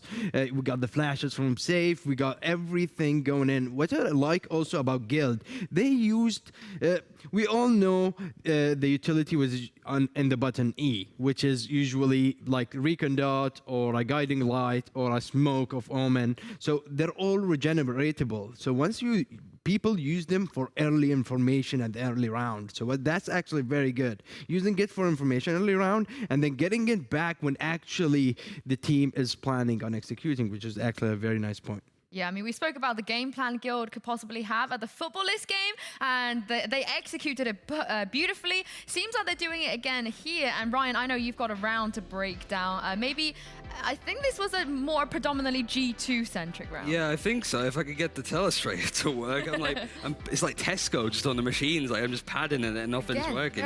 Very specific UK reference. Yeah, very specific. It's funny because it's around talking about how like good G2 were on the defense, but I can't get it to play. So it's just somebody's broken. Somebody's clearly a Guild fan and is just going, we're not letting this guy talk about this at all. I think the main thing is just like, I don't even know if I can do anything about it at all. It's kaput. But I think it's one of those things where both these teams really sort of struggled on those A hits, because I mean, if it's on screen, if we've got like a freeze frame of it, I can just point it out. It's just those Viper lineups that you see going more towards like that lamps control on A, and a lot of utility gets thrown that way, and both teams want to leverage that position, but you also want to try and control that shower spot as well. So there was a lot of like Guild sort of leaning towards more one side in particular that allows them to take this. And so yeah, I think a big thing for me is just looking at those spots, and maybe we can highlight that a little later on if G2 come back. Like, I'm not sure what happened to the translator, but what I've seen so far from G2, that they don't have the ability of adaptation. I think that's one big factor of what they're missing in this tournament. Whenever they face a team, they're not like, okay, they're playing different. This is not the playstyle we're used to going against, for example. Or the adaptation is very slow. So almost you would say that it was the opposite of their Masters run, for example, because that was the best thing about G2. Definitely. Because they could adapt. I think they studied well for Masters, okay, but I think they came here, they didn't expect the amount of pressure they are getting from other teams. I think that explains as well why G2 lost to Liquid. Like, Liquid, G2, these are two teams that we haven't seen in a while. G2 we saw weeks ago, right? So it's very difficult for them to come in with new stuff, despite getting this close to qualifying for Champions anyway via Berlin. So the fact that it seems to have gone bad for worse, and speaking of which, like Mixwell, he had a tough fight against Liquid, but it was more of the same here against Guild. So it's concerning for them, but Haven is just up in the air, I think, for both these teams. I mean, this is what Mini said, right, from Fnatic. When they came back from Iceland, he was like, we had absolutely no time to try and change stuff. Everybody on the planet has the most data and vaults against us. What can we do? We have to either adapt. And they tried to adapt. Fnatic came in with some wacky stuff on Bind. G2, they haven't had that time to do that. And Tux, do you feel like there's a similarity between those two teams, at least with the lack of preparation? No, I don't think any team actually can compete with Fnatic, because I think it's the most I was like, how much did Mini pay you to say that? No, like me, I really respect Mini, Jacob. I've been following for a while because I was I love dropping the first name, like me and Jacob. I don't know him It's the personally. copy pasta, isn't it? It's like, Jake, I can call him that because we're a good friend. But yeah, he's just so good in preparation. I think Fnatic is just one of those organizations that no matter what you prepare for them, they're always here to come back. So G2 have that element, all right, but I don't think they perfected it.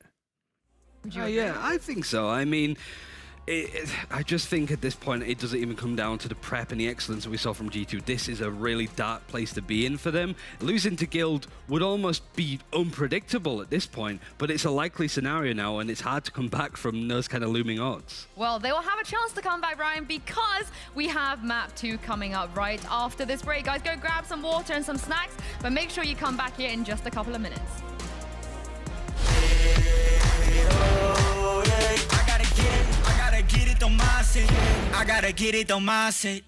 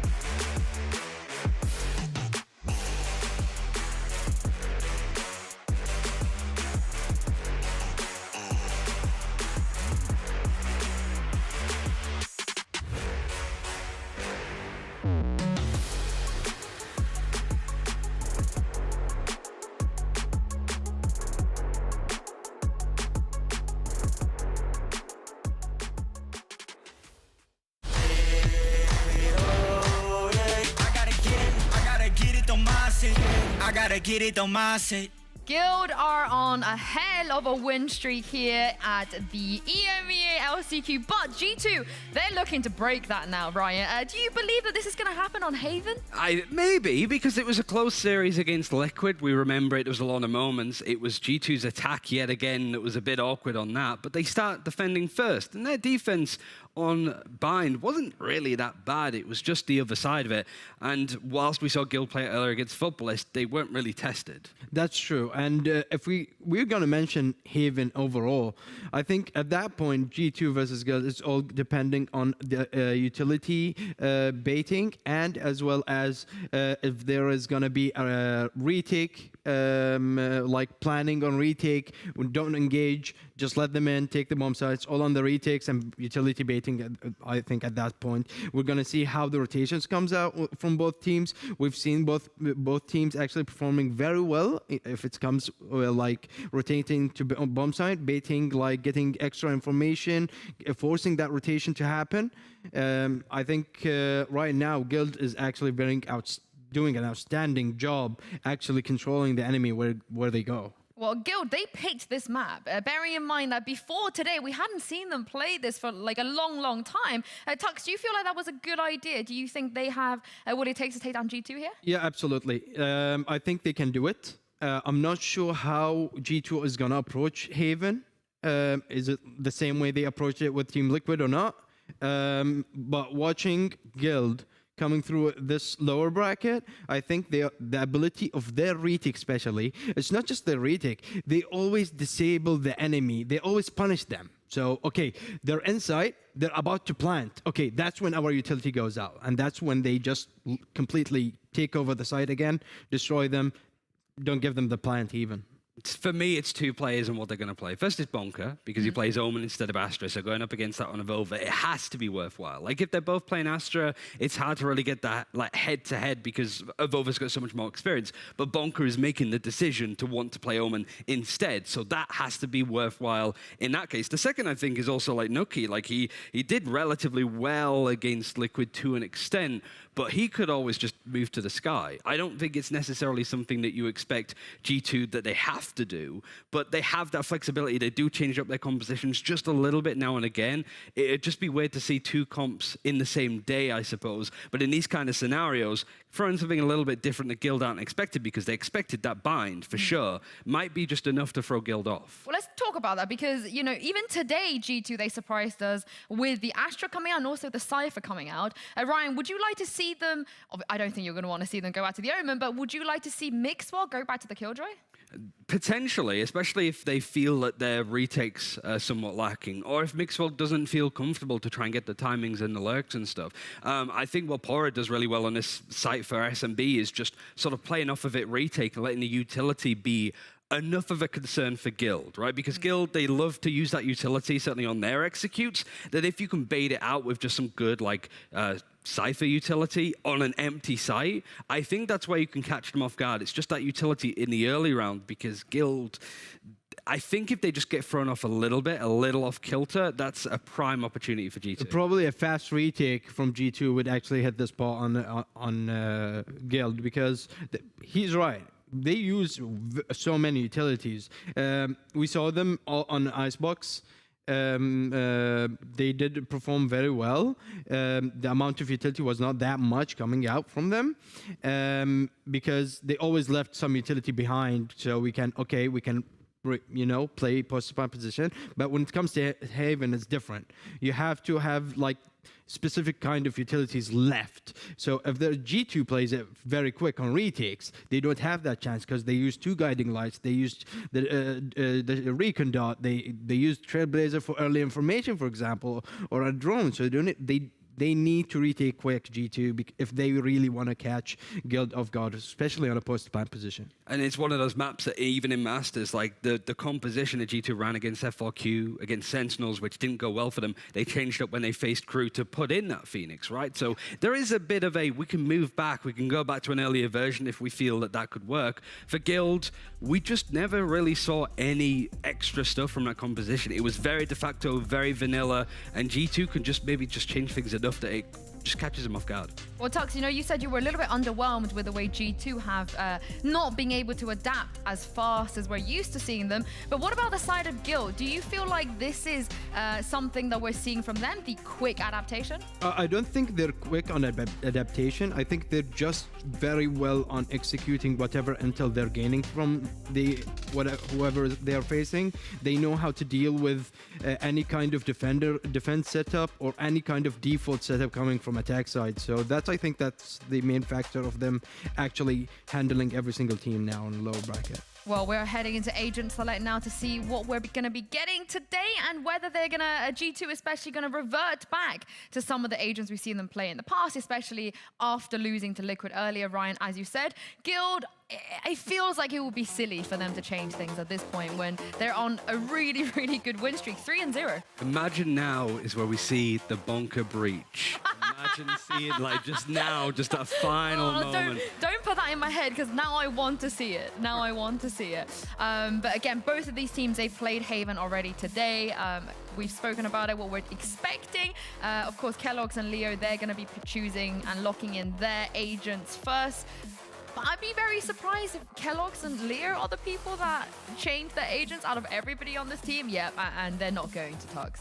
Yeah, I really love just watching Leo locking in the Sova. It's just so satisfying to watch that play on that specific agent. But right now, we are gonna... He did move back. Yes. He went back to the Killjoy. Good call, Sue. Good call on that like one. a weird amalgamation of all the comps that we've seen in the past, I suppose, from G2, at least recently. Coldamenta did play a little bit of Sky on this map, but would you realistically want that over just some of the strong utility and also him on an agent like that? I think for me, looking into this, it's just Kellogg's defending on the op. Like, he tore apart Crew, and we never really saw those kind of plays from him, the theatrics, to standing up, like flicking his wrists or whatever the hell he's doing. It just feels like one of those times where he's been, there's no book to read here because Guild are just playing them better, which is not a position you expected to see them when they were going into a semi-final against Gambit. What a turn. Yeah. Watching that Phoenix, though, it's really interesting. We talked about retakes, and I think that's really something. Yeah, we're definitely going to keep an eye on that Phoenix Guild. They are just one map away from a grand final and a rematch against Team Liquid. But Tom and Mitch, let's see if G2 can claw their way back into this one. Well, indeed, let's take a look at whether or not we're going to be seeing the end of G2 right here in the lower bracket. Guild came out and looked pretty good on that previous map. And when we saw them here in Haven earlier on, Tom, they're pretty dominant. It is a weird feeling that like this will be almost the finite thing of one of these teams will be out after today, like completely for the year. Like there'll be no like Christmas present of bringing them back through for another VCT event. Yeah, sure, there's other events ongoing, but it's called the last chance qualifier for a reason. That is actually, funnily enough, it's the last chance. It is the last chance, and if G2 not making its champions, I think it would be a surprise. But with how Guild have been playing on a map like Haven, I'm excited to see what we're gonna get. Oh, here we go, kicking it off. Pistol round on Haven, Guild on the attack. And we saw them earlier on in the defense. They had 12 straight rounds up against Footballists. They had the strap book open in front of them. Didn't have quite as much time to prepare for this one. We'll see how things go. Defensive side for G2 sees them give up a lot of control over B. And at this point, you pretty much have to play retake. Golden Meds is not going to be overcommitting to that. So a free plan for Guild. Where are they going with it, though? They are running it down towards A right now. This is the thing with B-site plants. You have to have some extra control. Otherwise, this really doesn't work out too well. They're hunting down Mixwell to try and control a Link, and that's exactly what they've done. Now the remainder of the defense has to come in from other angles, and this is going to make things a hell of a lot more difficult for G2. Yeah, oh, nice shot by Nukia. The hot hands in towards the window. They'll close the distance now and look to take the fight to them, but a spray through the smoke gives safe the first kill. That flash perfectly timed, really, for the opponents as it goes on through as the smoke fades up close. Vova won't get anything done, and it is Guild with the pistol. I gotta say, the B push to start things off, they get the control, fair enough. The fact that they managed to catch Mixwell on A, though, he almost snuck away. He almost had the timing to come up behind and ruin the round, but I really like the game plan there for Guild. Yeah, I think this is one of those rounds, again, where they're incredibly well prepared. They knew who they were looking for when they were trying to hunt down the players. Now, I will say I quite like the switch up of going back to the Killjoy. We know how important that can be, especially with, for example, B control and using all of the sort of like the nano swarms, the alarm bot, to just try and have that as a bit of a delaying technique at times. So I don't mind that, especially because I feel like from what we've seen so far from Mixwell on Cypher, it doesn't really look like it works for him. Yeah, earlier on I saw Mixwell put a couple of trap wires even that were at like head height or like a little bit above. I think he could have snuck under them. The comfort level, I'm surprised because he's played quite a bit of Cypher, but definitely didn't look too good earlier on. And for Guild with this plant, you expect it to be a relatively clean round. G2 will try to waterfall on them, catch a little bit of a flank there by Nukia, but it ain't gonna work. And all this dive out of heaven. It's a desperate attempt to get something, and they do get quite a lot done, actually. 2 kills under their belt, and these players are incredibly low. So obviously they won't get much done afterwards, but hey, 2 kills was all right in that situation. Yeah. It's not bad. I don't think we're going to see Guild invest too much to get those weapons back into play. So I think that this gives a bigger advantage, obviously, for G2 now coming in with the purchase. Now, one of the things I've been quite intrigued with is obviously Nukia now moving over to that Phoenix. It's something that he's done a few times, and I don't think he individually has performed badly. Sure. I just don't know if it has the same sort of impact, for example, as we see from someone like Sick, who has basically almost donned the agent on this map for quite a long time. So he's definitely someone to watch. Of course, still one of the cheapest and one of the most impactful ultimates in the game, and giving Nukia an extra life is always going to be something that's terrifying. But I want to see how much impact he individually is going to have on that agent when we know how good he could be on, for example, a Raze. Oh, that's not nice for Mixwell. He is being pursued right now on this full by the weaker weapons are already up close, and that nade is so perfect. You've seen mowing them down. A second nade online already. Nukia wondering how the hell is just getting bombarded like that. G2 have given up control of the site and pretty much of the round as well, because it's a 2v5 and short of a god. Look, oh, the shock dart almost gets him, barely avoiding it. Man, this is a fast round out of Guild. And they should have this locked down. There's no way G2 even attempt this retake.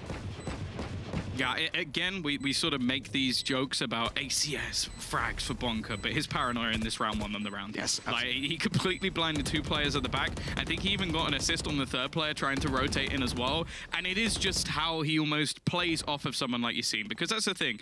You know, if you put Yassine in the position to run into a site and find some kills, Yassine will run into the site and he will find some kills. But that is the thing for Guild at the moment. They are doing an excellent job of setting up their star player, and 3-0, winning their bonus round flawlessly. I don't know. G2, they've got to step up, and they've got to step up fast, because they are now on a scary streak of rounds if you include what just happened in the last map. This was such a nice round. Between the paranoia blinding them up, Yassine's first nade being in prime position, he follows it up immediately as well, pursuing them down with the Spectre, then nades in towards the spawn, stopping any further aggression. Absolutely loved that round out of Guild, and that is not one that you expect them to get away with. They have stacked up credits right now and free upgrades on the rifles. Tom, they are still playing this as a bonus round because they're up against a very weak buyout of G2, the 2 saved rifles, and outside of that, it's just going to be pistols to play with. Yeah, luckily the 2 rifles are in the hands of players that we know can dominate rounds. The amount of times that I've seen something come out of the likes of a Vova on this map, well, I don't have enough fingers to count. Kellogg's, he will start things off strong, and in all honesty, a trade with just a pistol, it's not the worst thing in the world. No, definitely not. That 1-for-1 is worthwhile, especially when he's on that low econ. Shame the Bladestorm couldn't be used up there. But I'll have it for the next round at least. Although I don't think they'll be needing it monetarily. Might give them the opening to take an operator. We'll see how the financial situation sits. As I said, for Guild, this is basically a bonus because they haven't invested into these rifles. They've picked them up off the corpses of their opponents. And then you have a few Spectres to play with. The first obviously being on Draken, who lost that initial duel, but it's traded out, so it's all good. This is a nasty position by Coldamenta, but it's not one that I expect them to leave unchecked. And to be honest, it looked like he headshot him there, but I think a little bit late on the left click, brother. Yeah, if he right-click, then he definitely... Well, then he's really in trouble, yeah. Or he has some weird binds that I just don't want to talk about. Now, there is a very real scenario where they just opt to actually just save these 2 rifles once again. It wouldn't be ideal, but again, if you have a couple of players still yet to upgrade on the other side, or for example, safe, you're basically just giving them even more weaponry than they already had. Bonker just going to be holding this angle. Pop flashes again, like the delaying of Guild has been phenomenal, and well, Nuke, he's just being held back, but he still manages to get 2 kills. This was looking over, and now Avova's coming in on the flank as well, leaving this down to just 1 man, and somehow they make this retake work.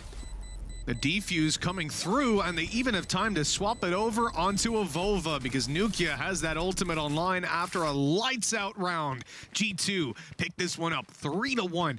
Not a likely one for them to win. They come in with such a massive disadvantage. I gotta say, Nukia, though, the fact that he can just run into the site, take all those duels and win them, that is absolutely spectacular. It's just straight BS as well. Like the way that he's able to just dodge the flash, like it was not even, it basically popped in his face and he looked away, snapped back and still kills Bonku, who tries to swing. Like, the man's unbelievable. Individually skilled off the charts, and he's given G2 a round that, well, they never should have had. No, absolutely. That's the situation for G2 now, where they've got the opening to get right back in. We talked about the operator of Kellogg's, and it has been pulled out.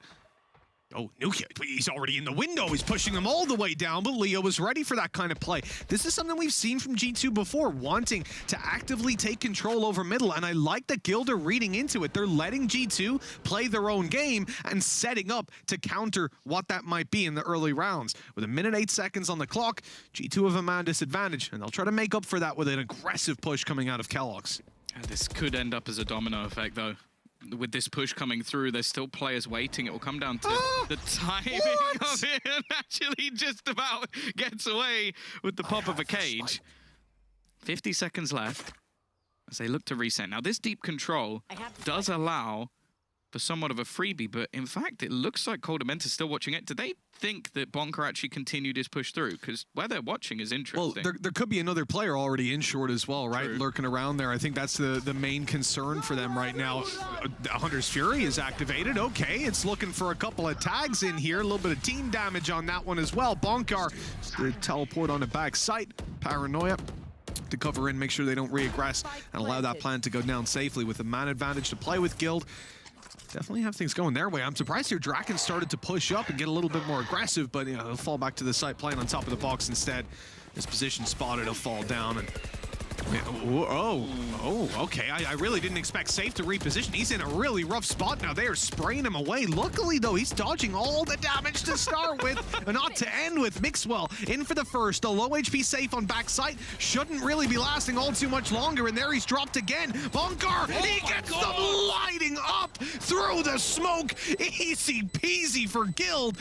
What a well-placed recon out of Leo, saving that round from the clutches of defeat. Honestly, I think Leo's been the best player this entire tournament, and that's with Liquid running the gauntlet through pretty much everyone. Like, this guy, in moments of just pure brilliance, just pulls out a recon. When his teammates are dropping like flies, he is setting up utility to get his in-game leader a couple of extra kills. That is a ludicrous round coming out. How is he looking like one of the most experienced players in the entirety of Valorant at 18 years of age? His decision-making is incredible. I mean, individual skill, we don't even need to talk about, obviously. That is the case, but when it comes to his decision-making and crunched moments... He's always thinking about it. Look every single time. Yes, I was thinking of it, exactly. Sat there like David, just really having a ponder, having a wander. Wandering in towards the B side here. Guild gonna meet a lot of utility, a lot of light weapons as well. Sheriff spraying them down, really peppering Yassine, 20 HP. So he's caught down on mid. They've managed to avoid that, run it back.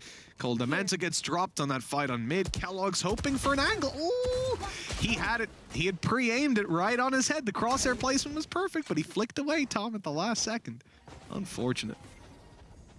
I like that. Guild not overcommitting. They throw a lot in, and then it baits out the run it back. It baits out all of the utility, and then they just sit and wait for players to push, finding 2 kills. Mixwell is going to be blinded up, but playing the close angle. It's not too much of a detriment. Gets the timing on the peak, but unfortunately the weapon's not there. Avova can't quite correct this spray fast enough, and Nuke Well, he couldn't really be further away. Well, last time Nukia managed to get a 3K on this retake, but the big difference there was he had 2 teammates to bait out for him to really cause all of that distraction. This time around, it's just going to be raw aim duels and peeking into a crossfire. A triple crossfire all by yourself is never going to be the easiest, and Draken makes quick work of him to put 5 on the board for Guild. As we said, their defense earlier on was insane. They had 12 rounds in a row, and they started to let it slip a little bit towards the second half, right? Given a few rounds over to Footballers, but their attack here proving to be just as strong as you would have imagined, and already, if the previous game is anything to go by, and considering the map that we just saw play out on Bind, Guild are getting dangerously close to having it already the exact foundations that they wanted built for the second half. I mean, if their defense is as solid as it was, they'll easily win this one at this point. Yeah, I am starting to really worry for G2 because it's not just the fact that they are currently losing in this map and in the manner in which Guild almost look like they're playing with their food, like baiting them into pushes, doing excellent work with a lot of their utility. Even the smallest pieces seem to come out and give them such an advantage in a lot of these rounds. But then you also have to, again, just talk about the fact that the last map was 8-2 up for G2. Since that, I don't think they've been in the game at all. Like, they've completely disappeared off the face of the earth. So we're waiting almost for someone to step up to the plate. And it's not like they've had no rounds even just off of some individual brilliance, like the one they have on the board here, that should have pumped them up and got them going again. It just hasn't happened. And right now, well, I have to say, this is the most impressed I've been with Guild maybe ever. I would agree with you 100%. And this is a team that, you know, I've been pretty critical of Guild in the past, especially going back, you know, stage 1 and 2. But the reality is they've cleaned up their game. They've put the work and the time in, and they're looking absolutely incredible now. Good recon popping off there, showing there's already a player across. That recon's so valuable because when you do a shrouded step right before with the traditional recons, they can still make it past. This time it's very, very difficult to catch that timing to correctly crossover. A lot of players spotted now, a lot of noise heard. The jump up on top, not expected. Kellogg's catching them off guard, peppering Yassine, and making that Hunter's Fury that much more deadly. With a tag onto Leo and safe low as well. This is a great start for G2, but he gets caught in the open. Still good for a kill, and a quick trade by Coldamenta, as now a 2v4 presents itself. But Bonkar, he's been huge on this map so far. He's fired up, I'll tell you that. I wouldn't count him out. Yeah, Draken trying to lurk, but his position has been given up by the alarm bot, and Mixwell's almost just playing off of his turret. To find the battle here will definitely not be easy, but it is an isolated duel. If they can get rid of him, maybe there's a chance for them in this round, and while Draken is going to isolate it, but yeah, distracted by the turret, leaves Bonker alone. Now, a 1 versus 4, unlikely, but if he can make this one costly, G2, they don't necessarily have the bank available to them to buy up everything that they would have missing. And then an afterplant, maybe he can get something done. Maybe. A little smoke down for a spawn plant. Who's that? Okay, that's Evolva. He's not going to be going in by himself. Trying to get anything done, you got to wait for the rest of the team to make their way on over. Looks like a little lineup coming out of Coldamenta right now. There it is. Oh, well. Not quite the right one, unfortunately. Paranoia ready, prime, Bonkar. Not going to get it done. Even blinded up, Nuki's able to hit that shot, the pre-fire, and the run around the corner. G2 pick up a second round. But I have to say, there's a lot of work still to be done. This is the first time we've seen G2 actually look comfortable on the defense, and it comes off the back of, you know, the Hunter's Fury popped, the aggression coming out of Kellogg's. They're able to catch out that A play. That's one push dealt with. But so far, Guild have shown us they have the depth to pull out a lot more than that. And Leo, who's been spectacular so far, currently 9-2. Yeah, I'm not even surprised anymore. Sorry, he actually started this map earlier 9-1 as well, and then he was 9-1 at the start of that round. That's consistency. You know? Yeah, consistently unbelievable, which, yeah, I don't know what sort of contract he's on at Guild, but I hope it's a good one. Hope they've signed a couple years on that one, because this is a player for the future, that's for damn sure. It's a player for right now as well, damn it. Ooh. That's not going to find anything on that. Showstopper used up. Kellogg's under pressure. It's already used. Oh, Kellogg's goes around the Cloudburst, catching them completely off guard. Even though he's tagged up, he did not back down from that fight. As Safe picks up the spike, he has Seekers and a flash to play with, but he's going in for the dry peek. No way! Oh my God, he's no so damn way! good. He's just shock darted him from long. That's ridiculous. How does Leo do this? I feel like Jonas is going to be sat there taking notes. Like, he's going to have to learn something from Leo at this stage. We are going to see the lockdown thrown in. Now, there really isn't much that they can do about this, and obviously with the shock dart already finding a kill, this is going to make things at least that little bit awkward. The timing, though, for Draken. He needs to go for the kill. Now, and he gets all of them before he gets detained. Draken, that is unbelievable. I can't believe he's just done that, Tom. That's actually elicited a physical reaction. Literally, it floored you. That is absolutely insane. And we've seen it more and more. We complimented Bonkar for this exact thing earlier. It was tanking it to try and catch them off guard. Finding 1 kill, finding 2 kills there is god tier. That is incredible. But 3 on the spray down doesn't even get detained. Look at that. An embarrassment for G2 on that round. And a god tier play for Draken. 6-2. Guild's attack keeps on building up, and we know their defense isn't weak. I'm gobsmacked. I'm genuinely gobsmacked by the play that he's just made. I think that's my favorite player of the tournament so far. He did that with a second remaining, and now again we see G2 on the back foot. Weaponry not great, and the drone's not even going to get the information they were hoping for. They have managed to take a fair bit of control towards A, but it's going to be reclaimed. Guild happy to wait patiently to avoid the drone and then set back up. Kellogg's has spotted them, that's for sure. And he'll scurry his way back to the A site. Cordamenta not holding the best angle here now. Obviously, he'll get the information on the cross, but it's more so he's not going to get a kill from there. Even the headshot not going to be enough on that kind of range. He's just trying to keep the information in play for them, keep tagging them on up. Another chest shot going out onto Safe this time. And now Kellogg's has rotated in that Vandal. Ready to take the duel. He's crossed over sides. They've heard him. They know he's up close. Yassine is just hunting him down. Great flash as well. Completely blinding him up. Mixwell grabs Yassine in the end, but that trade is not worthwhile. They have a man disadvantage now on the defense, and everyone is on A. At least everyone from G2 is, because Guild have gone the other way. They are going to get a C plant here as easy as can be, and they have such advanced positioning at this point.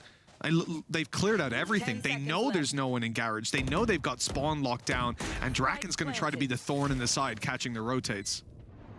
At this point, if you're G2, you've almost got to start wondering if somehow they can see your screens. It's so perfect in the way that they're pushing and pulling their opponents. We have to remember what? Okay, maybe someone else can see some screens. That was ridiculous, but even after the spam, they don't check it properly. Mixwell still able to get the trade. There's at least a little bit of hope, but the time is ticking down. They need to find something, and they need to get it quickly, and Nuke just isn't able to do anything here. They have to try and fall off, and it's going to be a 7th round for Guild. It's getting harder and harder to imagine the comeback going in G2's favor. We've seen 2 rounds for them so far, one of which was off the back of an incredible clutch played by Nuke and assisted by Avova. But outside of that, there's been very little hope for this team. The A push that they held off as well, it was decent.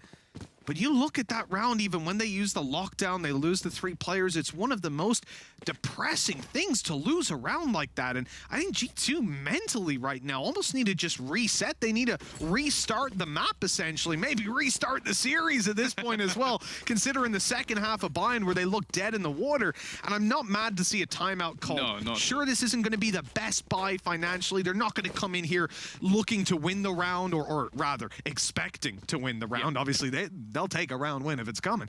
But the reality is, at this point, it's almost just about collecting yourself, gathering yourself to try and mount this comeback, because they cannot allow Guild any more rounds. Well, at least one of the 2 rounds was off a round like this. It was nuclear very true. Popping off, and as said, like there's only so many times that I feel like you can rely on him to do that. It was similarly to what Pansy and Hypoc were saying in the last match. It's like you know Scream's gonna give you a round, and you know Nuclear's gonna give you a round, but if you don't do anything after that, well, okay, occasionally you can expect them to do that every single time, but let's be real, versus Guild, I don't think they're going to be able to do that every single time. And then Guild also have these superstar players coming out as well, so it really is getting dangerous for G2. To put it into context for the people at home once again, if G2 lose this game, they are out of the VCT until next year. Not a nice position to be in, considering how strong they were when it came to Masters. This was a team that was definitely competing for that top spot, and they did EMEA proud, but now they might be out of EMEA for the foreseeable future, at least coming into the end of the year. 2 rounds on the board so far. Attack pause called as G2 gather their strategies and figure out exactly how they want to approach this. They have 2 rifles and a Blade Storm. A lot of the time, that can even be good enough. But that drone, actually, that gives away that the Sova was that was very far away. They know that they can potentially make a push down C long, and they know that most likely it's not going to be a C play if the drone hasn't even made it towards the site. That's quite a shallow one that they pulled through, but Guild will late play into C after that. Now they know this player's inside a garage. You start to question, well, hold on, are they actually going to go back towards the C site? There's presence being made on A as well. Guild are spreading out in a default, even this late into the round, and looking for the late flank from Draken. Heavy pressure on this C site. Ooh. Yeah, okay, because he forgot to cancel it before, so I was a little bit worried. They've tried to bait them in, but the fact is, it's going to come down to this 1 versus 1. If Draken gets this kill, it could be over, but Kellogg's instead. Now with 20 seconds left, they need to clear this man, and we're seeing him step up once again, turning it into 15 seconds for this site to be cleared. The paranoia is strong, but Coldamenta lands the shot. Leo and Yassine trying to turn it back, and Yassine has brought it into a possible position, but he has to go for the plant, and it just isn't happening. The kill may come through, but Avova is far enough away. Again, it comes down to individual brilliance for G2 as they will grant a 3rd round. And even then, considering how it started, it ends up very close. Kellogg's did an incredible job of getting back into that site, clearing his angles, and then holding down the push, buying them a little bit of extra time. Hell, if he had a cloud burst there, that paranoia wouldn't have gotten him killed. And again, massive props to Bonker for that on-point paranoia every single time. And we talk about this guy. Let's be clear. I want to just make a quick point about Bonker. I think statistically, he's one of the worst players we have in VCT. ACS, kill, it doesn't matter what you look at. Statistically, I hope there's a positive. He's pretty trash. But he's been on this lineup for how long now? And I think it's very easy to sit back and go, haha, bad player, no kill. That's not what it's about. There's a reason this dude's still here, and there's a reason that his teammates are happy to play with a nice shot out of Yassine. Coldamenta taken out immediately by that showstopper. And as well as that, there is a vacuum of information on this A site now. Short could be completely overrun, but in fact, it's just Yassine. Again, Gilder leaving the back door open for them to rotate towards the other side of the map in the late round. Even though that didn't find success in the previous round, they're happy to run it back again. Well. There's nobody just sitting still for Guild. Like, each time there's somebody making a play, there is another play going on in the background that you don't even witness half of the time. They're now starting to drone through C. They've also put the Tiger forward, and it's so perfect. Kellogg's has got to be so confused at this stage. They're catching every single player as they look to push. This default couldn't be any better, and they'll even get the final frag on Yassine. He played a lurk as a raise, and he comes out with 3 kills trying to sell a fake. That is absolutely disgusting. The patience of this guy, 12-6 right now as well in KD. You'd love to see Yassine popping off like that, and when he's feeling it, and that's always been the thing. And he's one of the few players who I've ever heard say, you know, I'm just feeling it. And I'm like, yeah, I believe that is genuinely all that was going on. You're just feeling it, you went and did it, and you made it play. When most players say that in an interview, I'm like, okay, I'm going to turn off the interview now. Yeah. But when he says it, I'm like, I believe you, and that does annoy me a little bit. He starts talking about Mercury being in retrograde. That's why he found the opening kills. It's like, I don't know what's going on, bro, but fair enough. You know, I can't argue with results, Tom. I want to argue with the logic, but I can't argue with results. There was a world where he hits 2 headshots there, and instead he gets absolutely nothing. Again, it's an opener, and again, have we seen the push through on the run. I don't think we've had an impactful running back this entire game, because every time they bait into this B site, Nuke's like, they're going B, run it back, and then he runs out and he goes, where is everyone? Yeah, but I feel like Guild are hyper aware. We've already talked about the strategies when it came to, like, the last time we saw this map, for example, they stack up A with 4 players. Like, they knew what footballers were going to do, but they're also being hyper aware of what ultis, what utility their opponents have to work with, and baiting it out in those early rounds. They're also playing the map very well, pushing and pulling their opponents into a position that they want them to be in, and this is what we've seen a couple of times so far. Draken making his way towards this A site while the rest of the team makes presence elsewhere on the map. He sneaks in, grabs that control, and now the team is pretty much free to go and get that plant in. G2 don't have a lot to fight back into this one with just Sheriffs, and water falling out of heaven with Sheriffs, less than ideal. Okay, I like this. The corner's going to be Molly. They've got to make a move quickly, though, if they want to capitalize off that free map control. And, well, they haven't. Yeah, Safe may have had to move, but he's just going to kill everyone. He's got Leo alongside him. A 9-3 half for Guild on the attacking side. That was a beautiful half of Valorant from them. And as said, I think this is the best Guild we've ever seen. In a game that's 9-3, Tom, you know me. I think the viewers at home will have heard me in this position a lot of the time. I'm usually quite negative, because it usually means it's a trash game. It means one team turned up and they haven't got a clue what they're doing. They've not got their monitors on, something like that. I've seen some of those games in this tournament so far. But when it comes to G2, I'm not even going to critique them that heavily. I feel like they're playing all right Valorant. I don't think they're coming in here and absolutely, trying to think of a nice way to say it, choking. But when it comes to Guild, their gameplay right now is insane. Everything is so well thought through.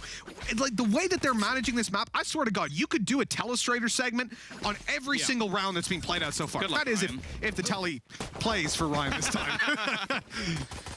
Well, it's going to be a fast play towards A this time. The nade again delaying them, and you've seen a little bit of a peekaboo. Shock dart expended to try and slow them down. They've got 3 players on this side, and you see he's already pushing all the way through into the corner. He's got a couple of teammates to support him, but Kellogg's has landed the shot, leaving Bonker as the solo defender. The flash over the top will leave Kellogg slightly blind, but the shots just can't be connected this time by Bonker. And ooh, it's aggressive, but he will survive for now. Spike planted. A lot of low HP players on this. Gets me a little bit scared as Safe comes around the corner. He spotted 2. Late play by Draken, now spotted. He won't be able to catch them off guard. Seems tough, you know, these guys are easily able to group up and just take 2v1 fights. Has to be a big whiff for them to give this one away. In fact, they're gonna fully group up and just look to use the whole team against Safe. Astra Star after Astra Star going down, smokes everywhere. Here's the flash, the push through after, but they're ready. Kellogg's just 180ing to take him down. And for Draken, I mean, they've already damaged up a lot of these players anyway, so exits don't really matter that much, and you're playing for a neural theft. Headshot. What are you trying to say? I'm trying to say a neural theft sucks, actually, Tom. You talking smack about the neural theft? Kaquka will come downstairs right now and beat your ass. Has Draken used the neural theft in this game at all? All the rounds actually they won, sure. I I'm think not he sure used he's the popped it neural in that last half. I don't remember. I don't think he did. I don't recall the voice line. Although the voice line that will live with me forever is "I am just your healer." That was. It's a good one. I give you props for that, Tom. You say a lot of stuff that angers me, but that one, that was good. Okay, I appreciate it. I respect that. Can't say it in this game, unfortunately, because well, Sage isn't here. He's not a healer, is he? No. I am just your smoker. I'm just your smoker. And I don't know. Nah, he's causing a lot of paranoia, I'll put it that way. Oh, yeah. No, he's been doing really well on this map. So G2 looking for the A site up against Classics. Should be nice and clean. This isn't a round that's going to be comment worthy, at least you'd imagine. Nice little shock dart. Let's see if they can get 2 kills out of this. With Mixwell playing on a frenzy as well, I think it gives them even more room to play more aggressive and give stuff away if they wanted to over on G2. But considering that they were 9-3 down, and coming out of this even 9-5, provided they win the round, you don't really want to give anything away. And the same for Guild. These guys are playing exits right now. Yassine's going to have to force a fight in the late round, but the other players can just jump into the spike, and that is probably the best way to go. Yep. The main goal is to just remove as many weapons as possible. Make it nice and costly. Don't feed Kellogg's too much, which They are a little bit. Handing over the Blade Storm, so I don't think he's going to mind about this one at all. And yeah, the remaining players just going to die to the spike. 9-5. G2 looking to try and fulfill the so-called curse. And you know what? They've built at least a decent start to their second half. Just very unnecessary, Tom. The fights that they're taking there, you know, the spike's going to reach you in that hallway anyways. You best off just waiting for it to explode, diving into it. Yep. Instead, they try to force their way back in at the last second. I don't know. I'm not even going to attempt to say why Bonkar was running at him right there with the classic. And the impact of that, oh, look, yeah, they killed Kellogg's. Great. But the dude's got Blade Storm online for free in the next round. That is, instead of having a Spectre, he has got a one-tap headshot weapon. And we've already seen the damage he can do. Look at the A-hold that he had before. And now, very nearly getting the jump on Yassine at the start of this round. I'm intrigued to see how Guild are actually going to play this one. We've seen some incredibly passive holds from them in the previous map and on this one when we saw it earlier in the day. A lot of it revolved around trying to gather up as much information as possible and then playing off the rotates. Now, the combination of Sova, the Sky, and of course the Cypher gives them that ability to find information while playing so passively. And for G2, you can see they're weighing in the default. They're expecting something here, but as of right now, not much of a move. No, from Guild, we talked about it before in just the previous series. Like, these guys, they'll... 10 HP remaining. Mixwell lucky to get out of that one alive. I'm just going to talk about Guild and how they don't push typically, and then that happens. No. Good kill by Bonkar, shutting down Kellogg, smoke down on Long. Does he still have Paranoia on? He does still have Paranoia as well. And that's going to be very scary now as this util comes through. The Paranoia popped. That's going to basically burn down their flash, but also negate the gravitational well. Yassine on top. Good to trade out for 2. Mixwell's 10 HP, don't forget. That leaves it pretty much all down to Avova to get this one done. At least this time there aren't going to be any shock darts available to them to try and deny this plant. But already being picked apart. Solid retake from Guild. 3 players surviving versus the bonus, especially when there's a Blade Storm. It's really not too bad. And more importantly, they're into double digits with the 1s. All right, Tom, listen. We got to let that one die, okay? Never. I feel like if people start to forget, you just bring it back every single time. 10-5, yeah. Double digits for Guild. 3 needed now to close this series out, book their spot in the grand final against Liquid, and knock G2 out of VCT.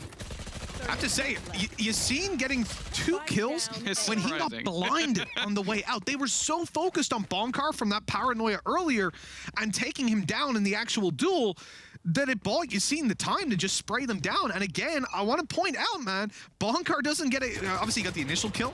He doesn't get a kill when they push the site. He dies, but he still brings value.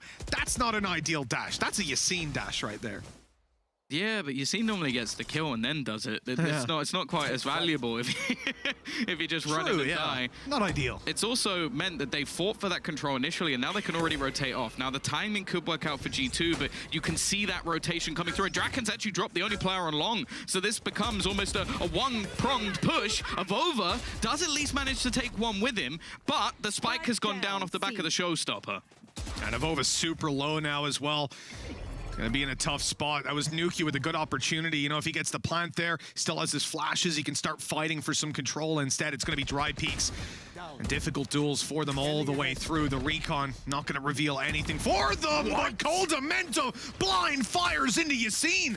Now a 2v2 and a winnable round out of absolutely nowhere. Coldamento will eat a little bit of a shock dart. He actually avoided it, never mind. Didn't take a lick of damage off that one.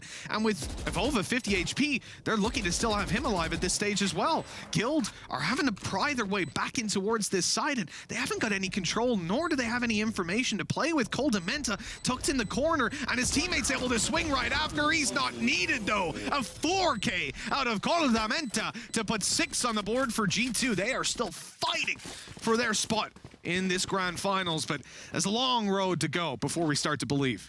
This is the sort of round that can bring G2 back from the depths. Like Coldamenta, okay, the first kill, understandable. The second, genuinely have no idea how he knew that there was going to be someone there, but that is a huge round for them to steal away, and it's all off the back of the in-game leader, putting them in a position as well where they're going to start to put at least pressure on the economy of their opponents, and in fact, the buy kind of sucks for Guild. kinda sucks. That's an interesting. I mean, they've got 2 classics, a Phantom, he has no shield. 2 sheriffs. What you seen's already in their face. This is the only rifle they have to play with. This guy's just running it down. And he's got no shields. And no shields, yeah, absolutely. So he could be dead very quickly, but that might be the most you've seen thing I've ever seen. Kellogg's, this is risky, but he manages to get out of there alive. Maybe not for much longer, taking so much damage on the way out, but he's garnered the control and come out with a kill. Yeah, and the instant updraft avoided the nano swarm as well. He was about to die to that if he sat in it for just a second longer. Here's the dropout after the flash. Bonkar, the one to pick it up with the classic in hand, now starting to skirt around the edge and try to get more done. But the classic, well, it doesn't matter if you flank them out. They've got plenty of time to react to you. 10-7. G2 pick up the round. Almost lose Coldamenta as well. Would have been an okay one for Guild, but at the end of the day, this is the round that I'm worried about. Yeah, this is where we should start to see somewhat of a break back. Now, weaponry is going to be nigh on flawless. Yassine only went for the risky purchase because he had the finances to rely on, although he will have his boombot missing by the looks of things, so at least something that they're not going to have to deal with. The thing is, though, again, we start to look at ultimates, and the ones that are currently on the board for Guild, not particularly valuable, where I'm still looking at that run it back, although I will say, if we're talking about value so far, I think they're all equal, because I don't think we've seen anything from the run it back so far. Very true, yeah. Oh, Kellogg's is in their face, man! What? The dash out of this guy, and then he dies with his knife out. Okay, well, that's an interesting turn of events. The run it back coming through yet again, but Bonkar's going to deal with it right away. The paranoia, perfect. The smoke down on left side buys him a little bit of space to play around. They have no more flashes, actually, so he can't really make the play outside of that. He's shrouded stepped in the open. I cannot explain that one, Tom. I'm going to go ahead and ignore that and pretend it didn't happen because Safe is trying to make a play back into this. But now he's lit to 9 HP and dealt with right away. Draken still with the neural theft online, so he could win the round, Tom. Of course. It's known for its damage dealing. Yes, absolutely. Oh, 1 versus 3. He has a chance to fight onto Nuclear, but he's not going to give him that opportunity. And Kellogg's, it seems like he's come online over the last few rounds, like an incredibly risky play, but that's been, I almost want to say that's been exactly what G2 needed. Just him to go, okay, I'm putting you in my Dora the Explorer backpack and I'm carrying you all the way through this one, because he has taken so much space on the A site in the last few rounds that it just seems like Guild almost aren't prepared for it, even though he continuously does it. Now, I gotta say, looking at that, the fact that you're able to run up a site with 2 players stacked up with Bonkar close by as well, find 2 kills, and honestly, if Kellogg's doesn't, I don't know how he would expect the 3rd player to be there, but if he still has his weapon out, there was a chance he gets away with a 3rd as well. At 10-8, that's exactly what G2 needed. That little bit of a boost, that little bit of momentum. And it's not just the fact that they win the round. It's not just the fact they close in the distance. They've pulled a timeout out of Guild, a team that was leading by a significant margin, that were looking dominant as well. And they've got that individual play, that sense of domination coming out immediately to push them back into this, to rally the troops as they go for double digits and look to tie this scoreline up. Now, in this round, I don't expect Guild to buy, and they don't really have massively impactful ultimates. So realistically, this should be 10-9. Yeah, it would take somewhat of a slip up. Again, like the finances are also now built up for G2, so excuses kind of go out the window. Our ultimates will be coming online at least within the end of this round, going into the purchase. So they're in an incredibly good spot now on their attacking side. This game, at least in the first half, was looking all but over, and now it really is game on. It absolutely is, Tom. Jumping into this round again, not expecting a whole lot from Guild. But we've seen them win these rounds before. G2 have to be cautious, even with the advantage that they have on paper. The drone is clearing out a lot of space towards A long. They know that these corners are clear. Not going to do a footballist on it and leave an angle open. They've locked it down. And now it's just the side push, but Spectre up close on Leo, dealt with immediately. Bonkar, oh, well, he's in trouble. There's players all around him. Somehow he's managed to catch Kellogg's off guard, but that's all he'll get done. Yeah, again, that's all they really needed from Kellogg's, is taking that extra space. Getting rid of Leo as well. I think it was the only real threat in terms of weaponry in this round, and gets absolutely nothing done. And again, anything they can earn here, especially Yassine, fairly far away from his ultimate. He'll gain 1 orb, but probably not in the manner he was hoping for, and we're starting to see some of the players on the other side really come online. Nuclear looking for maybe a few frag movie clips, but I don't think this is going to be put with any epic music anytime soon. No, I somehow don't think so. Good old attempt by Draken. But he won't be getting this frag movie either. 10-9 we go. The round that we knew would go G2's way. Everything about that plays out by the book. And here's where we fight for the lead. If G2 win this, Guild go back to an eco. 11-10, they'll retake the lead and they'll be in the home stretch to close this map out, bring us to a map 3, and keep fighting to stay in VCT. As you said, Tom, just look at those ultimates. About to have the lockdown online and everything else is already up and ready to be played with. But that's the thing as well, like we're talking about impactful ults, they're pretty much all there for G2 to try and make something work in this round. They're going to be at least switching things up in terms of where Kellogg's is going. It's almost just like he's given free roam at this point as a loose cannon to try and open things up, because Guild have really been struggling to counter his individual play. Here's the run it back from Nukia to try and seize the space that they've been lacking so far, and there's the first kill, I think, with a run it back that we've seen. We traded back Yassine fighting for this up close now. The garage seems to be his on lockdown, and Safe comes through to guarantee it. Kellogg's, Mixwell, the final 2 players remaining, but they don't have the spike. Getting up here for Kellogg's is going to be tough. Might just about be able to pick it up, but they'll see it. They now know that he's up close. Yassine gonna tuck in the corner because no one sprayed. Kellogg's thinks that that's just clear, but Yassine was just biding his time, playing it patient. And now they know exactly where the last player is. A boom bot going towards him, and Nade up close. Now just 60 HP, and the whole team is about to rally forward. There you go. Draken to close it. 11 for Guild. G2 still have money to buy. They can only make 2 more mistakes, and they'll be out of VCT. Yeah, the interplay there from Safe and Yassine was just perfect. The Seekers popped. You see Yassine realize, okay, I can now peek off of this. And then the second they look towards either the Seekers or Yassine, then Safe peeks as well. It couldn't have gone any better for them. I also think there's a possibility that when UK ran past initially, I'm pretty sure Safe was actually in his Tiger. So if he checks that left corner, they actually win that round because none of that utility is able to use. So that might be something that G2 watch back as just almost a heartbreaking moment, that they could have had him dead, and considering Safe was the most impactful player that round, it's going to hurt. Oh, it definitely would. And let's hope that it doesn't come back to bite them in quite that manner. It's already going to be upsetting watching it back, but even more so if they end up losing out now. The full buy for G2, still plenty of ultis to play around, only the run it back offline. Get out of my way. This attack side has found a lot of space so far. A knife having to be burnt up there just to destroy the trap wire after a failed updraft. And it looks like G2 don't want to commit to this. They're rotating pretty quickly around and destroying the second trap. Oh no, they haven't destroyed the trap wire on long. That's such huge information for Guild to play with. There it is. Okay, now that's destroyed with a minute left. You're resetting the information. You're putting Guild in a position where they cannot gamble stack A as heavily as they want to. And look what that's resulted in. A complete abandonment of the C site.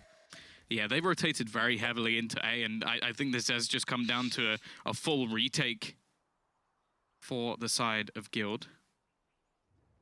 And they literally have no ground at all. So it's just going to come down to rotation. Bonker might be able to get the information for them here, and that's exactly what he'll do. So the whole team, just look at them. Instantly, every single one of them begins to move to come in for this retake. A kill is important, though, and UK is going to finally find the opener. There's only 20 seconds left, and they might actually just try and deny the plant, at least for now, and that is what they'll do.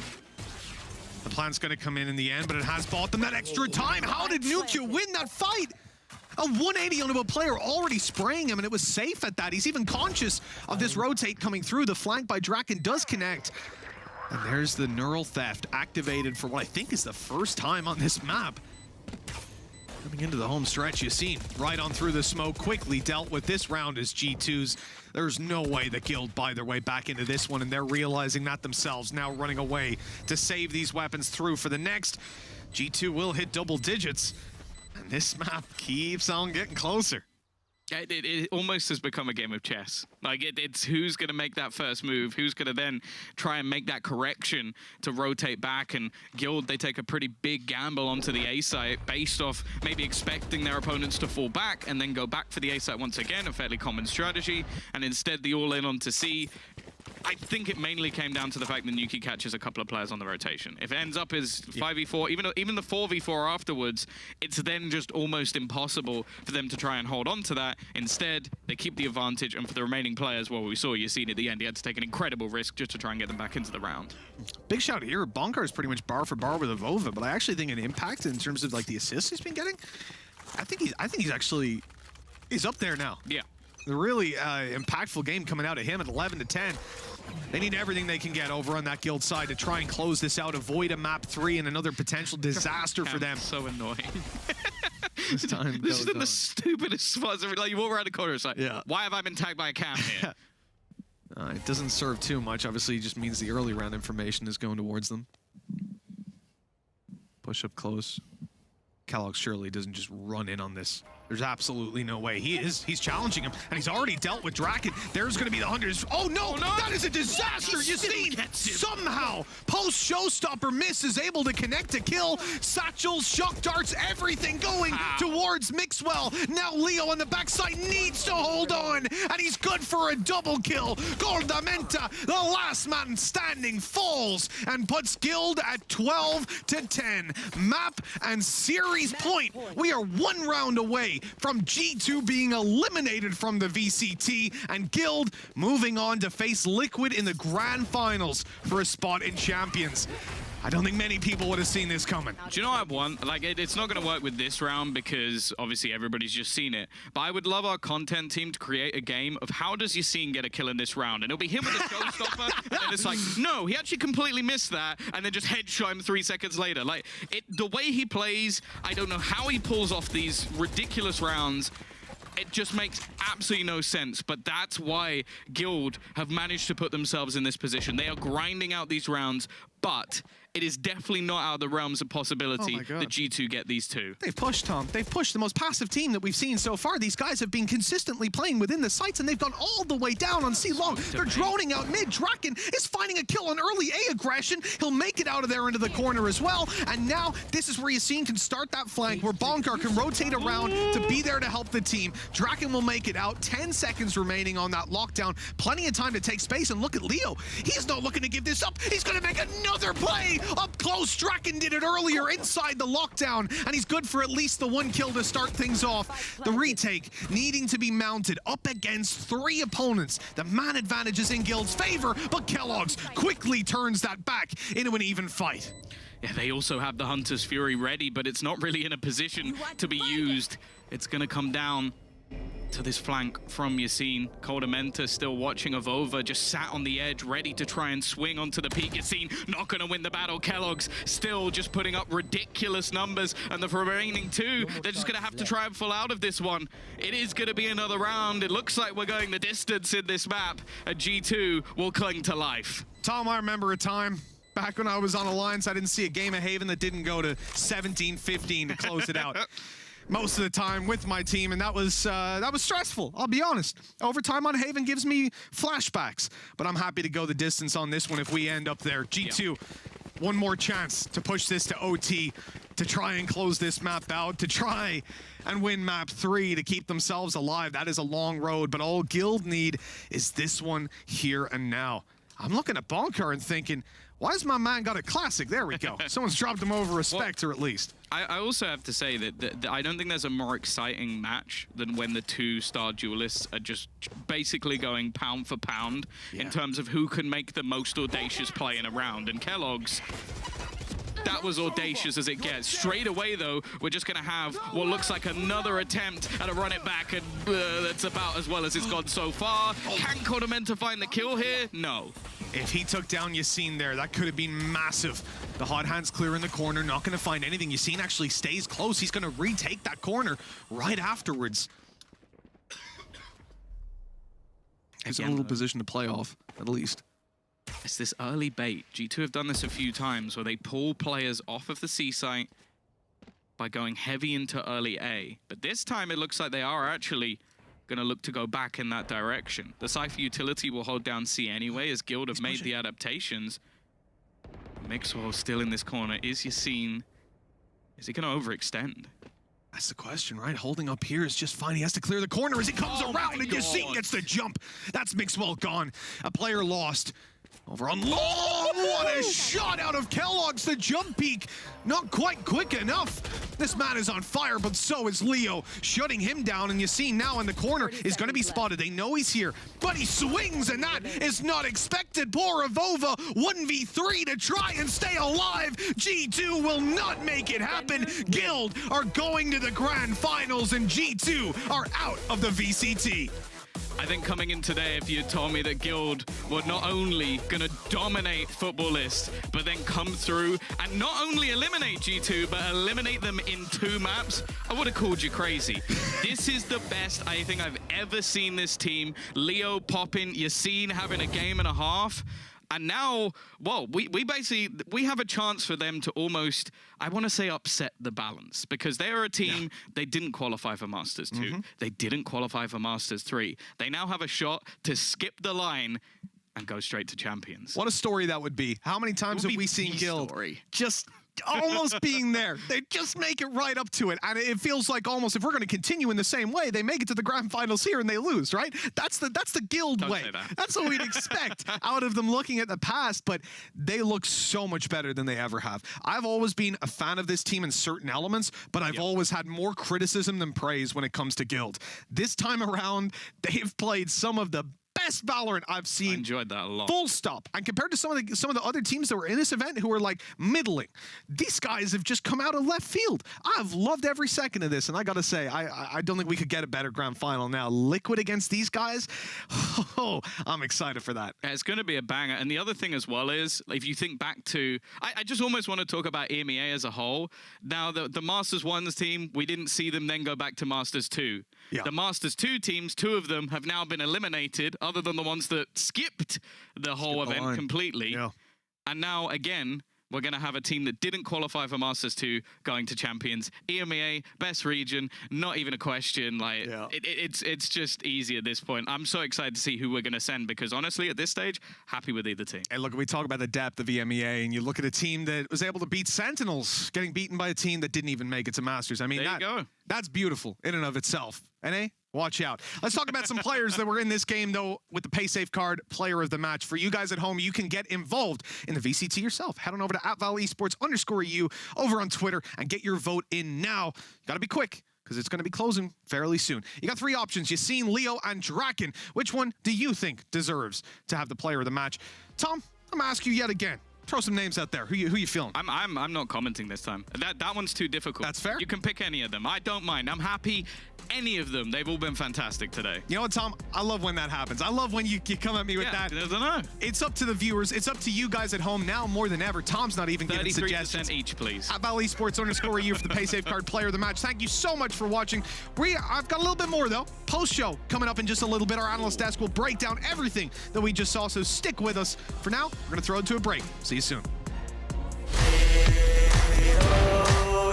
I gotta get it on my set. I gotta get it on my set.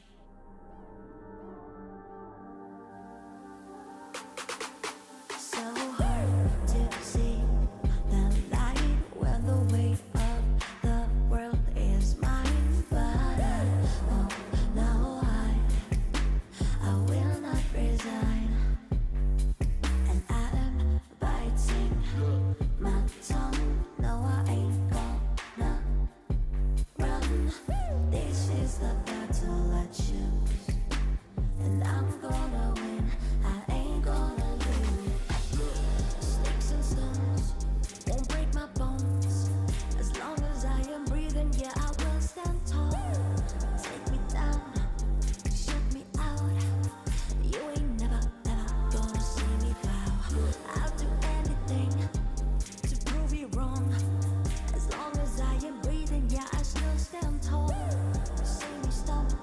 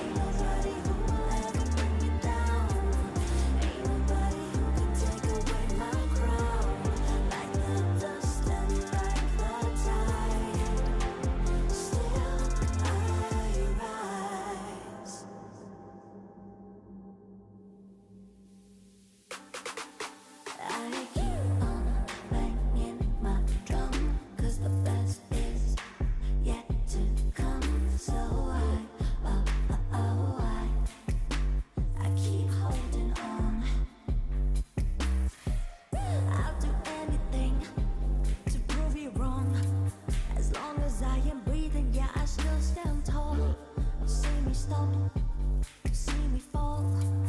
You ain't never ever gonna see me crawl. You can try and shoot me with a million lies. You can try and cut me with a sharp and eyes. Like the dust and like the tide. Still I rise. Ain't nobody who will ever bring me down. Ain't nobody who can take away my crown. Like the dust and like the tide. Still I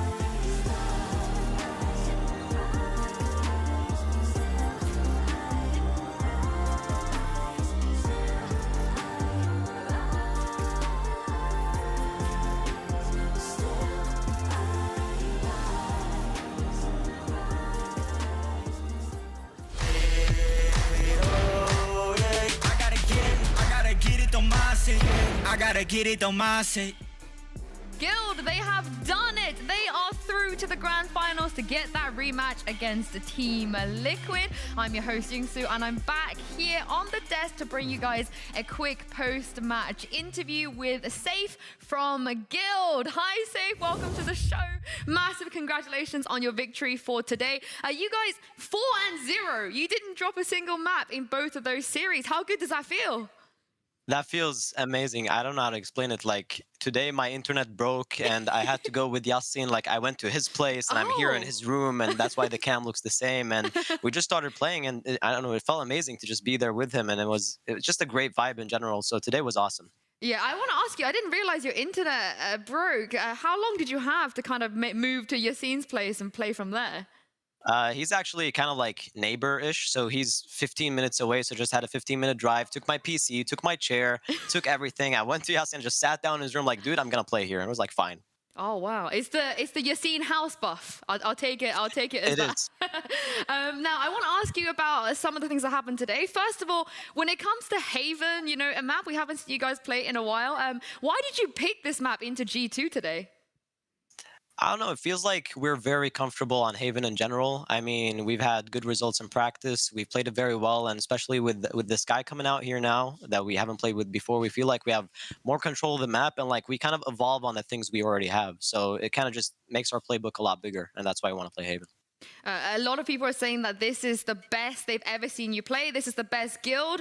Do you feel that way as well? I feel like, you know, if the year is coming to an end and you have one last fight and one last dance with your teammates, with your family, then of course you're going to have the best tournament. We're showing that here, so yeah. I love that. Oh, bless you, see. Now, I got to say, tomorrow, a grand final. It's a best of 5, which means you're going to have to play Ascent. Have you guys prepared anything on this map yet? We've prepared a little. I mean, it will show itself tomorrow, but I don't want to go too deep on that. But I feel like we're prepared. And of course, when it comes to grand finals in general, we've seen you guys play best of 5s before. You do have experience here, but you've normally fallen short. You know, FPX, G2 as well. What have you learned from those experiences to make sure that you don't fall short tomorrow? Come prepared and come warm, and you know, have a good sleeping schedule, because sometimes you're just tired and sometimes it just drags on forever. And you know, if we do everything right, if we're very prepared for it, then I think we're going to go all the way. Well, in terms of that preparation, and how much did you guys have time to prepare against footballers and G2 as well? Because it felt like you were reading them on every single thing they were doing. So I mean, we have an analyst that does all the work for us, and you know, coming into the game, like just pre-game every single map, he just tells us exactly what's going on, and it feels like we have the read on pretty much all the teams we played against, you know. And I'm just happy we have an analyst that does that for us. So. And lastly, Team Liquid, this is going to be a rematch. They knocked you guys down to the lower bracket. What do you make of this rematch for tomorrow, and what do you need to do you feel like, to make sure you get your revenge? I feel like we need to just play the game and stop standing like bots and getting killed by Scream. I think that's just my honest opinion. Like, if we actually play the game, if we put in effort, if we make plays and work together, we're going to take this home. That's a good strategy. I like it, Safe. Congratulations once again for today, and we'll see you back here tomorrow. Thank you. And that was Guild, you guys. They've made it through to the grand final. We're going to take a quick break here, but don't go anywhere, because I'll be back here on the desk with Ryan and Tux in just a moment. I gotta get it, don't mind it. I gotta get it on my set.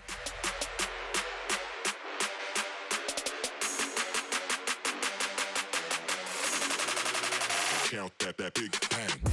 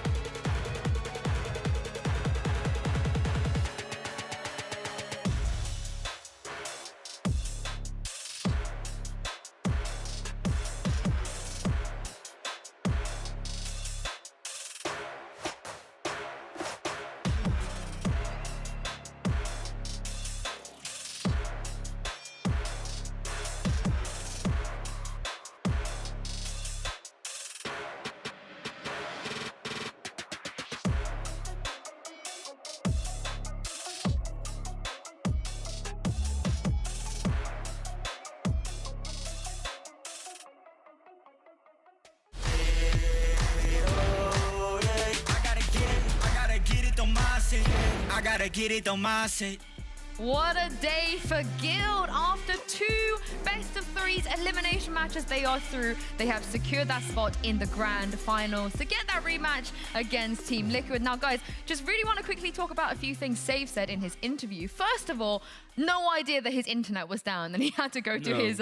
it's kind of good that your neighbor is your scene, right? That you can just go over and be like, hey, let me use your setup. Especially when the synergy between those two was good enough as it was anyway, right? Like, I think in this meta, if you look over to like NA, it's often double duelist, right? So the synergy between those. Safe is like a duelist, but also he was so good at setting up your scene into those situations where he's able to get kills. I've never seen success on that capacity for your scene, and it's totally down to Safe and Bonka setting him up with those initiators. Draken finding lurks and clutches, and Bonka with some brilliant Omen utility. It was legit the difference against Devova. I honestly, just real quick about Bonka, I feel like in that penultimate round, he basically secured them that series. What was it, 10, 11, 10? Yeah, that was huge. That 12th round was massive from Bonka. Yeah, definitely. And I think now Guild has the answer. Put Yassine finally on that race, because he's doing outstanding job and a fantastic job getting those frags. We never seen Yassine doing this before on the Jet. And I can't believe G2 actually lost that defense so hard on the first half, because they were giving so much intel for Guild, and Guild executed that intel so well. And even though Guild, after the tactical timeout that G2 had, actually G2 made a comeback, and it was looking scary for Guild for a moment. I think the thing for me as well is I don't really think that, yeah, it's disappointing that G2 isn't making champions at all, especially with how close they were at Masters. But this series, it's really funny to say now I think about it. It reminded me of when Gambit beat G2. Yeah. Because it just felt like Gambit were untouchable. This series, I think Guild were untouchable in some of these cases. G2 made it close, but we will probably never see these guys click as well as they did today. I'm hoping for it tomorrow against Liquid because that'd be a hell of a series, but everybody was firing on all cylinders, and that is the Guild that people have been wanting to see since the start of the year. I mean, the utility usage you guys spoke of as well, that plays into the synergy. Like, the shock darts from Leo was coming in from, I don't know where those came from. I'm pretty sure I saw those birds flashes from Safe just coming out of, like, places I never thought you could even flash He's on bind flashing on Haven. Yeah. They have seen boombots, though. Yeah, oh my god. Yes, a lot of Yassine boombots we saw there as well. But I do want to talk about G2 real quick because, like you guys said, this is the last time we've seen G2. We're not going to see them play in VCT again until 2022. It is a massive shame, but it does feel like, I addressed this a little bit earlier, but the teams that go to Masters in Iceland, the teams that went to Masters in Berlin, the ones that had to play LCQ, they've both fallen out of this tournament. And it doesn't feel like that's a coincidence anymore because Fnatic and Liquid, they didn't make Berlin, and now G2 and SMB, they're not going to Champions either. It's just such a short space of time to change stuff up, especially when there's no like meta change. Like maybe if Fracture was in this tournament, it's a bit more, but even then, they have like 2 weeks to prep for this tournament. That's one of the reasons why Fracture isn't in this tournament to speak of, right? So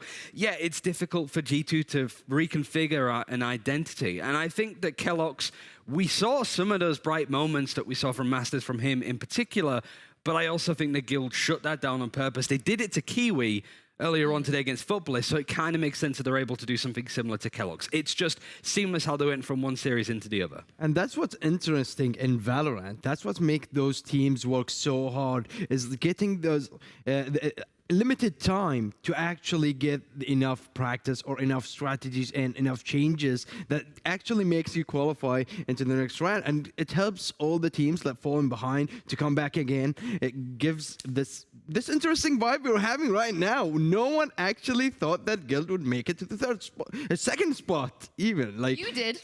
Yeah, I believed in Leo. You were Kaquka. And where's the camera here? As like, I need to say hi to hi Leo. Like I really believed in that guy because he's such an incredible Sova player. Like, I can't imagine him just playing any other agent. And once I see him in another agent, I actually feel sad because I really enjoy watching his Sova. And it's incredible. These guys have been performing so well, just so well. I mean, as Safe said, you know, they have to peak at the right time. It's the last tournament of the year. If you're not going to be your best here, what's the point, you know? But Ryan, I know you have a round to break down from that map, which is one of the best maps we've seen today. Yeah, definitely. I think so. I think one of the cool things as well is just that synergy that comes out of Guild in the end when it comes to peaks and util. First and foremost, one thing I want to do, if you look at your scene, just he's like a little angel with a bit of light on him, just to keep it on him. Like, but the funny thing is, just every time he seems to die, it's always with a boombot in hand. It's almost like a last clutch in cases. But keloqz is the big one to highlight. keloqz in this position is able to get a lot done, and he did that with the operator. He's in hell. I need to get rid of the little, I'll put it on keloqz. There we go. Oh, there's multiple on the screen now. It's a disaster. There's too many stars on the screen. But this position from keloqz is scary. And like I said before, we saw this even from Leo when it came to like Kiwi having those moments where Leo's up on hell. He doesn't want to peek because he knows that the op is looking in his direction. But this is one of the most ridiculous shock dart kills I've ever seen. keloqz a little bit nerfed when it comes to having 2 smokes on the jet instead of 3. He wants to stay in this position. He wants to take these fights. But this peek from Safe, just a little jiggle peek to almost protect where Leo is peeking from. So the fact that we see Safe coming out from this position almost body blocks Leo to get a bit more space, to get the recon dart bouncing in, and it is the perfect lineup. The rest of the round, you've probably seen the clip again already. It's just this decision-making that comes in on the side of Guild. Because to be honest, we saw some moments, for example, where Bonkar is over in this position, and then he tries to shadow step into the corner. It doesn't work. In most cases, people meme on it, but we were genuinely in the green room going, it's worth a punt, because everything that Guild were trying to do when it comes to strategies was lining up, but none is better than this. The fact that Draken gets this kind of timing, that he has this not only recoil control, but the absolute balls to just hold on for this long. It's unfortunate for G2 in the end, but it's those kind of rounds that Guild, everything was like a machine. Every single player had their moment. They were playing off of each other, and it is the perfect performance from them against G2. And actually, that's the second time Draken does almost the same move, but without the lockdown. He did it on Breeze the other day, and he almost got the round. It was 2v4 situation, and he got like 2 kills, as I remember, and it ended up losing that round. So Draken actually has so much courage doing this, especially on a deciding game that qualifies them to the grand finals. One thing that Yassine always tweets is like, trust the process, believe, and I've never trusted the process more. I never have in the past, because if Yassine does an overstep in play and he gets punished for it, that's a confidence blow, and then it's a bit of a scramble for Guild to find that form. When everything is working out like that, nothing can stop this Guild team, other than maybe Liquid.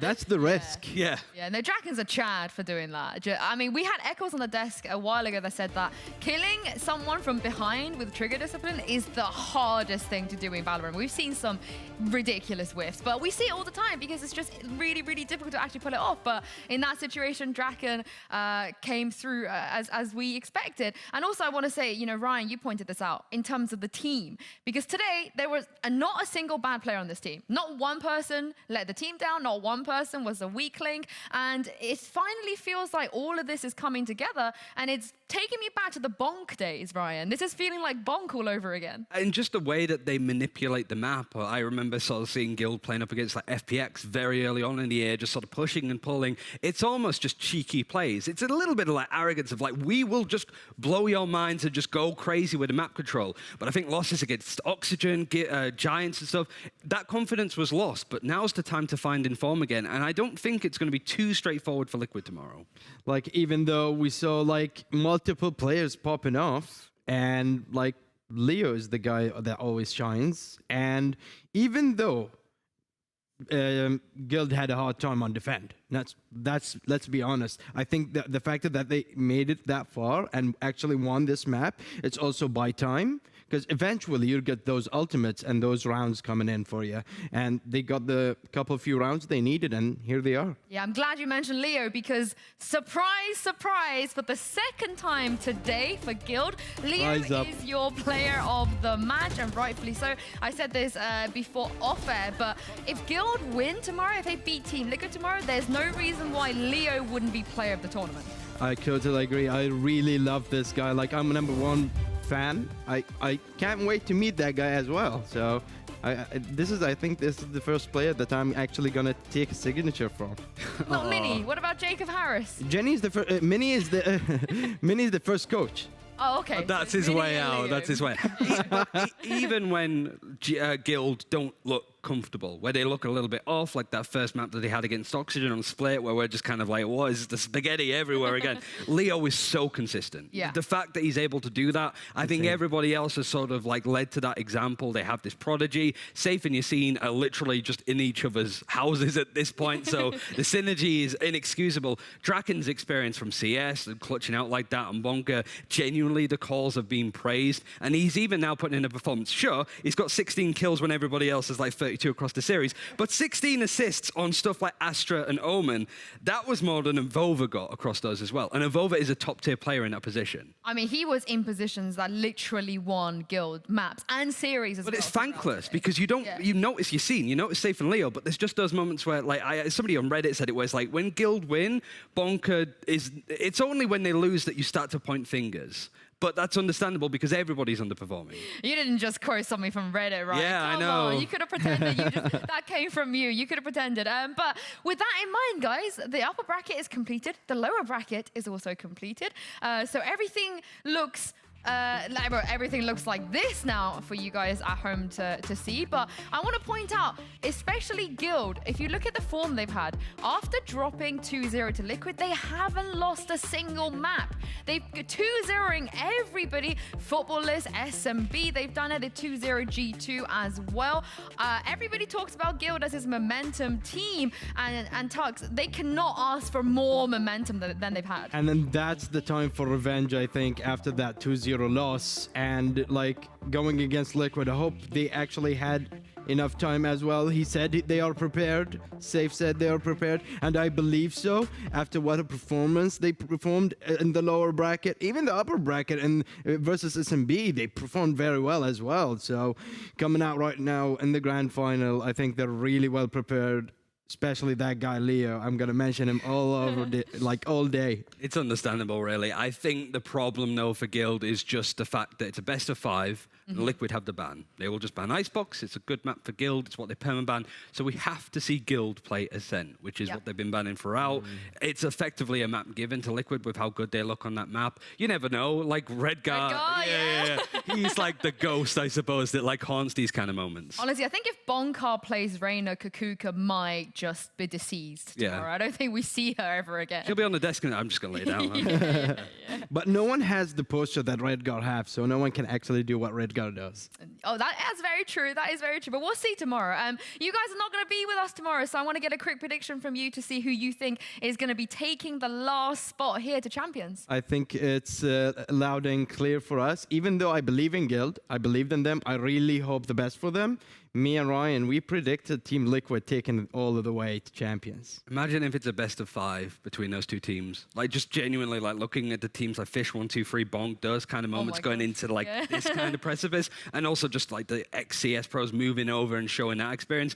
It's going to be brilliant to watch. Well, thank you very much, guys. Before we let you go, make sure if you guys have not had enough of all of the fiasco we've had here, make sure you tune in to the VALORANT SA last chance qualifiers on your screens right now at Valorant_Brazil. Gamelanders, they're leading 1-0 against Fury, Ryan. I mean, if you want to see MW0 be at an event like Champions, that'd be good. Like both these teams not making any international event.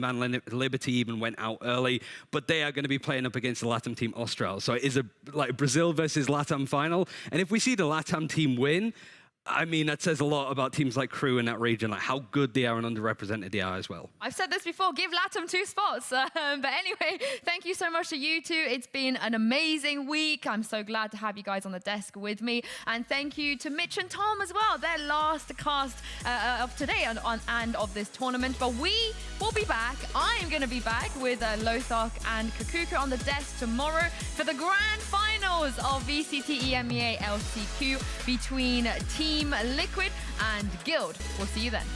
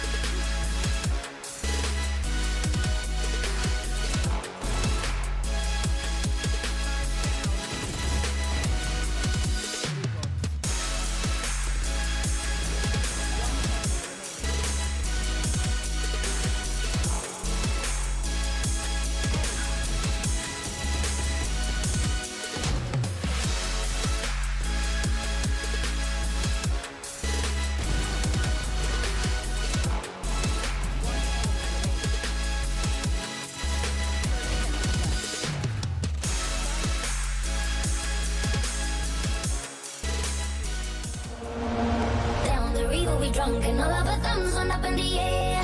Sung it in the wind, it's like to the thunder, rolling over and over, we down the river, we drunk and all of our thumbs went up in the air. Sung it in the wind, it's like to the thunder, rolling over and over, we down. We're getting on fire, we're raising up higher. The bottle is up, we're over the top, it's time to get wild. The time of a life, it's happening now. We're out of control, together we're rolling over and over. We down the river, we drunk, and all of our thumbs run up in the air. Tonguing in the wind, listen to the thunder rolling over and over. We down the river, we drunk, and all of our thumbs run up in the air. Tonguing in the wind, listen to the thunder rolling over and over. We down the river, we drunk, and all of our thumbs run up in the air. Tonguing in the wind, listen to the thunder rolling over and over. We down the river, we drunk, and all of our thumbs run up in the air. Tonguing in the wind, listen to the thunder rolling over.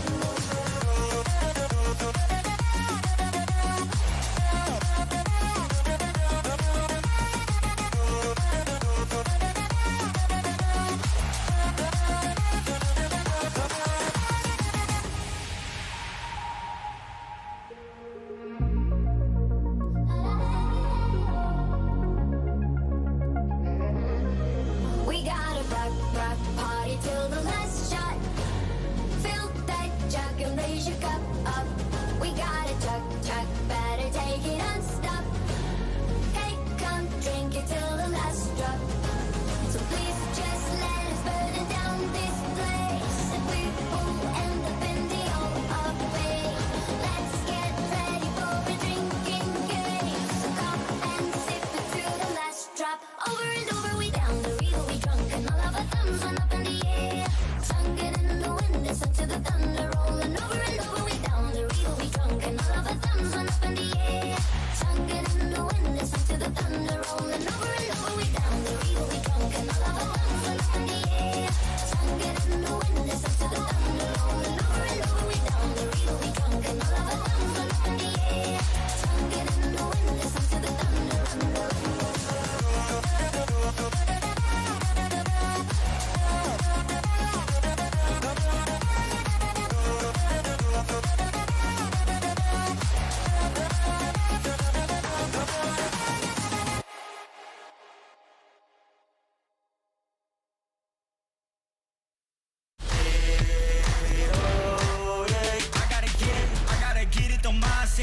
I gotta get it on my side.